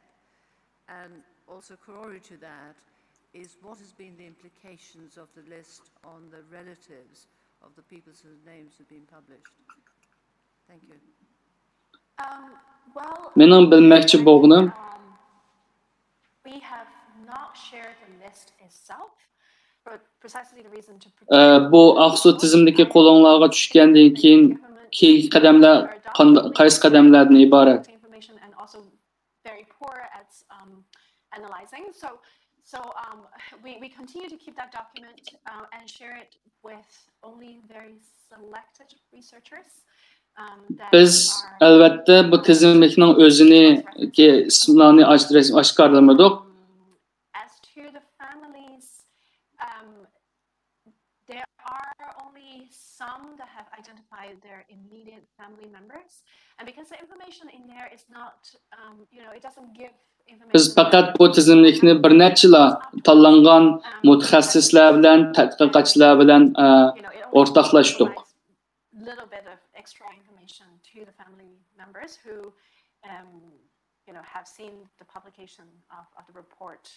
Endi diasporadagi ba'zi Uyg'urlar o'zining balki yaqin qarindoshlariniki ismini toniy oldi.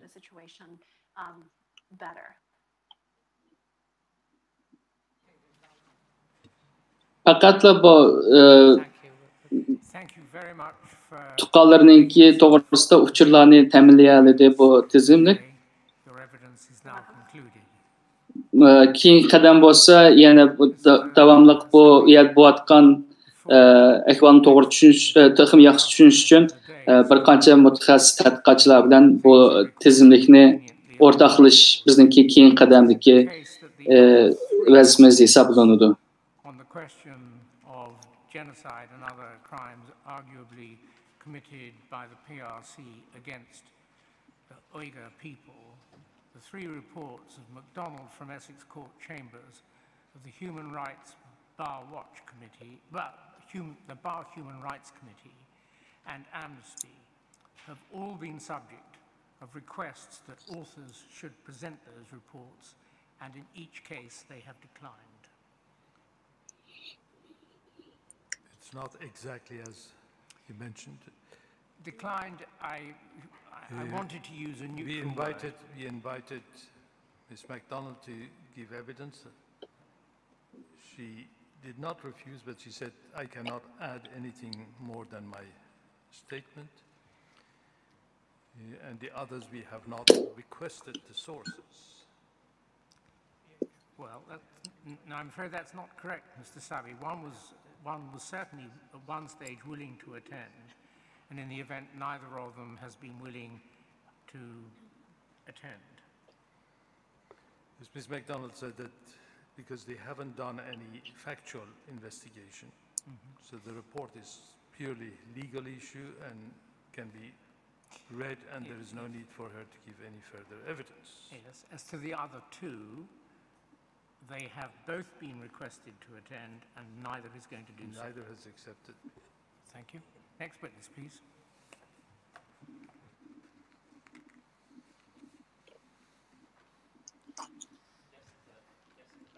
Is a China File senior editor. She researches China's domestic and social affairs and served as the US State Department's Bureau of Intelligence and Research analyst for approximately 8 years prior to joining China File. In 2016, she was a visiting academic fellow at Merix in Berlin. She holds a BA degree in linguistics from Pitzer College in America and an MA in East Asian Studies. Amdi guvallık berdiğen kişi bolsa Jessica Batbey bu. Jessica China File'ın baş tehriri, o Xitayning dövlət içidagi siyosiy va ijtimoiy ishlarni tadqiq qiladi. Hamda Xitoy China File qo'shilishning 8 yilga yaqin vaqt ichida Tashqi ishlar ministerligida axborot va tadqiqot analizchi bo'lib ishlagan. And how the officials in charge are appointed. She states that she's not attempting to explain who exactly formulated or signed off on any specific policy, but rather how power flows through the PRC's governance apparatus, highlighting those official positions with oversight of and responsibility for the policies allegedly being implemented in Xinjiang today. Ms. Batke refers to and utilizes 2 organograms, one an abstract one of her own and another a de facto organogram produced under the auspices of the Uyghur Tribunal that relates to state, party and PRC structures. Ms. Batke, thank you for appearing today. I understand you'd like to make a short presentation, and we'd ask if you didn't mind trying to keep to 10 minutes, and I'll have some questions for you, after which the panel will have their own questions. Thank you. Thank you for having me here today. As you said, I've been asked to address the role of CCP in governance and decision-making in the PRC generally, and I'm also trying to identify key decision-making positions within the Xinjiang. There's a difficulty with hearing you. Now, there are maybe 2 reasons for that. Ms. Batke, bizga 10 minut vaqt beramiz. Undan keyin savol-javob shaklida bo'ladi. And the other may be that you're not addressing the microphone head-on or rather face-on. So have another, if you wouldn't mind going back and starting again. Is this any better? Yeah. Great. The key ideas that I would like to leave you with today are, number 1, that the CCP permeates all levels of governance, ensures key party and state positions are held by the same individuals, and that the CCP has an explicit guiding role in setting national and local policy. Secondly, even though the party state is notoriously opaque, which means it can be difficult for us Bugün sözlemoqchi bo'lgan oshqushliq ideyalar bo'lsa, still able to assess the likelihood of a department's or an individual's involvement in policy formulation or implementation by looking at the party state's intertwined bureaucratic structures. And thirdly, there are a number of bureaucratic players that bear responsibility for policy formulation and implementation in the Xinjiang Uyghur Autonomous Region, and that includes both party and state organizations at the central and local levels, and all major appointments in those organizations are made by the party. So first, let's look at the party's relationship to the PRC's governance structure. On paper, China's governance apparatus has a clear separation between the party and state and government structures. There's one exception to that rule, which we will set aside for right now. And even though there is this nominal separation, both the PRC Constitution and the CCP Constitution both mandate a leading or guiding role for the party with regard to the state. In practice, it's this leading and aldı bilan demoqchi o'g'lim, Xitoydagi hukumat apparatlari bir-biridan ayrılgan shaklda entities that set policy courses and issue directives, while state and government entities enact them. But even this formulation that I've just laid out for you, this divide, is somewhat of a false one. And that's because party cadres have key roles in every government organ, meaning that the party is deeply enmeshed in governance structures up and down the hierarchy. So I'd like to turn to illustration A, which is an abstract representation of the underlying architecture of CCP power. We can think of this as by looking at party committees, for example. There's party committees at every level of governments, from the central down to the local level, including the province, the county, and the town. These correspond with government bodies at those levels. And at each level, the party committee provides guidance to government organs at that level. It also transmits directives and guidance downward to parties at lower levels. And that happens at every single point in the hierarchy, which means that anywhere you are, there's always a party body on hand to ensure compliance and transmit directives. And yet, if anything, this still understates the degree of fusion between party and state bodies. And that's because party institutions and party personnel are even further intertwined with state and government institutions. So in addition to these party committees I just mentioned, there are also party committees embedded within government organs. So if we, for example, were talking about the Ministry of Education, that means that there is a party committee embedded in the Ministry of Education, and the person who is the head of the Ministry of Education is usually the deputy party secretary of the Ministry of Education's party committee. And if you look at governments, local people's governments, there's a similar crossover. So for example, if we were looking at a province, the governor of a province is almost always the deputy party secretary of that province. And this goes up and down, again, the line in the hierarchy. In addition to that, there's a number of party policy advisory bodies that just focus on one issue area. A good example of this, relevant to what's happening in the Uyghur region, is the Politics and Law Commission. This is at the central level, it's also at the local levels, and it advises on issues related to law enforcement and the justice system. There's also a system of leading small groups.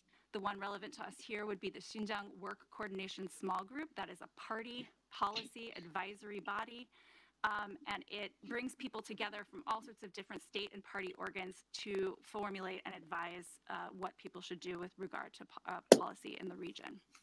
But in all of these cases, the actual party members are often the exact same individuals that are manning the highest government posts. Now, this does not mean that the party is all powerful in all cases. It also doesn't mean that there's perfect coordination. But what it does mean is that the CCP is the guiding force behind all major policy initiatives, and that absolutely includes the current campaign against ethnic Turkic peoples in the Uyghur region. The scale, the scope, the cost, the duration of a campaign like this means that party officials at all levels are necessarily implicated. While we're able to explain what the general party state structure looks like, the Chinese system is really opaque. So we don't have a lot of information about who or when exactly formulated any particular policies. And in some cases, we honestly don't even know which individuals are holding really important party posts. But we don't need to know necessarily the precise procedural history of each policy in order to identify the officials or the offices that are likely involved in their creation or application. As I said before, intensive and expensive policy programs like the one that we're currently seeing in the Uyghur region do not happen without a high degree of bureaucratic compliance, and there are many party state officials up and down the hierarchy that are helping shape and realize the policies that we're seeing implemented in the region. So very quickly, I would like to turn to the second illustration, just to review some of the entities throughout the party state bureaucracy that have a hand in determining policy and implementation. And I won't have a chance to go through all of these, and this illustration is necessarily incomplete, but hopefully we can just review some of the key ones. So at the apex at the top is the Politburo Standing Committee. This is headed by... I'm not sure whether... I'm sorry. I'm not sure whether the image is up on the big screen for the people in the room to see, or on the slightly smaller screen for us? The answer is it isn't. So let's see if we can get it displayed. Now it is. And I can see that it's on the big screen. It's even so not entirely easy to see. Right. But it may be that, I'm not sure, somebody will be able to use the cursor of the computer screen, if she is here, to hover over the points that you are referring to. Right. Just hold on a minute, and you'll be credited with the time, don't worry.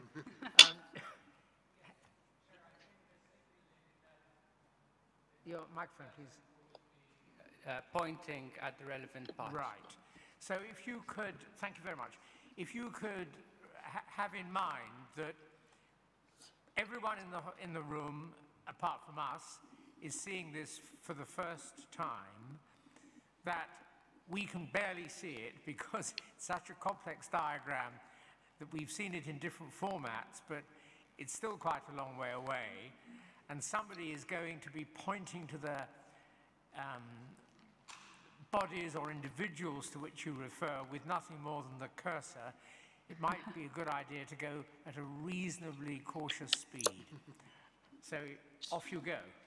Sure, and we don't have to, spend a long time on this. I actually think the point that you made about that it's very hard to view, it's so complex and large. O ekrandaki diagramni biz hemmimiz tunji qatim ko'rishimiz. Of entities, both at the party and state, that have a role in this, and a lot of individuals that. Yani bu diagramni so'zlagan chaqda sal astroq gap tushuntirgan bo'lsangiz. Then that is, I'm happy with that.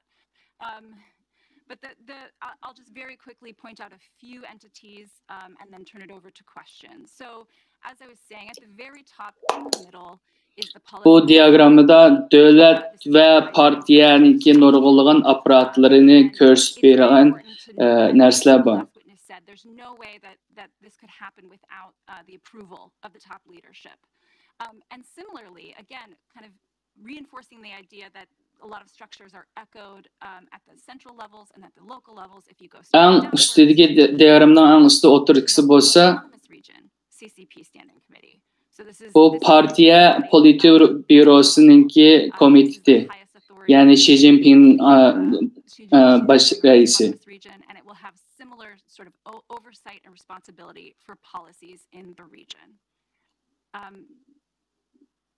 I don't want to point out too many because I know this is complicated to look at. But eğer mesela diagram pastga chiqarsak, Atalmış Şinjan Uyghur Abnum Rayoni Xitoy Kommunist Partiyasining komiteti ko'rsatdi. This is up at the central level.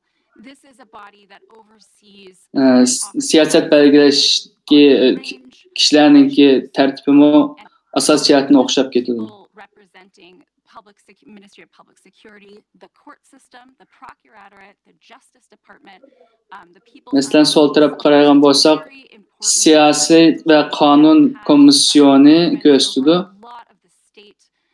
Organs which are going to be implementing policy, and I think it's probably best to leave it there. I look forward to your questions.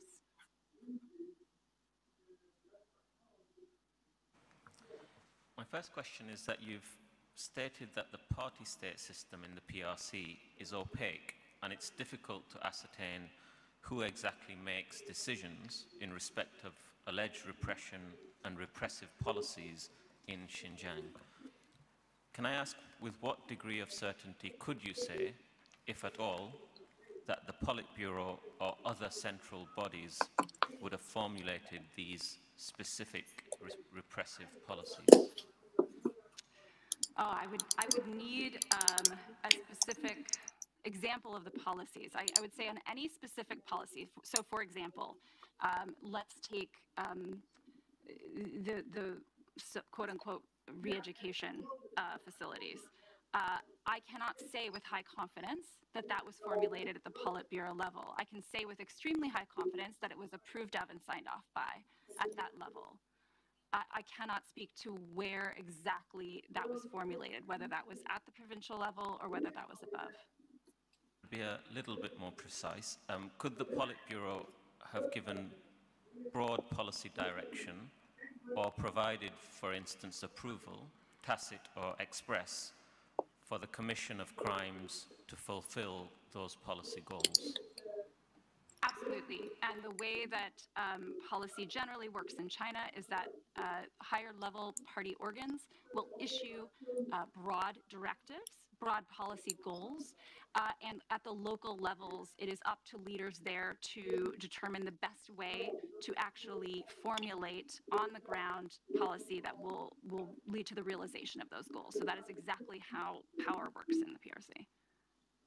To what extent, if crimes were being committed in Xinjiang, would knowledge and information Adətdə Xitayının siyasətində back up the bureaucracy to the policy? Yuqori dərəcəlik əməl orqanlar qanun buyruğu düşürdü kən cəhətin, ondan onu tüənki bağlan çağlarda oxuşmağan halətdə icra qılındı.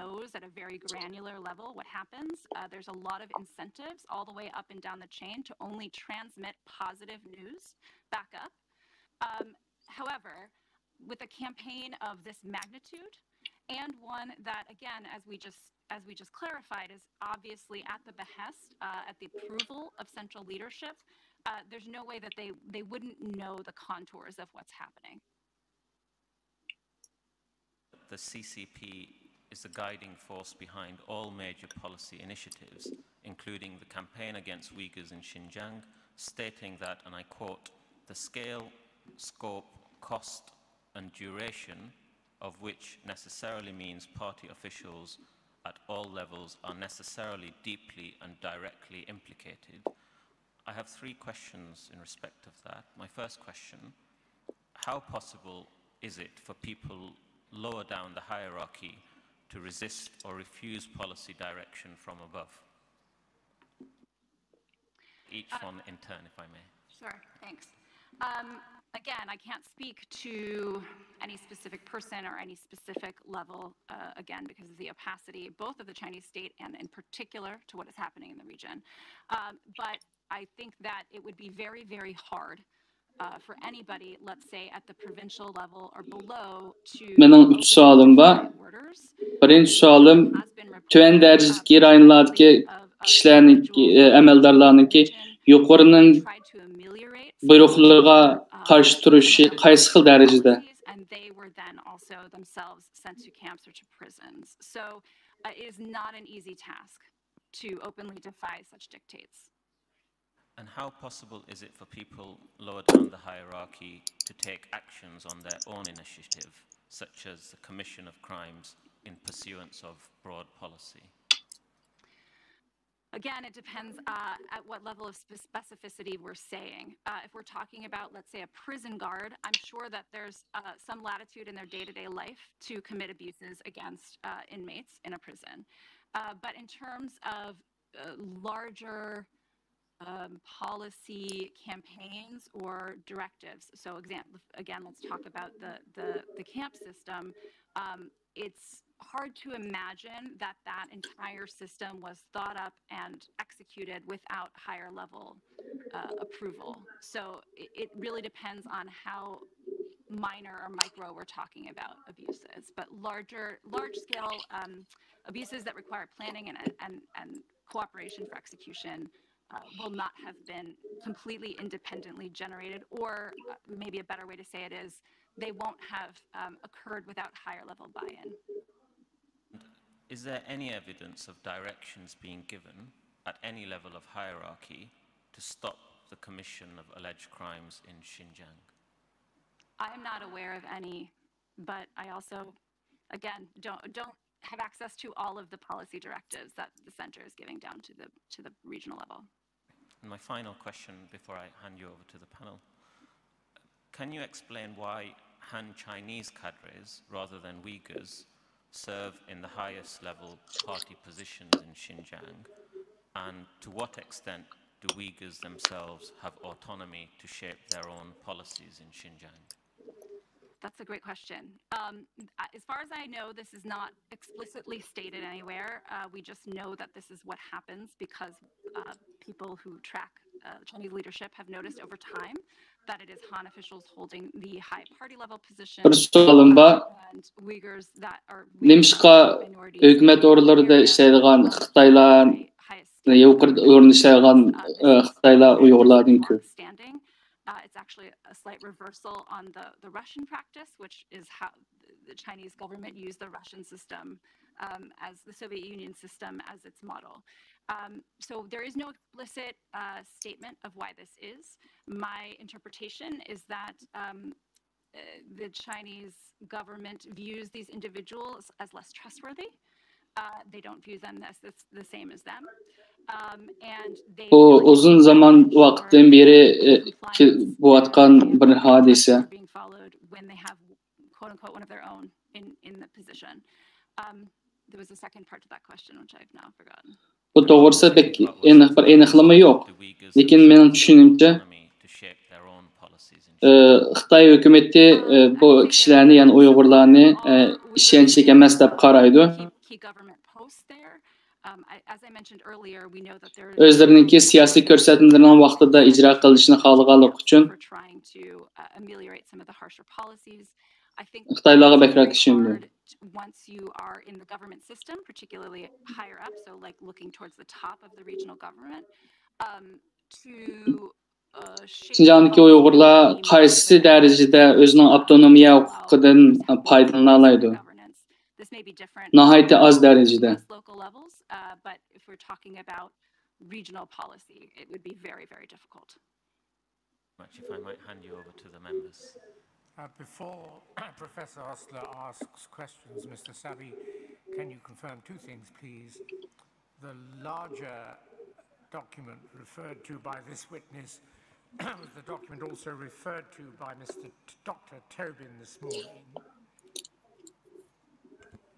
Yes, it's the same document. And has this document yet been made available to the People's Republic of China's ambassador in...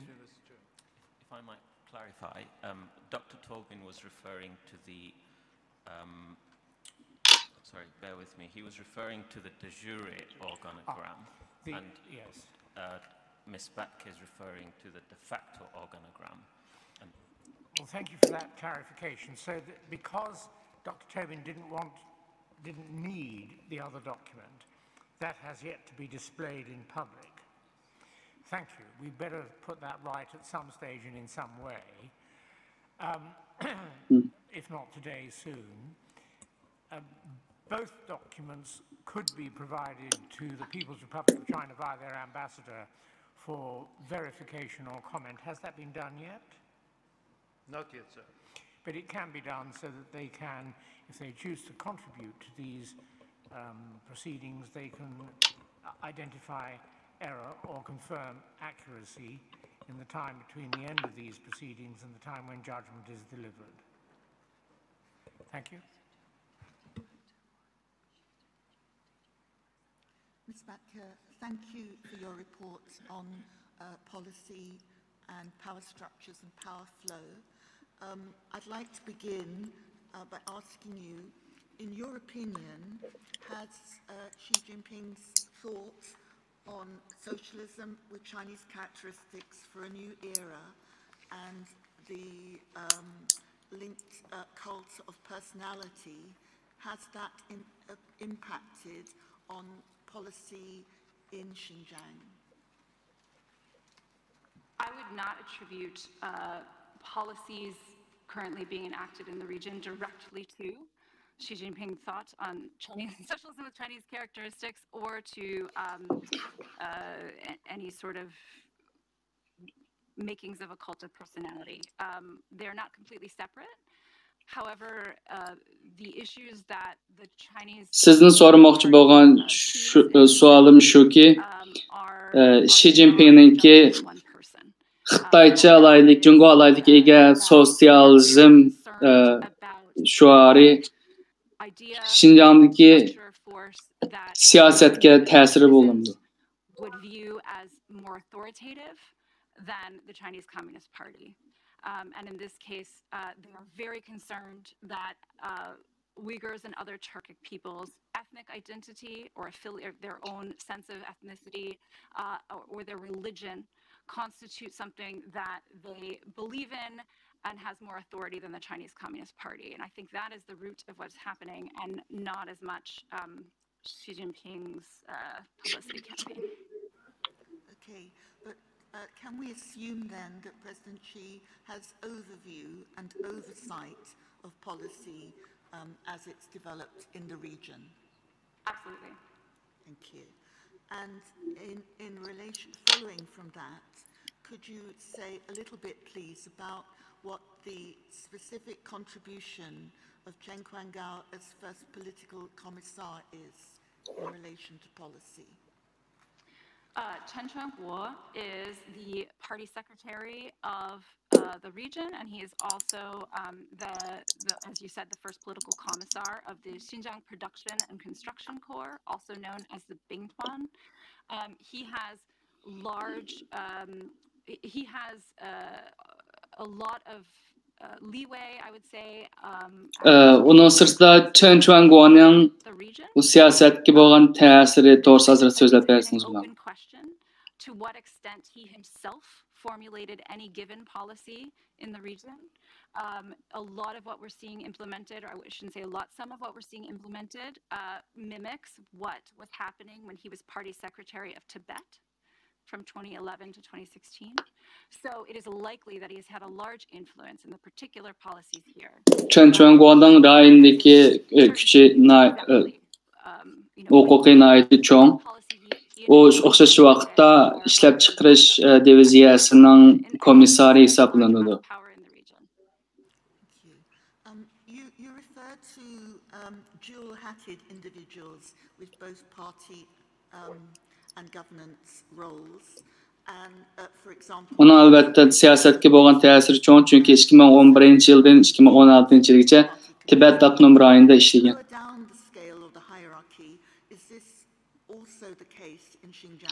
Lekin qanday bo'lishini qat'iy nazar uning rayonidagi huquqiy haqiqatan kuchli.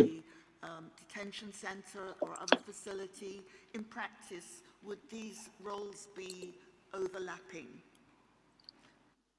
That's a good question. I don't know the answer to whether individuals in charge of a given prison, camp, or school would have roles, particular roles in the party. And if there were two individuals involved at any stage, does the party always, in practice, in your experience, take precedence? In general, yes. I think it would depend on the individuals and what they're, if someone is very high up in the central government, they would probably trump a very low party official. But also that person that is high up in the central government would also likely be a party official. So it's hard to disentangle that question simply because the organization system is such that if you are important in the government, you're also important in the party. Okay. I'd like to turn to the Xinjiang Work Coordination Group.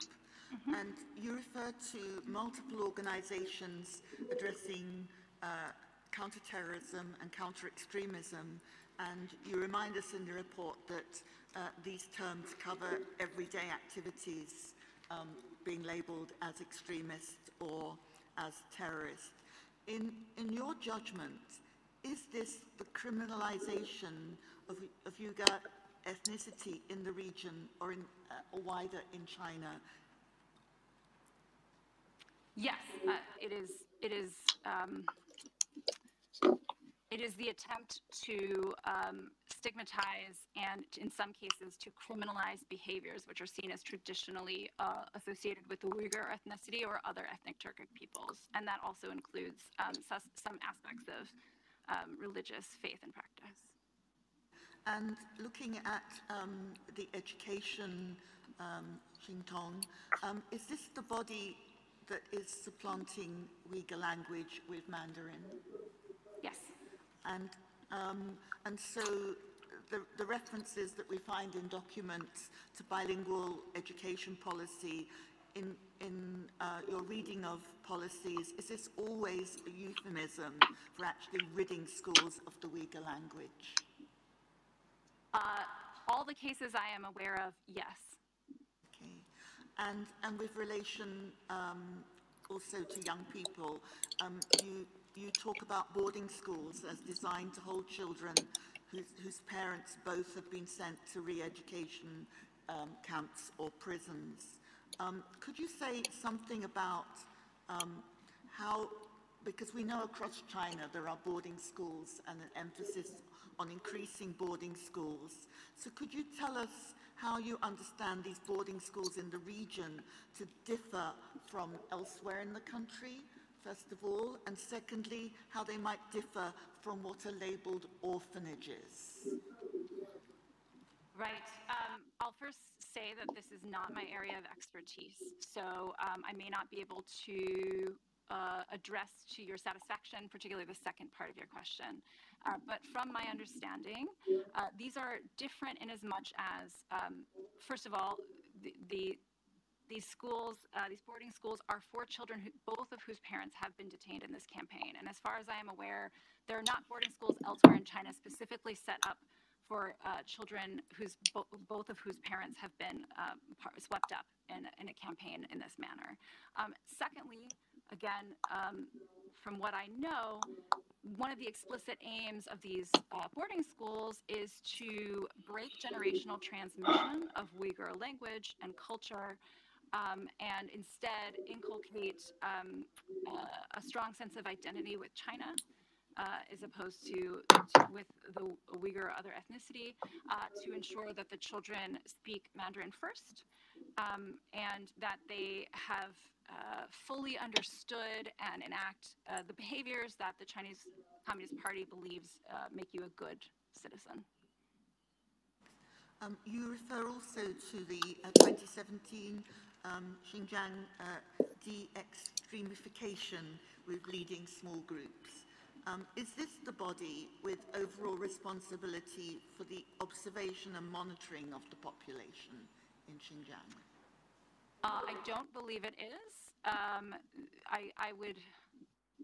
don't want to say anything with too much definitiveness because I'm not sure, but just based on where that sits in the hierarchy, it's a provincial level body.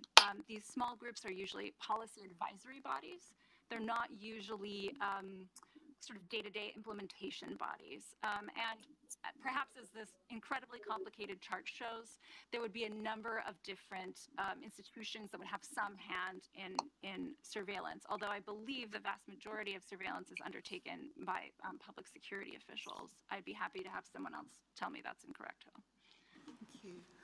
And you refer to the mission to keep sufficient Han Chinese in Xinjiang relating to justice, prisons, re-education camps. So do you understand the re-education camps, the prisons, the justice system in the region to be part of this mission to move or change the ethnic balance in favor of Han Chinese? That is, to disperse the Uyghur population within the region and from the region. I guess I'd like to ask a clarifying question. Do you mean the running of those institutions? I'm confused. Do you mean the appointment of individuals to those entities, or do you mean the way that they are being run encourages Han immigration? Yeah, I mean that you're talking about policy, and that the policy, that the principle underpinning the policy, as you understand it, is more about the ethnic balance in favor of Han Chinese than it is about justice and prison in more general terms. I don't know that I would say that. There are certainly campaigns and institutions which very much try to alter the population makeup, and one good example of that is the Xinjiang Production and Construction Corps, the Bingtuan. They do definitely try to encourage Han settlers to move into the region. I wouldn't say that, for example, the Justice Department in the region is primarily trying to change the ethnic balance population of the region. It is formulating laws and regulations that, as was mentioned before, effectively criminalize some aspects of Uyghur culture, identity, and religious faith. Okay. And the focus of policy implementation in the region, you say it's obscure to find the origins of certain policies, but do you perceive a colonial relationship between the region and Beijing, or do you see the region as having, the regional governance as having any direct say in that? I would say it's much closer to a colonial relationship. I don't believe that, as was hinted at in a previous question, I don't believe that Turkic peoples or others living in this region have any effective say in how the government runs as a group. Okay, so would you say that there's, I'd like to explore the extent to which there is space for regional interpretation of policies. You've talked quite a lot about that. You've talked about one, the formulation of policy, and then secondly, the enactment. And I wonder if you could say the degree to which you think that there is space for interpretation at the highest level in the region. That's a really good question. So you're talking about, for example, the party secretary of Xinjiang. Okay. I think at that level, any sort of quote-unquote interpretation that would be happening will likely not be in favor of greater inclusion or tolerance or respect for Turkic peoples. Any sort of innovation that's happening at that level is likely to make things harsher for people. And there's a number of different reasons for that, but one I believe our previous panelists sort of mentioned is that if you want to continue moving up the chain, you want to be seen as a voracious practitioner of the sort of policy guidance you're receiving from above. So to the extent that there is possibilities for innovation or leeway at the provincial level, it is most likely going to be to make it even harsher than perhaps what people at the central level might have envisioned. And my final question really is, following on from Council, just to be sure that I've understood properly, you've talked about alleged crimes taking place at a low level that are possible without reference to Beijing, but could you estimate or say at what level alleged crimes can be committed without reference, or what amongst senior officials, how much reference would there be to Beijing? I'm sorry, can you please reframe the question? I'm not sure I understand. We've heard details of many alleged crimes in the region, and these alleged crimes can take place at a very low level by local police officers or prison guards and so on, and they can also potentially take place at a very senior level. I'm wondering at what level, at what high level that they could happen without reference to Beijing.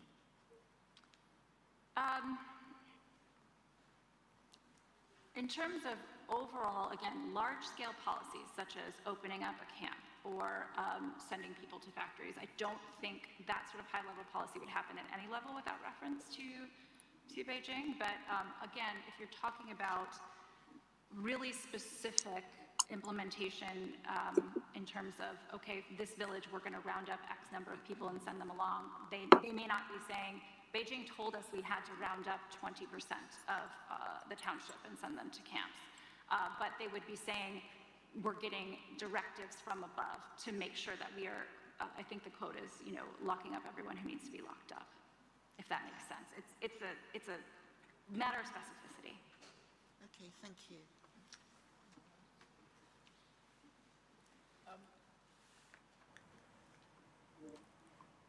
A few questions, please, partly rooted in the second of the exhibits. We don't need to look at it again, but I need your assistance with it for our deliberations. Before I come to the document itself,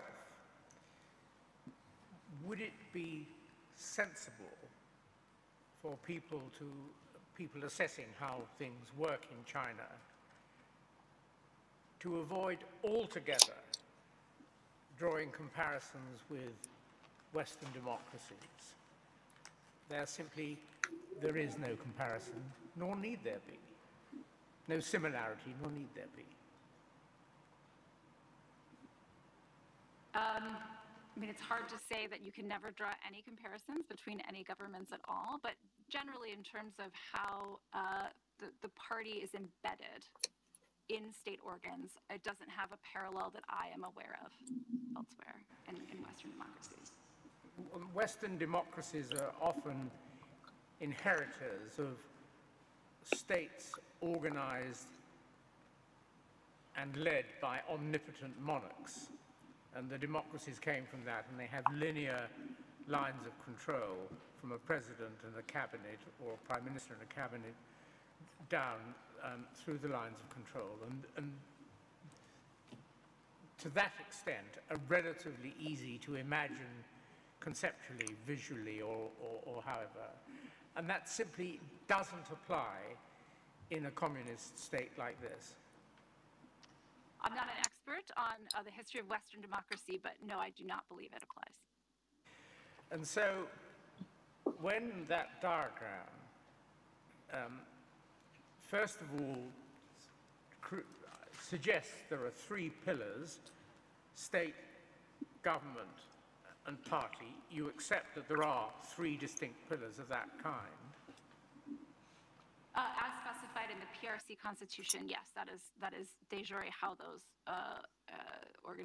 institutions are set up. And the diagram that does not show a conical or triangular line of management to the top and suggests a diffuse management pattern is, in your view, an accurate representation of reality? I would not take the diffuse pattern, as you describe it, of this chart as the be-all and end-all for how power flows through the PRC. The real problem here is that, as you noted, already it's too complicated, and I was unable, if I were to make it readable to any humans at all, I couldn't draw lines between all the different entities in all the ways that they interact with each other and between all the people that they share. So what this was trying to represent was the institutions and individuals that may have had some direct involvement in policy formulation and implementation in the region. This diagram, however, does not attempt to show how power flows. I understand that it's drawn entirely from constitutional and formal documents of the PRC, and sorry, go on. This document is not. So the de jure one that I believe you were mentioning from earlier today is drawn from the PRC Constitution and the CCP Constitution. This document is created from my best estimate of those organs of the party and the state and government that I think are most likely to be involved in policy. So this is not drawn from any formal constitution. That's the first exhibit, and I'm talking a little bit about the second one still. The second one shows how people are common, or people have multiple functions in different parts of the three columns. And we've heard from several witnesses that even if there aren't clear lines that can be drawn in a diagram, the reality is that power concentrates and centralizes in the position of the president. Do you accept that? In the position of the CCP General Secretary, not in the position of the president. Completely my mistake. And I apologize. Yes. President Xi Jinping, yes. General Secretary Xi Jinping, yes. His power derives from the fact that he is the head of the party. Because he is the head of the party, he's also made the president, but he does not derive his key power from that position. My question betrays the danger of thinking of one culture in the terms of another. Thank you very much. I haven't any, further questions I think are coming from my communist colleagues, probably stimulated by my failure to understand, but let's see what they are.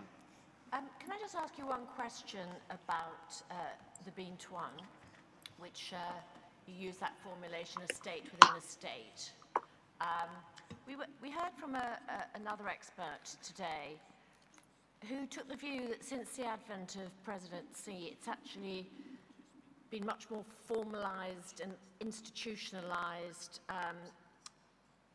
and clearly under the control of the party. And so Sizga ishlab chiqish diviziyasi to'g'risida bir savol so'rasam bo'lamdi. Uning davlat bilan bo'lgan munosabati haqida. Yes. The second question is, well, I'd welcome your description of fusion doctrine. I am not an expert on the fusion doctrine, and I can't speak to that. All right, thank you.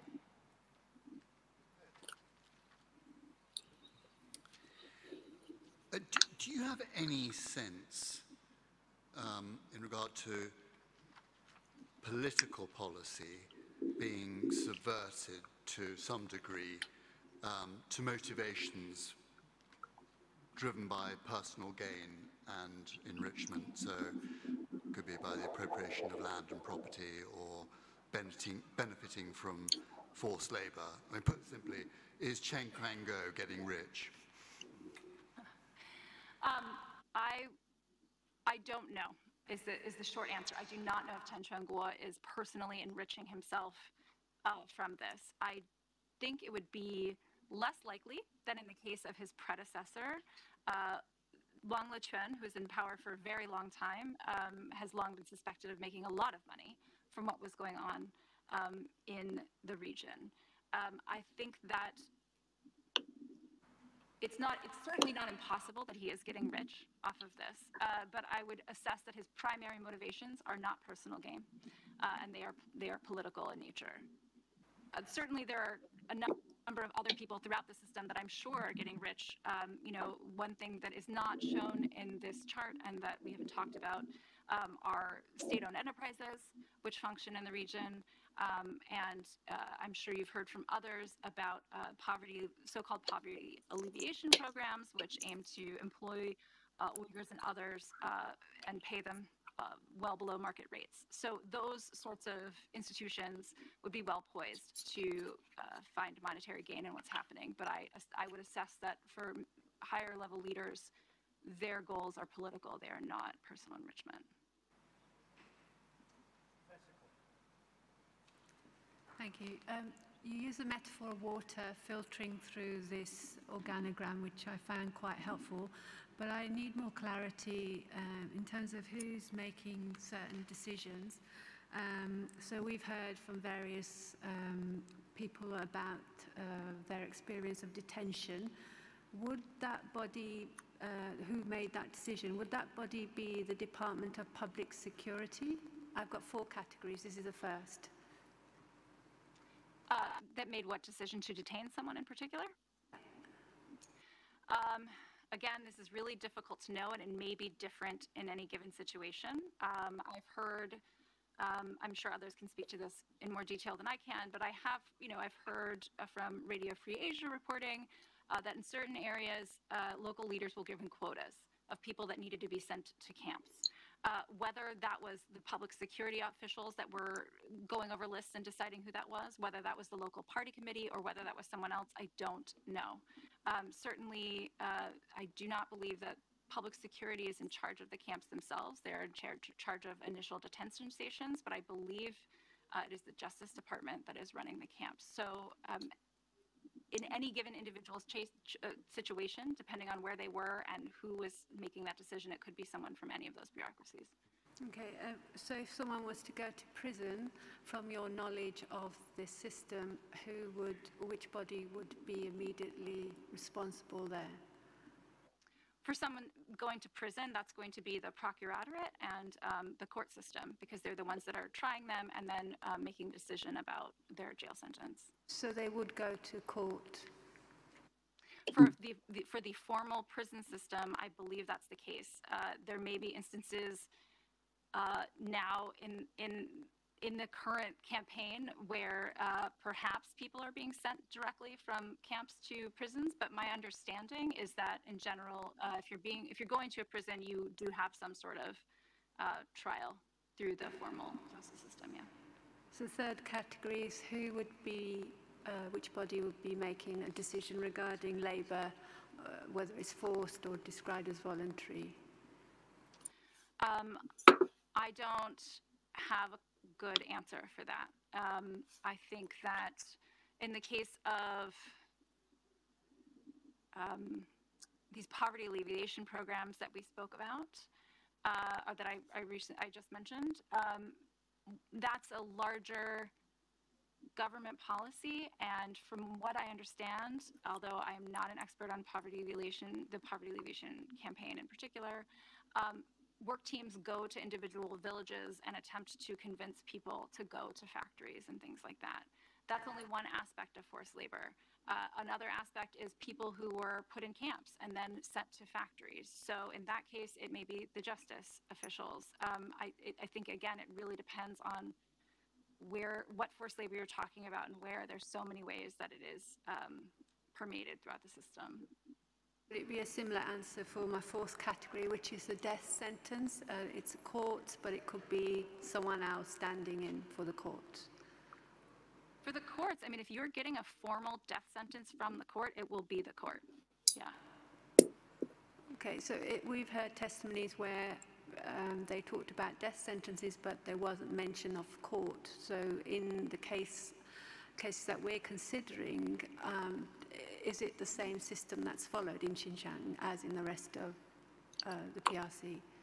So technically, yes. If you are being tried and given a death sentence throughout China, you will be going through the people's court system. Whether or not there are additional extra legal sentences handed out in some of these camps, I am not aware. My understanding is that if you are given a death sentence, you are going through the formal court system. Thank you. I wonder if you could help us to perhaps make the diagrams with which you've presented us a little bit less static. So I'm thinking about not so much how power flows through them, but a different kind of kinetics would say, faced with these structures, if you hold the institution stable, how would an individual flow? So what would an ambitious individual looking at this say to themselves about how to climb? What would they need to do? So you might, for example, give us an example of an individual. What would they need to do? Would they need to be zealous in their implementation of policy?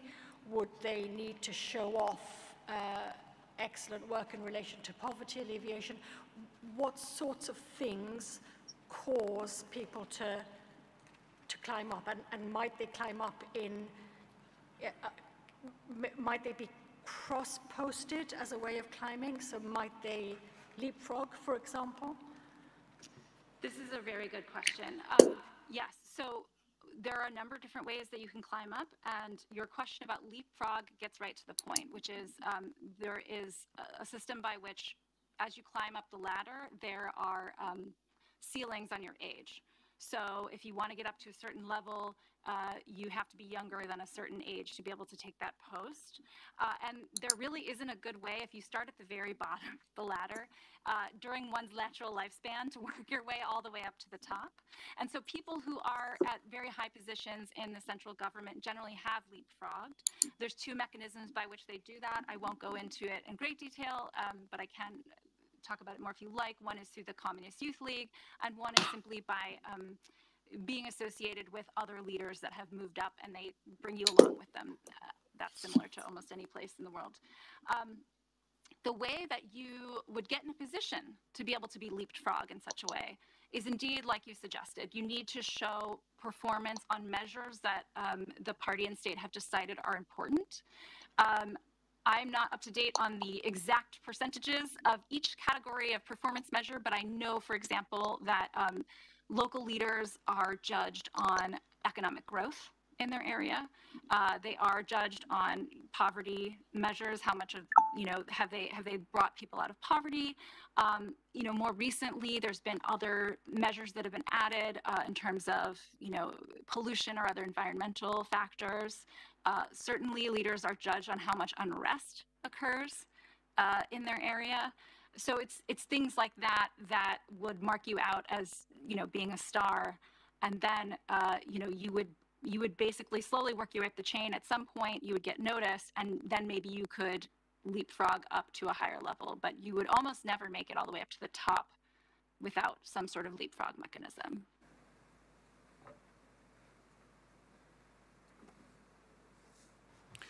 So almost a matter of interest is how far up the hierarchical tree are there women represented? Yeah, so there are women on the CCP Central Committee, and I believe there's one woman on the Politburo, which is a 25-member body, although I'll be very embarrassed if I just said that and it's not true. There are no women at the CCP Politburo Standing Committee, which is currently a 7-member body, nor have there ever been.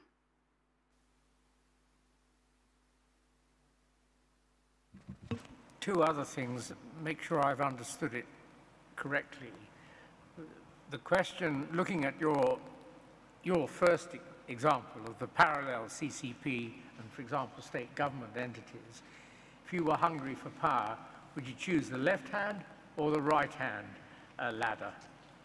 Yeah, so that's somewhat of a false divide, because the entire CCP organization department exists solely to put people in positions.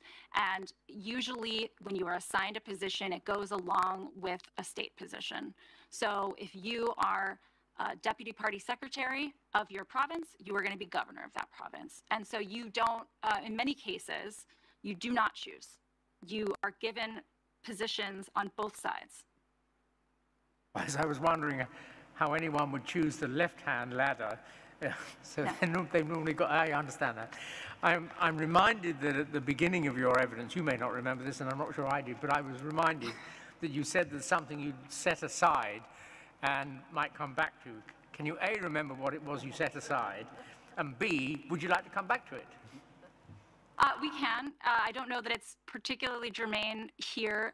It was just the point that on paper, the Chinese government is set up so that the party is separate from the state and government structures. And the major exception to that is the People's Liberation Army. The People's Liberation Army is overseen by the party and nominally also by the state, but in practice, it is a party army. Anything further? Nothing from me other than to thank Ms. Fatke for her report and very clear and precise answers. Thank you very much for coming and giving your evidence today. And you're now free, you've always been free, to leave us. But thank you.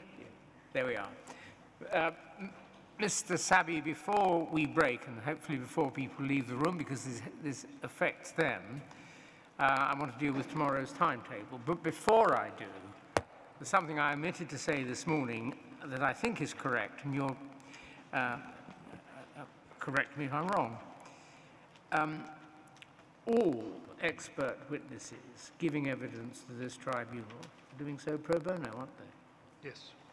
No gain of any kind for them, working on the same principles as the senior members of the tribunal itself. None of the witnesses have been paid except for the costs of travel. Thank you.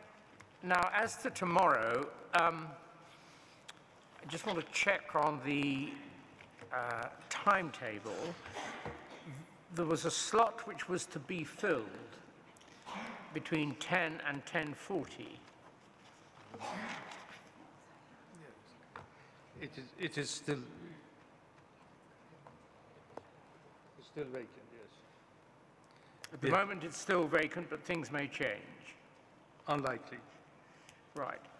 Well, I'll have a discussion with you about that privately afterwards, but it's probably not convenient to ask Mr. Dixon, who's coming at 9, at this stage to put back his start time, as he may well have got something to do after 10 o'clock. So, should I warn people? It's Christian Tyler tomorrow morning. Christian Tyler, what time is Mr. Dixon coming? Mr. Dixon is due on Monday. He's gone back to Monday? Yes, it's in the afternoon on Monday. As you can see, I'm well informed. My mistake for not having read the documents, I expect. So have we still got the risk of a gap in the morning? Yes. But is Christian Tyler coming in person? Yes. I think we're just going to have to live with the possibility of an extended break, unless anybody thinks otherwise. Risk putting back the start time is, I think, probably slightly risky. Otherwise, the evidence tomorrow includes two fact witnesses, expert witnesses dealing with various matters, including quite a focus on children, I think, and education. Yeah. So for those viewing online and for those here, it's a 9 o'clock start. There is a possibility of an extended break starting at about 10 o'clock. See you tomorrow.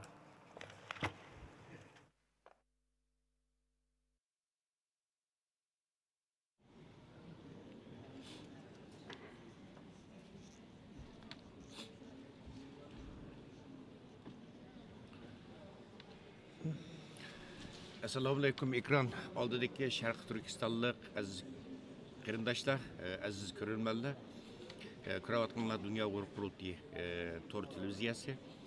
Aziz qarindoshlar, Uyg'ur sud kollegiyasininki bugun atgan London vaqti atgan soat 9 da boshlangan ikkinchi qatimliq sudning tunji kuni bugun nihoyatda muvaffaqiyatli boshlanib, hozir mana muvaffaqiyatli oxirlashgan bo'ldi aziz qarindoshlar.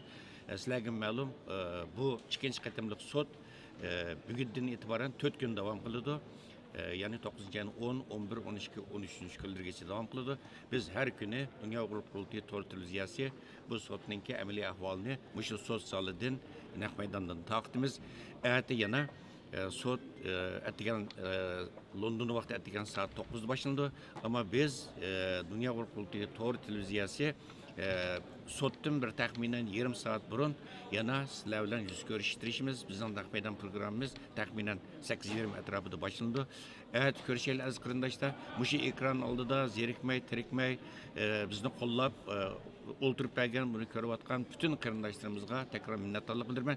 Shundaqla men Dunyo Uyg'ur qurultiyi vakolatan mushu Uyg'ur sud kollegiyasining qurilishiga yordam qilgan, Uyg'ur sud kollegiyasining moddiy va ma'naviy jihatdan yordam bergan, uni desteklegan ve onu qo'g'digan bütün qarindoshlarımızga tekrar minnatdorligimni, rahmatimni bildirman aziz qarindoshlar. Erta atgan London vaqti taxminan 8:20 ko'rishaylik. Ko'rishgacha omon bo'linglar, xayr qo'sh. Oxirlashtirishdan burun bu tercümanlarga bir rahmet etmesek de qo'yildi. Aziz qarindoshlar, bayma rahmat etgandim 3 nafar tercümanımızga. 3 nafar tercümanımız bugün mana 9 saatdan ortiq davom qildi. Bugungi soat 9:20 saat davom qildi.